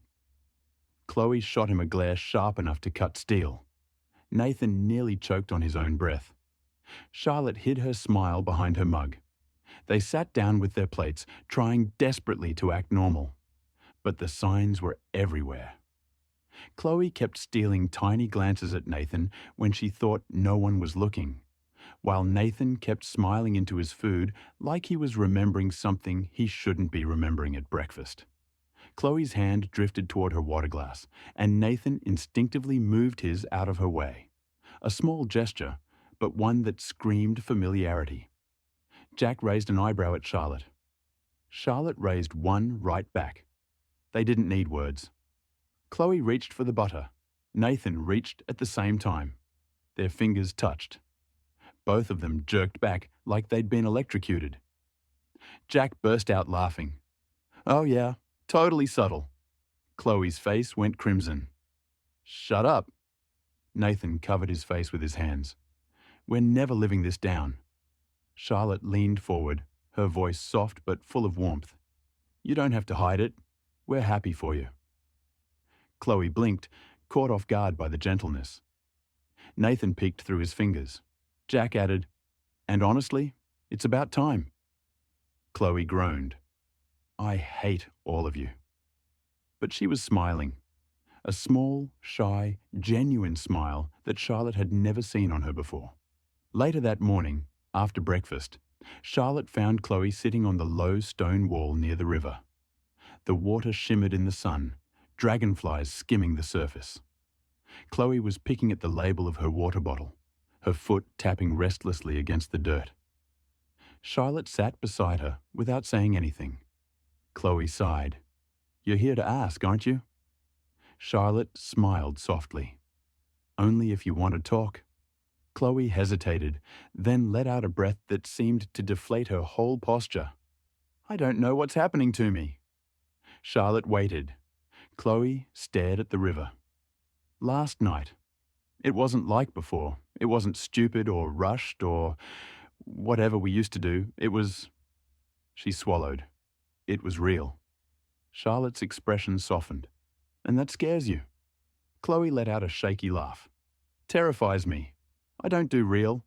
I do chaos. I do jokes. I do running away before anything can hurt." Charlotte nudged her gently. "But you didn't run." Chloe's voice dropped. "No, I didn't. And the worst part? I didn't want to." Charlotte smiled. "That's not the worst part. That's the best part." Chloe blinked hard, her voice barely above a whisper. "I think I'm falling for him, Char. And I don't know how to do that without messing everything up." Charlotte reached over and squeezed her hand. "You don't have to know how. You just have to let yourself feel it." Chloe's throat tightened. "What if he doesn't feel the same?" Charlotte shook her head gently. "Chloe, he does. Anyone can see it." Chloe looked down at her hands, a small, vulnerable smile tugging at her lips. "Yeah, I think maybe he does." Charlotte leaned her head against Chloe's shoulder. "You deserve something good. Let yourself have it." Chloe exhaled, long and slow. "Okay, I'll try." And for the first time, she meant it. Nathan found Jack near the cruiser. As he was doing his pre-inspections on it before the long drive, Nathan looked up, startled, then immediately looked away, rubbing the back of his neck. Jack leaned against the bull bar. "You all right?" Nathan let out a breath. "Yeah, just, thinking." "No, you're in love." Nathan's hands dropped. His eyes widened. I don't know if I'm allowed to say that yet." Jack shrugged. "You don't have to say it. You just have to feel it." Nathan stared at the dirt for a long moment. "It was different, Jack. We've been together before, but it never felt like that. Last night, both times. And she let me see her. Again, this morning." Jack's expression softened. "And you let her see you?" Nathan nodded, voice quiet. "Yeah, I did." Jack crossed his arms. "So what scares you?" Nathan hesitated. "What if she wakes up one day and decides she wants the old us back? The chaos? The jokes? The pretending? What if I'm not enough when things get real?" Jack shook his head. "Nathan, she chose you last night. Not the chaos, not the noise. You." Nathan swallowed hard. "I want to be good for her." "You already are," Jack said simply. Nathan looked up, eyes bright with something raw and hopeful. "You think so?" Jack clapped a hand on his shoulder. "I know so."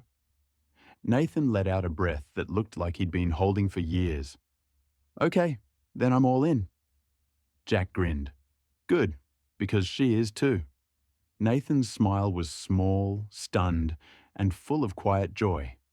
Nathan scuffed his boot in the dirt, staring at the tire like it had personally offended him. Jack watched him for a second, then folded his arms on the bull bar. You're doing that thing, Jack said. What thing? The thing where you pretend you're thinking about tire pressure when your brain's actually going 1,000,000 miles an hour. Nathan huffed out a breath. Yeah, well, big night both times. Jack smirked. 2 times, damn mate, nice work. Nathan replies, and again this morning. Jack raised an eyebrow. Wow, so what is your problem? Looks like you're doing great. Nathan exhaled hard. It was different, all right? We've, you know, before. But last night, he shook his head, searching for words. It wasn't mucking around. It wasn't us being idiots. It was real. Jack's expression softened. Yeah, thought so. Nathan kicked a pebble. She let me in, Jack. Properly. No jokes, no walls, just her. And this morning she was still there. Still soft, still looking at me like... He trailed off, overwhelmed. Jack leaned back against the bull bar. Because she's different with you too. Calmer, softer, happier. And because you're not trying to be someone else. You're just... you. Nathan let out a shaky breath. Yeah, I guess. Jack nudged him with his elbow. Mate, you're doing fine. Just don't overthink it. Nathan nodded, a small smile tugging at his mouth. Thanks. Jack grinned. Now hurry up and finish checking the bloody tires. We've got a long drive and I'm not listening to Chloe roast you if we get a flat. Nathan laughed. Really laughed. For the first time that morning. Chapter 60. Darwin bound. The four-wheel drive rumbled out of El Questro just after 9, dust curling behind the tires as the four of them settled into the long stretch of road ahead. The Kimberley sun was already bright, the sky a clean, endless blue. It was the kind of morning that made everything feel possible. Jack adjusted his sunglasses and glanced at the others. All right, team, big day ahead. We'll swap drivers every couple hours. Should hit Darwin by dinner if we don't muck around. Charlotte nodded from the passenger seat. Easy, I'll take second shift. In the back, Chloe and Nathan exchanged a quick look. Shy, warm, still glowing from the night before. Nathan cleared his throat. Yeah, I can take a turn too. Chloe nudged him. You're not driving first, you're still half asleep. Nathan smirked. You didn't let me sleep much. Chloe's eyes widened. Nathan? Jack nearly choked on his water. Charlotte covered her mouth, shoulders shaking. Nathan went bright red. I was... Chloe buried her face in her hands. Oh my God. Jack grinned. Mate, you're not allowed to talk before coffee. Nathan groaned. Agreed. But even through the embarrassment, the warmth between them was unmistakable. Their knees touched, their shoulders brushed. Every now and then, Chloe's hand drifted toward Nathan's, and he met it halfway without thinking. The landscape shifted slowly as they drove. Barbs giving way to open plains, the red dirt deepening to ochre, the sky stretching impossibly wide. Every so often, Jack pointed out a landmark or a distant ridge, but mostly the car settled into a comfortable quiet. Charlotte queued up a playlist, a mix of Aussie classics and road trip favourites. When Great Southern Land came on, the whole car hummed along, windows down, warm wind whipping through their hair. Nathan leaned closer to Chloe. You good? She nodded, her voice soft. Yeah, really good. Jack caught the exchange in the mirror and smirked. You two want to sit on each other's laps or what? Chloe kicked the back of his seat. Drive. By late afternoon, the landscape shifted again. Greener, more humid, the air thicker with tropical warmth. The highway signs started counting down the kilometres. Charlotte grinned. We'll be in Darwin before sunset. Jack stretched. Good. I'm starving. Nathan leaned forward. What's the motel like? Jack shrugged. Clean, aircon, hot shower, beds that don't squeak. Chloe snorted. That last one's for you two, not us. Jack raised an eyebrow. Oh, I don't know about that. Chloe went red. Nathan groaned. Charlotte burst out laughing. The cruiser rolled on toward the city lights, the four of them tired, dusty, and happy. A little family on the road, heading into the next chapter of their adventure. By the time they reached Darwin, the sun was sinking low over the harbour, turning the sky a deep tropical orange. After checking into the motel and washing off the long day's dust, the four of them wandered down to the waterfront for dinner. Warm air, fairy lights, the smell of grilled fish drifting through the breeze. They found a table outside overlooking the water. Jack and Charlotte took one side. Chloe and Nathan slid into the other without thinking, their knees brushing under the table. Neither moved away. Jack noticed immediately. Charlotte did too. They shared a quiet smile. Chloe opened her menu, leaning slightly toward Nathan. He leaned in as well, their shoulders touching. Jack cleared his throat loudly, and Chloe kicked him under the table without looking up. When the waitress arrived, Nathan ordered a beer. Chloe ordered a cider. Nathan added, almost absent-mindedly, "She likes the apple one, not the pear." Chloe blinked at him, surprised, then smiled. Soft, shy, real. Charlotte's eyebrows lifted. Jack mouthed, "Wow." Dinner arrived, plates steaming in the warm evening air. Chloe stole a chip from Nathan's plate. Instead of snapping at her, Nathan nudged the bowl closer. Jack nearly dropped his fork. "All right," he said, grinning. "Who are you and what have you done with Chloe?" Chloe rolled her eyes, but the blush on her cheeks gave her away. Conversation drifted easily. Travel stories, the long drive, plans for the next few days. But every now and then, Chloe and Nathan slipped into their own quiet world.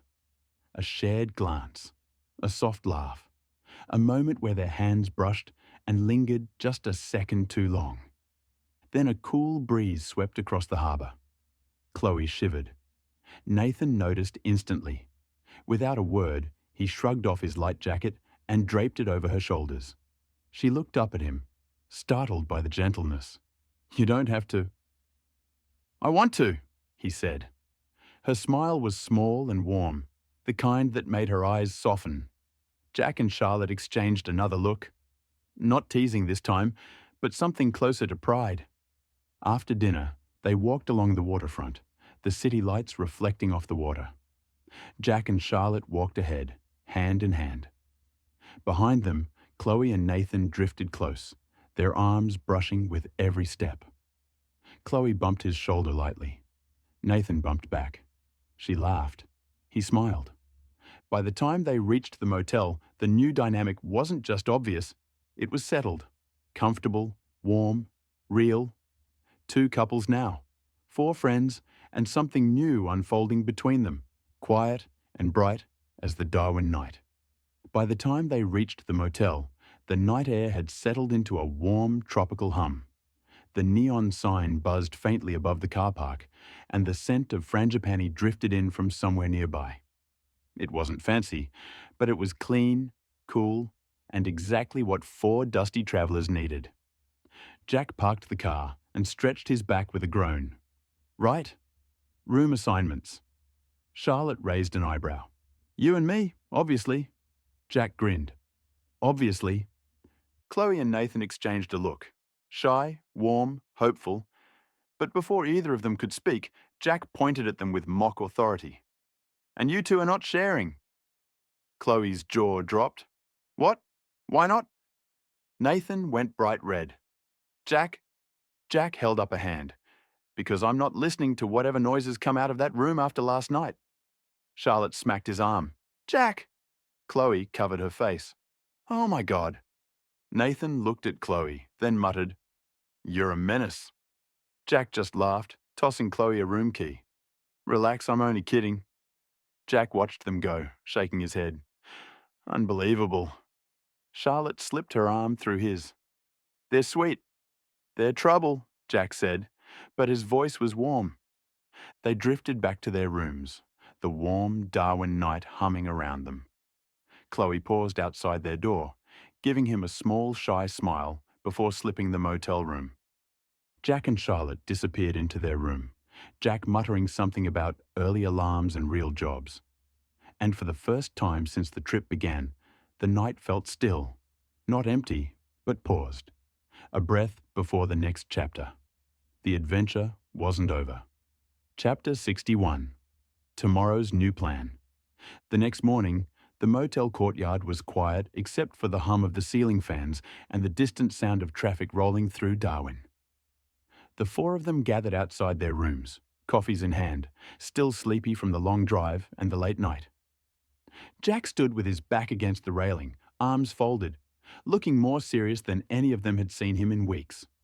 "All right," he said, clearing his throat. "We need to talk." Chloe raised an eyebrow. "That sounds ominous." "It is," Jack replied. "Guys, I've got to head back to work." Charlotte nodded gently, already knowing. Nathan and Chloe exchanged a glance. Jack continued, "And if we're going to keep this trip going, if we're going to do the next leg, you three need to get jobs too." Chloe frowned. "Already? We just got here." Jack let out a breath. "The Gibb River Road and Bali smashed my bank account. 3 nights in that suite didn't help. Fuel, and the chartered flight definitely didn't help much either." Chloe winced. "Yeah, fair." Nathan rubbed the back of his neck. "We did go a bit hard." Jack gave him a look. "Mate, you two went very hard." Nathan went red. Chloe kicked Jack in the shin. Jack grinned, but pushed on.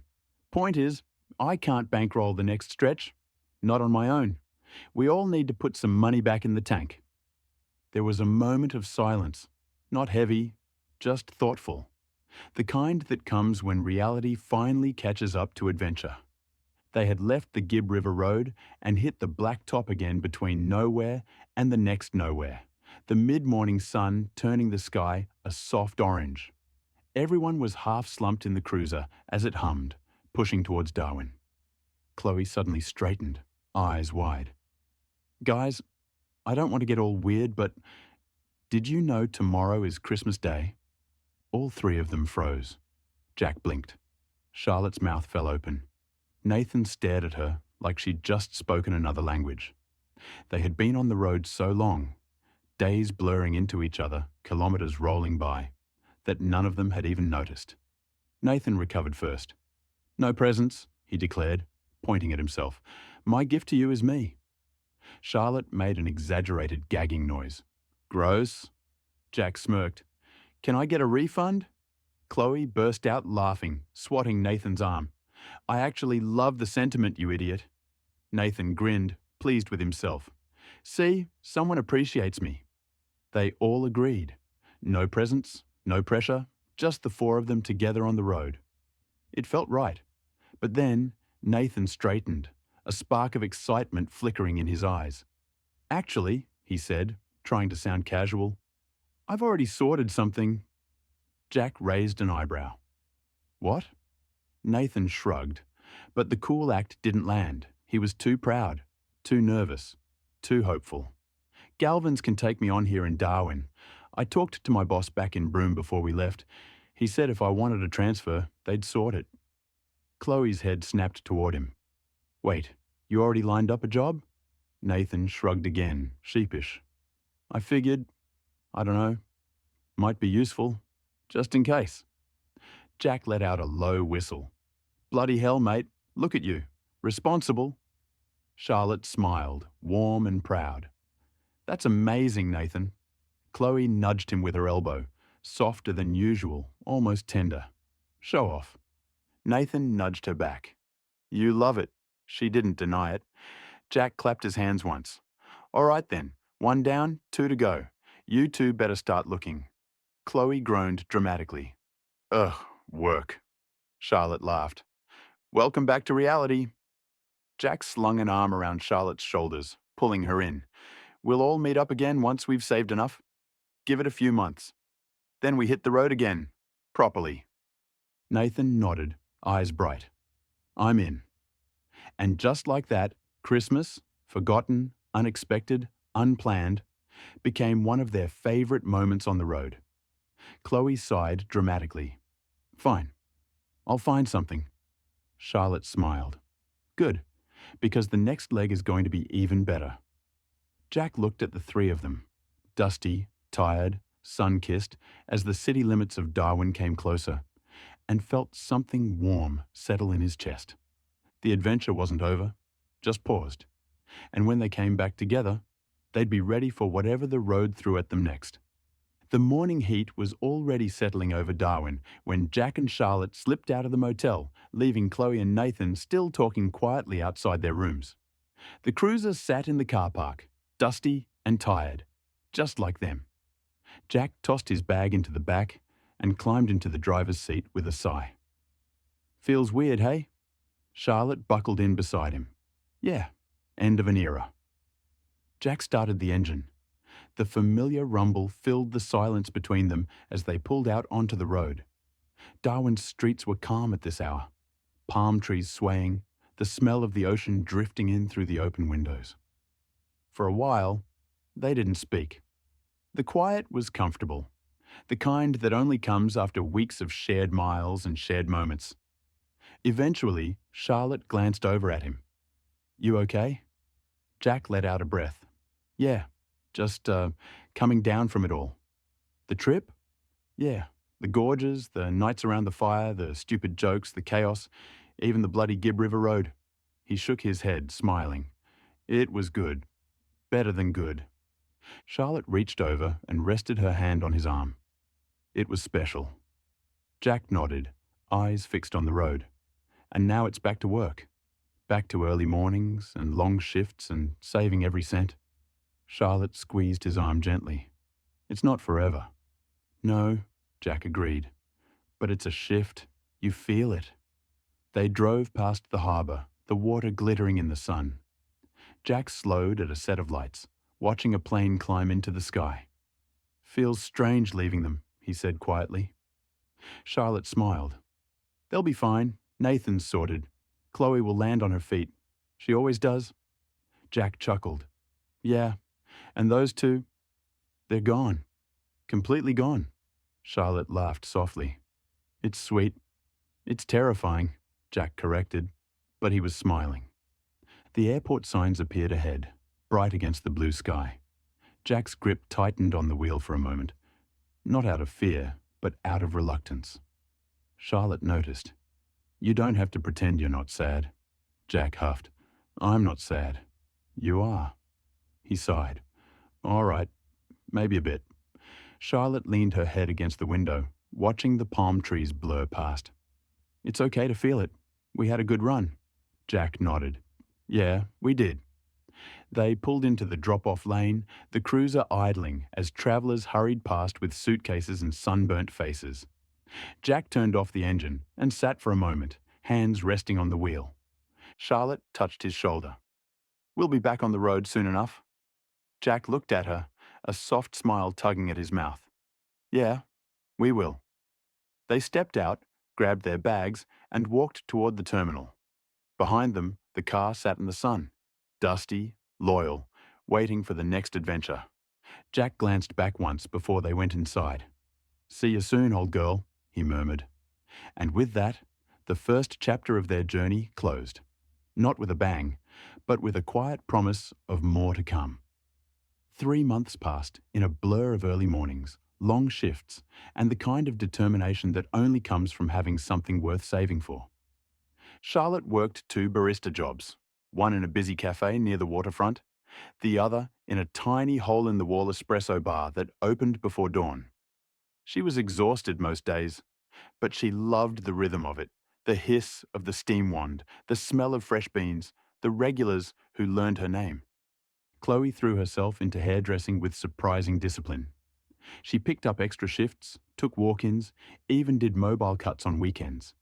She saved every spare dollar, her eyes always on the goal. And whenever she felt tired, she thought of the road, the red dirt, the open sky, the way Nathan had looked at her in Darwin, and kept going. Nathan settled into his new role at Galvin's in Darwin. He worked hard, learned fast, and earned the respect of the crew. He sent the others photos of pipes, fittings, and the occasional sunset over the harbour. He missed the road, but he liked the feeling of building something. A future, not just a paycheck. And Jack worked the hardest of all. His last FIFO stint was brutal. Long hours, hot days, endless reports. But he pushed through it with a quiet determination. He didn't complain. He didn't slow down. He just kept thinking about the next leg of the trip, the cruiser, the open road, and the 3 people waiting for him. They met again in Darwin, outside the same motel where they'd said goodbye months earlier. The air was warm, the sky bright, and the 4 of them looked older somehow. Not in age, but in experience. Jack stood with his hands in his pockets, trying to hide the grin tugging at his mouth. "All right," he said. "Big news." Chloe crossed her arms. "You bought another suite, didn't you?" Jack snorted. "No, I bought a caravan." Charlotte's jaw dropped. "A caravan?"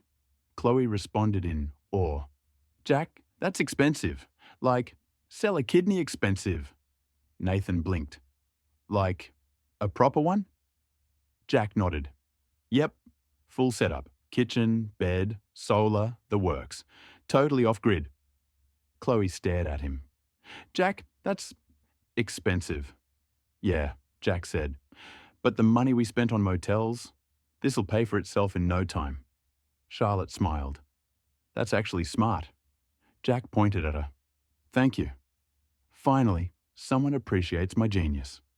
Chloe rolled her eyes. "Don't push it." Jack took a breath, his expression shifting from playful to serious.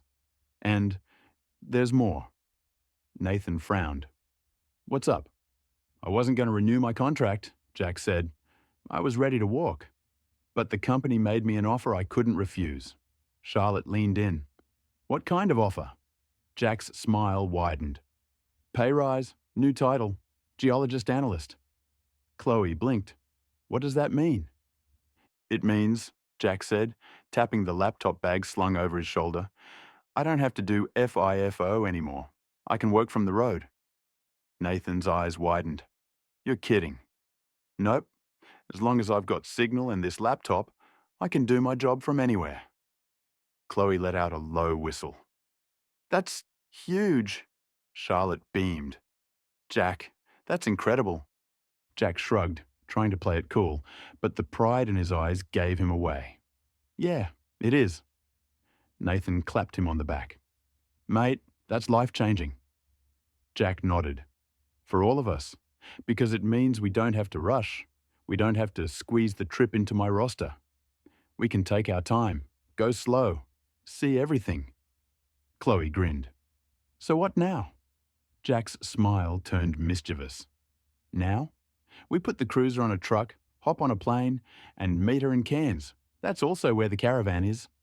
Charlotte scoffed. "Just like that, eh?" "Just like that." Nathan looked at the 3 of them, tired, sun-kissed, and ready, and felt something warm settle in his chest. The adventure wasn't restarting. It was evolving. And this time, they were doing it properly, together.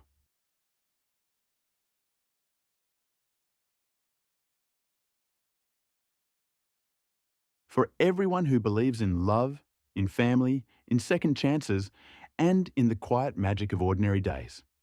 For the people who stay, the ones who show up, and the ones who make a place feel like home. And for every reader who carries a story in their heart, this one is for you. Thank you for spending your time with this story, whether you read it page by page or listened to it unfold. It means so much that you followed Jack and Charlotte, their families, Nathan and Chloe, all the way to the end. Stories only truly exist when someone is there to hear them, and I'm grateful you chose to be that someone. I hope this journey touched you. I hope it made you smile, maybe even tear up, and I hope it lingers with you, just a little, after the final words fade. Thank you for being here. Thank you for listening, and thank you for sharing this moment with me.